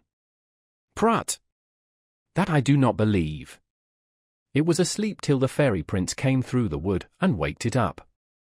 "Ah, well, die erste Liebe ist die best, but that I should not expect." "Yes, the first love is the best, so be contented, for I never had another." "Teddy was only a boy, and soon got over his little fancy," said Jo, anxious to correct the professor's mistake. "Good. Then I shall rest happy, and be sure that thou givest me all. I have waited so long, I am grown selfish, as thou wilt find, Professorin." "I like that," cried Jo, delighted with her new name. "Now tell me what brought you, at last, just when I most wanted you." This, and Mr. Bayer took a little worn paper out of his waistcoat pocket. Jo unfolded it, and looked much abashed, for it was one of her own contributions to a paper that paid for poetry, which accounted for her sending it an occasional attempt. "How could that bring you?" she asked, wondering what he meant. "I found it by chance, I knew it by the names and the initials, and in it there was one little verse that seemed to call me. Read and find him, I will see that you go not in the wet." Jo obeyed, and hastily skimmed through the lines which she had christened "In the garret." "For little chests all in a row. Dim with dust, and worn by time. All fashioned and filled, long ago. By children now in their prime. For little keys hung side by side. With faded ribbons, brave and gay. When fastened there, with childish pride. Long ago, on a rainy day. For little names, one on each lid. Carved out by a boyish hand. And underneath there lieth hid histories of the happy band. Once playing here, and pausing oft.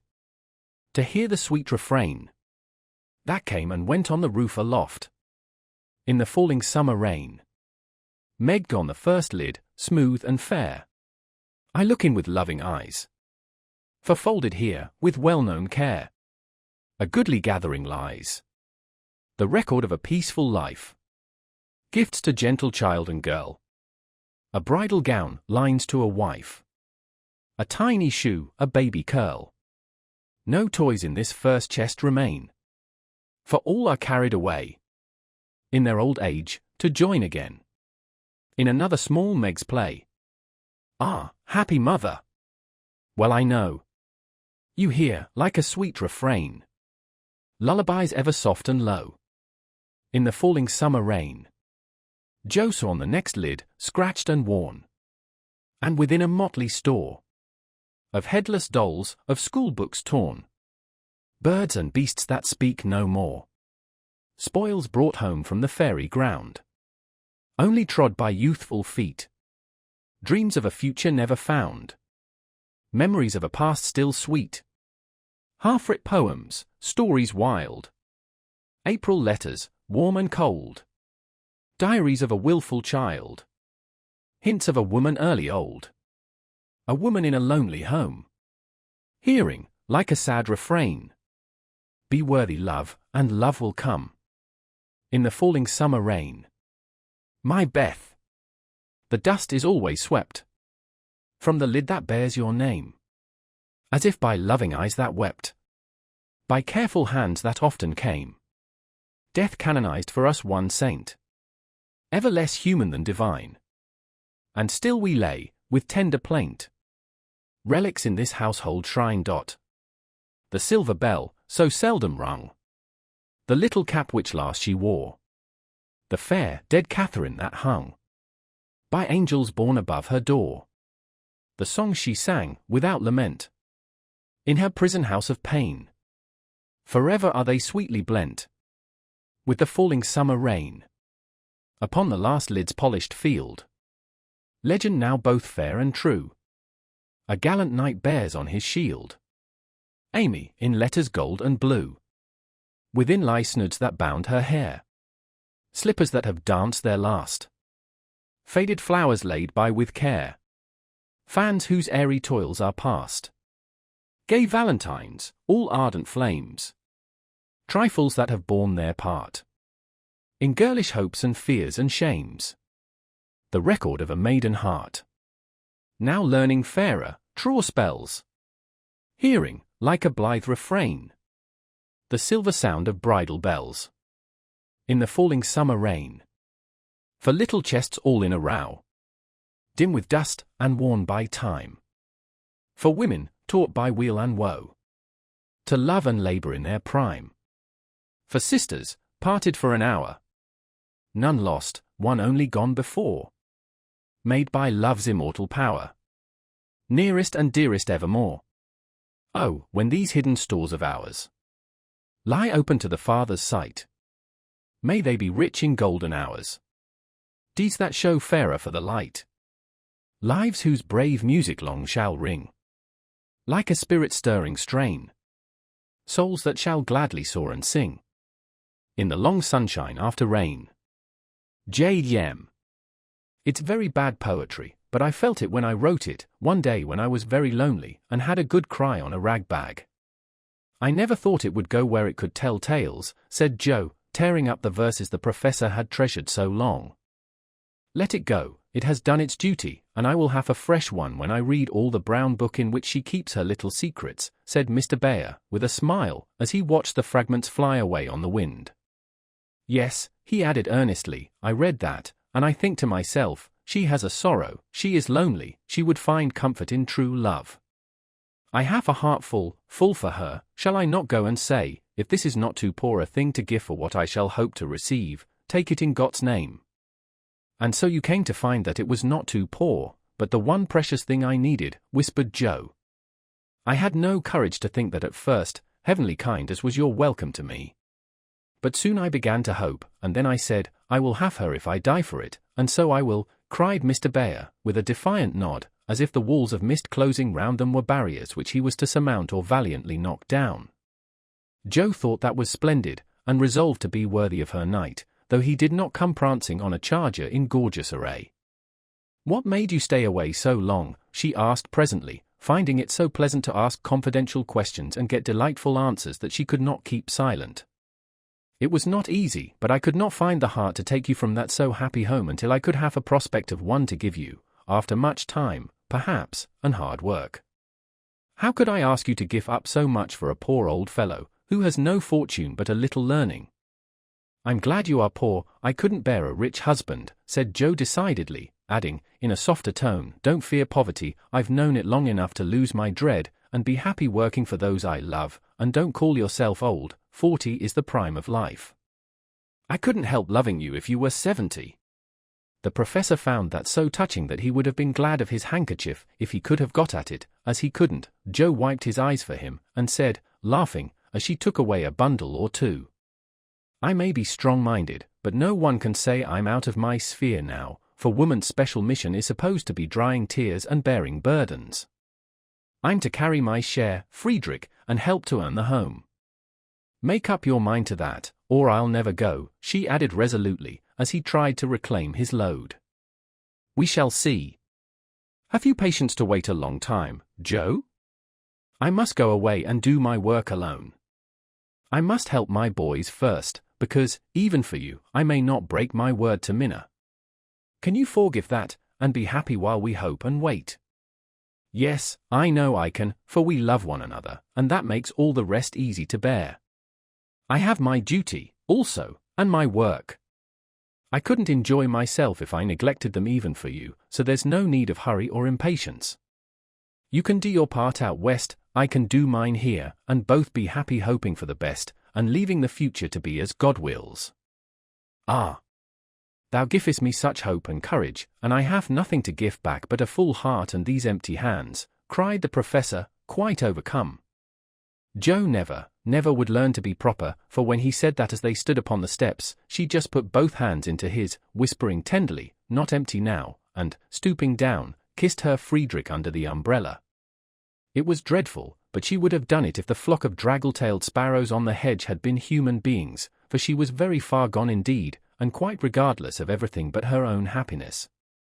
Though it came in such a very simple guise, that was the crowning moment of both their lives, when, turning from the night and storm and loneliness to the household light and warmth and peace waiting to receive them, with a glad welcome home, Joe led her lover in, and shut the door. 47. Harvest time. For a year Joe and her professor worked and waited, hoped and loved, met occasionally, and wrote such voluminous letters that the rise in the price of paper was accounted for, Laurie said. The second year began rather soberly, for their prospects did not brighten, and Aunt March died suddenly. But when their first sorrow was over, for they loved the old lady in spite of her sharp tongue, they found they had cause for rejoicing, for she had left Plumfield to Joe, which made all sorts of joyful things possible. It's a fine old place, and will bring a handsome sum, for of course you intend to sell it, said Laurie, as they were all talking the matter over, some weeks later. No, I don't, was Joe's decided answer, as she petted the fat poodle, whom she had adopted, out of respect to his former mistress. You don't mean to live there? Yes, I do. But, my dear girl, it's an immense house, and will take a power of money to keep it in order. The garden and orchard alone need 2 or 3 men, and farming isn't in Bayer's line, I take it. He'll try his hand at it there, if I propose it. And you expect to live on the produce of the place? Well, that sounds paradisiacal, but you'll find it desperate hard work. The crop we are going to raise is a profitable one, and Joe laughed.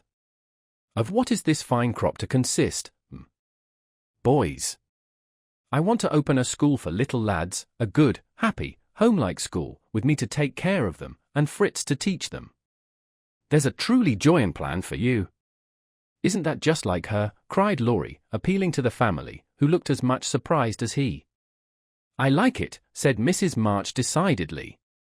So do I, added her husband, who welcomed the thought of a chance for trying the Socratic method of education on modern youth. It will be an immense care for Joe, said Meg, stroking the head of her one all-absorbing son. Joe can do it, and be happy in it. It's a splendid idea. Tell us all about it, cried Mr. Lawrence, who had been longing to lend the lovers a hand, but knew that they would refuse his help. I knew you'd stand by me, sir. Amy does too, I see it in her eyes, though she prudently waits to turn it over in her mind before she speaks. Now, my dear people, continued Joe earnestly, just understand that this isn't a new idea of mine, but a long-cherished plan. Before my Fritz came, I used to think how, when I'd made my fortune, and no one needed me at home, I'd hire a big house, and pick up some poor, forlorn little lads, who hadn't any mothers, and take care of them, and make life jolly for them before it was too late. I see so many going to ruin, for want of help at the right minute. I love so to do anything for them. I seem to feel their wants, and sympathize with their troubles, and, oh, I should so like to be a mother to them. Mrs. March held out her hand to Joe, who took it, smiling, with tears in her eyes, and went on in the old enthusiastic way, which they had not seen for a long while. I told my plan to Fritz once, and he said it was just what he would like, and agreed to try it when we got rich. Bless his dear heart, he's been doing it all his life, helping poor boys, not getting rich, that he'll never be. Money doesn't stay in his pocket long enough to lay up any. But now, thanks to my good old aunt, who loved me better than I ever deserved, I'm rich, at least I feel so, and we can live at Plumfield perfectly well, if we have a flourishing school. It's just the place for boys. The house is big, and the furniture strong and plain. There's plenty of room for dozens inside, and splendid grounds outside. They could help in the garden and orchard. Such work is healthy, isn't it, sir? Then Fritz can train and teach in his own way, and father will help him. I can feed and nurse and pet and scold them, and mother will be my stand-by. I've always longed for lots of boys, and never had enough. Now I can fill the house full, and revel in the little dears to my heart's content.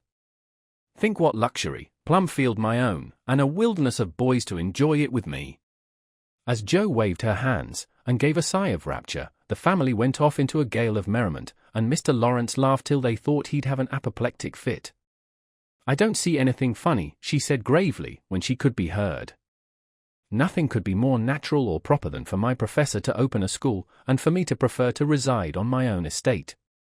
She is putting on airs already, said Laurie, who regarded the idea in the light of a capital joke. But may I inquire how you intend to support the establishment?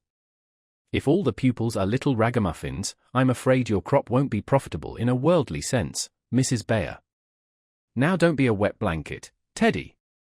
Of course I shall have rich pupils, also. Perhaps begin with such altogether, then, when I've got a start, I can take a ragamuffin or two, just for a relish. Rich people's children often need care and comfort, as well as poor. I've seen unfortunate little creatures left to servants, or backward ones pushed forward, when it's real cruelty. Some are naughty through mismanagement or neglect, and some lose their mothers. Besides, the best have to get through the hobbledehoy age, and that's the very time they need most patience and kindness. People laugh at them, and hustle them about, try to keep them out of sight, and expect them to turn, all at once, from pretty children into fine young men. They don't complain much, plucky little souls, but they feel it. I've been through something of it, and I know all about it. I've a special interest in such young bears, and like to show them that I see the warm, honest, well-meaning boys' hearts, in spite of the clumsy arms and legs and the topsy-turvy heads. I've had experience, too, for haven't I brought up one boy to be a pride and honor to his family? I'll testify that you tried to do it, said Laurie, with a grateful look. And I've succeeded beyond my hopes, for here you are, a steady, sensible businessman, doing heaps of good with your money, and laying up the blessings of the poor, instead of dollars. But you are not merely a businessman, you love good and beautiful things, enjoy them yourself, and let others go halves, as you always did in the old times. I am proud of you, Teddy, for you get better every year, and everyone feels it, though you won't let them say so. Yes, and when I have my flock, I'll just point to you, and say, there's your model, my lads. Poor Laurie didn't know where to look, for, man though he was, something of the old bashfulness came over him as this burst of praise made all faces turn approvingly upon him. I say, Joe, that's rather too much, he began, just in his old boyish way. You have all done more for me than I can ever thank you for, except by doing my best not to disappoint you. You have rather cast me off lately, Joe, but I've had the best of help, nevertheless, so, if I've got on at all, you may thank these two for it, and he laid one hand gently on his grandfather's white head, the other on Amy's golden one, for the three were never far apart. "I do think that families are the most beautiful things in all the world," burst out Joe, who was in an unusually uplifted frame of mind just then. "When I have one of my own, I hope it will be as happy as the three I know and love the best. If John and my Fritz were only here, it would be quite a little heaven on earth," she added more quietly. And that night, when she went to her room, after a blissful evening of family counsels, hopes, and plans, her heart was so full of happiness that she could only calm it by kneeling beside the empty bed always near her own, and thinking tender thoughts of Beth. It was a very astonishing year altogether, for things seemed to happen in an unusually rapid and delightful manner. Almost before she knew where she was, Jo found herself married and settled at Plumfield. Then a family of 6 or 7 boys sprung up like mushrooms, and flourished surprisingly, poor boys as well as rich, for Mr. Lawrence was continually finding some touching case of destitution, and begging the Bayers to take pity on the child, and he would gladly pay a trifle for its support. In this way the sly old gentleman got round proud Jo, and furnished her with the style of boy in which she most delighted. Of course it was uphill work at first, and Jo made queer mistakes, but the wise professor steered her safely into calmer waters, and the most rampant ragamuffin was conquered in the end. How Jo did enjoy her wilderness of boys, and how poor, dear Aunt March would have lamented had she been there to see the sacred precincts of prim, well-ordered Plumfield overrun with Toms, Dicks, and Harrys. There was a sort of poetic justice about it, after all, for the old lady had been the terror of the boys for miles round, and now the exiles feasted freely on forbidden plums, kicked up the gravel with profane boots unreproved, and played cricket in the big field where the irritable cow with a crumpled horn used to invite rash youths to come and be tossed. It became a sort of boys' paradise, and Laurie suggested that it should be called the Beargarten, as a compliment to its master and appropriate to its inhabitants. It never was a fashionable school, and the professor did not lay up a fortune, but it was just what Jo intended it to be, a happy, home-like place for boys, who needed teaching, care, and kindness. Every room in the big house was soon full, every little plot in the garden soon had its owner, a regular menagerie appeared in barn and shed, for pet animals were allowed, and, 3 times a day, Jo smiled at her Fritz from the head of a long table lined on either side with rows of happy young faces, which all turned to her with affectionate eyes, confiding words, and grateful hearts, full of love for Mother Bear. She had boys enough now, and did not tire of them, though they were not angels, by any means, and some of them caused both Professor and Professorin much trouble and anxiety. But her faith in the good spot which exists in the heart of the naughtiest, sauciest, most tantalizing little ragamuffin gave her patience, skill, and, in time, success, for no mortal boy could hold out long with Father Bear shining on him as benevolently as the sun, and Mother Bear forgiving him 70 times 7. Very precious to Jo was the friendship of the lads, their penitent sniffs and whispers after wrongdoing, their droll or touching little confidences, their pleasant enthusiasms, hopes, and plans, even their misfortunes, for they only endeared them to her all the more. There were slow boys and bashful boys, feeble boys and riotous boys, boys that lisped and boys that stuttered, 1 or 2 lame ones, and a merry little quadroon, who could not be taken in elsewhere, but who was welcome to the Beargarten, though some people predicted that his admission would ruin the school. Yes, Jo was a very happy woman there, in spite of hard work, much anxiety, and a perpetual racket. She enjoyed it heartily, and found the applause of her boys more satisfying than any praise of the world, for now she told no stories except to her flock of enthusiastic believers and admirers. As the years went on, 2 little lads of her own came to increase her happiness, Rob, named for Grandpa, and Teddy, a happy-go-lucky baby, who seemed to have inherited his papa's sunshiny temper as well as his mother's lively spirit. How they ever grew up alive in that whirlpool of boys was a mystery to their grandma and aunts, but they flourished like dandelions in spring, and their rough nurses loved and served them well. There were a great many holidays at Plumfield, and one of the most delightful was the yearly apple-picking, for then the Marches, Lawrences, Brooks, and Bayes turned out in full force, and made a day of it. 5 years after Jo's wedding, one of these fruitful festivals occurred, a mellow October day, when the air was full of an exhilarating freshness which made the spirits rise, and the blood dance healthily in the veins. The old orchard wore its holiday attire, goldenrod and asters fringed the mossy walls, grasshoppers skipped briskly in the sere grass, and crickets chirped like fairy pipers at a feast, squirrels were busy with their small harvesting, birds twittered their adieus from the alders in the lane, and every tree stood ready to send down its shower of red or yellow apples at the first shake. Everybody was there, everybody laughed and sang, climbed up and tumbled down, everybody declared that there never had been such a perfect day or such a jolly set to enjoy it, and every one gave themselves up to the simple pleasures of the hour as freely as if there were no such things as care or sorrow in the world. Mr. March strolled placidly about, quoting Tusser, Cowley, and Columella to Mr. Lawrence, while enjoying the gentle apple's winy juice. The professor charged up and down the green aisles like a stout Teutonic knight, with a pole for a lance, leading on the boys, who made a hook and ladder company of themselves, and performed wonders in the way of ground and lofty tumbling. Laurie devoted himself to the little ones, rode his small daughter in a bushel basket, took Daisy up among the birds' nests, and kept adventurous Rob from breaking his neck. Mrs. March and Meg sat among the apple piles like a pair of Pomonas, sorting the contributions that kept pouring in, while Amy, with a beautiful motherly expression in her face, sketched the various groups, and watched over one pale lad, who sat adoring her with his little crutch beside him. Jo was in her element that day, and rushed about, with her gown pinned up, her hat anywhere but on her head, and her baby tucked under her arm, ready for any lively adventure which might turn up.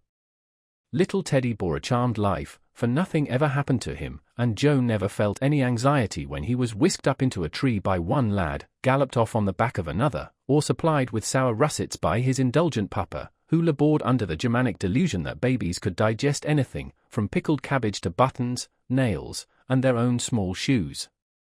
She knew that little Ted would turn up again in time, safe and rosy, dirty and serene, and she always received him back with a hearty welcome, for Jo loved her babies tenderly.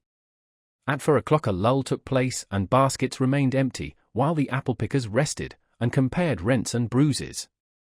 Then Jo and Meg, with a detachment of the bigger boys, set forth the supper on the grass, for an out-of-door tea was always the crowning joy of the day. The land literally flowed with milk and honey on such occasions, for the lads were not required to sit at table, but allowed to partake of refreshment as they liked, freedom being the source best beloved by the boyish soul. They availed themselves of the rare privilege to the fullest extent, for some tried the pleasing experiment of drinking milk while standing on their heads, others lent a charm to leapfrog by eating pie in the pauses of the game, cookies were sown broadcast over the field, and apple turnovers roosted in the trees like a new style of bird. The little girls had a private tea party, and Ted roved among the edibles at his own sweet will. When no one could eat any more, the professor proposed the first regular toast, which was always drunk at such times, Aunt March, God bless her. A toast heartily given by the good man, who never forgot how much he owed her, and quietly drunk by the boys, who had been taught to keep her memory green. Now, Grandma's 60th birthday. Long life to her, with 3 times 3. That was given with a will, as you may well believe, and the cheering once begun, it was hard to stop it. Everybody's health was proposed, from Mr. Lawrence, who was considered their special patron, to the astonished guinea pig, who had strayed from its proper sphere in search of its young master. Demi, as the oldest grandchild, then presented the queen of the day with various gifts, so numerous that they were transported to the festive scene in a wheelbarrow. Funny presents, some of them, but what would have been defects to other eyes were ornaments to Grandma's, for the children's gifts were all their own. Every stitch Daisy's patient little fingers had put into the handkerchief she hemmed was better than embroidery to Mrs. March. Demi's shoebox was a miracle of mechanical skill, though the cover wouldn't shut. Rob's footstool had a wiggle in its uneven legs, that she declared was very soothing, and no page of the costly book Amy's child gave her was so fair as that on which appeared, in tipsy capitals, the words, "To dear Grandma, from her little Beth." During this ceremony the boys had mysteriously disappeared, and, when Mrs. March had tried to thank her children, and broken down, while Teddy wiped her eyes on his pinafore, the professor suddenly began to sing. Then, from above him, voice after voice took up the words, and from tree to tree echoed the music of the unseen choir, as the boys sung, with all their hearts, the little song Jo had written. Laurie set to music, and the professor trained his lads to give with the best effect. This was something altogether new, and it proved a grand success, for Mrs. March couldn't get over her surprise, and insisted on shaking hands with every one of the featherless birds, from tall Franz and Emil to the little quadroon, who had the sweetest voice of all. After this, the boys dispersed for a final lark, leaving Mrs. March and her daughters under the festival tree. I don't think I ever ought to call myself Unlucky Joey again, when my greatest wish has been so beautifully gratified, said Mrs. Bayer, taking Teddy's little fist out of the milk pitcher, in which he was rapturously churning. And yet your life is very different from the one you pictured so long ago. Do you remember our castles in the air? Asked Amy, smiling as she watched Laurie and John playing cricket with the boys. Dear fellows! It does my heart good to see them forget business, and frolic for a day, answered Joe, who now spoke in a maternal way of all mankind. Yes, I remember, but the life I wanted then seems selfish, lonely, and cold to me now. I haven't given up the hope that I may write a good book yet, but I can wait, and I'm sure it will be all the better for such experiences and illustrations as these, and Joe pointed from the lively lads in the distance to her father, leaning on the professor's arm, as they walked to and fro in the sunshine, deep in one of the conversations which both enjoyed so much, and then to her mother, sitting enthroned among her daughters, with their children in her lap and at her feet, as if all found help and happiness in the face which never could grow old to them. My castle was the most nearly realized of all.